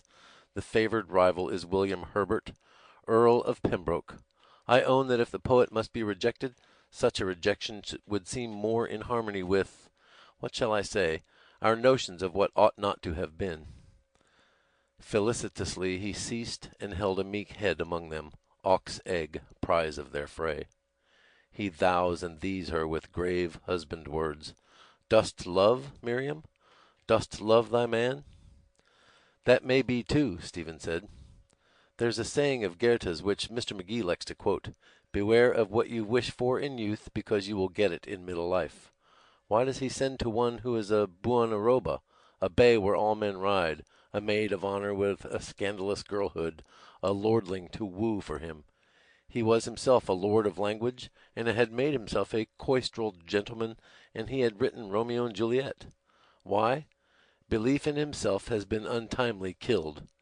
He was overborn in a cornfield first, ryefield I should say, and he will never be a victor in his own eyes after, nor play victoriously the game of laugh and lie down. Assumed Don Giovannism will not save him. No later undoing will undo the first undoing. The tusk of the boar has wounded him there where love lies a-bleeding. If the shrew is worsted, yet there remains to her woman's invisible weapon. There is, I feel in the words, some goad of the flesh driving him into a new passion, a darker shadow of the first, darkening even his own understanding of himself. A like fate awaits him, and the two rages commingle in a whirlpool. They list, and in the porches of their ears I pour. The soul has been stricken mortally, a poison poured in the porch of a sleeping ear. But those who are done to death in sleep cannot know the manner of their quell unless their Creator endow their souls with that knowledge in the life to come. The poisoning and the beast with two backs that urged it, King Hamlet's ghost could not know of were he not endowed with knowledge by his Creator. That is why the speech, his lean, unlovely English, is always turned elsewhere, backward. Ravisher and ravished, what he would but would not, go with him from Lucrece's blue-circled ivory globes to Imogen's breast, bare, with its mole sink-spotted. He goes back, weary of the creation he has piled up to hide him from himself, an old dog licking an old sore. But because loss is his gain, he passes on towards eternity in undiminished personality, untaught by the wisdom he has written or by the laws he has revealed. His beaver is up. He is a ghost, a shadow now, the wind by Elsinore's rocks, or what you will, the sea's voice, a voice heard only in the heart of him who is the substance of his shadow, the Son consubstantial with the Father. Amen, was responded from the doorway. Hast thou found me, O mine enemy? Entr'acte. A ribald face, sullen as a dean's, Buck Mulligan came forward, then blithe in motley towards the greeting of their smiles. My telegram. You were speaking of the gaseous vertebrate, if I mistake not, he asked of Stephen. Primrose-vested, he greeted gaily with his doffed Panama as with a bauble. They make him welcome. Was du verlascht wirst du noch dienen? Brood of mockers, Photius, Pseudo-Malachi, Johann Most. He who himself begot Midler the Holy Ghost and himself sent himself, Agenbuyer, between himself and others, who, put upon by his friends, stripped and whipped, was nailed like bat to barn door, starved on cross-tree, who let him bury, stood up, harrowed hell, fared into heaven, and there these 1900 years sitteth on the right hand of his own self, but yet shall come in the latter day to doom the quick and dead when all the quick shall be dead already. Gloria in excelsis Deo. He lifts his hands. Veils fall. Oh, flowers, bells with bells acquiring. Yes, indeed, the Quaker librarian said. A most instructive discussion. Mr. Mulligan, I'll be bound, has his theory, too, of the play and of Shakespeare. All sides of life should be represented. He smiled on all sides equally. Buck Mulligan thought, puzzled. Shakespeare, he said. I seem to know the name. A flying, sunny smile rayed in his loose features. To be sure, he said, remembering brightly. The chap that writes like Synge. Mr. Best turned to him. Haynes missed you, he said. Did you meet him? He'll see you after at the DBC. He's gone to Gill's to buy Hyde's love songs of Connacht. I came through the museum, Buck Mulligan said. Was he here? The Bard's fellow countryman, John Ingleton, answered, are rather tired of our brilliancies of theorizing. I hear that an actress played Hamlet for the 408th time last night in Dublin. Vining held that the prince was a woman. Has no one made him out to be an Irishman? Judge Barton, I believe, is searching for some clues. He swears, His Highness, not his lordship, by St. Patrick. The most brilliant of all is that story of Wilde's, Mr. Best said, lifting his brilliant notebook. That portrait of Mr. W.H., where he proves that the sonnets were written by Willie Hughes, a man of all hues. For Willie Hughes, is it not? The Quaker librarian asked. Or Huey Wills? Mr. William himself. W.H. Who am I? I mean for Willie Hughes, Mr. Best said, amending his gloss easily. Of course it's all paradox, don't you know? Hughes and Hughes and Hughes, the color. But it's so typical the way he works it out. It's the very essence of Wilde, don't you know? The light touch. His glance touched their faces lightly as he smiled, a blonde ephebe, tame essence of Wilde. You're darned witty. 3 drams of usquebaugh you drank with Dan Deasy's ducats. How much did I spend? Oh, a few shillings. For a plump pressman, humor wet and dry. Wit. You would give your 5 wits for youth's proud livery he pranks in, lineaments of gratified desire. There be many mo. Take her for me. In pairing time. Jove, a cool rut time send them, yea, turtled of her. Eve, naked, wheat-bellied sin, a snake coils her, fang ends kiss. Do you think it is only a paradox? The Quaker librarian was asking. The mocker is never taken seriously when he is most serious. They talked seriously of Mocker's seriousness. Buck Mulligan's again heavy face eyed Stephen a while. Then, his head wagging, he came near, drew a folded telegram from his pocket. His mobile lips read, smiling with new delight. "Telegram," he said. "Wonderful inspiration. Telegram. A papal bull." He sat on a corner of the unlit desk, reading aloud joyfully. "The sentimentalist is he who would enjoy without incurring the immense debtorship for a thing done. Signed, Dedalus. Where did you launch it from? The Kips? No, College Green. Have you drunk the 4 quid? The aunt is going to call on your unsubstantial father. Telegram, Malachi Mulligan, the ship, Lower Abbey Street. Oh, you peerless mummer! Oh, you priestified kinchite!" Joyfully he thrust message and envelope into a pocket, but keened in a querulous brogue. "It's what I'm telling you, Mr. Honey. It's queer and sick we were, Haines and myself, the time himself brought it in. 'Twas murmur we did for Gallus potion would rouse a friar, I'm thinking, and he limp with leching, and we 1 hour and 2 hours and 3 hours in Connery, sitting civil waiting for pints apiece." He wailed. "And we to be there, Mavrone, and you to be unbeknownst sending us your conglomerations the way we to have our tongues out a yard long like the drouthy clerics do be fainting for a pussful." Stephen laughed. Quickly, warningfully, Buck Mulligan bent down. "The tramper Singe is looking for you," he said, "to murder you. He heard you pissed on his hall door in Glasthule. He's out in Pampooties to murder you."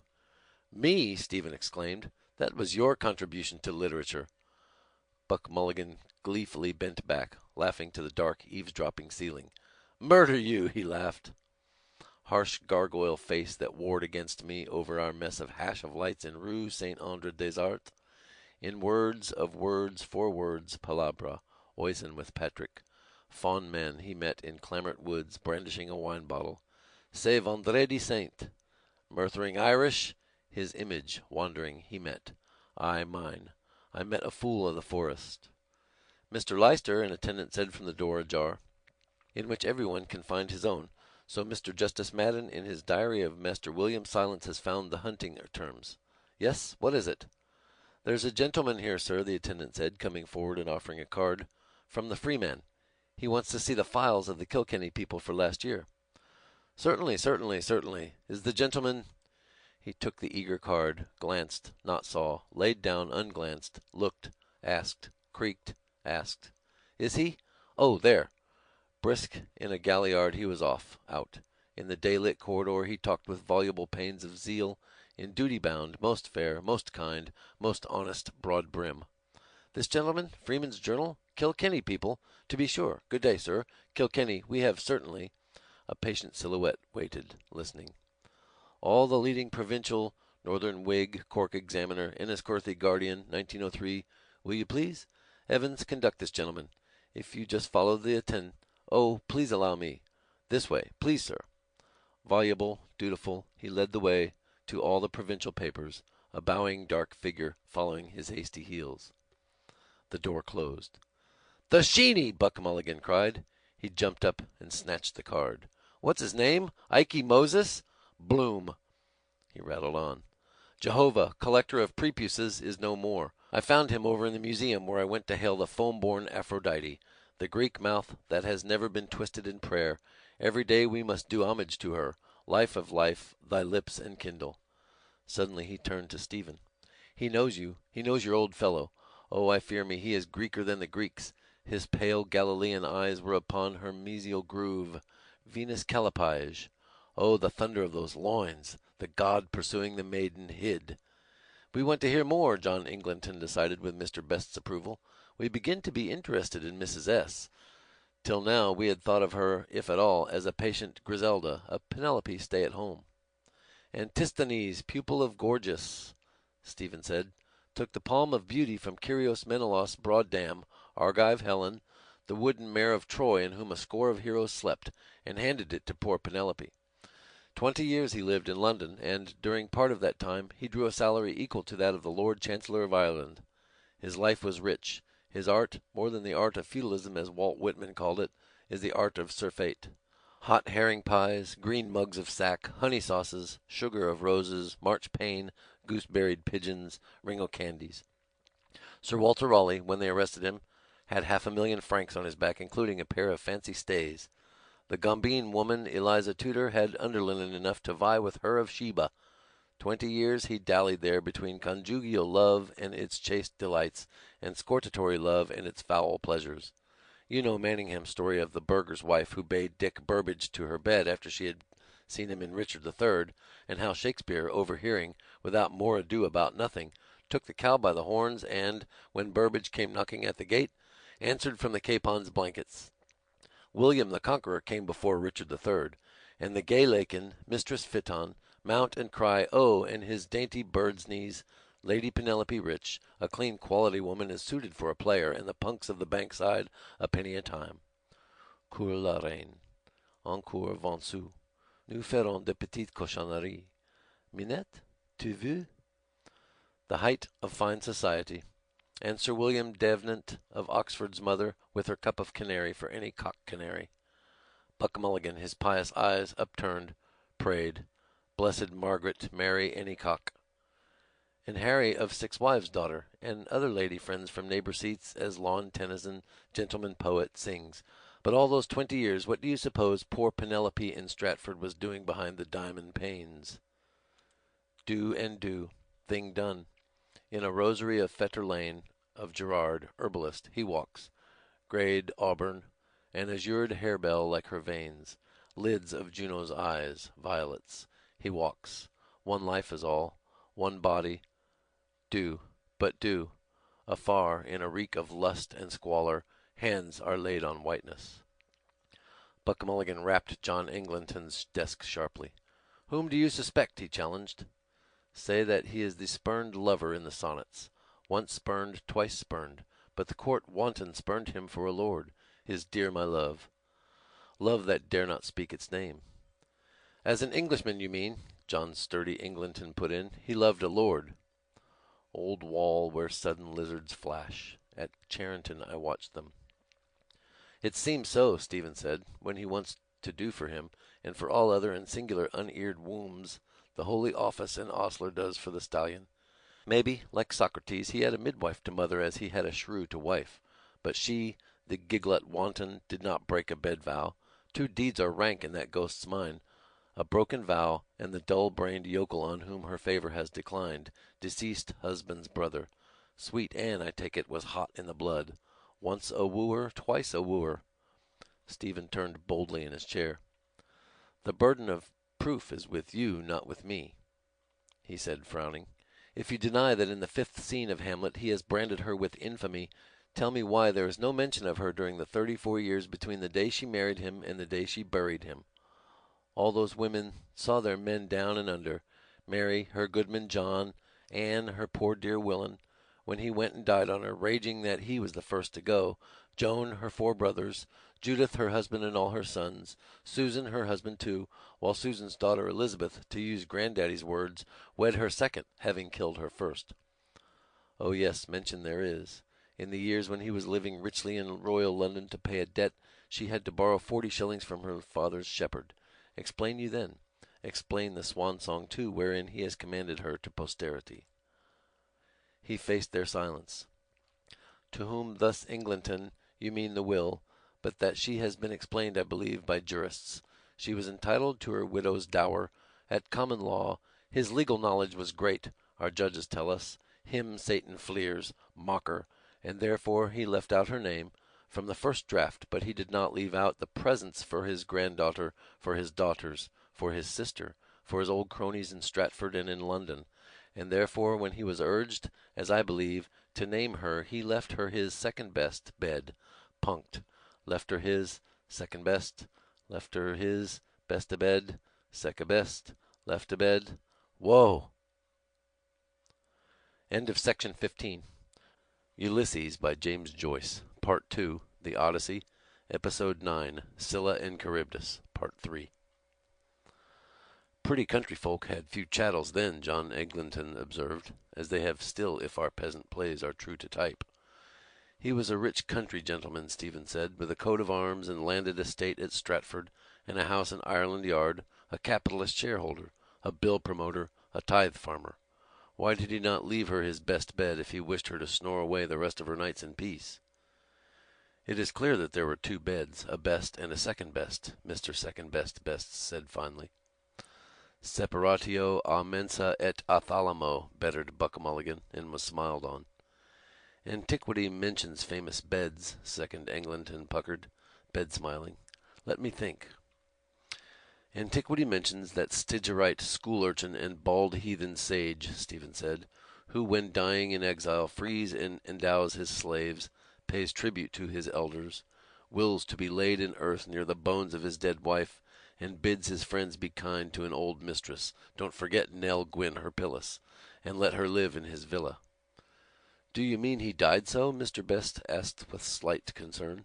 I mean, he died dead drunk, Buck Mulligan capped. A quart of ale is a dish for a king. Oh, I must tell you what Dowden said. What? Asked Best Eglinton. William Shakespeare and Company, Limited, the People's William.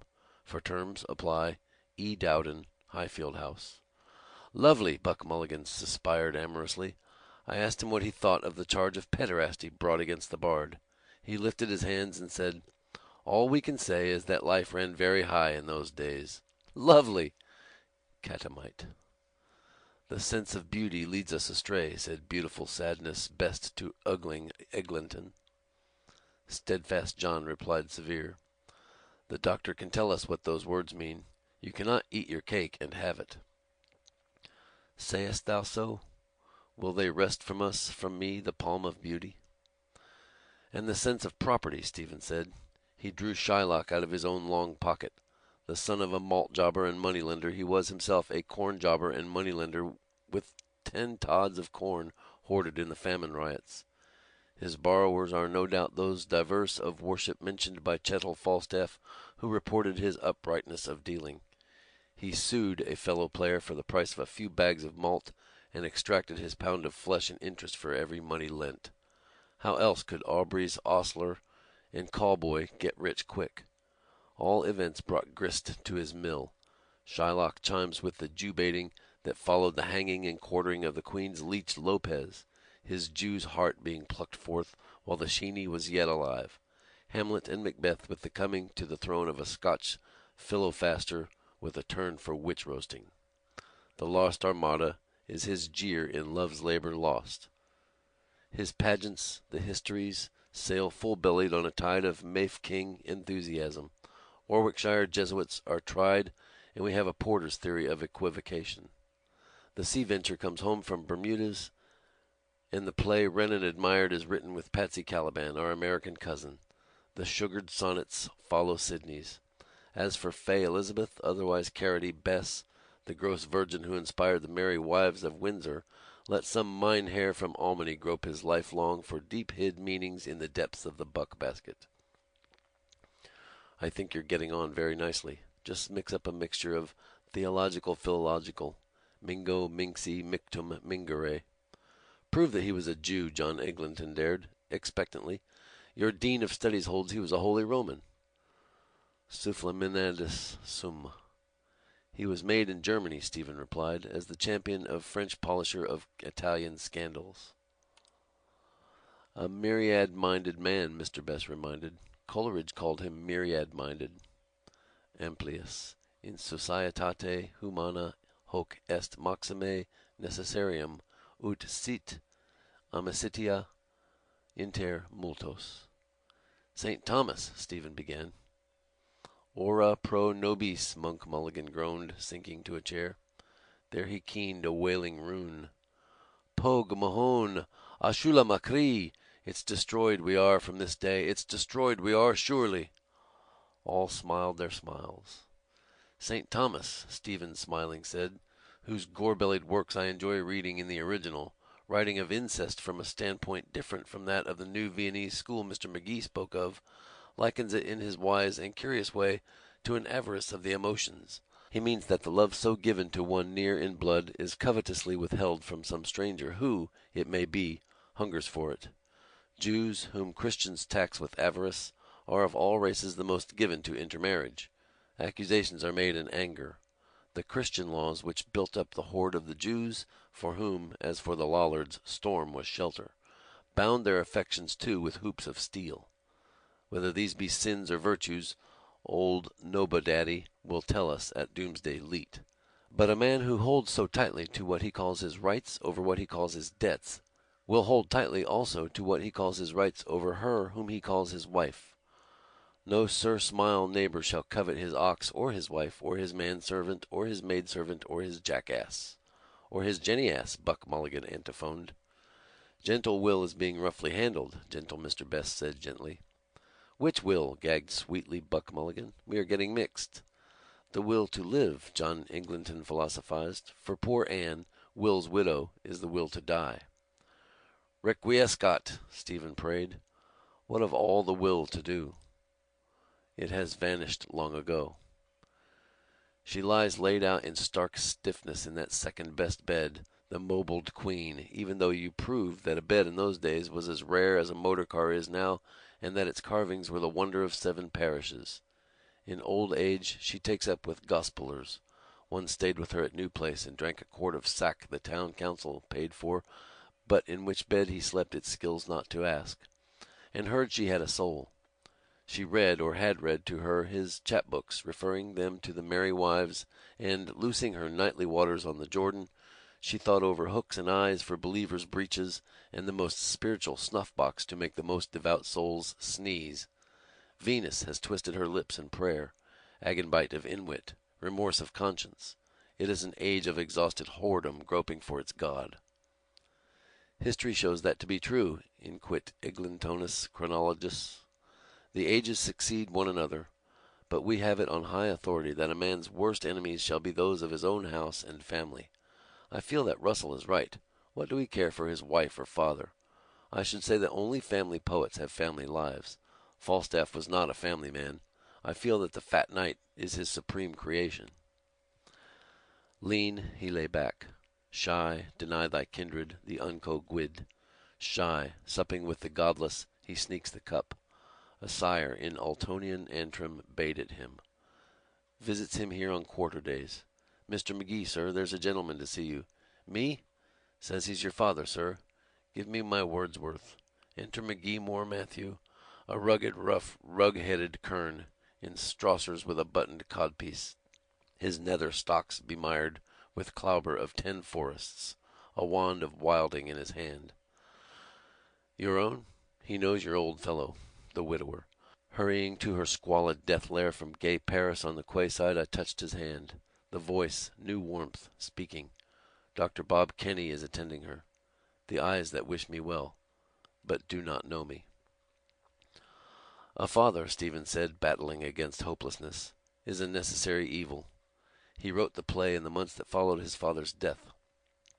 If you hold that he, a graying man with 2 marriageable daughters, with 35 years of life, nel mezzo del cammin di nostra vita, with 50 of experience, is the beardless undergraduate from Wittenberg, then you must hold that his 70-year-old mother is the lustful queen. No, the corpse of John Shakespeare does not walk the night. From hour to hour it rots and rots. He rests, disarmed of fatherhood, having devised that mystical estate upon his son. Boccaccio's Calandrino was the first and last man who felt himself with child. Fatherhood, in the sense of conscious begetting, is unknown to man. It is a mythical estate, an apostolic succession, from only begetter to only begotten. On that mystery and not on the Madonna which the cunning Italian intellect flung to the mob of Europe, the Church is founded, and founded irremovably because founded, like the world, macro and microcosm, upon the void, upon incertitude, upon unlikelihood. Amor matris, subjective and objective genitive, may be the only true thing in life. Paternity may be a legal fiction. Who is the father of any son, that any son should love him, or he any son? What the hell are you driving at? I know. Shut up. Blast you. I have reasons. Amplius, ad hoc, iterum, postea. Are you condemned to do this? They are sundered by a bodily shame so steadfast that the criminal annals of the world, stained with all other incests and bestialities, hardly record its breach. Sons with mothers, sires with daughters, lesbic sisters, loves that dare not speak their name, nephews with grandmothers, jailbirds with keyholes, queens with prize bulls. The son unborn mars beauty. Born, he brings pain. divides affection, increases care. He is a new male. His growth is his father's decline, his youth his father's envy, his friend his father's enemy. In Rue Monsieur le Prince I thought it. What links them in nature? An instant of blind rut. Am I a father? If I were?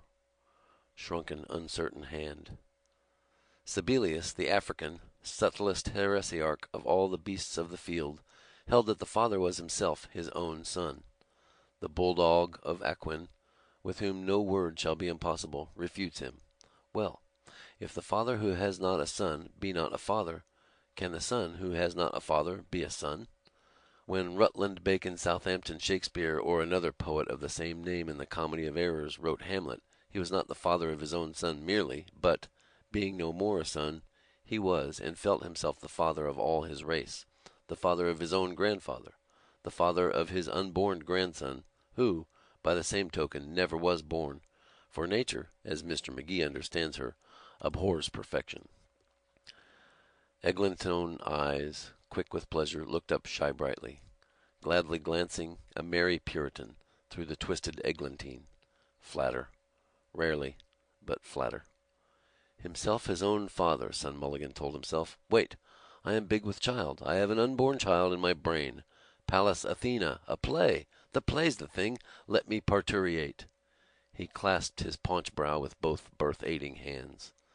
As for his family, Stephen said, his mother's name lives in the forest of Arden. Her death brought from him the scene with Volumnia in Coriolanus. His boy son's death is the death scene of young Arthur in King John. Hamlet, the Black Prince, is Hamnet Shakespeare. Who the girls in The Tempest, in Pericles, in Winter's Tale are, we know. Who Cleopatra, Fleshpot of Egypt, and Cressid and Venus are, we may guess, but there is another member of his family who is recorded. The plot thickens, John Eglinton said. The Quaker librarian, quaking, tiptoed in, quake, his mask, quake, with haste, quake, quack. Door closed, cell, day. They list. 3, they. I, you, he, they. Come, mess. Stephen. He had 3 brothers, Gilbert, Edmund, Richard.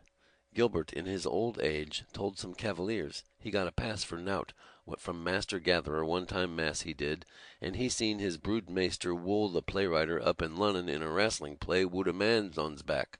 The playhouse sausage filled Gilbert's soul. He is nowhere, but an Edmund and a Richard are recorded in the works of Sweet William. Maggie Glyn John. Names. What's in a name? Best. That is my name, Richard, don't you know? I hope you are going to say a good word for Richard, don't you know, for my sake. Laughter. Buck Mulligan, piano, diminuendo. Then out spoke Medical Dick to his comrade, Medical Davy. Stephen. In his trinity of black wills, the villain Shakebags, Iago, Richard Crookback, Edmund, and King Lear, 2 bear the wicked uncle's names. Nay, that last play was written or being written while his brother Edmund lay dying in Southwark. Best. I hope Edmund is going to catch it. I don't want Richard, my name. Laughter. Quaker Leicester, a tempo. But he that filches from me my good name. Stephen. Stringendo. He has hidden his own name, a fair name, William, in the plays, a super here, a clown there, as a painter of old Italy set his face in a dark corner of his canvas. He has revealed it in the sonnets where there is will in overplus. Like John O'Gaunt, his name is dear to him, as dear as the coat and crest he toadied for, on a bend sable, a spear, or steeled argent, honorific habilitudinatatibus, dearer than his glory of greatest shake scene in the country. What's in a name? That is what we ask ourselves in childhood when we write the name that we are told is ours. A star, a day star, a fire drake, rose at his birth. It shone by day in the heavens alone, brighter than Venus in the night, and by night it shone over Delta in Cassiopeia, the recumbent constellation which is the signature of his initial among the stars. His eyes watched it, low-lying on the horizon, eastward of the Bear, as he walked by the slumberous summer fields at midnight returning from Shottery and from her arms. Both satisfied. I too. Don't tell them he was 9 years old when it was quenched. And from her arms. Wait to be wooed and won. Ay, me cock, who will woo you? Read the skies. autotimuruminus, bos Stephanomunimus. Where's your configuration? Stephen, cut the bread even. SD, sua donna, gia di lui, gelindo, risolve di non amare, SD. What is that, Mr. Dedalus? The Quaker librarian asked. Was it a celestial phenomenon? A star by night, Stephen said, a pillar of the cloud by day. What more's to speak? Stephen looked on his hat, his stick, his boots. Stephanos, my crown, my sword. His boots are spoiling the shape of my feet. Buy a pair. Holes in my socks. Handkerchief, too. You make good use of the name, John Eglinton allowed. Your own name is strange enough. I suppose it explains your fantastical humor. Me, McGee and Mulligan. Fabulous artificer, the hawk-like man. You flew. Where to? New Haven, Dieppe. Steerage passenger. Paris and back. Lapwing. Icarus. Pater ait. Sea bedabbled, fallen, weltering. Lapwing you are. Lapwing be. Mr. Best eagerly, quietly lifted his book to say, That's very interesting, because that brother motive, don't you know, we find also in the old Irish myths, just what you say, the three brothers Shakespeare. In Grimm, too, don't you know, the fairy tales. The third brother that always marries the sleeping beauty and wins the best prize. Best of best brothers. Good, better, best. The Quaker librarian spring-halted near. I should like to know, he said, which brother you... Well, I understand you to suggest there was misconduct with one of the brothers, but perhaps I am anticipating. He caught himself in the act, looked at all, refrained. An attendant from the doorway called, Mr. Leicester, Father Deneen wants... Oh, Father Deneen, directly. Swiftly, rectly, creaking rectly, he was rectly gone. John Eglinton touched the foil. Come, he said, let us hear what you have to say of Richard and Edmund. You kept them for the last, didn't you? In asking you to remember those two noble kinsmen, Nuncle Richie and Nuncle Edmund, Stephen answered, I feel I am asking too much, perhaps. A brother is as easily forgotten as an umbrella. Lapwing. Where is your brother? Apothecary's Hall. My whetstone. Him, then Cranley, Mulligan, now these. Speech, speech, but act, act speech. They mock to try you. Act, be acted on. Lapwing. I am tired of my voice, the voice of Esau. My kingdom for a drink. On. You will say those names were already in the chronicles from which he took the stuff of his plays. Why did he take them rather than others? Richard, a whoreson crookback, misbegotten, makes love to a widowed Anne, what's in a name? Woos and wins her, a whoreson merry widow. Richard the Conqueror, third brother, came after William the Conquered. The other four acts of that play hang limply from that first. Of all his kings, Richard is the only king unshielded by Shakespeare's reverence, the angel of the world. Why is the underplot of King Lear, in which Edmund figures, lifted out of Sidney's Arcadia and spatchcocked onto a Celtic legend older than history?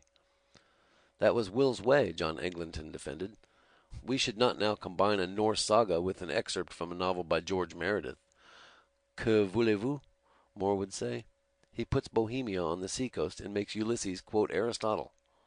Why? Stephen answered himself.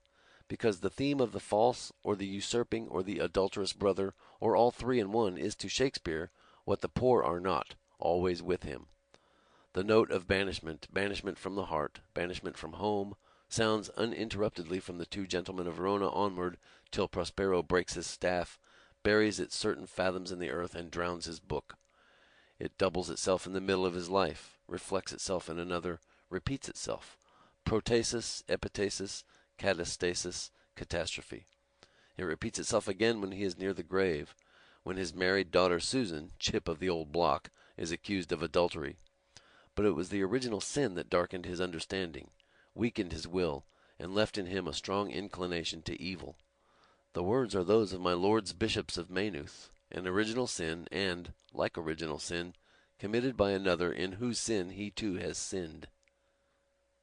It is between the lines of his last written words. It is petrified on his tombstone under which her 4 bones are not to be laid. Age has not withered it, beauty and peace have not done it away. It is in infinite variety everywhere in the world he has created, in Much Ado About Nothing, twice in As You Like It, in The Tempest, in Hamlet, in Measure for Measure, and in all the other plays which I have not read. He laughed to free his mind from his mind's bondage. Judge Eglinton summed up. The truth is midway, he affirmed. He is the ghost and the prince. He is all in all. He is, Stephen said. The boy of Act 1 is the mature man of Act 5, all in all. In Cymbeline, in Othello, he is bawd and cuckold. He acts and is acted on. Lover of an ideal or a perversion. Like Jose, he kills the real Carmen. His unremitting intellect is the horn-mad Iago, ceaselessly willing that the Moor in him shall suffer. Cuckoo, cuckoo, Cuck Mulligan clucked lewdly. Oh, word of fear. Dark dome received, riverbed. And what a character is Iago, undaunted John Eglinton exclaimed. When all is said, Dumas fils, or is it Dumas père, is right. After God, Shakespeare has created most. Man delights him not, nor woman neither, Stephen said. He returns after a life of absence to that spot of earth where he was born, where he has always been, man and boy, a silent witness, and there, his journey of life ended, he plants his mulberry tree in the earth, then dies. The motion is ended.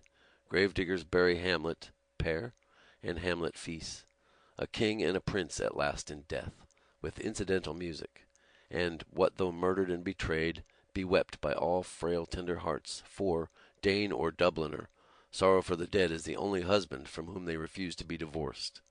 If you like the epilogue, look long on it. Prosperous Prospero, the good man rewarded, Lizzie, the grandpa's lump of love, and Uncle Richie, the bad man taken off by poetic justice to the place where the bad niggers go. Strong curtain. He found in the world without as actual what was in his world within as possible. Maeterlinck says, if Socrates leave his house today, he will find the sage seated on his doorstep. If Judas go forth tonight, it is to Judas his steps will tend. Every life is many days, day after day. We walk through ourselves, meeting robbers, ghosts, giants, old men, young men, wives, widows, brothers in love, but always meeting ourselves. The playwright who wrote the folio of this world, and wrote it badly, he gave us light first and the sun 2 days later, the Lord of things as they are, whom the most Roman of Catholics call Dio Boia, hangman God, is doubtless all in all of us, ostler and butcher, and would be bawd and cuckold too, but that in the economy of heaven, foretold by Hamlet, there are no more marriages, glorified man, an androgynous angel, being a wife unto himself. Eureka! Buck Mulligan cried. Eureka! Suddenly happied, he jumped up and reached in a stride John Eglinton's desk. May I? He said. The Lord has spoken to Malachi. He began to scribble on a slip of paper. Take some slips from the counter before going out. Those who are married, Mr. Best, Douse Herald said, all save one, shall live. The rest shall keep as they are. He laughed, unmarried, at Eglinton Johannes, of arts a bachelor. Unwed, unfancied, wary of wiles, they finger-ponder nightly, each his variorum edition of the Taming of the Shrew. You are a delusion, said roundly John Eglinton to Stephen. You have brought us all this way to show us a French triangle. Do you believe your own theory? No, Stephen said promptly. Are you going to write it? Mr. Best asked. You ought to make it a dialogue, don't you know, like the Platonic dialogues Wilde wrote. John Eclecticon doubly smiled. Well, in that case, he said, I don't see why you should expect payment for it, since you don't believe it yourself. Dowden believes there is some mystery in Hamlet, but will say no more.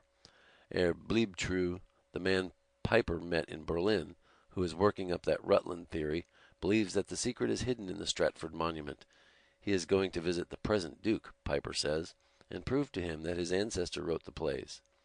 It will come as a surprise to his grace, but he believes his theory. I believe, O Lord, help my unbelief. That is, help me to believe, or help me to unbelieve. Who helps to believe? Ego men. Who to unbelieve? Other chap. You are the only contributor to Dana who asks for pieces of silver. Then I don't know about the next number. Fred Ryan wants space for an article on economics. Fredrine. 2 pieces of silver he lent me. Tide you over. Economics. For a guinea, Stephen said, you can publish this interview. Buck Mulligan stood up from his scribbling, laughing, and then gravely said, honeying malice, I called upon the bard Kinch at his summer residence in Upper Mecklenburg Street, and found him deep in the study of the Summa contra Gentiles in the company of two gonorrheal ladies, Fresh Nelly and Rosalie, the Colquay whore. He broke away. Come, Kinch, come, wandering Angus of the birds. Come, Kinch, you have eaten all we left. Aye, I will serve you your orts and offals. Stephen rose. Life is many days. This will end. We shall see you tonight, John Eglinton said. Notre ami Moore says Malachi Mulligan must be there. Buck Mulligan flaunted his slip and Panama. Monsieur Moore, he said, lecturer on French letters to the youth of Ireland. I'll be there. Come, Kinch, the bards must drink. Can you walk straight? Laughing, he, swill till 11, Irish night's entertainment. Lubber. Stephen followed a lubber.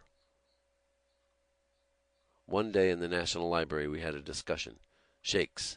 After. His lub back. I followed. I gall his kibe.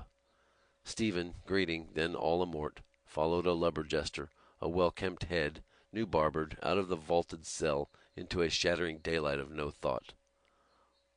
What have I learned? Of them. Of me. Walk like Haines now. The constant reader's room. In the reader's book, Cashel, Boyle, O'Connor, Fitzmaurice, Tisdall, Farrell, paraphes his polysyllables. Item. Was Hamlet mad? The Quakers pate gaudily with a priest teen in book talk. Oh, please do, sir. I shall be most pleased. Amused Buck Mulligan mused in pleasant murmur with himself, self-nodding.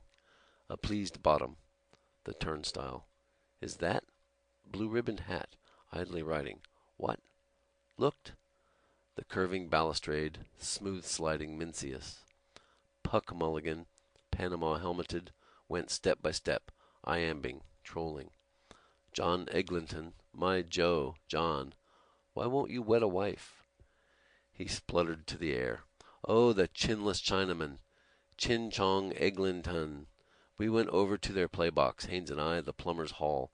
Our players are creating a new art for Europe like the Greeks or M. Maeterlinck. Abbey Theatre, I smell the public sweat of monks. He spat blank. Forgot. Any more than he forgot the whipping lousy Lucy gave him. And left the femme de 30 ans. And why no other children born? And his first child a girl. Afterwit. Go back. The dour recluse still there. He has his cake. And the douse youngling, minion of pleasure, Fido's toyable fair hair. Wanted, I forgot, he... Longworth and McCurdy Atkinson were there. Puck Mulligan footed featly, trilling, I hardly hear the purlieu cry or a Tommy talk as I pass one by, before my thoughts begin to run on F. McMurdy Atkinson, and the same that had the wooden leg, and that filibustering filibeg, that never dared to slake his drouth, McGee that had the chinless mouth. Being afraid to marry on earth, they masturbated for all they were worth. Jest on, know thyself. Halted, below me, a quizzer looks at me. I halt. Mournful mummer, Buck Mulligan moaned. Singe has left off wearing black to be like nature. Only crows, priests, and English coal are black. A laugh tripped over his lips. Longworth is awfully sick, he said, after what you wrote about that old hake Gregory. Oh, you inquisitional drunken Jew-Jesuit. She gets you a job on the paper, and then you go and slate her drivel to Jesus. Couldn't you do the Yeats touch? He went on and down, mopping, chanting, with waving graceful arms. The most beautiful book that has come out of our country in my time. One thinks of Homer. He stopped at the stairfoot. I have conceived a play for the mummers, he said solemnly. The pillared Moorish hall, shadows entwined. Gone the 9 men's Morris with caps of indices. In sweetly varying voices Buck Mulligan read his tablet. Every man his own wife, or a honeymoon in the hand. A national immorality in 3 orgasms, by Balaky Mulligan. He turned a happy Patch's smirk to Stephen, saying, The disguise, I fear, is thin. But listen. He read, Marcato. Characters. Toady Tostoff, a ruined Pole. Crab, a bushranger. Medical Dick and Medical Davy, 2 birds with 1 stone. Mother Grogan, a water carrier. Fresh Nelly and Rosalie, the Colquay whore. He laughed, lolling a to and fro head, walking on, followed by Stephen, and mirthfully he told the shadows, souls of men. Oh, the night in Camden Hall when the daughters of Erin had to lift their skirts to step over you as you lay in your mulberry-colored, multicolored, multitudinous vomit. The most innocent son of Erin, Stephen said, for whom they ever lifted them. About to pass through the doorway, feeling one behind, he stood aside. Part. The moment is now. Where then? If Socrates leave his house today, if Judas go forth tonight. Why? That lies in space, which I in time must come to, ineluctably. My will, his will that fronts me, sees between. A man passed out between them, bowing, greeting. Good day again, Buck Mulligan said. The portico. Here I watched the birds for augury, Aengus of the birds. They go, they come. Last night I flew, easily flew. Men wondered. Street of harlots after. A cream fruit melon he held to me. In. You will see. The wandering Jew, Buck Mulligan whispered with clown's awe. Did you see his eye? He looked upon you to lust after you. I fear thee, ancient mariner. O Kinch, thou art in peril. Get thee a breech pad. Manor of Oxenford. Day. Wheelbarrow, sun over arch of bridge. A dark back went before them, step of a pard, down, out by the gateway, under portcullis barbs. They followed. Offend me still. Speak on. Kind air defined the coins of houses in Kildare Street. No birds. Frail from the housetops, 2 plumes of smoke ascended, pluming, and in a flaw of softness, softly were blown. Cease to strive. Peace of the druid priests of Cymbeline, hierophantic, from wide earth on altar.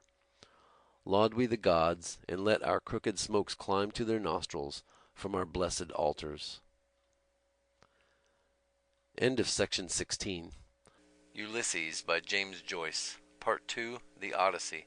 Episode 10, Wandering Rocks, Part 1. The Superior, the Very Reverend John Conmee, S.J., reset his smooth watch in his interior pocket as he came down the presbytery steps. 5 to 3. Just nice time to walk to Artane. What was that boy's name again? Dignum, yes. Vere dignum et iustum est. Brother Swan was the person to see. Mr. Cunningham's letter, yes. Oblige him if possible. Good practical Catholic. Useful at mission time. A one-legged sailor, swinging himself onward by lazy jerks of his crutches, growled some notes. He jerked short before the convent of the Sisters of Charity, and held out a peaked cap for alms toward the Very Reverend John Conmee, S.J. Father Conmee blessed him in the sun, for his purse held, he knew, 1 silver crown. Father Conmee crossed to Mountjoy Square.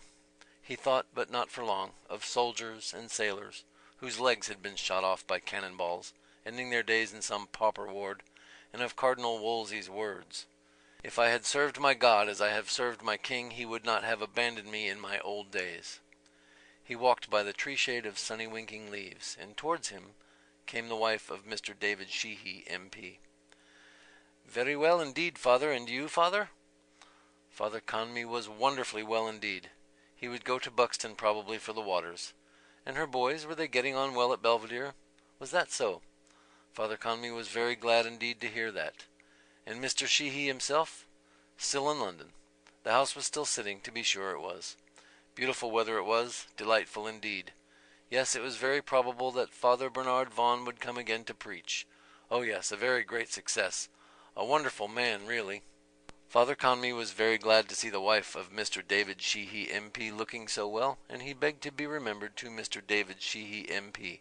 Yes, he would certainly call. "Good afternoon, Mrs. Sheehy."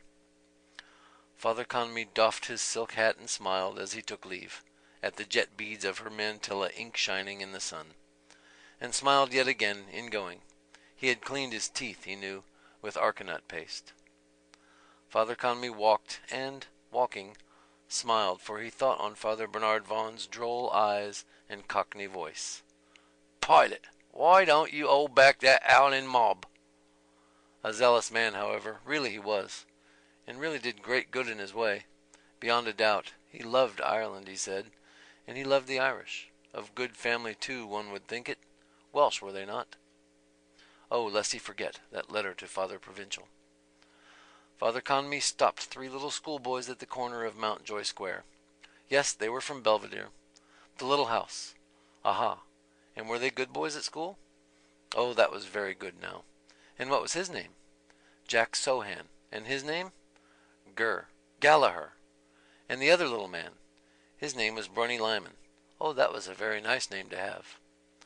Father Conmee gave a letter from his breast to Master Brunny Lyman and pointed to the red pillar box at the corner of Fitzgibbon Street. But mind you don't post yourself into the box, little man, he said. The boys six-eyed Father Conmee and laughed. Oh, sir. Well, let me see if you can post a letter, Father Conmee said. Master Brunny Lynam ran across the road and put Father Conmee's letter to Father Provincial into the mouth of the bright red letterbox. Father Conmee smiled and nodded and smiled and walked along Mountjoy Square east. Mr. Dennis J. McGinney, professor of dancing, etc., in silk hat, slate frock coat with silk facings, white kerchief tie, tight lavender trousers, canary gloves, and pointed patent boots, walking with grave deportment, most respectfully took the curbstone as he passed Lady Maxwell at the corner of Digham's Court. Was that not Mrs. McGinnis? Mrs. McGinnis, stately, silver-haired, bowed to Father Conmee from the farther footpath along which she sailed, and Father Conmee smiled and saluted. How did she do? A fine carriage she had, like Mary Queen of Scots, something. And to think that she was a pawnbroker. Well now, such a, what should he say? Such a queenly Mayan. Father Conmee walked down Great Charles Street and glanced at the shut-up Free Church on his left. The Reverend T.R. Green, B.A., will, D.V., speak. The incumbent, they called him. He felt it incumbent on him to say a few words, but one should be charitable. Invincible ignorance. They acted according to their lights. Father Conmee turned the corner and walked along the North Circular Road. It was a wonder that there was not a tram line in such an important thoroughfare. Surely there ought to be. A band of satcheled schoolboys crossed from Richmond Street. All raised untidy caps. Father Conmee greeted them more than once benignly. Christian brother boys. Father Conmee smelt incense on his right hand as he walked. St. Joseph's Church, Portland Row, for aged and virtuous females. Father Conmee raised his hat to the Blessed Sacrament. Virtuous, but occasionally they were also bad-tempered. Near Aldborough House, Father Conmee thought of that spendthrift nobleman, and now it was an office or something. Father Conmee began to walk along the North Strand Road and was saluted by Mr. William Gallagher, who stood in the doorway of his shop. Father Conmee saluted Mr. William Gallagher, and perceived the odors that came from bacon flitches and ample cools of butter. He passed Grogan's the tobacconist, against which newsboards leaned and told of a dreadful catastrophe in New York. In America those things were continually happening. Unfortunate people to die like that, unprepared. Still, an act of perfect contrition. Father Conmee went by Daniel Bergen's public house, against the window of which 2 unlaboring men lounged. They saluted him, and were saluted. Father Conmee passed H.J. O'Neill's funeral establishment, where Corny Kelleher totted figures in the daybook while he chewed a blade of hay. A constable on his beat saluted Father Conmee, and Father Conmee saluted the constable. In Yaukstedter's, the pork butcher's, Father Conmee observed pigs' puddings, white and black and red, lie neatly curled in tubes. Moored under the trees of Charleville Mall, Father Conmee saw a turf barge, a tow horse with pendant head, a bargeman with a hat of dirty straw seated amidships, smoking and staring at a branch of poplar above him. It was idyllic, and Father Conmee reflected on the providence of the Creator, who had made turf to be in bogs, whence men might dig it out and bring it to town, and hamlet to make fires in the houses of poor people. On Newcomen Bridge, the very Reverend John Conmee, S.J., of St. Francis Xavier's Church, Upper Gardiner Street, stepped onto an outward-bound tram. Off an inward-bound tram stepped the Reverend Nicholas Dudley, C.C., of St. Agatha's Church, North William Street, onto Newcomen Bridge. At Newcomen Bridge, Father Conmee stepped into an outward-bound tram, for he disliked to traverse on foot the dingy way past Mud Island. Father Conmee sat in a corner of the tramcar, a blue ticket tucked with care in the eye of one plump kid glove, while 4 shillings, a sixpence, and 5 pennies shooted from his other plump glove palm into his purse. Passing the ivy church, he reflected that the ticket inspector usually made his visit when one had carelessly thrown away the ticket. The solemnity of the occupants of the car seemed to Father Conmee excessive for a journey so short and cheap. Father Conmee liked cheerful decorum. It was a peaceful day. The gentleman with the glasses opposite Father Conmee had finished explaining and looked down. His wife, Father Conmee supposed. A tiny yawn opened the mouth of the wife of the gentleman with the glasses. She raised her small gloved fist, yawned ever so gently, tip-tapping her small gloved fist on her opening mouth, and smiled tinily, sweetly. Father Conmee perceived her perfume in the car. He perceived also that the awkward man at the other side of her was sitting on the edge of the seat. Father Conmee at the altar rails placed the host with difficulty in the mouth of the awkward old man who had the shaky head. At Ensley Bridge the tram halted, and, when it was about to go, an old woman rose suddenly from her place to alight. The conductor pulled the bell strap to stay the car for her. She passed out with her basket and a market net, and Father Conmee saw the conductor help her, and net and basket, down, and Father Conmee thought that, as she had nearly passed the end of the penny fare, she was one of those good souls who had always to be told twice, "Bless you, my child," that they have been absolved. Pray for me. But they had so many worries in life, so many cares, poor creatures. From the hoardings, Mr. Eugene Stratton grimaced with thick nigger lips at Father Conmee. Father Conmee thought of the souls of black and brown and yellow men, and of his sermon on St. Peter Claver S.J. and the African Mission, and of the propagation of the faith, and of the millions of black and brown and yellow souls that had not yet received the baptism of water when their last hour came like a thief in the night. That book by the Belgian Jesuit, Le Nombre des Élus, seemed to Father Conmee a reasonable plea. Those were millions of human souls created by God in his own likeness, to whom the faith had not, D.V., been brought. But they were God's souls, created by God. It seemed to Father Conmee a pity that they should all be lost, a waste, if one might say. At the Howth Road stop, Father Conmee alighted, and was saluted by the conductor, and saluted in his turn. The Malahide Road was quiet. It pleased Father Conmee, road and name. The joy bells were ringing in gay Malahide.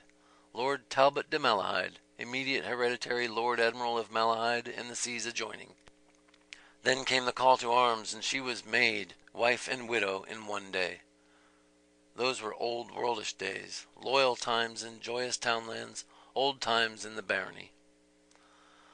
Father Conmee, walking, thought of his little book, Old Times in the Barony, and of the book that might be written about Jesuit houses, and of Mary Rochfort, daughter of Lord Molesworth, 1st Countess of Belvedere. A listless lady, no more young, walked alone the shore of Lough Ennell. Mary, 1st Countess of Belvedere, listlessly walking in the evening, not startled when an otter plunged. Who could know the truth? Not the jealous Lord Belvedere, and not her confessor if she had not committed adultery fully. Iaculatio seminis inter vos natural mulieris. With her husband's brother? She would half confess if she had not all sinned as women did. Only God knew, and she and he, her husband's brother. Father Conmee thought of that tyrannous incontinence, needed, however, for men's race on earth, and of the ways of God, which were not our ways. Don John Conmee walked and moved in times of yore. He was humane and honored there. He bore in mind secrets confessed, and he smiled at smiling noble faces in a beeswaxed drawing-room, sealed with full fruit clusters. And the hands of a bride and of a bridegroom, noble to noble, were empalmed by Don John Conmee. It was a charming day. The lich gate of a field showed Father Conmee breadths of cabbages, curtsying to him with ample underleaves. The sky showed him a flock of small white clouds, going slowly down the wind. Moutonner, the French said, a just and homely word. Father Conmee, reading his office, watched a flock of muttoning clouds over Rathcoffey. His thin-socked ankles were tickled by the stubble of Clongo's field. He walked there, reading in the evening, and heard the cries of the boys' lines at their play, young cries in the quiet evening. He was their rector. His reign was mild. Father Conmee drew off his gloves and took his rededged breviary out. An ivory bookmark told him the page. Nones. He should have read that before lunch, but Lady Maxwell had come. Father Conmee read in secret Pater and Ave and crossed his breast. Deus in adiutorium. He walked calmly and read mutely the nones, walking and reading till he came to res in beati immaculati principium verborum tuorum veritas in aeternum omnia indicia iustitiae tuae. A flushed young man came from a gap of a hedge, and after him came a young woman with wild nodding daisies in her hand. The young man raised his cap abruptly. The young woman abruptly bent, and with slow care detached from her light skirt a clinging twig. Father Conmee blessed both gravely and turned a thin page of his breviary. Sin, principes persecuti sunt migratis, et e verbis tuis formidavit cor meum. Corny Kelleher closed his long daybook and glanced with his drooping eye at a pine coffin lid sentried in a corner. He pulled himself erect, went to it, and, spinning it on its axle, viewed its shape and brass furnishings. Chewing his blade of hay, he laid the coffin lid by and came to the doorway. There he tilted his hat brim to give shade to his eyes and leaned against the doorcase, looking idly out.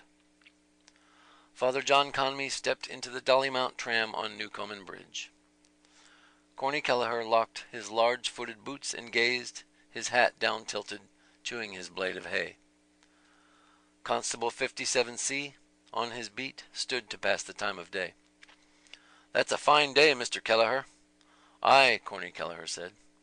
"It's very close," the constable said. Corny Kelleher sped a silent jet of hay juice arching from his mouth, while a generous white arm from a window in Eccles Street flung forth a coin. "What's the best news?" he asked. "I seen that particular party last evening," the constable said with bated breath. A one-legged sailor crutched himself round McConnell's corner, skirting Rabiotti's ice cream car, and jerked himself up Eccles Street. Towards Larry O'Rourke, in shirt-sleeves in his doorway, he growled unamiably, "For England!" He swung himself violently forward past Katy and Booty Dedalus, halted and growled, "Home and beauty!" J.J. O'Malloy's white, careworn face was told that Mr. Lambert was in the warehouse with a visitor.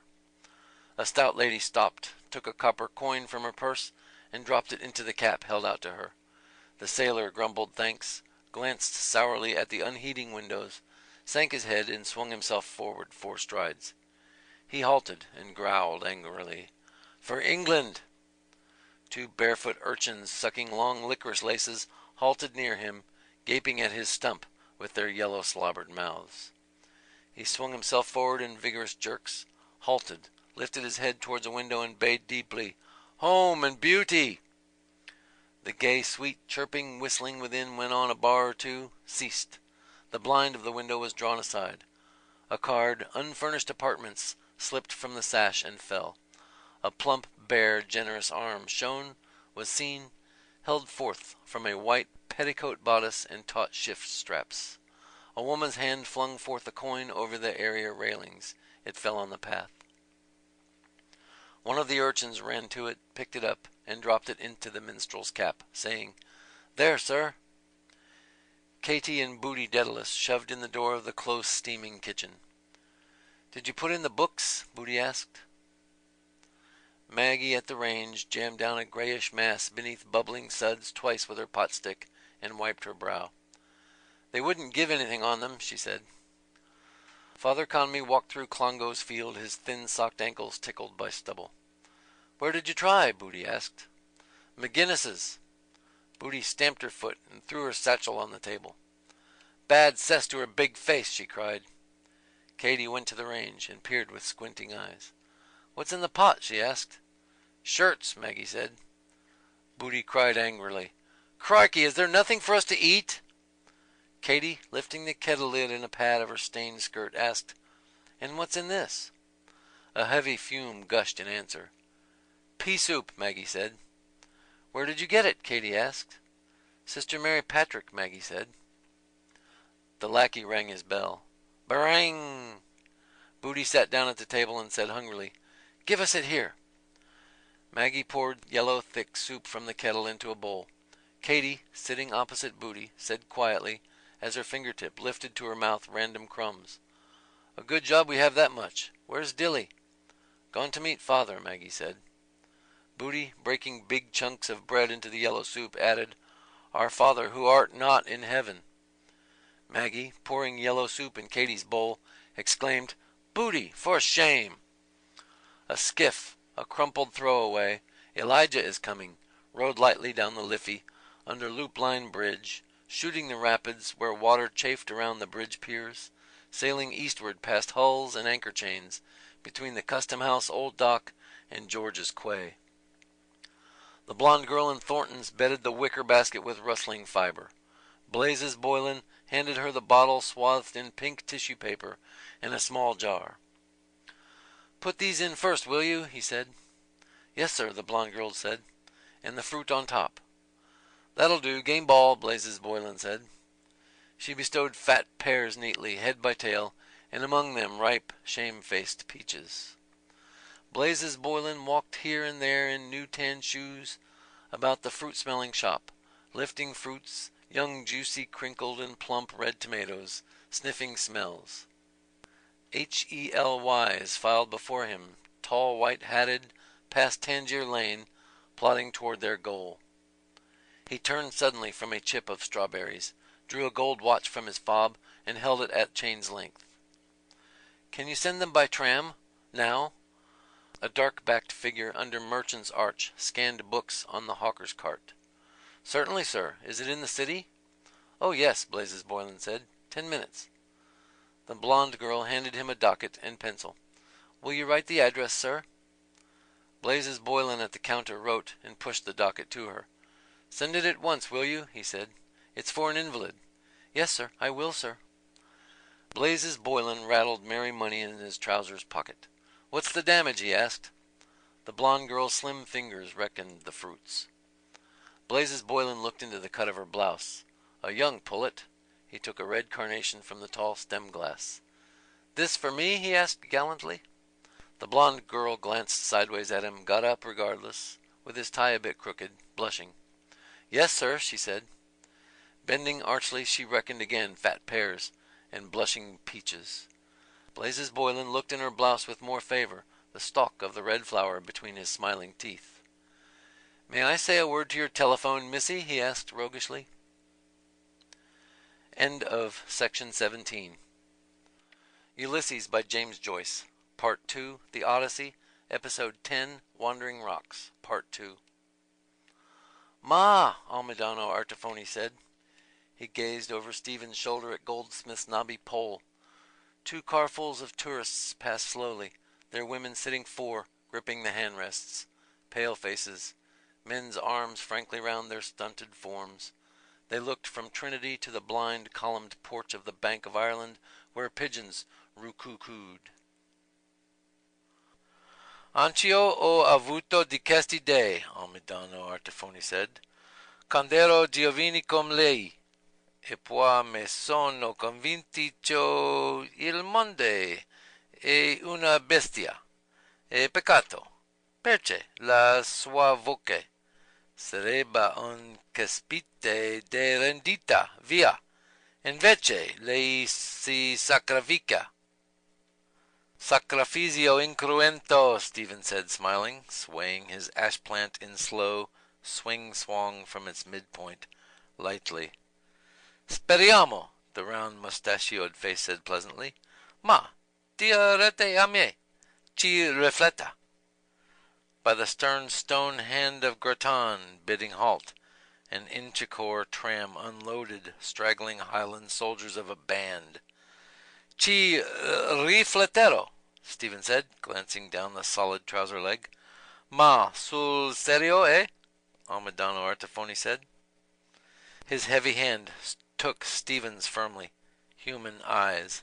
They gazed curiously an instant, and turned quickly towards a Dalkey tram. Eccolo, Amidano Artefoni said in a friendly haste. Venga e trovarmi e ci pensi. Addio, ciao. Arrivederla, maestro, Stephen said, raising his hat when his hand was freed. E grazie. Dice? Amidano Artefoni said. Scusi, tante bel cose. Almadano Artefoni, holding up a baton of rolled music as a signal, trotted on stout trousers after the Dalkey tram. In vain he trotted, signaling in vain among the rout of bare-kneed gillies smuggling implements of music through Trinity gates. Miss Dunn hid the Capel Street library copy of The Woman in White far back in her drawer, and rolled a sheet of gaudy note-paper into her typewriter. Too much mystery business in it. Is he in love with that one, Marion? Change it and get another by Mary Cecil Hay. The disc shot down the groove, wobbled a while, ceased, and ogled them. 6. Miss Dunn clicked on the keyboard. 16 June, 1904. 5 tall white-hatted sandwich men between Moneypenny's corner and the slab where Wolfe's Tones statue was not, healed themselves, turning HELYS, and plodded back as they had come. Then she stared at the large poster of Marie Kendall, charming soubrette, and listlessly lolling, scribbled on the jotter 16s and capital S's. Mustard hair and dauby cheeks. She's not nice looking, is she? The way she's holding up her bit of a skirt. Wonder, will that fellow be at the band tonight? If I could get that dressmaker to make a concertina skirt like Susie Nagel's. They kick out grand. Shannon and all the boat club swells never took his eyes off her. Hope to goodness he won't keep me here till 7. The telephone rang rudely by her ear. Hello? Yes, sir. No, sir. Yes, sir. I'll ring them up after 5. Only those two, sir, for Belfast and Liverpool. All right, sir. Then I can go after 6 if you're not back. A quarter after. Yes, sir. 27 and 6. I'll tell him. Yes, 176. She scribbled 3 figures on an envelope. Mr. Boylan, hello. That gentleman from Sport was in looking for you. Mr. Lenehan, yes. He said he'll be in the Ormond at 4. No, sir. Yes, sir. I'll ring them up after 5. 2 pink faces turned in the flare of the tiny torch. Who's that? Ned Lambert asked. Is that Crotty? Ringabella and Crosshaven, a voice replied, groping for foothold. Hello, Jack, is that yourself? Ned Lambert said, raising in salute his pliant lath among the flickering arches. Come in. Mind your steps there. The vesta in the clergyman's uplifted hand consumed itself in a long, soft flame and was let fall. At their feet its red speck died, and mouldy air closed round them. How interesting, a refined accent said in the gloom. Yes, sir, Ned Lambert said heartily. We are standing in the historic council chamber of St. Mary's Abbey, where Silken Thomas proclaimed himself a rebel in 1534. This is the most historic spot in all Dublin. O'Madden Burke is going to write something about it one of these days. The old Bank of Ireland was over the way till the time of the Union, and the original Jews' temple was here too before they built their synagogue over in Adelaide Road. You were never here before, Jack, were you? No, Ned. He rode down through Dame Walk, the refined accent said. If my memory serves me, the mansion of the Kildares was in Thomas's court. That's right, Ned Lambert said. That's quite right, sir. If you will be so kind, then, the clergyman said. Next time to allow me, perhaps. Certainly, Ned Lambert said. Bring the camera whenever you like. I'll get those bags cleared away from the windows. You can take it from here or from here. In the still faint light he moved about, tapping with his lath the piled seed bags and points of vantage on the floor. From a long face a beard and gaze hung on a chessboard. I'm deeply obliged, Mr. Lambert, the clergyman said. I won't trespass on your valuable time. You're welcome, sir, Ned Lambert said. Drop in whenever you like. Next week, say. Can you see? Yes, yes. Good afternoon, Mr. Lambert. Very pleased to have met you. Pleasure is mine, sir, Ned Lambert answered. He followed his guest to the outlet and then whirled his lath away among the pillars. With J.J. O'Malloy he came forth slowly into Mary's Abbey, where draymen were loading floats with sacks of carob and palm nut meal. O'Connor, Wexford. He stood to read the card in his hand. The Reverend Hugh C. Love, Rathcoffey. Present address, St. Michael's, Sallins. Nice young chap he is. He's writing a book about the Fitzgeralds, he told me. He's well up in history, faith. The young woman with slow care detached from her light skirt a clinging twig. I thought you were at a new gunpowder plot, J.J. O'Malloy said. Ned Lambert cracked his fingers in the air. God, he cried, I forgot to tell him that one about the Earl of Kildare after he set fire to Cashel Cathedral. You know that one? I'm bloody sorry I did it, says he, but I declare to God I thought the Archbishop was inside. He mightn't like it, though. What? God, I'll tell him anyhow. That was the great Earl, the Fitzgerald Moore. Hot members they were, all of them, the Geraldines. The horses he passed started nervously under their slack harness. He slapped a piebald haunch quivering near him and cried, Whoa, sonny! He turned to J.J. O'Malloy and asked, Well, Jack, what is it? What's the trouble? Wait a while. Hold hard. With gaping mouth and head far back he stood still, and after an instant sneezed loudly. Chow! He said. Blast you! The dust from those sacks, J.J. O'Malloy said politely. No, Ned Lambert gasped. I caught a cold night before. Blast your soul, night before last. And there was a hell of a lot of draft. He held his handkerchief ready for the coming. I was Glasnevin this morning. Poor little, what do you call him? Chow! Mother of Moses! Tom Rockford took the top disc from the pile he clasped against his claret waistcoat. See, he said. Say it's turn 6. In here, see? Turn now on. He slid it into the left slot for them. It shot down the groove, wobbled a while, ceased, ogling them. 6. Lawyers of the past, haughty, pleading, beheld pass from the Consolidated Taxing Office to the Nisi Prius Court, Richie Goulding carrying the cost bag of Goulding, Collis, and Ward, and heard rustling from the Admiralty Division of King's Bench to the Court of Appeal an elderly female with false teeth, smiling incredulously in a black silk skirt of great amplitude. See, he said. See now, the last one I put in is over here. Turns over. The impact. Leverage, see? He showed them the rising column of discs on the right. Smart idea, Nosey Flynn said, snuffling. So a fellow coming in late can see what turn is on and what turns are over. See, Tom Rockford said. He slid in a disc for himself and watched it shoot, wobble, ogle, stop. 4. Turn now on. I'll see him now in the Ormond, Lenehan said, and sound him. One good turn deserves another. Do, Tom Rockford said. Tell him I'm boiling with impatience. Good night, McCoy said abruptly. When you two begin. Nosey Flynn stooped towards the lever, snuffing at it. But how does it work here, Tommy? He asked. Tooraloo, Lenehan said. See you later. He followed McCoy out across the tiny square of Crampton Court. He's a hero, he said simply. I know, McCoy said. The drain, you mean. Drain, Lenehan said. It was down a manhole. They passed Dan Lowry's music hall, where Marie Kendall, charming soubrette, smiled on them from a poster, a dauby smile. Going down the path of Sycamore Street beside the Empire Music Hall, Lenehan showed McCoy how the whole thing was. One of those manholes like a bloody gas pipe, and there was the poor devil stuck down in it, half choked with sewer gas. Down went Tom Rockford anyhow, bookie's vest and all, with the rope round him. And be damned but he got the rope round the poor devil, and the two were hauled up. The act of a hero, he said. At the Dolphin they halted to allow the ambulance car to gallop past them for Jervis Street. This way, he said, walking to the right. I want to pop into Lynam's to see Scepter's starting price. What's the time by your gold watch and chain? McCoy peered into Marcus Tertius Moses' somber office, then at O'Neill's clock. After 3, he said. Who's riding her? Oh, Madden, Lenehan said. And a game filly she is. While he waited in Temple Bar, McCoy dodged a banana peel with gentle pushes of his toe from the path to the gutter. Fellow might damn easy get a nasty fall there, coming along tight in the dark. The gates of the drive opened wide to give egress to the viceregal cavalcade. Even money, Lenehan said, returning. I knocked against Bantam Lions in there going to back a bloody horse someone gave him that hasn't an earthly. Through here. They went up the steps and under Merchant's Arch. A dark-backed figure scanned books on the hawker's cart. There he is, Lenehan said. Wonder what he's buying, McCoy said, glancing behind.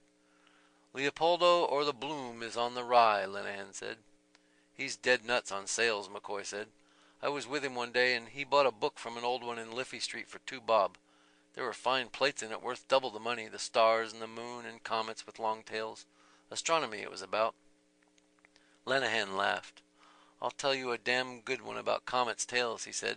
Come over in the sun. They crossed to the metal bridge and went along Wellington Quay by the river wall. Master Patrick Aloysius Dignam came out of Mangan's late Fehrenbach's, carrying 1.5 pounds of pork steaks. There was a long spread out at Glen Cree Reformatory, Lenehan said eagerly. The annual dinner, you know. Boiled shirt affair. The Lord Mayor was there.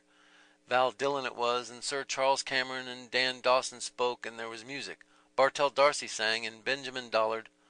I know, McCoy broke in. My missus sang there once. Did she? Lenehan said. A card Unfurnished Apartments reappeared in the window sash of number 7 Eccles Street. He checked his tail a moment, but broke out in a wheezy laugh. But wait till I tell you, he said. Delahunt of Camden Street had the catering, and yours truly was chief bottle washer. Bloom and the wife were there. Lashings of stuff we put up, port wine and sherry and curaçao, to which we did ample justice. Fast and furious it was. After liquids came solids. Cold joints galore and mince pies. I know, McCoy said. The year the missus was there. Lenehan linked his arm warmly. But wait till I tell you, he said. We had a midnight lunch, too, after all the jollification, and when we sallied forth it was blue o'clock the morning after the night before. Coming home it was a gorgeous winter's night on the Featherbed Mountain. Bloom and Chris Callanan were on one side of the car, and I was with the wife on the other. We started singing glees and duets. Lo, the early beam of morning. She was well primed with a good load of Delahunt's port under her belly band. Every jolt the bloody car gave, I had her bumping up against me. Hell's delights! She has a fine pair, God bless her. Like that. He held his caved hands a cubit from him, frowning. I was tucking the rug under her and settling her boa all the time, know what I mean? His hands molded ample curves in the air. He shut his eyes tight in delight, his body shrinking, and blew a sweet chirp from his lips. The lad stood to attention anyhow, he said with a sigh. She's a gamey mare and no mistake. Bloom was pointing out all the stars and the comets in the heavens to Chris Callanan and the Jarvey, the Great Bear and Hercules and the Dragon, and the whole jing-bang lot. But by God, I was lost, so to speak, in the Milky Way. He knows them all, faith. At last she spotted a weeny-weeshy one miles away. And what star's that, Poldy? Says she. By God, she had Bloom cornered. That one, is it? Says Chris Callanan. Sure, that's only what you might call a pinprick. By God, he wasn't far wide of the mark. Lenehan stopped and leaned on the river wall, panting with soft laughter. I'm weak, he gasped. McCoy's white face smiled about it at instants and grew grave. Lenehan walked on. He lifted his yachting cap and scratched his hind head rapidly. He glanced sideways in the sunlight at McCoy. He's a cultured all-round man, Bloom is, he said seriously. He's not one of your common or garden, you know. There's a touch of the artist about old Bloom. Mr. Bloom turned over idly pages of the awful disclosures of Maria Monk, then of Aristotle's masterpiece. Crooked botched print, plates, infants cuddled in a ball in blood-red wombs like livers of slaughtered cows.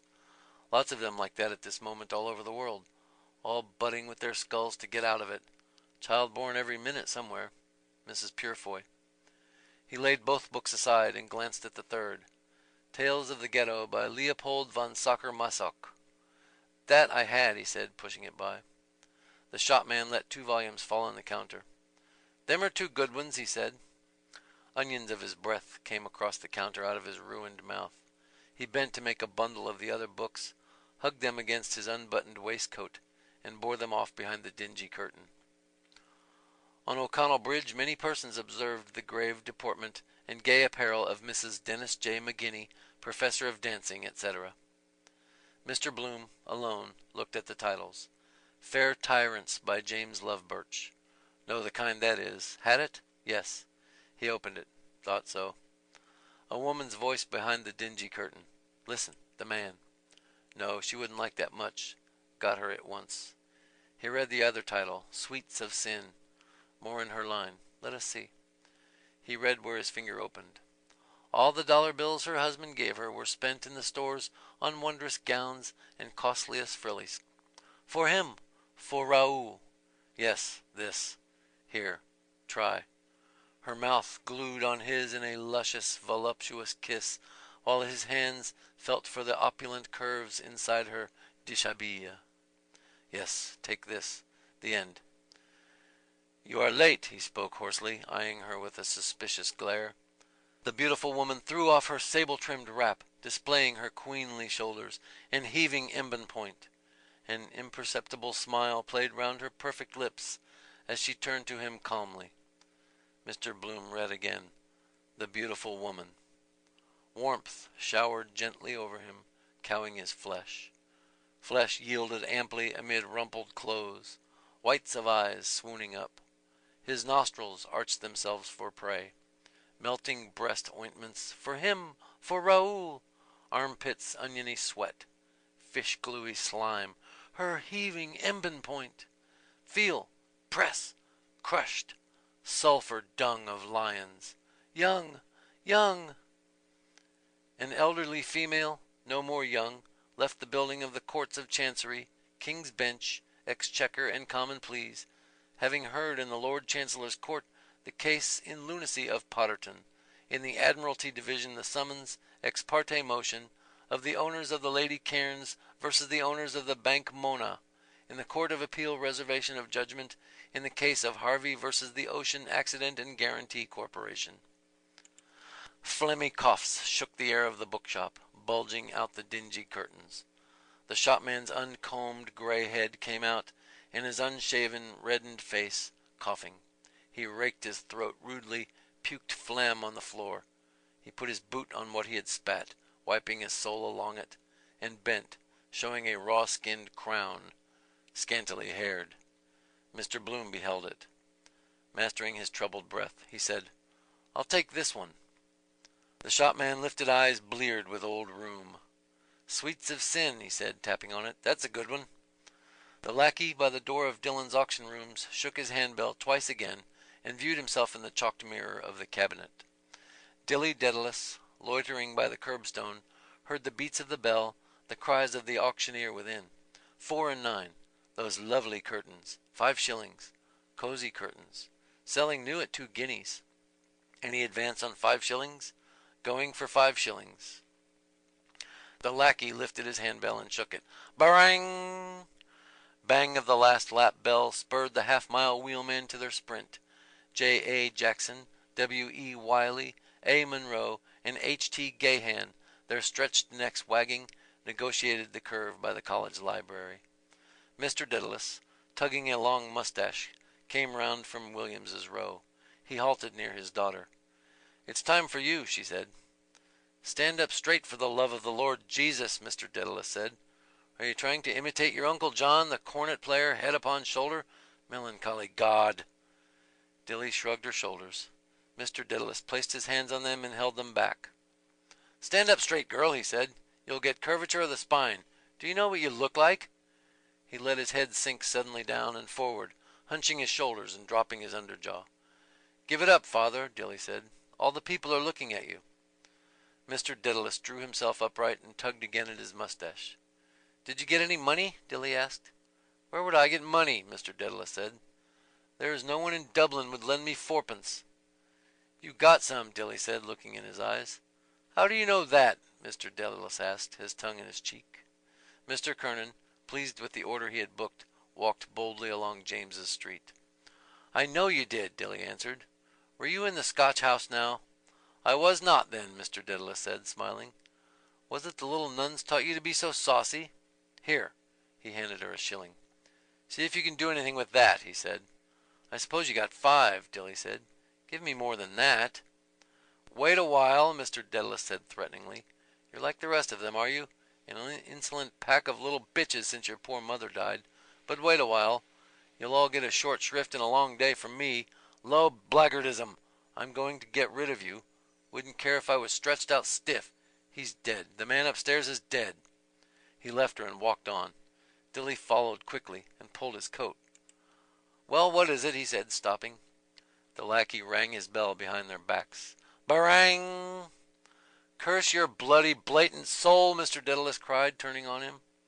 The lackey, aware of comment, shook the lolling clapper of his bell, but feebly. Bang! Mr. Dedalus stared at him. Watch him, he said. It's instructive. I wonder will he allow us to talk? You got more than that, Father, Dilly said. I'm going to show you a little trick, Mr. Dedalus said. I'll leave you all where Jesus left the Jews.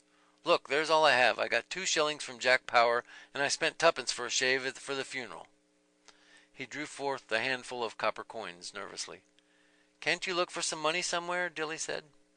Mr. Dedalus thought and nodded. I will, he said gravely. I looked all along the gutter in O'Connell Street. I'll try this one now. You're very funny, Dilly said, grinning. Here, Mr. Dedalus said, handing her 2 pennies. Get a glass of milk for yourself and a bun or something. I'll be home shortly. He put the other coins in his pocket and started to walk on. The vice-regal cavalcade passed, greeted by obsequious policemen out of Parkgate. I'm sure you have another shilling, Dilly said. The lackey banged loudly. Mr. Dedalus, amid the din, walked off, murmuring to himself with a pursing, mincing mouth, gently. The little nuns? Nice little things. Oh, sure they wouldn't do anything. Oh, sure they wouldn't really. Is it little Sister Monica? From the sundial toward James's gate walked Mr. Kernan, pleased with the order he had booked for Pulbrook Robertson, boldly along James Street, past Shackleton's office. Got round him all right. How do you do, Mr. Crimmins? First rate, sir. I was afraid you might be up in your other establishment in Pimlico. How are things going? Just keeping alive. Lovely weather we're having. Yes, indeed. Good for the country. Those farmers are always grumbling.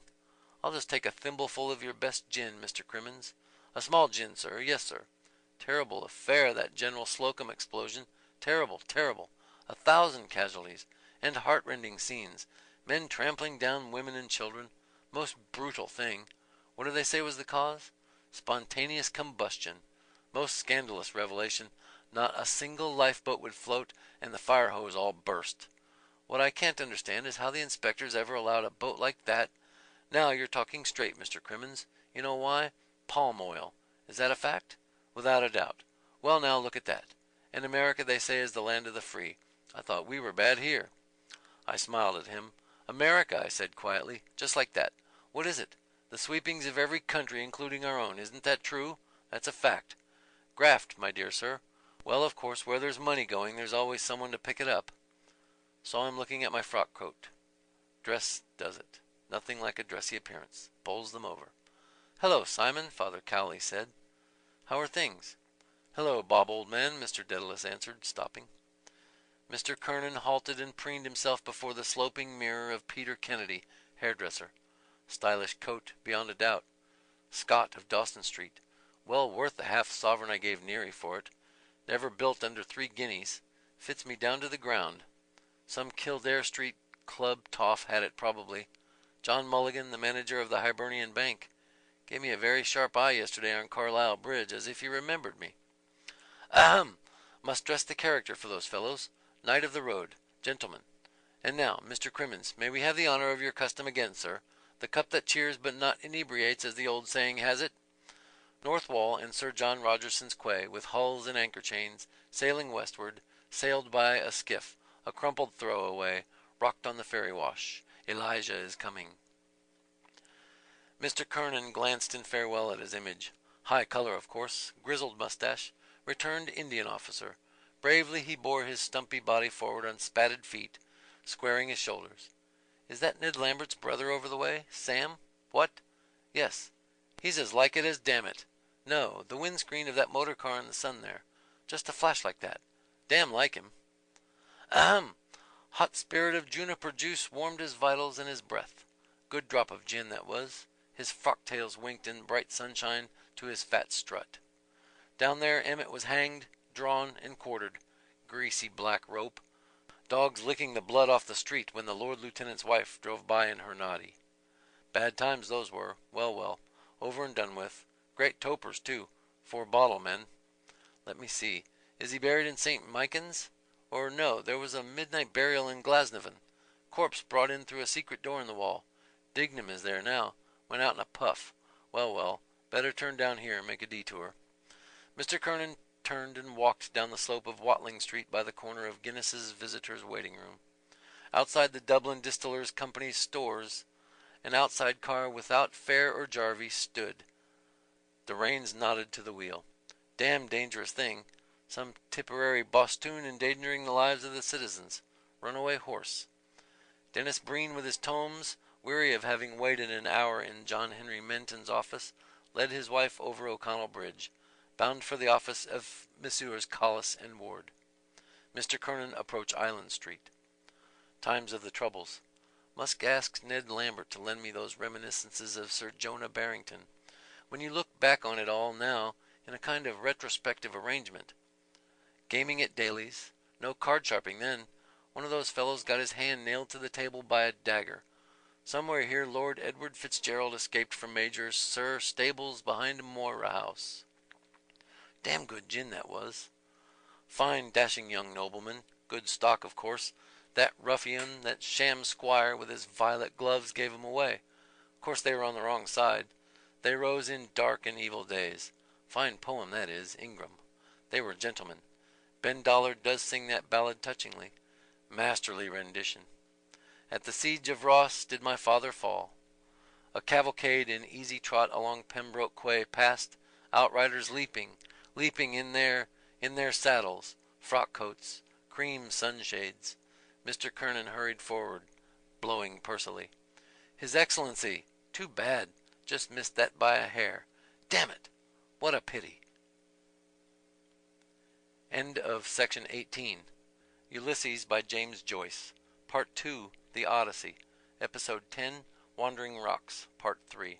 Stephen Dedalus watched through the webbed window the lapidary's fingers prove a time-dulled chain. Dust webbed the window and the show trays. Dust darkened the toiling fingers with their vulture nails. Dust slept on dull coils of bronze and silver, lozenges of cinnabar, on rubies, leprous and wine-dark stones. Born all in the dark wormy earth, cold specks of fire, evil, lights shining in the darkness, where fallen archangels flung the stars of their brows, muddy swine snouts, hands, root, gripe and rest them. She dances in a foul gloom where the gum bums with garlic. A sailor-man, rust-bearded, sips from a beaker rum and eyes her. A long and sea-fed silent rut. She dances, capers, wagging her sowish haunches and her hips, on her gross belly flapping a ruby egg. Old Russell with a smeared chamois rag burnished again his gem, turned it and held it at the point of his Moses beard. Grandfather ape gloating on a stolen hoard. And you who wrest old images from the burial earth, the brain-sick words of sophists, Antisthenes, a lore of drugs, orient and immortal wheat standing from everlasting to everlasting. Two old women fresh from their whiff of the briny trudged through Irish town along London Bridge Road, one with a sanded, tired umbrella, one with a midwife's bag in which 11 cockles rolled. The whir of flapping leathern bands and hum of dynamos from the powerhouse urged Stephen to be on. Beingless beings. Stop! Throb always without you, and the throb always within. Your heart you sing of. I between them. Where? Between two roaring worlds where they swirl. I. Shatter them, one and both, but stun myself too in the blow. Shatter me, you who can. Bawd and butcher were the words. I say, not yet a while. A look around. Yes, quite true. Very large and wonderful and keeps famous time. You say right, sir. A Monday morning 'twas so, indeed. Stephen went down Bedford Row, the handle of the ash clacking against his shoulder blade. In Clohissey's window a faded 1860 print of Heenan boxing Sayers held his eye. Staring backers with square hats stood round the roped prize ring. The heavyweights in tight loin-cloths proposed gently each to other his bulbous fists. And they are throbbing, heroes' hearts. He turned and halted by the slanted book-cart. "Tuppence each," the huckster said. "4 for 6pence. Tattered pages, the Irish beekeeper, Life and Miracles of the Cure of Ars, Pocket Guide to Killarney. I might find here one of my pawned school prizes. Stefano Dedalo, alumno optimo, palmem ferenti. Father Conmee, having read his little hours, walked through the hamlet of Donnycarney, murmuring vespers. Binding too good, probably. What is this? 8th and 9th book of Moses. Secret of all secrets. Seal of King David. Thumbed pages. Read and read. Who has passed here before me? How to soften chapped hands. Recipe for white wine vinegar. How to win a woman's love. For me this. Say the following talisman 3 times with hands folded. Se el hilo nebricada, femininum, amor, mi solo, sanctus, amen. Who wrote this? Charms and invocations of the most blessed abbot Peter Salanka to all true believers divulged. As good as any other abbot's charms, as mumbling Joachim's. Down, baldy noddle, or we'll wool your wool. What are you doing here, Stephen? Dilly's high shoulders and shabby dress. Shut the book quick, don't let see. What are you doing? Stephen said. A Stuart face of none such Charles, lank locks falling at its sides. It glowed as she crouched feeding the fire with broken boots. I told her of Paris. Late lie abed under a quilt of old overcoats, fingering a pinchbeck bracelet, Dan Kelly's tokens, Nebricada femininum. What have you there? Stephen asked. I bought it from the other cart for a penny, Dilly said, laughing nervously. Is it any good? My eyes, they say she has. Do others see me so? Quick, far, and daring, shadow of my mind. He took the coverless book from her hand, Chardonnel's French primer. What did you buy that for? He asked. To learn French? She nodded, reddening and closing tight her lips. Show no surprise. Quite natural. Here, Stephen said. It's all right. Mind Maggie doesn't pawn it on you. I suppose all my books are gone. Some, Dilly said.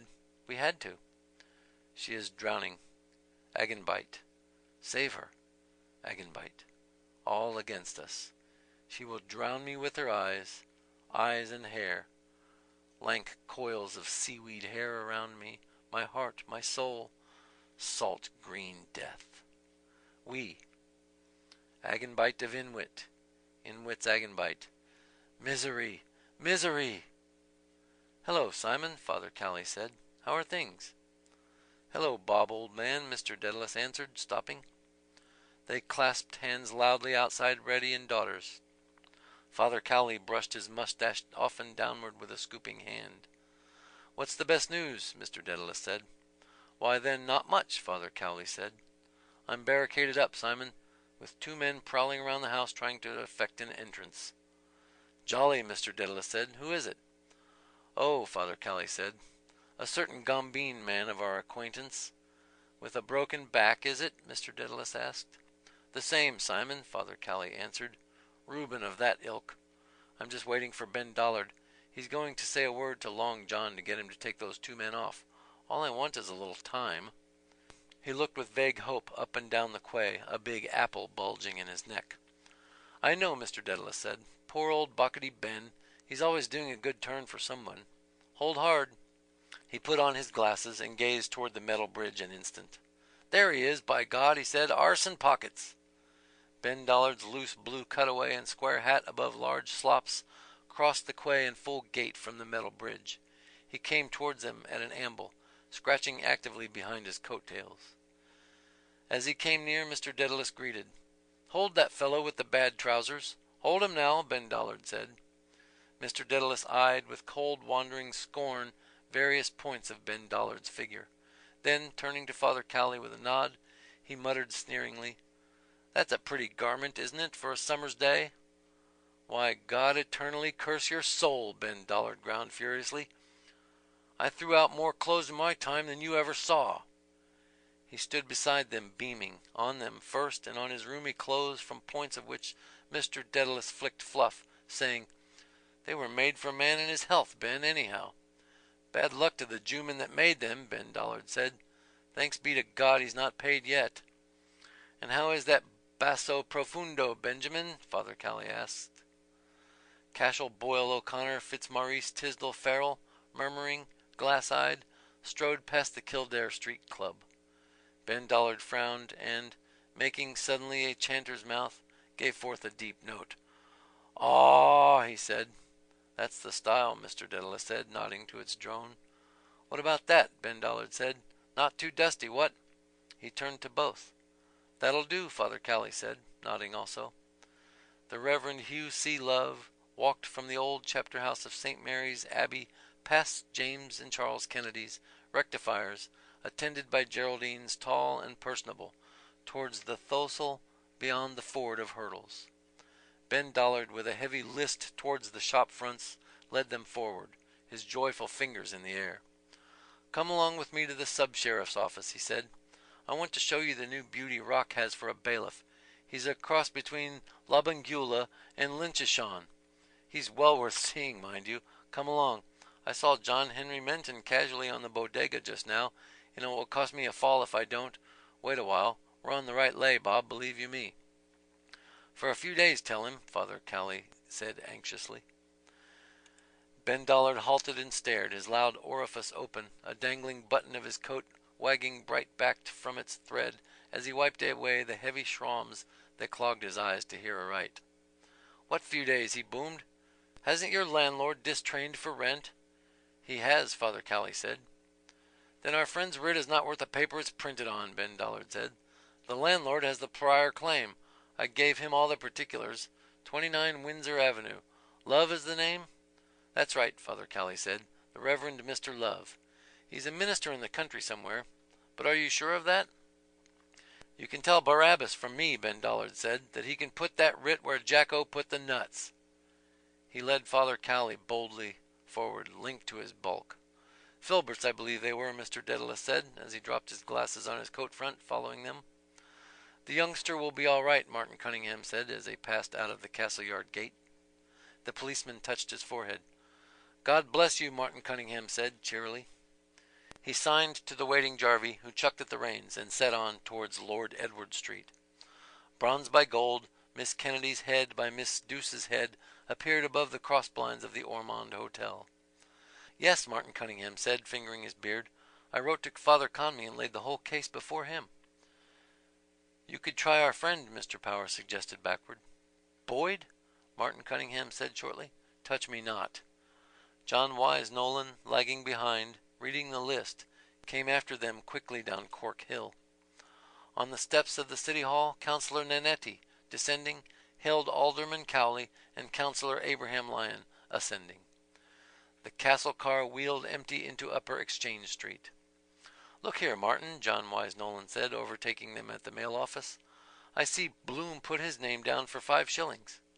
"Quite right," Martin Cunningham said, taking the list. "And put down the 5 shillings, too." "Without a second word, either," Mr. Power said. "Strange but true," Martin Cunningham added. John Wise Nolan opened wide eyes. "I'll say there is much kindness in the Jew," he quoted elegantly. They went down Parliament Street. "There's Jimmy Henry," Mr. Power said, "just heading for Kavanaugh's." "Right-o," Martin Cunningham said. "Here goes." Outside La Maison Claire, Blazes Boylan waylaid Jack Mooney's brother-in-law, Humpy, tight, making for the Liberties. John Wise Nolan fell back with Mr. Power, while Martin Cunningham took the elbow of a dapper little man in a shower of hail suit, who walked uncertainly, with hasty steps, past Mickey Anderson's watches. "The assistant town clerk's corns are giving him some trouble," John Wise Nolan told Mr. Power.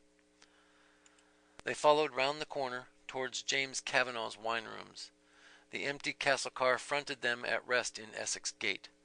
Martin Cunningham, speaking always, showed often the list at which Jimmy Henry did not glance. "And Long John Fanning is here too," John Wise Nolan said, "as large as life." The tall form of Long John Fanning filled the doorway where he stood. "Good day, Mr. Sub-Sheriff," Martin Cunningham said, as all halted and greeted. Long John Fanning made no way for them. He removed his large Henry Clay decisively, and his large fierce eyes scowled intelligently over all their faces. "Are the conscript fathers pursuing their peaceful deliberations?" he said with rich, acrid utterance to the assistant town clerk. "Hell open to Christians they were having," Jimmy Henry said pettishly, "about their damned Irish language. Where was the marshal, he wanted to know, to keep order in the council chamber? And old Barlow the mace-bearer, laid up with asthma, no mace on the table, nothing in order, no quorum even, and Hutchinson, the Lord Mayor, in Llandudno, and little Lorcan Sherlock doing locum tenens for him. Damned Irish language, language of our forefathers. Long John Fanning blew a plume of smoke from his lips. Martin Cunningham spoke by turns, twirling the peak of his beard, to the assistant town clerk and the sub-sheriff, while John Wise Nolan held his peace. What dignum was that? Long John Fanning asked. Jimmy Henry made a grimace and lifted his left foot. Oh, my corns, he said plaintively. Come upstairs for goodness sake till I sit down somewhere. Oof! Ooh! Mind! Testily he made room for himself beside Long John Fanning's flank and passed in and up the stairs. Come on up, Martin Cunningham said to the sub-sheriff. I don't think you knew him, or perhaps you did, though. With John Wise Nolan, Mr. Power followed them in. Decent little soul he was, Mr. Power said to the stalwart back of Long John Fanning, ascending toward Long John Fanning in the mirror. Rather low-sized, dignum of Mentor's office that was, Martin Cunningham said. Long John Fanning could not remember him. Clatter of horse hoofs sounded from the air. What's that? Martin Cunningham said. All turned where they stood. John Wise Nolan came down again. From the cool shadow of the doorway he saw the horses pass Parliament Street, harness and glossy pasterns in sunlight shimmering. Gaily they went past before his cool, unfriendly eyes, not quickly. In saddles of the leaders, leaping leaders, rode outriders. What was it? Martin Cunningham asked as they went up on the staircase. The Lord Lieutenant General and General Governor of Ireland, John Wise Nolan answered from the stairfoot. As they trod across the thick carpet, Buck Mulligan whispered behind his Panama to Haines, Parnell's brother, there in the corner. They chose a small table near the window, opposite a long-faced man whose beard and gaze hung intently down on a chessboard. Is that he? Haines asked, twisting round in his seat. Yes, Mulligan said. That's John Howard, his brother, our city marshal. John Howard Parnell translated a white bishop quietly, and his gray claw went up again to his forehead, whereat it rested. An instant later, under its screen, his eyes looked quickly, ghost-bright, at his foe, and fell once more upon a working corner. I'll take a melange, Haines said to the waitress. 2 melanges, Buck Mulligan said, and bring us some scones and butter and some cakes as well. When she had gone, he said, laughing, We call it DBC because they have damn bad cakes. Oh, but you missed Dedalus on Hamlet. Haines opened his new-bought book. I'm sorry, he said. Shakespeare is the happy hunting ground of all minds that have lost their balance. The one-legged sailor growled at the area of 14 Nelson Street. England expects. Buck Mulligan's primrose waistcoat shook gaily to his laughter. You should see him, he said, when his body loses its balance. Wandering Angus, I call him. I am sure he has an idée fixe, Haines said, pinching his chin thoughtfully with thumb and forefinger. Now I am speculating what it would be likely to be. Such persons always have. Buck Mulligan bent across the table gravely. They drove his wits astray, he said, by visions of hell. He will never capture the Attic note, the note of Swinburne, of all poets, the White Death and the Ruddy Birth. That is his tragedy. He can never be a poet. The joy of creation. Eternal punishment, Haines said, nodding curtly. I see. I tackled him this morning on belief. There was something on his mind, I saw. It's rather interesting because Professor Pokorny of Vienna makes an interesting point out of that. Buck Mulligan's watchful eyes saw the waitress come. He helped her to unload her tray. He can find no trace of hell in ancient Irish myth, Haines said, amid the cheerful cups. The moral idea seems lacking, the sense of destiny, of retribution. Rather strange he should have just that fixed idea. Does he write anything for your movement? He sank 2 lumps of sugar deftly longways through the whipped cream. Buck Mulligan slit a steaming scone in 2 and plastered butter over its smoking pith. He bit off a soft piece hungrily. 10 years, he said, chewing and laughing. He is going to write something in 10 years. Seems a long way off, Haines said, thoughtfully lifting his spoon.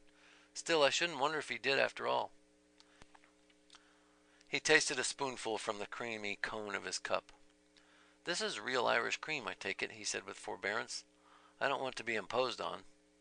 Elijah, skiff, light, crumpled throwaway, sailed eastward by flanks of ships and trawlers, amid an archipelago of corks, beyond New Wapping Street, past Benson's Ferry, and by the three-masted schooner Rose Vian from Bridgewater with bricks. Almadano Artifoni walked past Hollis Street, past Sewell's Yard. Behind him, Cashel, Boyle, O'Connor, Fitzmaurice, Tisdall, Farrell, with stick umbrella dustcoat dangling, shunned the lamp before Mr. Law Smith's house, and, crossing, walked along Marion Square. Distantly behind him, a blind stripling tapped his way by the wall of College Park.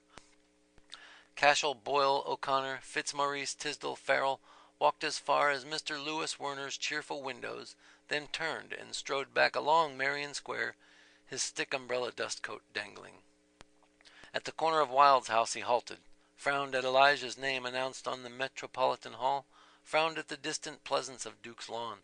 His eyeglass flashed frowning in the sun. With rat's teeth bared, he muttered, "Coactus volui." He strode on for Clare Street, grinding his fierce word. As he strode past Mr. Bloom's dental windows, the sway of his dust coat brushed rudely from its angle a slender tapping cane, and swept onwards, having buffeted a thewless body. The blind stripling turned his sickly face after the striding form. "God's curse on you," he said sourly, "whoever you are. You're blonder nor I am, you bitch's bastard." Opposite Ruggy O'Donogho's, Master Patrick Aloysius Dignam, pawing the pound and a half of Mangan's late Fehrenbach's pork steaks he had been sent for, went along warm Wicklow Street, dawdling. It was too blooming dull sitting in the parlor with Mrs. Stower and Mrs. Quigley and Mrs. McDowell and the blind down, and they all at their sniffles, and sipping sups of the superior tawny sherry Uncle Barney brought from Tunney's, and they eating crumbs of the cottage fruit cake, jawing the whole blooming time and sighing. After Wicklow Lane, the window of Madame Doyle, court-dress milliner, stopped him. He stood looking in at the two puckers, stripped to their pelts, and putting up their props. From the side mirrors, two mourning Masters Dignam gaped silently. Myler Keogh, Dublin's pet lamb, will meet Sergeant Major Bennett, the Portobello bruiser, for a purse of 50 sovereigns. Gob, that'd be a good pucking match to see. Myler Keogh, that's the chap sparring out to him with the green sash. 2-bar entrance, soldiers half price. I could easy do a bunk on Ma. Master Dignam on his left turned as he turned. That's me in mourning. When is it? May the 22nd. Sure, the bloomin' thing is all over. He turned to the right, and on his right Master Dignam turned, his cap awry, his collar sticking up. Buttoning it down, his chin lifted, he saw the image of Marie Kendall, charming soubrette, beside the two puckers. One of them motes that do be in the packets of fags Stower smokes, that his old fellow welted hell out of him for one time he found out. Master Dignam got his collar down and dawdled on. The best pucker going for strength was Fitzsimon's. One puck in the wind from that fellow would knock you into the middle of next week, man. But the best pucker for science was Jem Corbett, before Fitzsimon's knocked the stuffings out of him, dodging and all. In Grafton Street, Master Dignam saw a red flower in a toff's mouth, and a swell pair of kicks on him, and he listening to what the drunk was telling him, and grinning all the time. No Sandymount tram. Master Dignam walked along Nassau Street, shifting the pork steaks to his other hand. His collar sprang up again, and he tugged it down. The bloomin' stud was too small for the buttonhole of the shirt, blooming into it. He met schoolboys with satchels. I'm not going tomorrow either. Stay away till Monday. He met other schoolboys. Do they notice I'm in mourning? Uncle Barney said he'd get it into the paper tonight. Then they'll all see it in the paper and read my name printed, and Pa's name. His face got all gray instead of being red like it was, and there was a fly walking over it up to his eye. The scrunch that was when they were screwing the screws into the coffin, and the bumps when they were bringing it downstairs. Pa was inside it, and Ma crying in the parlor, and Uncle Barney telling the men how to get it round the bend. A big coffin it was, and high and heavy looking. How was that? The last night Pa was boozed, he was standing on the landing there, bawling out for his boots to go out to Tunney's for to booze more, and he looked buddy and short in his shirt. Never see him again. Death, that is. Pa is dead. My father is dead. He told me to be a good son to Ma. I couldn't hear the other things he said, but I saw his tongue and his teeth trying to say it better. Poor Pa. That was Mr. Dignam, my father. I hope he's in purgatory now because he went to confession to Father Conroy on Saturday night. William Humble, Earl of Dudley, and Lady Dudley, accompanied by Lieutenant Colonel Heseltine, drove out after luncheon from the Viceregal Lodge. In the following carriage were the Honorable Mrs. Paget, Miss de Courcy, and the Honorable Gerald Ward, A.D.C., in attendance. The cavalcade passed out by the lower gate of Phoenix Park, saluted by obsequious policemen, and proceeded past King's Bridge along the northern quays. The Viceroy was most cordially greeted on his way through the metropolis. At Bloody Bridge, Mr. Thomas Kernan, beyond the river, greeted him vainly from afar. Between Queen's and Whitworth bridges, Lord Dudley's viceregal carriages passed and were unsaluted by Mr. Dudley White, B.L., M.A., who stood on Aaron Quay outside Mrs. M.E. White's, the pawnbroker's, at the corner of Aaron Street West, stroking his nose with his forefinger, undecided whether he should arrive at Phibbsborough more quickly by a triple change of tram, or by hailing a car, or on foot through Smithfield, Constitution Hill, and Broadstone Terminus. In the porch of Four Courts, Richie Goulding, with the cost-bag of Goulding, Collis, and Ward, saw him with surprise.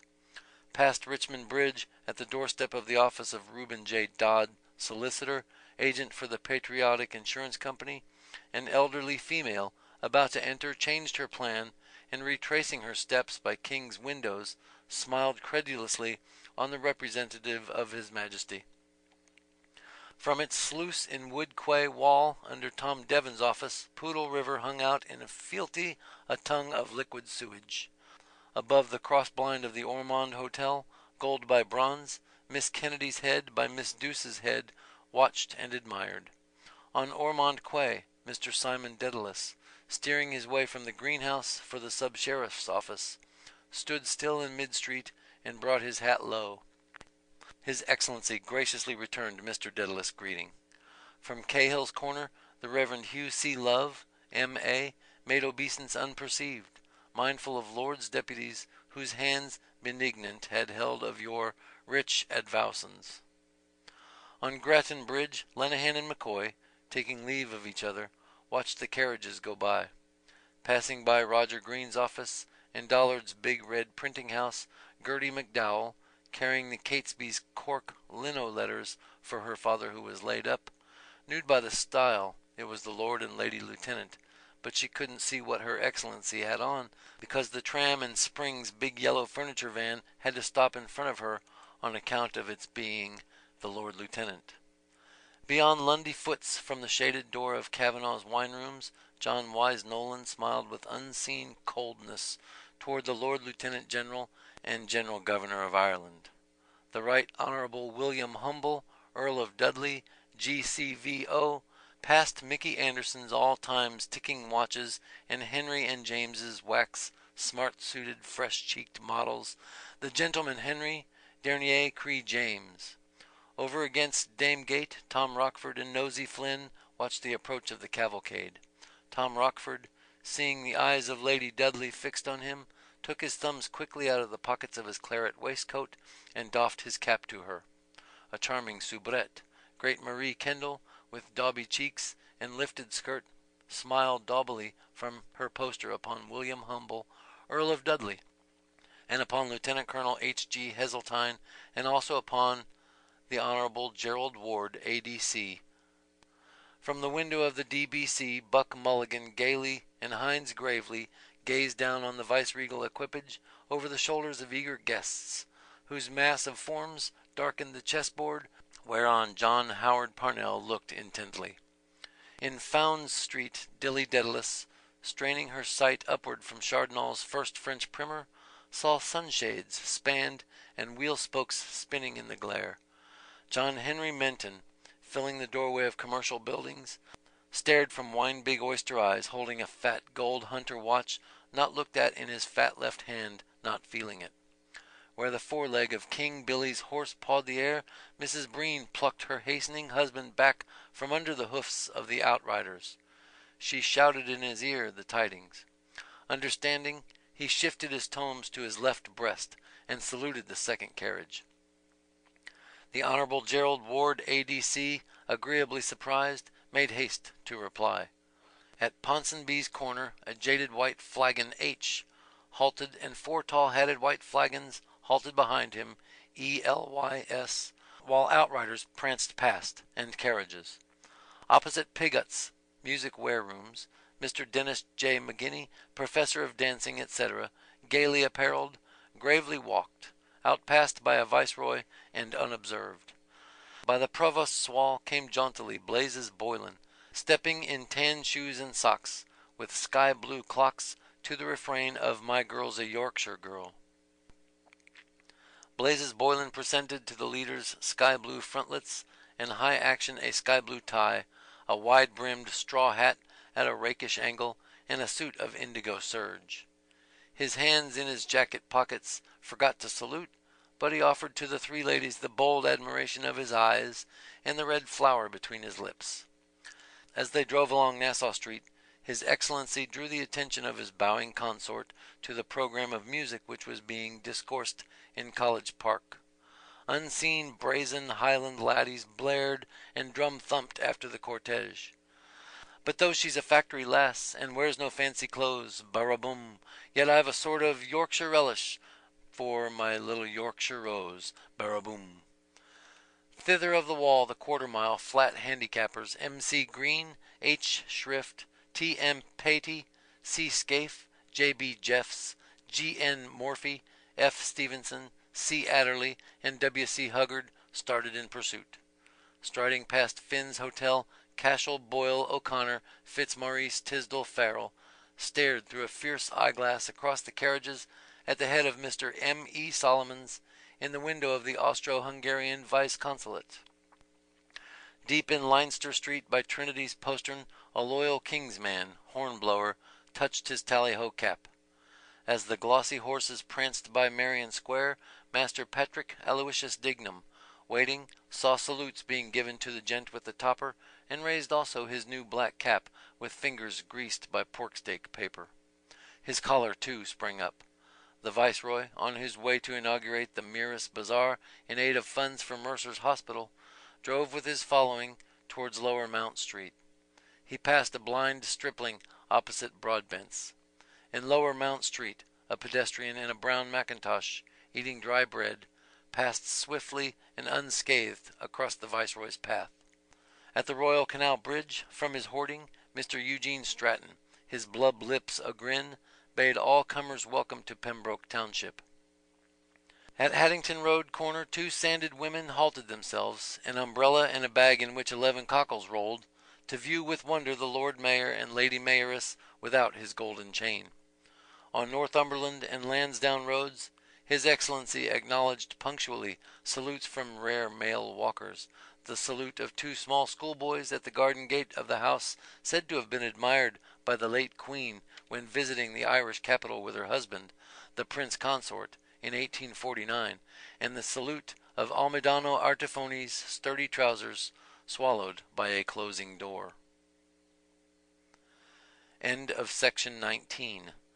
Ulysses by James Joyce, Part 2, The Odyssey, Episode 11, Sirens, Part 1. Bronze by gold heard the hoof irons, steely ringing, impertinent and chips, picking chips off rocky thumbnail chips, horrid and gold-flushed more. A husky fife-note blue. Blue bloom is on the gold-pinnacled hair. A jumping rose on satiny breast of satin rose of Castile. Trilling, ay, Dolores. Peep, who's in the peep of gold? Tink cried to bronze in pity. And the call, pure, long and throbbing, long in dying call. Decoy, soft word, but look, the bright stars fade, note chirping answer. Oh, Rose, Castile, the morn is breaking. Jingle, jingle, jaunted, jingling. Coin rang, clock clacked. A vowel, sonnet, I would, rebound of garter, not leave thee. Smack, la cloche, tie, smack, a vowel, warm, sweetheart, goodbye. Jingle, blue, boomed, crushing chords. When love absorbs, war, war, the tympanum. A sail, a veil, a wave upon the waves. Lost, throttle fluted, all is lost now. Horn, haw horn, when first he saw, alas, full tup, full throb, warbling, lure, alluring. Martha, come. Clap, clap, clip, clap, clappy clap. Good God, he never heard in all. Deaf, bald Pat brought pad knife took up. A moonlit night call, far, far. I feel so sad. P.S. So lonely, blooming. Listen. The spiked and winding cold sea horn, have ye the each and for other plash and silent roar? Pearls when she list rhapsodies, hiss. You don't? Did not? No, no. Believe. Lid, with a cock and a cara. Black, deep sounding. Do, Ben, do. Wait while you wait. He. Wait while you. He. But wait. Low in dark Middle Earth, embedded ore. Na mine de mine, preacher is he. All gone, all fallen. Tiny, her tremulous fern foils of maiden hair. Amen, he gnashed in fury. Fro, to, fro, a baton cool, protruding. Bronze Lydia by Mina gold. By bronze, by gold, in ocean green of shadow, bloom, old bloom. One wrapped, one tapped, with a cara, with a cock. Pray for him, pray, good people. His gouty fingers knackering. Big Ben-a-ben, big Ben-ben. Last rose, Castile of summer left bloom. I feel so sad alone. Pui, little wind piped wee. True men, lid care cow, de and doll. I, like you men, will lift your chink with a chunk. Whew. Where bronze from an ear? Where gold from afar? Where hoofs? Crandall. Then, not till then, my epitaph be done. Begin. Bronze by gold, Miss Douce's head by Miss Kennedy's head, over the cross-blind of the Ormond bar, heard the vice-regal hoofs go by, ringing steel. Is that her? Asked Miss Kennedy. Miss Douce said yes, sitting with his ex. Pearl grey and eau de Nil.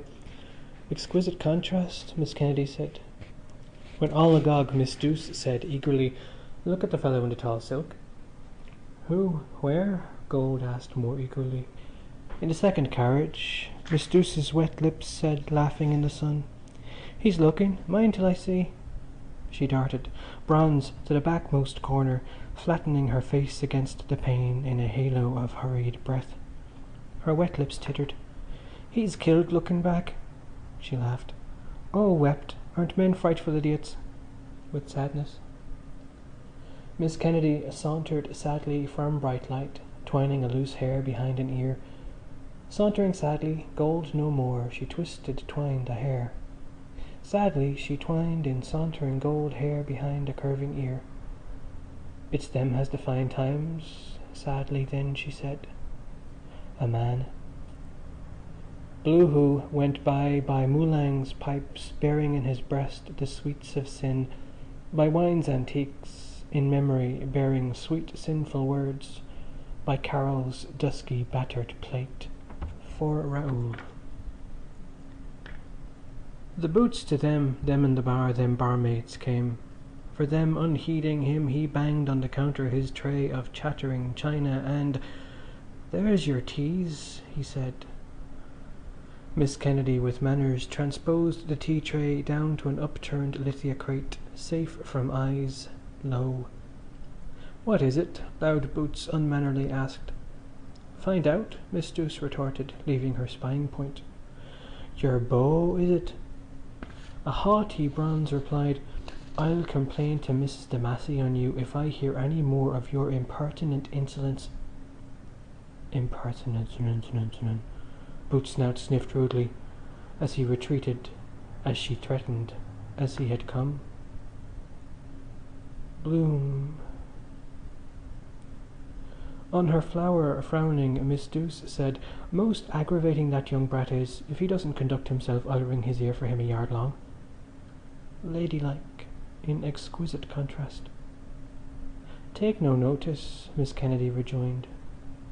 She poured in a teacup tea, then back in the teapot tea. They cowered under their reef of counter, waiting on footstools, crates upturned, waiting for their teas to draw. They pawed their blouses, both of black satin, 2 and 9 a yard, waiting for their teas to draw, and 2 and 7. Yes, bronze from a near, by gold from afar, heard steel from a near, hoofs ring from afar, and heard steel hoofs ring hoof ring steel. "Am I awfully sunburnt?" Miss Bronze unbloused her neck. "No," said Miss Kennedy, "it gets brown after. Did you try the borax with the cherry laurel water?" Miss Douce half stood to see her skin askance in the bar mirror, gild-lettered where hock and claret glasses shimmered, and in their midst a shell. "And leave it to my hands," she said. "Try it with the glycerine," Miss Kennedy advised. Bidding her neck and hands adieu, Miss Douce, "Those things only bring out a rash," replied, reseated. "I asked that old fogey in Boyd's for something for my skin." Miss Kennedy, pouring now a full-drawn tea, grimaced and prayed, "Oh, don't remind me of him, for mercy's sake." "But wait till I tell you," Miss Douce entreated. Sweet tea, Miss Kennedy, having poured with milk, plugged both ears with little fingers. "No, don't," she cried. "I won't listen," she cried. "But Bloom?" Miss Douce grunted in a snuffy fogey's tone. "For your what?" says he. Miss Kennedy unplugged her ears to hear, to speak, but prayed again, "Don't let me think of him or I'll expire, the hideous old wretch, that night in the Antient concert rooms." She sipped distastefully her brew, hot tea, a sip, sipped, sweet tea. Here he was, Miss Douce said, cocking her bronze head 3/4, ruffling her nose wings. "Huffa! Huffa!" Shrill shriek of laughter sprang from Miss Kennedy's throat. Miss Douce huffed and snorted down her nostrils that quivered impertinent like a snout in quest. "Oh," shrieking, Miss Kennedy cried, "will you ever forget his goggle eye?" Miss Douce chimed in deep bronze laughter, shouting, "And your other eye?" Blue Hoo's dark eye read Aaron Fagaitner's name, Why do I always think for gathering figs, I think, and Prosper Lower's Huguenot name. By Bassie's blessed virgins, Bloom's dark eyes went by. Blue-robed, white under, come to me, God they believe she is, or goddess. Those today I could not see. That fellow spoke, a student, after with Dedalus's son. He might be Mulligan, all comely virgins. That's what brings those rakes of fellow in, her white. By went his eyes, the sweets of sin, sweet are the sweets of sin. In a giggling peal young gold bronze voices blended, Douce with Kennedy, your other eye. They threw young heads back, bronze giggle gold, to let free fly their laughter, screaming, your other signals to each other, high piercing notes. Ah, panting, sighing, ah, fordone, their mirth died down. Miss Kennedy lipped her cup again, raised, drank a sip and giggled. Miss Douce, bending over the tea-tray, ruffled again her nose and rolled droll fattened eyes.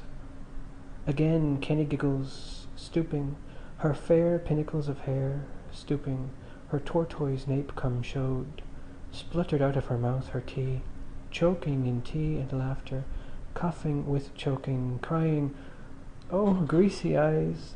Imagine being married to a man like that," she cried, "with his bit of beard." Douce gave full vent to a splendid yell, a full yell of full woman, delight, joy, indignation. "Married to the greasy nose," she yelled. Shrill, with deep laughter, after they urged each to peal after peal, ringing in changes, bronze gold, gold bronze, shrill deep, to laughter after laughter, and then laughed more. Greasy I knows. Exhausted, breathless, their shaken heads they laid, braided and pinnacled by glossy combed, against the counter ledge, all flushed, oh, panting, sweating, oh, all breathless. Married to Bloom, to Greaser Bloom. "Oh, saints above," Miss Douce said, sighed above her jumping rose. "I wish I hadn't laughed so much. I feel all wet." "Oh, Miss Douce," Miss Kennedy protested, "you horrid thing," and flushed yet more. "You horrid," more goldenly. By Cantwell's offices roved Greaser Bloom, by Keppy's virgins, bright of their oils. Nanetti's father hawked those things about, wheedling at doors as I. Religion pays. Must see him for that bar. Eat first. I want. Not yet. At 4, she said. Time ever passing. Clock hands turning. On. Where eat? The Clarence? Dolphin? On. For Raoul. Eat. If I net 5 guineas with those ads. The violet silk petticoats. Not yet. The sweets of sin. Flushed less, still less, goldenly paled. Into their bar strolled Mr. Dedalus. Chips, picking chips off one of his rocky thumbnails. Chips. He strolled. "Oh, welcome back, Miss Douce." He held her hand. "Enjoyed her holidays?" "Tip-top." He hoped she had nice weather in Rostrevor. "Gorgeous," she said. "Look at the holy show I am, lying out in the Strand all day." Bronze whiteness. "That was exceedingly naughty of you," Mr. Dedalus told her, and pressed her hand indulgently. "Tempting poor simple males." Miss Douce of satin deuced her arm away. "Oh, go away," she said. "You're very simple, I don't think." He was. "Well, now I am," he mused. "I looked so simple in the cradle they christened me Simple Simon." "You must have been a doty," Miss Douce made answer. "And what did the doctor order today?" "Well now," he mused, "whatever you say yourself. I think I'll trouble you for some fresh water and a half a glass of whisky." Jingle. "With the greatest alacrity," Miss Douce agreed. with grace of alacrity, towards the mirror, gilt Cantrell and Cochrane's, she turned herself. With grace she tapped a measure of gold whisky from her crystal keg. Forth from the skirt of his coat Mr. Dedalus brought pouch and pipe. Alacrity she served. He blew through the flue 2 husky fife notes. "By Jove," he mused, "I often wanted to see the Mourne Mountains. Must be a great tonic in the air down there. But a long threatening comes at last, they say." Yes. He fingered shreds of hair, her maidenhair, her mermaid's, into the bowl. Chips, shreds, musing, mute. None, naught, said nothing. Yes. Gaily Miss Douce polished a tumbler, trilling, "O I, Dolores, Queen of the Eastern Seas." Was Mr. Lidwell in today? In came Lenehan. Round him peered Lenehan. Mr. Bloom reached Essex Bridge. Yes, Mr. Bloom crossed Bridge of Essex. To Martha I must write. Buy paper, dailies, girl they're civil. Bloom, old Bloom, Blue Bloom is on the rye. He was in at lunchtime, Miss Douce said. Lenehan came forward. "Was Mr. Boylan looking for me?" he asked. She answered. "Miss Kennedy, was Mr. Boylan in while I was upstairs?" she asked. Miss Voice of Kennedy answered, a second teacup poised, her gaze upon a page. "No, he was not." Miss Gaze of Kennedy, heard not seen, read on. Lenehan round the sandwich bell wound his round body round. "Peep, who's in the corner?" No glance of Kennedy rewarding him, he yet made overtures to mind her stops, to read only the black ones, round O and crooked S. Jingle, jaunty, jingle. Girl Gold she read and did not glance, take no notice. She took no notice while he read by rote a sofa table for her, plappering flatly. "A fox met a stork. Said the fox to the stork, 'Will you put your bill down in my throat and pull up a bone?'" He droned in vain. Miss Douce turned to her tea aside. He sighed aside. "Ah me, oh my." He greeted Mr. Dedalus and got a nod. "Greetings from the famous son of a famous father." "Who may he be?" Mr. Dedalus asked. Lenehan opened most genial arms. Who may he be?" he asked. "Can you ask Stephen the youthful bard?" Dry. Mr. Dedalus, famous father, laid by his dry-filled pipe. "I see," he said. "I didn't recognise him for the moment. I hear he is keeping very select company.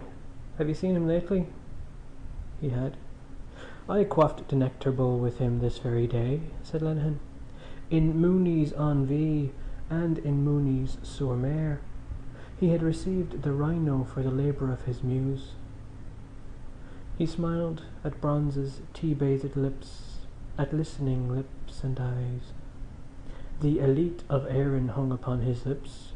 The ponderous pundit Hugh McHugh, Dublin's most brilliant scribe and editor, and that minstrel boy of the wild wet west who was known by the euphonious appellation of the O'Madden Burke. After an interval, Mr. Dedalus raised his grog and, "That must have been highly diverting," said he. "I see." He drank, with far-away morning mountain eye, set down his glass. He looked towards the saloon door. "I see you have moved the piano." "The tuner was in today," Miss Douce replied, "tuning it for the smoking concert, and I never heard such an exquisite player." "Is that a fact? Didn't he, Miss Kennedy? The real classical, you know. And blind too, poor fellow. Not 20, I'm sure he was." "Is that a fact?" Mr. Dedalus said. He drank and strayed away. "So sad to look at his face," Miss Douce condoled. "God's curse on bitch's bastard." Tink, to her pity, cried a diner's bell. To the door of the bar and dining room came bald Pat, came bothered Pat, came Pat, waiter of Ormond, Lager for diner. Lager without alacrity she served. With patience Lenehan waited for Boylan with impatience, for Jingle Jaunty Blazes boy. Upholding the lid, he who gazed in the coffin at the oblique triple piano wires. He pressed, the same who pressed indulgently her hand, soft pedalling, a triple of keys, to see the thickness of felt advancing, to hear the muffled hammer fall in action. 2 sheets, cream vellum paper, 1 reserve, 2 envelopes. When I was in Wisdom Healy's, Wise Bloom in Daly's, Henry Flower bought. Are you not happy in your home? Flower to console me, and a pin cut slow. Means something, language of flow. Was it a daisy? Innocence, that is. Respectable girl, meets after mass. Thanks awfully muchly. Wise Bloom eyed on the door a poster. A swaying mermaid, smoking mid nice waves. Smoke mermaids, coolest whiff of all. Hair streaming, lovelorn. For some man, for Raoul. He eyed and saw afar on Essex Bridge a gay hat riding on a jaunting car. It is, again, 3rd time. Coincidence? Jingling on supple rubbers it jaunted from the bridge to Ormond Quay. Follow, risk it, go quick. At 4, near now, out. 2pence, sir, the shop girl dared to say. I was forgetting, excuse. And 4. At 4 she. Winsomely she and blew him whom smiled. Blue smile, quick go, turnoon. Think you're the only pebble on the beach? Does that to all. For men. In drowsy silence gold bent on her page. From the saloon a call came, long in dying. That was a tuning fork the tuner had, that he forgot, that he now struck. A call again, that he now poised, that it now throbbed. You hear? It throbbed, pure, purer, softly and softlier, its buzzing prongs, longer in dying call. Pat paid for Diner's pop-corked bottle, and over tumbler, tray and pop-corked bottle, ere he went he whispered, bald and bothered with Miss Douce. The bright stars fade. A voiceless song sang from within, singing, the morn is breaking. A duodene of bird notes chirped bright treble answer under sensitive hands. Brightly the keys all twinkling, linked, called to a voice to sing the strain of dewy morn, of youth, of love's leave-taking, life's, love's morn. The dewdrops purr. Lenehan's lips over the counter lisped a low whistle of decoy. But look this way, he said, Rose of Castile. Jingle jaunted by the curb and stopped. She rose and closed her reading. Rose of Castile, fretted, forlorn, dreamily rose. Did she fall or was she pushed? He asked her. She answered, slighting, ask no questions and you'll hear no lies. Like lady, ladylike. Blazes Boylan's smart tan shoes creaked on the bar floor where he strode. Yes, gold from anear by bronze from afar. Lenehan heard and knew and hailed him. See, the conquering hero comes. Between the car and window, warily walking, went Bloom, unconquered hero. See me he might. The seat he sat on, warm. Black, wary, he cat-walked towards Richie Goulding's legal bag, lifted aloft, saluting. And I from thee. I heard you were around, said Blazes Boylan. He touched to fair Miss Kennedy a rim of his slanted straw. She smiled on him, but Sister Bronze outsmiled her, preening for him her richer hair, a bosom and a rose. Smart Boylan bespoke potions. What's your cry? Glass of bitter? Glass of bitter, please, and a sloe gin for me. Wiring yet? Not yet. At 4, she... Who said 4? Cowley's red lugs and bulging apple in the door of the sheriff's office. Avoid. Golding a chance. What is he doing in the Ormond? Car waiting. Wait. Hello, where off to? Something to eat? I too was just... In here. What? Ormond? Best value in Dublin. Is that so? Dining room. Sit tight there. See, not be seen. I think I'll join you. Come on. Richie led on. Bloom followed bag. Dinner fit for a prince. Miss Douce reached high to take a flagon, stretching her satin arm, her bust that all but burst so high. Oh, oh, jerked Lenehan, gasping at each stretch. Oh! But easily she seized her prey and led it low in triumph. Why don't you grow? Asked Blazes Boylan. She bronze, dealing from her oblique jar thick syrupy liquor for his lips, looked as it flowed. Flower in his coat, who gave him, and syruped with her voice. Fine goods in small parcels. That is to say, she... Neatly she poured, slow, syrupy, slow. Here's fortune, Blazes said. He pitched a broad coin down. Coin rang. Hold on, said Lenehan, till I... Fortune, he wished, lifting his bubbled ale. Sceptre will win in a canter, he said. I plunged a bit, said Boylan, winking and drinking. Not on my own, you know. Fancy of a friend of mine.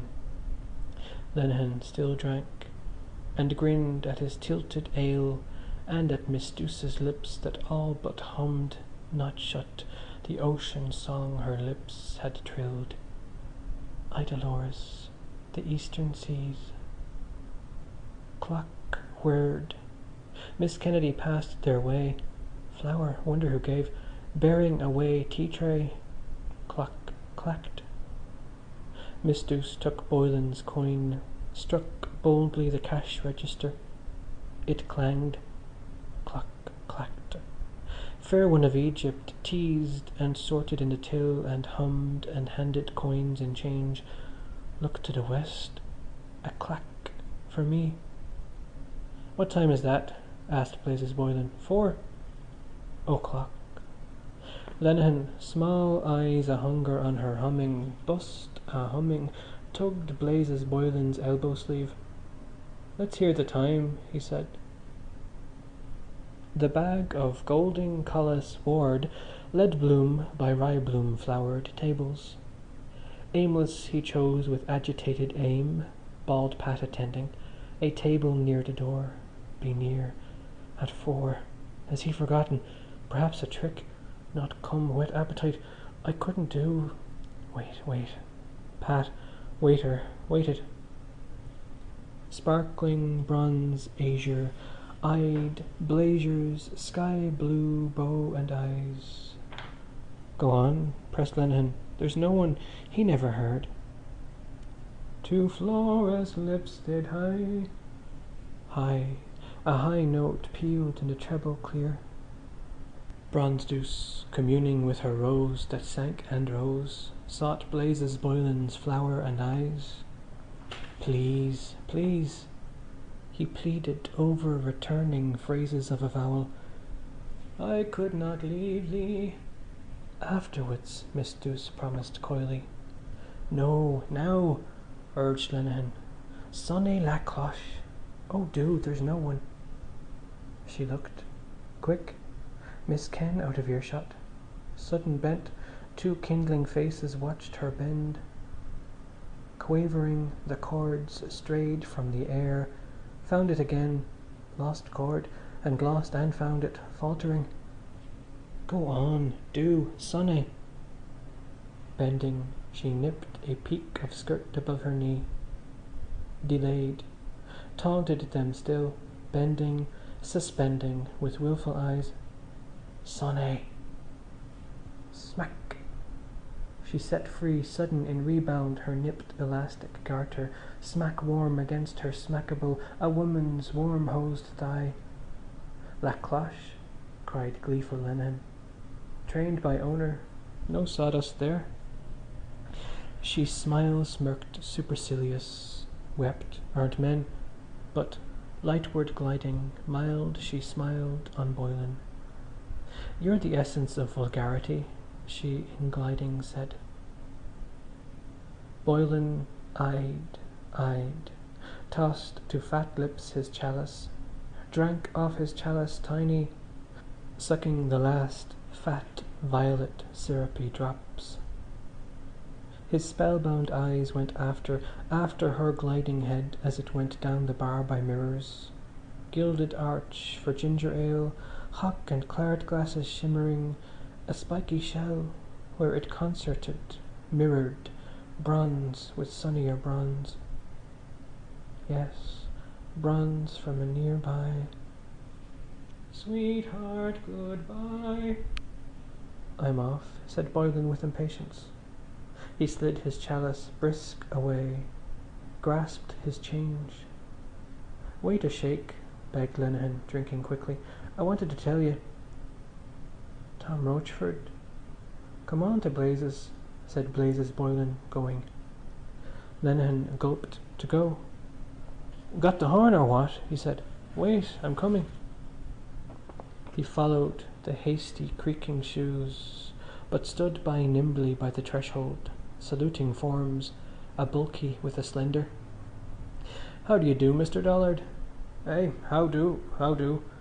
Ben Dollard's vague bass answered, turning an instant from Father Cowley's woe. You won't give you any trouble, Bob. Alf Bergen will speak to the long fellow. We'll put a barley straw in that Judas Iscariot's ear this time. Sighing, Mr. Dedalus came through the saloon, a finger soothing an eyelid. Ho, ho, we will, Ben Dollard yodeled jollily. Come on, Simon, give us a ditty. We heard the piano. Bald Pat, bothered waiter, waited for drink orders. Power for Richie. And Bloom? Let me see. Not make him walk twice. His corns. 4 now. How warm this black is. Coarse nerves a bit. Refracts, is it? Heat? Let me see. Cider.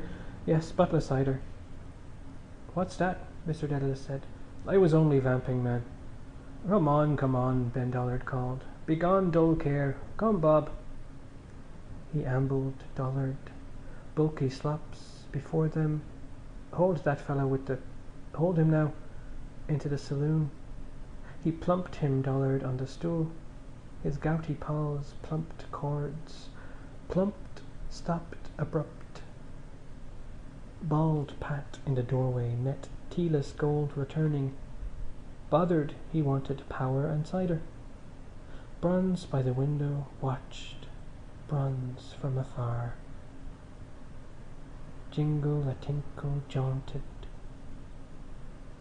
Bloom heard a jing, a little sound. He's off. Light sob of breath Bloom sighed on the silent blue-hued flowers. Jingling. He's gone. Jingle. Here. Love and war, Ben, Mr. Dedalus said. God be with old times. End of section 20.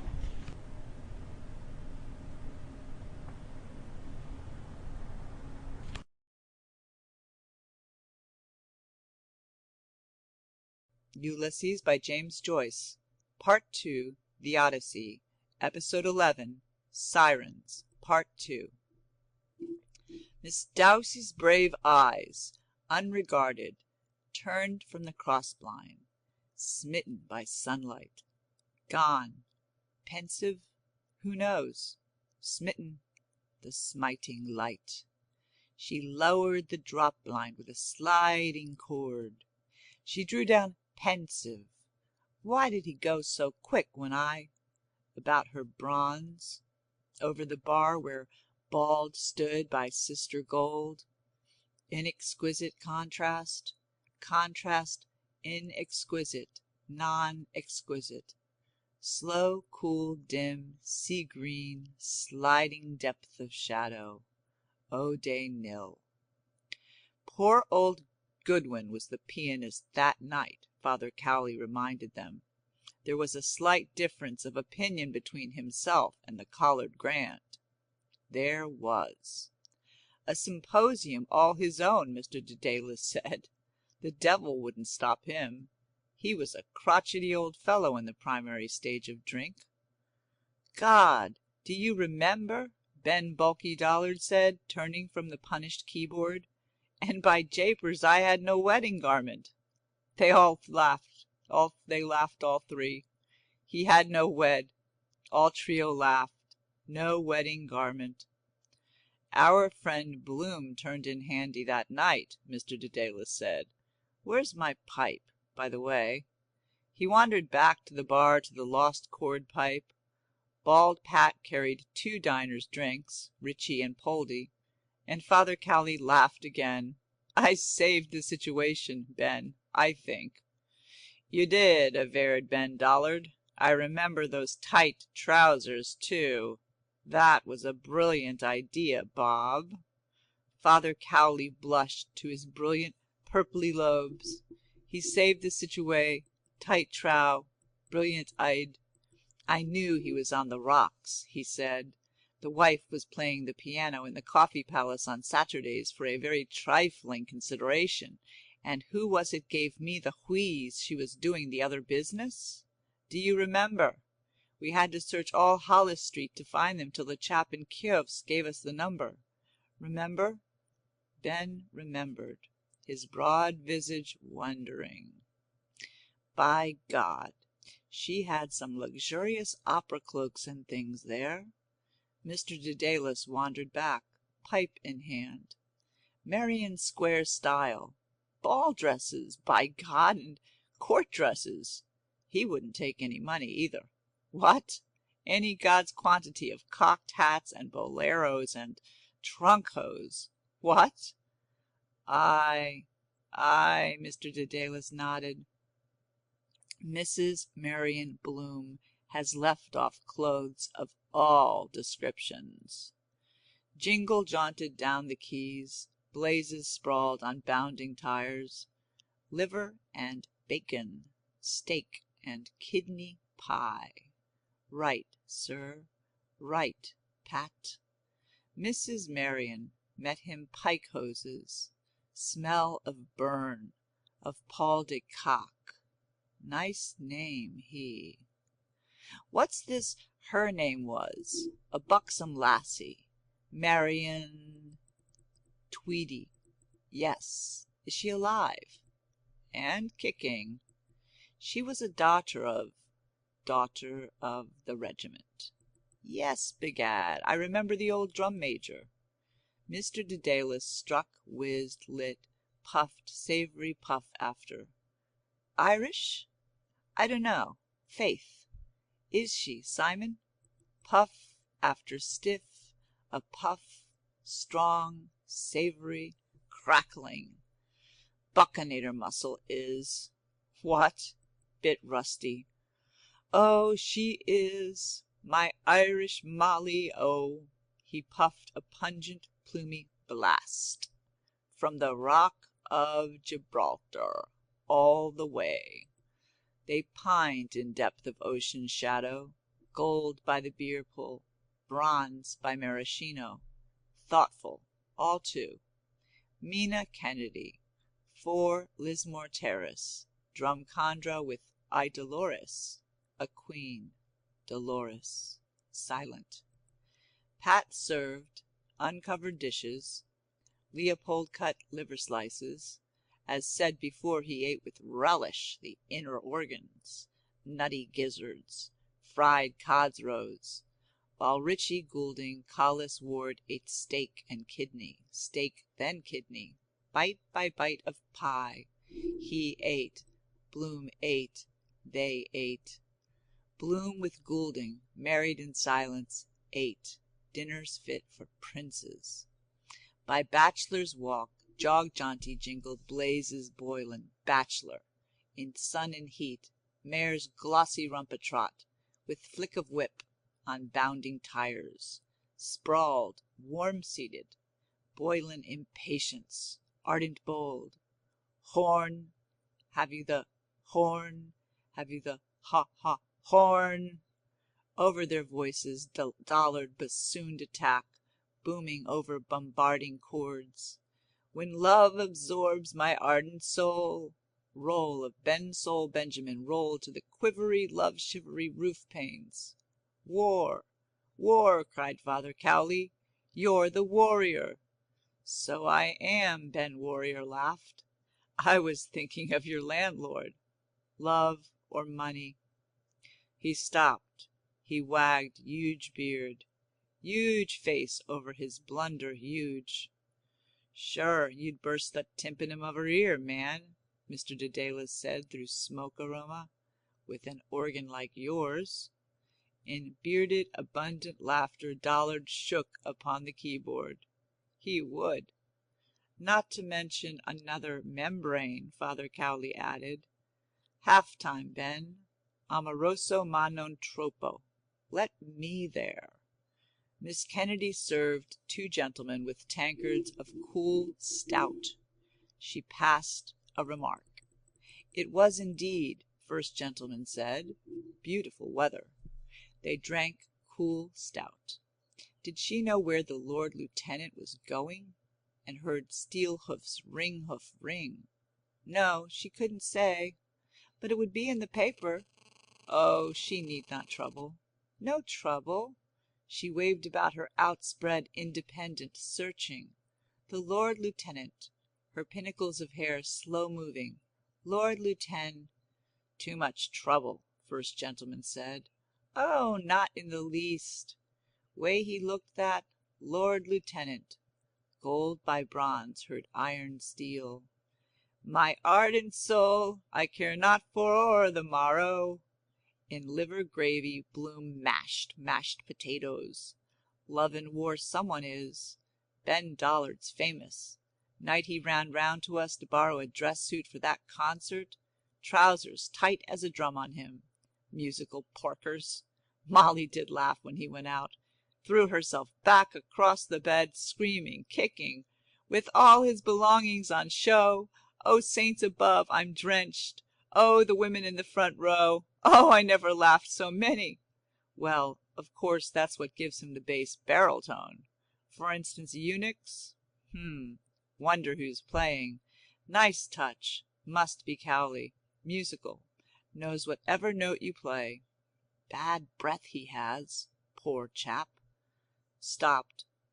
Miss Dowse, engaging, Lydia Dowse, bowed to suave solicitor George Lidwell, gentleman, entering. Good afternoon. She gave her moist, a lady's hand to his firm clasp. Afternoon. Yes, she was back. To the old ding-dong again. Your friends are inside, Mr. Lidwell. George Lidwell, suave solicited, held a Lydia hand. Bloomate live, as said before. Clean here, at least. That chap in the Burton, gummy with gristle.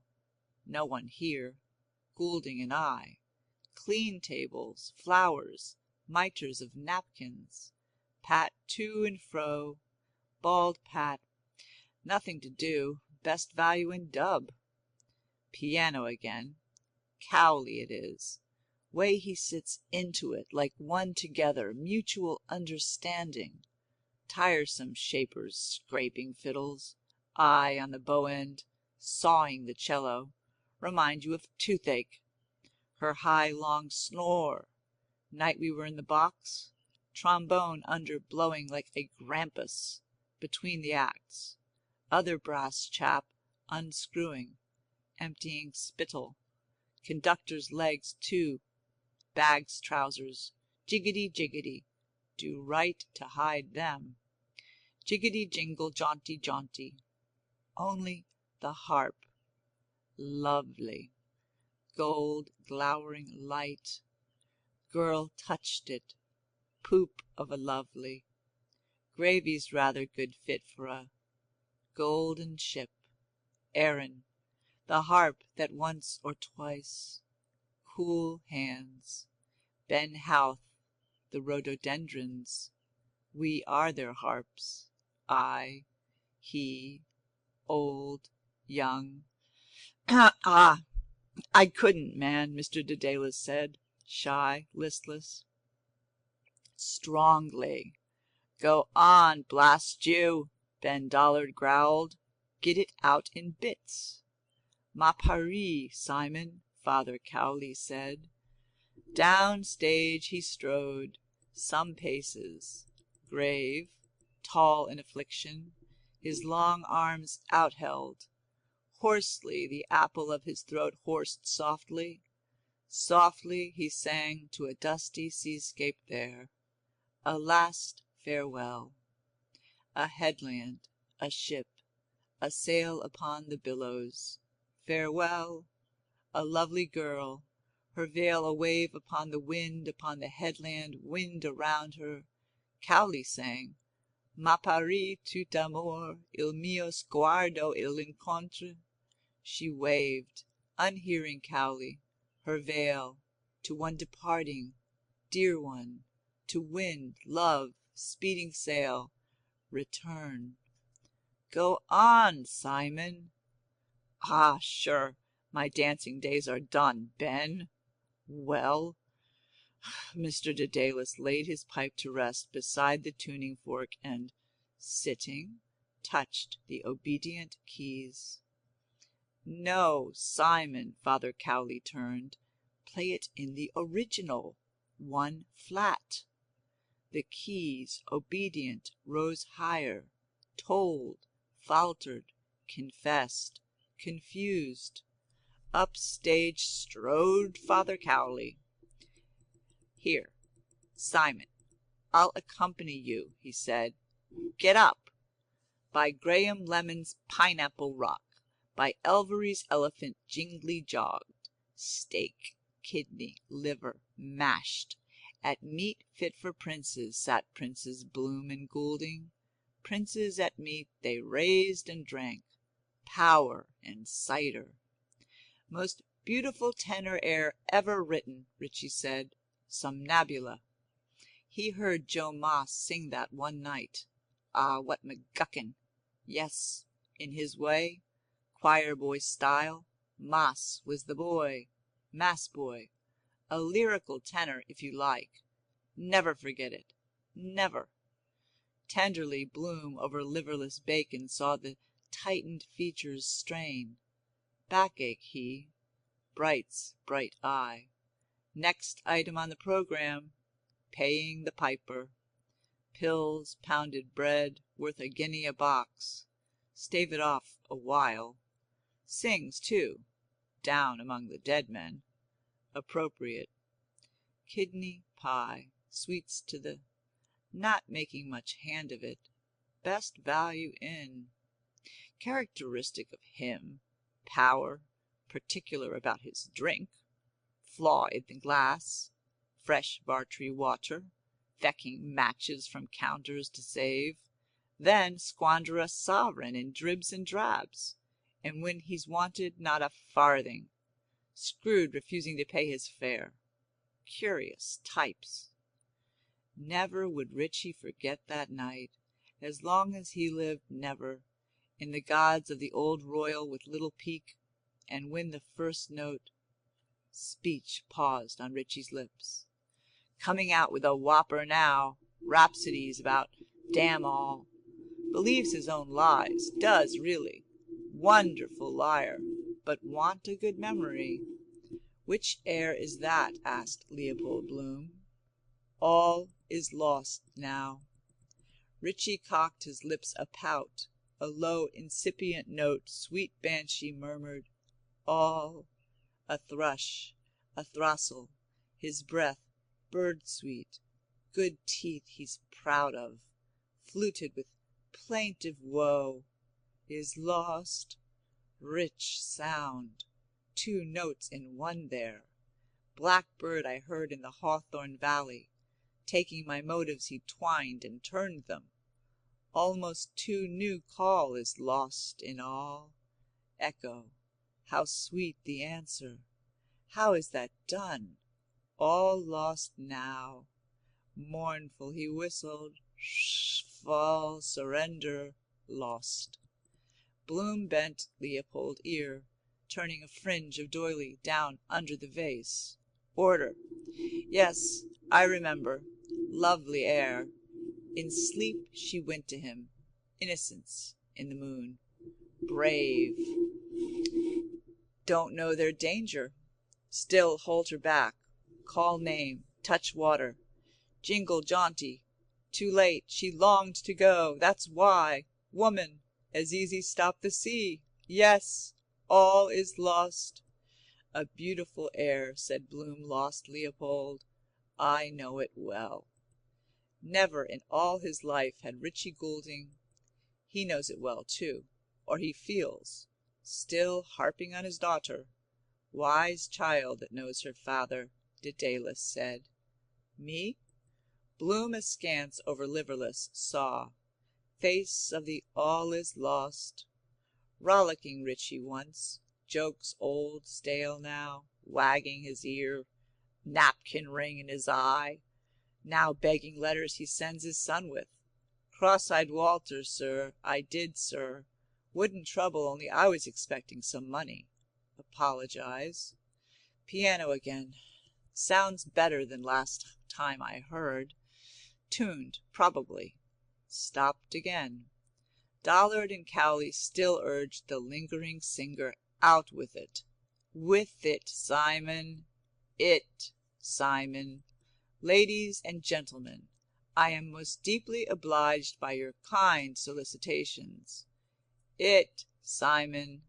I have no money, but if you will lend me your attention, I shall endeavor to sing to you of a heart bowed down. By the sandwich bell in screening shadow, Lydia, her bronze and rose, a lady's grace, gave and withheld, as in cool Glaucus ode nil Mina to tankards two, her pinnacles of gold. The harping chords of prelude closed. A chord, long drawn, expectant, drew a voice away. When first I saw that form endearing, Richie turned. Sighed Dedalus's voice, he said. Brain-tip, cheek touched with flame. They listened, feeling that flow, endearing flow over skin, limbs, human heart, soul, spine. Bloom signed to Pat. Bald Pat is a waiter hard of hearing. To set ajar the door of the bar. The door of the bar. So, that will do. Pat, waiter, waited, waiting to hear, for he was hard of hear by the door. Sorrow from me seemed to depart. Through the hush of air a voice sang to them, low, not rain, not leaves in murmur, like no voice of strings or reeds or what do you call them, dulcimers, touching their still ears with words, still hearts of their each his remembered lives. Good, good to hear. Sorrow from them each seemed to from both depart when first they heard, when first they saw lost Richie Poldy, mercy of beauty, heard from a person wouldn't expect it in the least, her first merciful love-soft, oft-loved word. Love that is singing, love's old sweet song. Bloom unwound slowly the elastic band of his packet. Love's old sweet sonne la gold. Bloom wound a skein round 4 fork fingers, stretched it, relaxed, and wound it round his troubled double, 4-fold, in octave, gived them fast. Full of hope and all delighted, tenors get women by the score, throw flower at his feet. When will we meet? My head, it simply jingle all delighted. He can't sing for tall hats. Your head, it simply swirls. Perfumed for him. What perfume does your wife? I want to know. Jing. Stop. Knock. Last look at mirror always before she answers the door. The hall. There? How do you? I do well. There? What? Or? Phial of cachous, kissing comfits in her satchel. Yes? Hands felt for the opulent. Alas, the voice rose, sighing, charged, changed, loud, full, shining, proud. But alas, 'twas idle dreaming.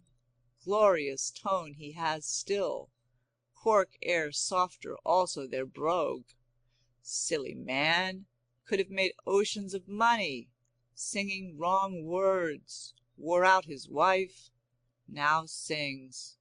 But hard to tell, only the two themselves. If he doesn't break down, keep a trot for the avenue. His hands and feet sing too. Drink, nerves overstrung. Must be abstemious to sing. Jenny Lind soup, stock, sage, raw eggs, half pint of cream, for creamy dreamy. Tenderness it welled, slow, swelling, full it throbbed. That's the chat. Ha! Give! Take! Throb! A throb! A pulsing proud erect. Words? Music? No. It's what's behind. Bloom looped, unlooped, noted, disnoted. Bloom, flood of warm jam lick it up secretness flowed to flow in music out, in desire, dark to lick flow invading. Tipping her, tapping her, topping her. Tup. Pores to dilate, dilating. Tup. The joy, the feel, the warm, the tup. To pour o'er sluices, pouring gushes. Flood, gush, flow, joy, gush. Tup, throb. Now, language of love. Ray of hope is beaming. Lydia for Lidwell squeaked, scarcely hears so ladylike the muse unsqueaked a ray of hope. Martha it is. Coincidence. Just going to write. Lionel's song. Lovely name you have. Can't write. Except my little press. Play on her heartstrings, purse strings too. She's a... I called you naughty boy. Still the name. Martha. How strange! Today. The voice of Lionel returned, weaker but unwearied. It sang again to Richie Poldy, Lydia Lidwell. Also sang to Pat, open mouth, ear waiting to hear. How first he saw that form endearing, how sorrow seemed to part, how look, form, word charmed him. Gould Lidwell won Pat Bloom's heart. Wish I could see his face, though. Explain better. Why the barber in Drago's always looked my face when I spoke his face in the glass. Still hear it better here than in the bar, though, farther. Each graceful look. First night when first I saw her at Matt Dillon's in Terenure. Yellow, black lace she wore. Musical chairs. We two the last. Fate. After her. Fate. Round and round slow. Quick round. We two. All looked. Halt. Down she sat. All ousted looking. Lips laughing. Yellow knees. Charmed my eye. Singing. Waiting she sang. I turned her music. Full voice of perfume of what perfume does your lilac trees? Bosom I saw, full both, throat warbling, first I saw. She thanked me. Why did she me? Fate, Spanishy eyes. Under a pear tree alone patio this hour in old Madrid, one side in shadow, Dolores, she Dolores, at me, luring, ah, alluring. Martha, ah, Martha! Quitting all languor, Lionel cried in grief, in cry of passion dominant to love, to return with deepening yet with rising chords of harmony, in cry of Lionel loneliness that she should know, must Martha feel, for only her he waited. Where? Here, there, try there, here, all try where? Somewhere. Come, thou lost one, come, thou dear one, alone. One love, one hope, one comfort me, Martha chestnut, return. Come! It soared, a bird. It held its flight, a swift pure cry. Soar, silver orb, it leaped serene, speeding, sustained, to come. Don't spin it out too long, long breath, he breath long life. Soaring high, high resplendent, aflame, crowned high in the effulgence symbolistic, high of the ethereal bosom, high of the high vast irradiation everywhere, all soaring, all around about thee, all the endlessness. To me, Leopold, consumed. Come, well sung, all clapped. She ought to come. To me, to him, to her, you too, me, us. Bravo! Clap, clap. Good man, Simon. Clappy, clap, clap. Encore, clap, clip, clap, clap. Sound is a bell. Bravo, Simon. Clap, clap, clap. Encore, and clap said, cried, clapped all. Ben Dollard, Lydia Douce, George Lidwell, Pat, Mina Kennedy, 2 gentlemen with 2 tankards, Cowley, first gent with tank, and bronze Miss Douce, and gold Miss Mina. Blazes Boylan's smart tan shoes creaked on the bar floor, said before, jingled by monuments of Sir John Gray, Horatio one-handled Nelson, Reverend Father Theobald Matthew, jaunted, as said before just now, a trot in heat, heat seated. Cloche, sonnez la. Cloche, sonnez la. Slower the mare went up the hill by the rotunda, Rutland Square. Too slow for Boylan. Blazes Boylan. Impatience Boylan joggled the mare.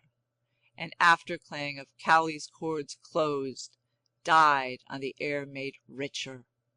And Richie Goulding drank his power, and Leopold Bloom his cider drank, Lidwell his Guinness. Second gentleman, they said, would partake of 2 more tankards if she did not mind. Miss Kennedy smirked, disserving, coral lips at first, at second. She did not mind. 7 days in jail, Ben Dollard said, on bread and water. Then you'd sing, Simon, like a garden thrush. Lionel Simon, singer, laughed. Father Bob Cowley played. Mina Kennedy served. Second gentleman paid. Tom Kernan strutted in. Lydia admired. But Bloom sang dumb, admiring. Richie, admiring, descanted on that man's glorious voice. He remembered one night long ago. Never forget that night. Cy sang, "'Twas rank and fame," in Ned Lambert's 'twas. Good God, he never heard in all his life a note like that. He never did. Then false one, we had better part, so clear, so God. He never heard since. Love lives, not a clinking voice lives. Not ask Lambert, he can tell you too. Goulding, a flush struggling in his pale, told Mr. Bloom, face of the night. Cy in Ned Lambert's Dedalus house sang, "'Twas rank and fame." Hey, Mr. Bloom, listening while hey, Richie Goulding told him, Mr. Bloom, of the night he, Richie, heard him, Cy Dedalus, sing, "'Twas rank and fame," in his Ned Lambert's house. Brothers-in-law, relations, we never speak as we pass by. Rift in the lute, I think. Treats him with scorn. See, he admires him all the more. The right Cy sang. The human voice, 2 tiny silky chords, wonderful, more than all others. That voice was a lamentation. Calmer now. It's in the silence after you feel you hear. Vibrations. Now silent air. Bloom ungived his crisscrossed hands and with slack fingers plucked the slender catgut thong. He drew and plucked.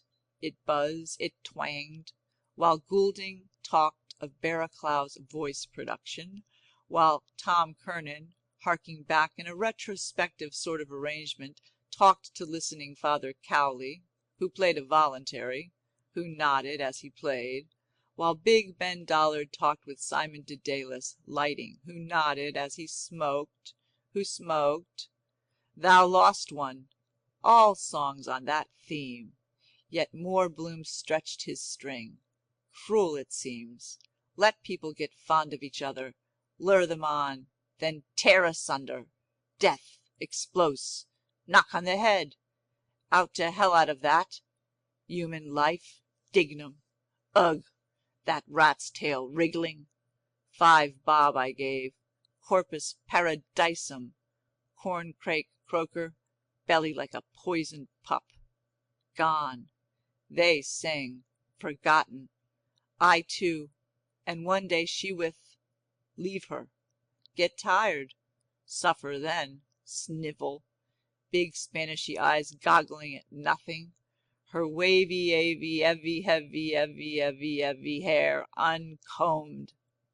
Yet too much happy bores. He stretched more. Are you not happy in your twang? It snapped. Jingle into Dorset Street. Miss Douce withdrew her satiny arm, reproachful, pleased. Don't make half so free, said she, till we are better acquainted. George Lidwell told her really and truly, but she did not believe. First gentleman told Mina that was so. She asked him, was that so? And second tankard told her so, that was so. Miss Douce, Miss Lydia, did not believe. Miss Kennedy, Mina, did not believe. George Lidwell, no. Miss Dew did not. The first, gent with the tank. Believe, no, did not. Miss Ken. Lydia, well, the tank. Better write it here. Quills in the post office chewed and twisted. Bald Pat at a sign drew nigh. A pen and ink. He went. A pad. He went. A pad to blot. He heard, deaf Pat. Yes, Mr. Bloom said, teasing the curling catgut line. It certainly is. Few lines will do. My present. All that Italian florid music is. Who is this wrote? Know the name you know better. Take out sheet notepaper, envelope unconcerned. It's so characteristic. Grandest number in the whole opera, Goulding said. It is, Bloom said. Numbers it is. All music, when you come to think. 2 multiplied by 2 divided by half is twice 1. Vibrations, chords those are. 1 plus 2 plus 6 is 7. Do anything you like with figures juggling. Always find out this equal to that. Symmetry under a cemetery wall. He doesn't see my mourning. Callous. All for his own gut. Mathematics. And you think you're listening to the ethereal. But suppose you said it like, Martha, 7 times 9 minus x is 35,000. Fall quite flat. It's on account of the sounds, it is. Instance he's playing now. Improvising. Might be what you like, till you hear the words. Want to listen sharp, hard, begin all right, then hear chords a bit off, feel lost a bit, in and out of sacks, over barrels, through wire fences, obstacle course, time makes the tune. Question of mood you're in. Still always nice to hear. Except scales up and down, girls learning, 2 together next door neighbors. Ought to invent dummy pianos for that. Bloomin' lied. I bought for her. The name. Playing it slow. A girl, night I came home. The girl. Door of the stables near Cecilia Street. Millie no taste. Queer because we both, I mean. Bald deaf Pat brought quite flat pad ink. Pat set with ink pen quite flat pad. Pat took plate, dish, fork, knife. Pat went. It was the only language Mr. Dedalus said to Ben. He heard them as a boy in Ringabella, Crosshaven, Ringabella, singing their barcarolles. Queenstown harbour full of Italian ships, walking, you know, Ben, in the moonlight with those earthquake hats, blending their voices. God, such music, Ben. Heard as a boy. Cross Ringabella Haven moon carol. Sour pipe removed, he held a shield of hand beside his lips that cooed a moonlight night call, clear from anear, a call from afar replying. Down the edge of his Freeman baton ranged Bloom's, your other eye, scanning for where did I see that? Callan, Coleman, Dignam Patrick. Hey ho! Hey ho! Fawcett! Aha! Just I was looking. Hope he's not looking, cute as a rat. He held unfurled his Freeman. Can't see now. Remember right Greek is. Bloom dipped. Bloomer. Dear Sir. Dear, Henry wrote. Dear Matty. Got your let and flow. Hell did I put. Some pock or uth. It is utterly impasse, underline impasse, to write today. Bore this. Bored Bloom tambourined gently with I am just reflecting fingers on flat pad Pat brought. Oh, know what I mean? No, change that E, except my poor little press in close. Ask her no ants. Hold on. 5 dig. 2 about here. Penny the gulls. Elijah is come. 7 Davy Burns. Is 8 about? Say half a crown. My poor little press. P.O. 2 and 6. Write me a long. Do you despise? Jingle, have you the? So excited. Why do you call me naught? You naughty too? Oh, Mary lost the string of her. Bye for today. Yes, yes, will tell you. Want to keep it up. Call me that other world, she wrote. My patience are exhaust. To keep it up, you must believe. The tank. It is true. Folly am I writing? Husbands don't. That's marriage does, their wives, because I'm away from. Suppose? But how? She must. Keep young.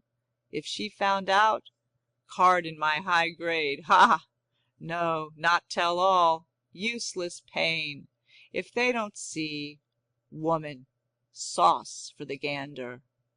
A hackney car, number 324, driver Barton James of number 1 Harmony Avenue, Donnybrook, on which sat a fare, a young gentleman, stylishly dressed in an indigo blue serge suit made by George Robert Messias, tailor and cutter, of number 5 Eden Quay, and wearing a straw hat, very dressy, bought of John Plastow, of number 1 Great Brunswick Street, hatter. Eh? This is the jingle that joggled and jingled. By Glucas's pork shop, bright tubes of Agendath trotted a gallant buttocked mare. End of section 21. Ulysses by James Joyce. Part 2. The Odyssey. Episode 11. Sirens. Part 3. Answering an ad, keen Richie's eyes asked Bloom. Yes, Mr. Bloom said. Town traveller. Nothing doing, I expect. Bloomer. Best references. But Henry wrote, it will excite me. You know how? In haste. Henry. Greek E. Better add postscript. What is he playing now? Improvising. Intermezzo. P.S. The rum-tum-tum. How will you pun? You punish me? Crooked skirt swinging. Whack by. Tell me. I want to. No. Oh. Course if I didn't I wouldn't ask. La la la re. Trills off there sad in minor. Why minor sad? Sign H. They like sad tail at end. P.P.S. La la la ree. I feel so sad today. La ree. So lonely. D. He blotted quick on pad of Pat. Envel. Address. Just copy out of paper. Murmured. Messrs. Cowan, Coleman and Company, Limited. Henry wrote, Miss Martha Clifford, care of P.O., Dolphin's Barn Lane, Dublin. Blot over the other so he can't read. There. Right. Idea prize tidbit. Something detective read off blotting pad. Payment at the rate of guinea per call. Matcham often thinks the laughing witch. Poor Mrs. Purfoy. U.P. Up. Too poetical about the sad. Music did that. Music hath charms. Shakespeare said, quotations every day in the year, to be or not to be, wisdom while you wait. In Gerard's Rosary of Fetter Lane he walks, greyed Audburn. One life is all, one body, do but do. Done anyhow. Postal order, stamp, post office lower down. Walk now, enough. Barney Kiernan's, I promised to meet them. Dislike that job. House of mourning. Walk. Pat! Doesn't hear. Deaf beetle he is. Car near there, now. Talk, talk. Pat! Doesn't. Settling those napkins. Lot of ground he must cover in the day. Paint face behind on him, then he'd be two. Wish they'd sing more. Keep my mind off. Bald Pat, who is bothered, mitered the napkins. Pat is a waiter hard of his hearing. Pat is a waiter who waits while you wait. He, he, he, he.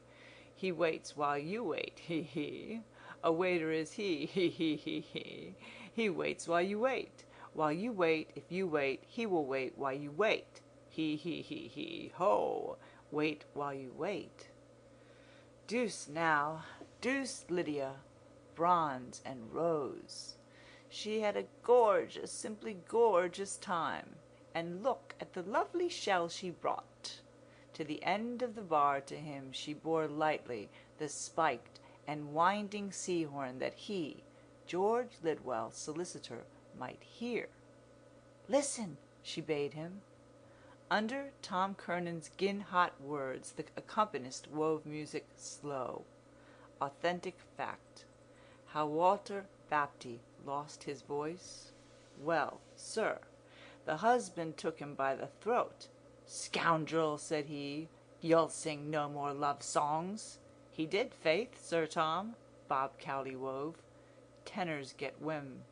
Cowley lay back.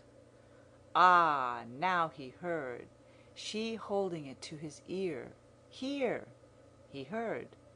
Wonderful. She held it to her own, and through the sifted light pale gold in contrast gilded. To hear. Tap. Bloom through the bar door saw a shell held at their ears.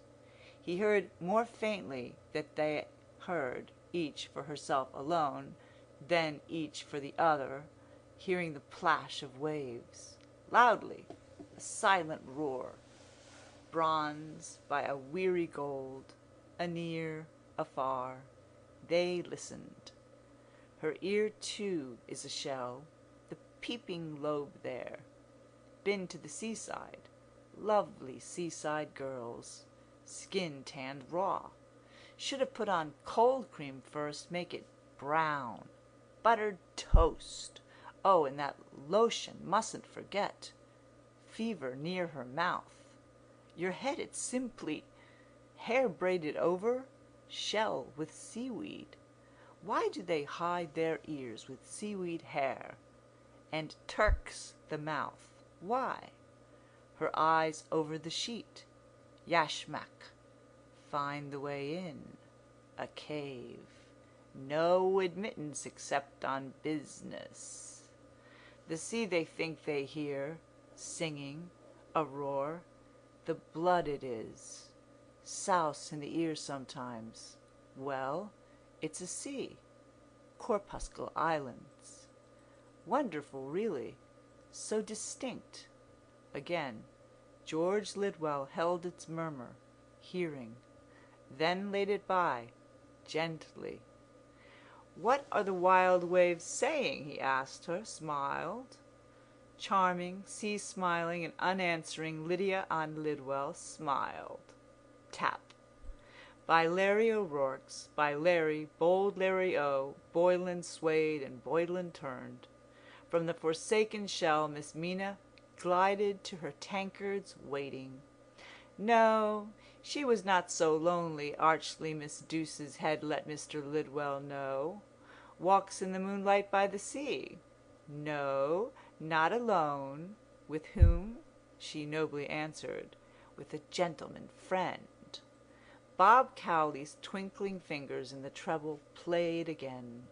The landlord has the prior, a little time.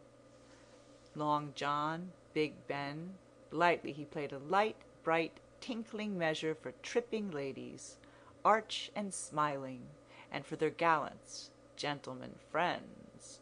1, 1, 1, 1, 1, 1, 2, 1, 3, 4. Sea, wind, leaves, thunder, waters, cows lowing, the cattle market, cocks, hens don't crow, snakes hiss. There's music everywhere. Rutledge's door, creaking. No, that's noise. Minuet of Don Giovanni he's playing now. Court dresses of all descriptions in castle chambers dancing. Misery. Peasants outside. Green, starving faces eating dock leaves. Nice, that is. Look. Look, look, look, look, look. You look at us. That's joyful, I can feel. Never have written it. Why? My joy is other joy, but both are joys. Yes, joy it must be. Mere fact of music shows you are. Often thought she was in the dumps till she began to lilt. Then, no. McCoy valise. My wife and your wife. Squealing cat, like tearing silk. Tongue, when she talks, like the clapper of a bellows. They can't manage men's intervals. Gap in their voices, too. Fill me. I'm warm, dark, open. Molly in quis est homo. Mercadante. My ear against the wall to hear. Want a woman who can deliver the goods. Jog, jig, jogged, stopped. Dandy tan shoe of dandy Boylan socks, sky blue clocks came light to earth. Oh, look, we are so! Chamber music. Could make a kind of pun on that. It is a kind of music I often thought when she... Acoustics, that is. Tinkling. Empty vessels make most noise, because the acoustics, the resonance changes according as the weight of the water is equal to the law of falling water, like those rhapsodies of Liszt's, Hungarian, gypsied, pearls, drops, rain, diddly diddly, addly addle, oodly oodle, hiss. Now, maybe now, before, one rapped on a door, one tapped with a knock. Did he knock Paul de Kock with a loud, proud knocker with a cock, cara, cara, cara, cock, cock, cock? Tap. Chi scadeno, Ben, said Father Cowley. No, Ben, Tom Kernan interfered. The croppy boy, our native Doric. I do, Ben, Mr. Dedalus said. Good men and true. Do, they begged in one. I'll go. Here, Pat, return. Come. He came, he did not stay. To me. How much? What key? 6 sharps? F sharp major, Ben Dollard said. Bob Cowley's outstretched talons griped the black, deep-sounding chords. Must go, Prince Bloom told Richie Prince. No, Richie said. Yes, must. Got money somewhere. He's on for a razzle backache spree. Much? He see here's lip speech. 1 in 9. Penny for yourself. Here, give him tuppence tip. Deaf, bothered. But perhaps he has wife and family waiting. Waiting Patty come home, he. Deaf wait while they wait. But wait, but here, chords dark, lugugubrious, low, in a cave of the dark middle earth, embedded ore, lump music. The voice of dark age, of unlove, earth's fatigue made, grave approach and painful, come from afar, from hoary mountains, called on good men and true. The priest he sought, with him would he speak a word. Tap. Ben Dollard's voice, bass barrel tone, doing his level best to say it. Croak of vast manless, moonless, wamoonless marsh. Other come down. Big ship's chandler's business he did once. Remember, rosiny ropes, ship's lanterns. Failed to the tune of 10,000 pounds. Now in the Ivea home. Cubicle number so-and-so. Number 1 bass did that for him. The priest's at home.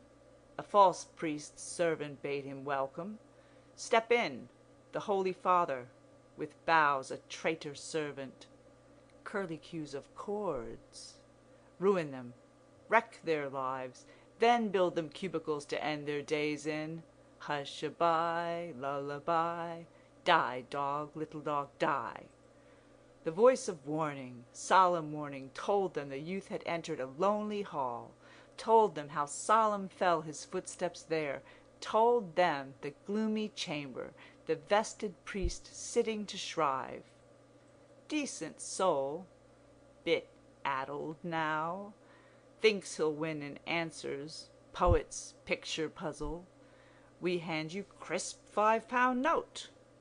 Bird sitting hatching in a nest. Lay of the last minstrel he thought it was.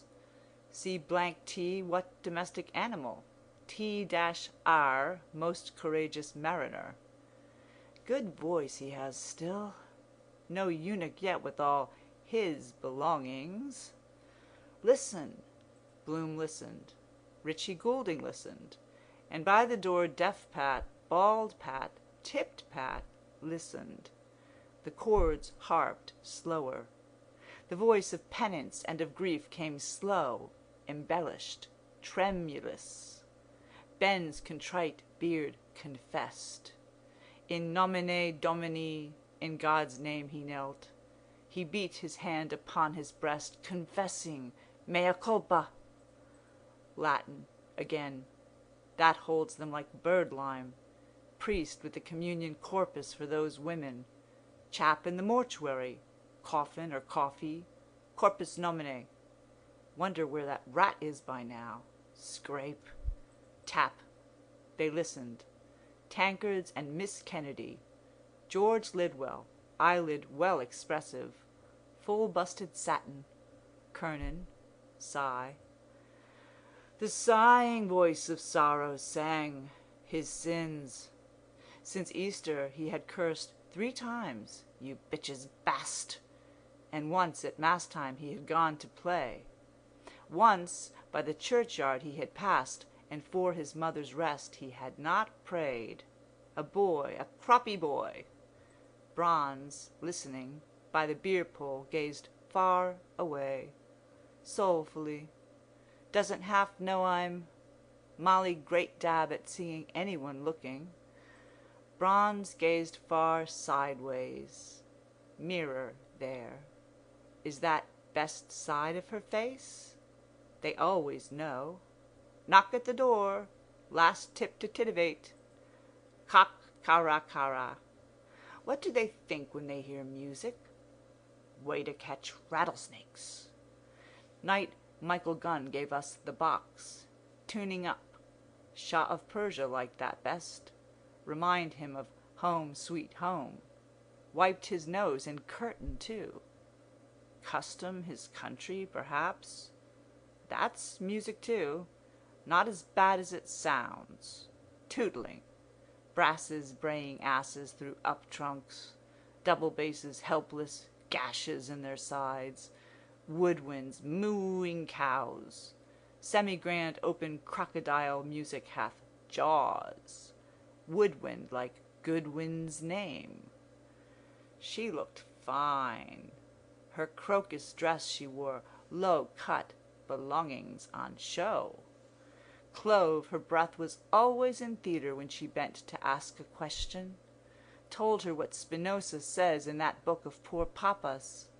Hypnotized, listening, eyes like that. She bent. Chap in dress circle staring down into her with his opera glass for all he was worth. Beauty of music you must hear twice. Nature woman, half a look. God made the countryman the tune. Met him pike hoses. Philosophy, oh, rocks. All gone. All fallen. At the siege of Ross, his father, at Gorey all his brothers fell. To Wexford, we are the boys of Wexford, he would, last of his name and race. I too, last of my race. Milly young student, well, my fault perhaps, no son, Rudy, too late now, or if still, he bore no hate, love, those are names, Rudy, soon I am old. Big Ben, his voice unfolded. Great voice, Richie Goulding said, a flush struggling in his pale, to bloom soon old. But when was young? Ireland comes now, my country above the king. She listens. Who fears to speak of 1904? Time to be shoving. Looked enough. Bless me, father. Dollard the croppy cried. Bless me and let me go. Tap. Bloom looked, unblessed to go. Got up to kill on 18 bob a week. Fellows shell out the dibs. Want to keep your weather eye open.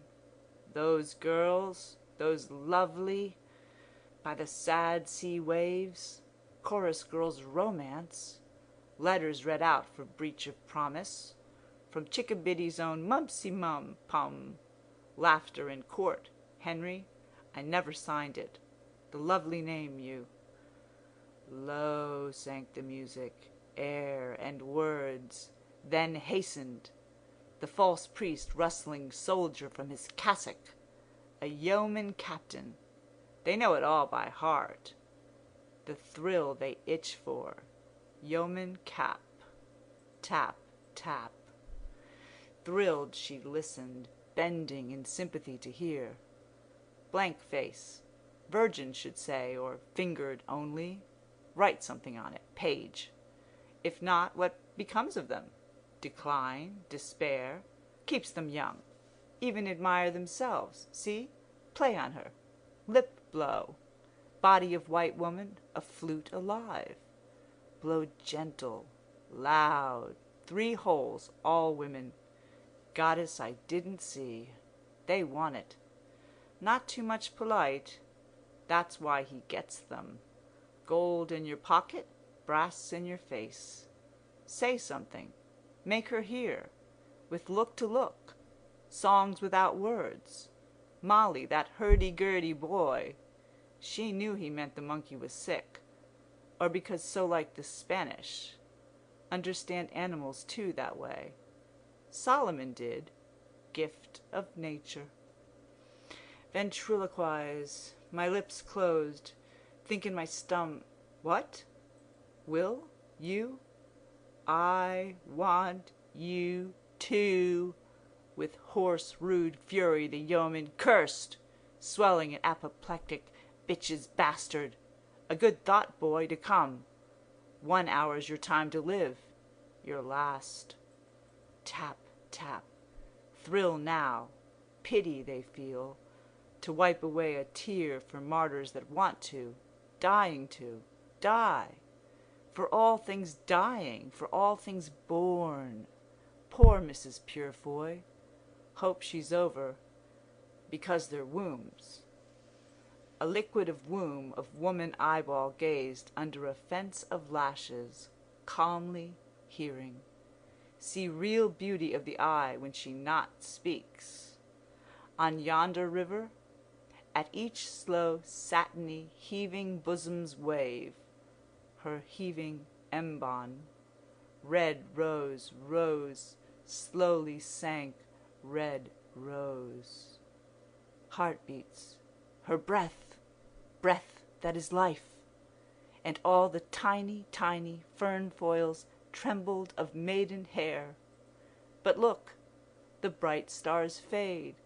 Oh, Rose, Castile, the morn, ha, Lidwell, for him then, not for infatuated.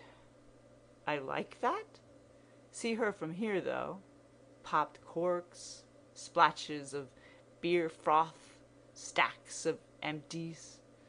On the smooth jutting beer pool laid Lydia hand. Lightly, plumply, leave it to my hands. All lost in pity for Croppy. Fro to fro, over the polished knob. She knows his eyes, my eyes, her eyes. Her thumb and finger passed in pity. Passed, reposed, and gently touching, then slid so smoothly, slowly down, a cool, firm, white enamel baton protruding through their sliding ring. With a cock, with a cara, tap, tap, tap. I hold this house. Amen. He gnashed in fury. Traitors swing. The chords consented. Very sad thing, but had to be. Get out before the end. Thanks, that was heavenly. Where's my hat? Pass by her. Can leave that Freeman. Letter I have. Suppose she were the... No. Walk, walk, walk. Like Cashel, Boileau, Conero, Coilo, Tisdall, Maurice, Tinsdall, Farrell. Walk. Well, I must be. Are you off? Ymbsbice, Bloomstep, Orihai, Blue, Ow. Bloom stood up. Soap feeling rather sticky behind. Must have sweated. Music. That lotion, remember? Well, so long. High grade. Card inside. Yes. By deaf Pat in the doorway, straining ear, Bloom passed. At Geneva Barrack that young man died. At Passage was his body laid. Dolor, oh he Dolores. The voice of the mournful chanter called to dolorous prayer. By Rose, by satiny bosom, by the fondling hand, by slops, by empties, by popped corks, greeting and going past eyes and maiden hair, bronze and faint gold and deep sea shadow went Bloom, soft Bloom. I feel so lonely, Bloom. Tap, tap, tap. Pray for him, prayed the bass of Dollard. You who hear in peace, breathe a prayer, drop a tear, good men, good people. He was the Croppy boy. Scaring eavesdropping boots, Croppy boots boy Bloom in the Ormond hallway heard the growls and roars of bravo, fat backslapping, their boots all treading, boots not the boots the boy. General chorus off for a swill to wash it down, glad I avoided. Come on, Ben, Simon Dedalus cried. By God, you're as good as ever you were. Better, said Tom Glencairn. Most trenchant rendition of that ballad, upon my soul and honour 'tis. La Blache, said Father Cowley. Ben Dollard bulkily cachuched towards the bar, mightily praise-fed and all big roseate on heavy-footed feet, his gouty fingers knackering castagnettes in the air. Big Ben-a-Ben Dollard, big Ben-Ben, big Ben-Ben, and deep moved all. Simon trumping compassion from foghorn nose. All laughing, they brought him forth. Ben Dollard, in right good cheer. "You're looking rubicund," George Lidwell said. Miss Douce composed her rose to wait. "Ben, ma tree," said Mr. Dedalus, clapping Ben's fat back shoulder-blade. "Fit as a fiddle, only he has a lot of adipose tissue concealed about his person. Fat of death, Simon," Ben Dollard growled. Ritchie, rift in the lute, alone sat. Goulding, Collis, Ward. Uncertainly he waited. Unpaid pat, too. Tap, tap, tap, tap. Miss Mina Kennedy brought near her lips to ear of tankard 1. "Mr. Dollard," they murmured low. "Dollard," murmured Tankard. Tank 1 believed. Miss Ken when she, that doll he was, she-doll, the tank. He murmured that he knew the name. The name was familiar to him, that was to say, he had heard the name of Dollard, was it? Dollard, yes. Yes, her lips said more loudly. Mr. Dollard. He sang that song lovely, murmured Mina. Mr. Dollard. And the last rose of summer was a lovely song. Mina loved that song. Tankard loved the song that Mina. 'Tis the last rose of summer Dollard left bloom, felt wind wound round inside. Gassy thing, that cider. Binding, too. Wait. Post office near Reuben J's 1 and 8 too. Get shut of it. Dodge round by Greek Street. Wish I hadn't promised to meet. Freer in air. Music. Gets on your nerves. Beer pull. Her hand that rocks the cradle rules the Ben Houth, that rules the world. Far, far, far, far. Tap, tap, tap, tap. Up the key went Lionel Leopold, naughty Henry with letter for Mady, with sweets of sin, with frillies for Raoul, with met him pike hoses went Poldy on. Tap blind walked tapping by the tap, the curbstone tapping tap by tap. Cowley, he stuns himself with it. Kind of drunkenness. Better give way only halfway the way of a man with a maid. Instance enthusiasts. All ears. Not lose a semiquaver. Eyes shut. Head nodding in time. Dotty, you daren't budge. Thinking strictly prohibited. Always talking shop. Fiddle-faddle about notes. All a kind of attempt to talk. Unpleasant when it stops because you never know exact. Organ in Gardner Street. Old Glynn, 50 quid a year. Queer up there in the cockloft, alone with stops and locks and keys. Seated all day at the organ. Mounder on for hours, talking to himself or the other fellow blowing the bellows. Growl angry, then shriek cursing. Want to have wadding or something in his. No, don't, she cried. Then all of a soft sudden, wee little pipey wind. Pwee! A wee little wind piped ee in Bloom's little wee. Was he? Mr. Dedalus said, returning with fetched pipe. I was with him this morning at poor little Paddy Dignam's. Aye, the Lord have mercy on him. By the by, there's a tuning fork in there on the tap, tap, tap, tap. The wife has a fine voice, or had. What? Lidwell asked.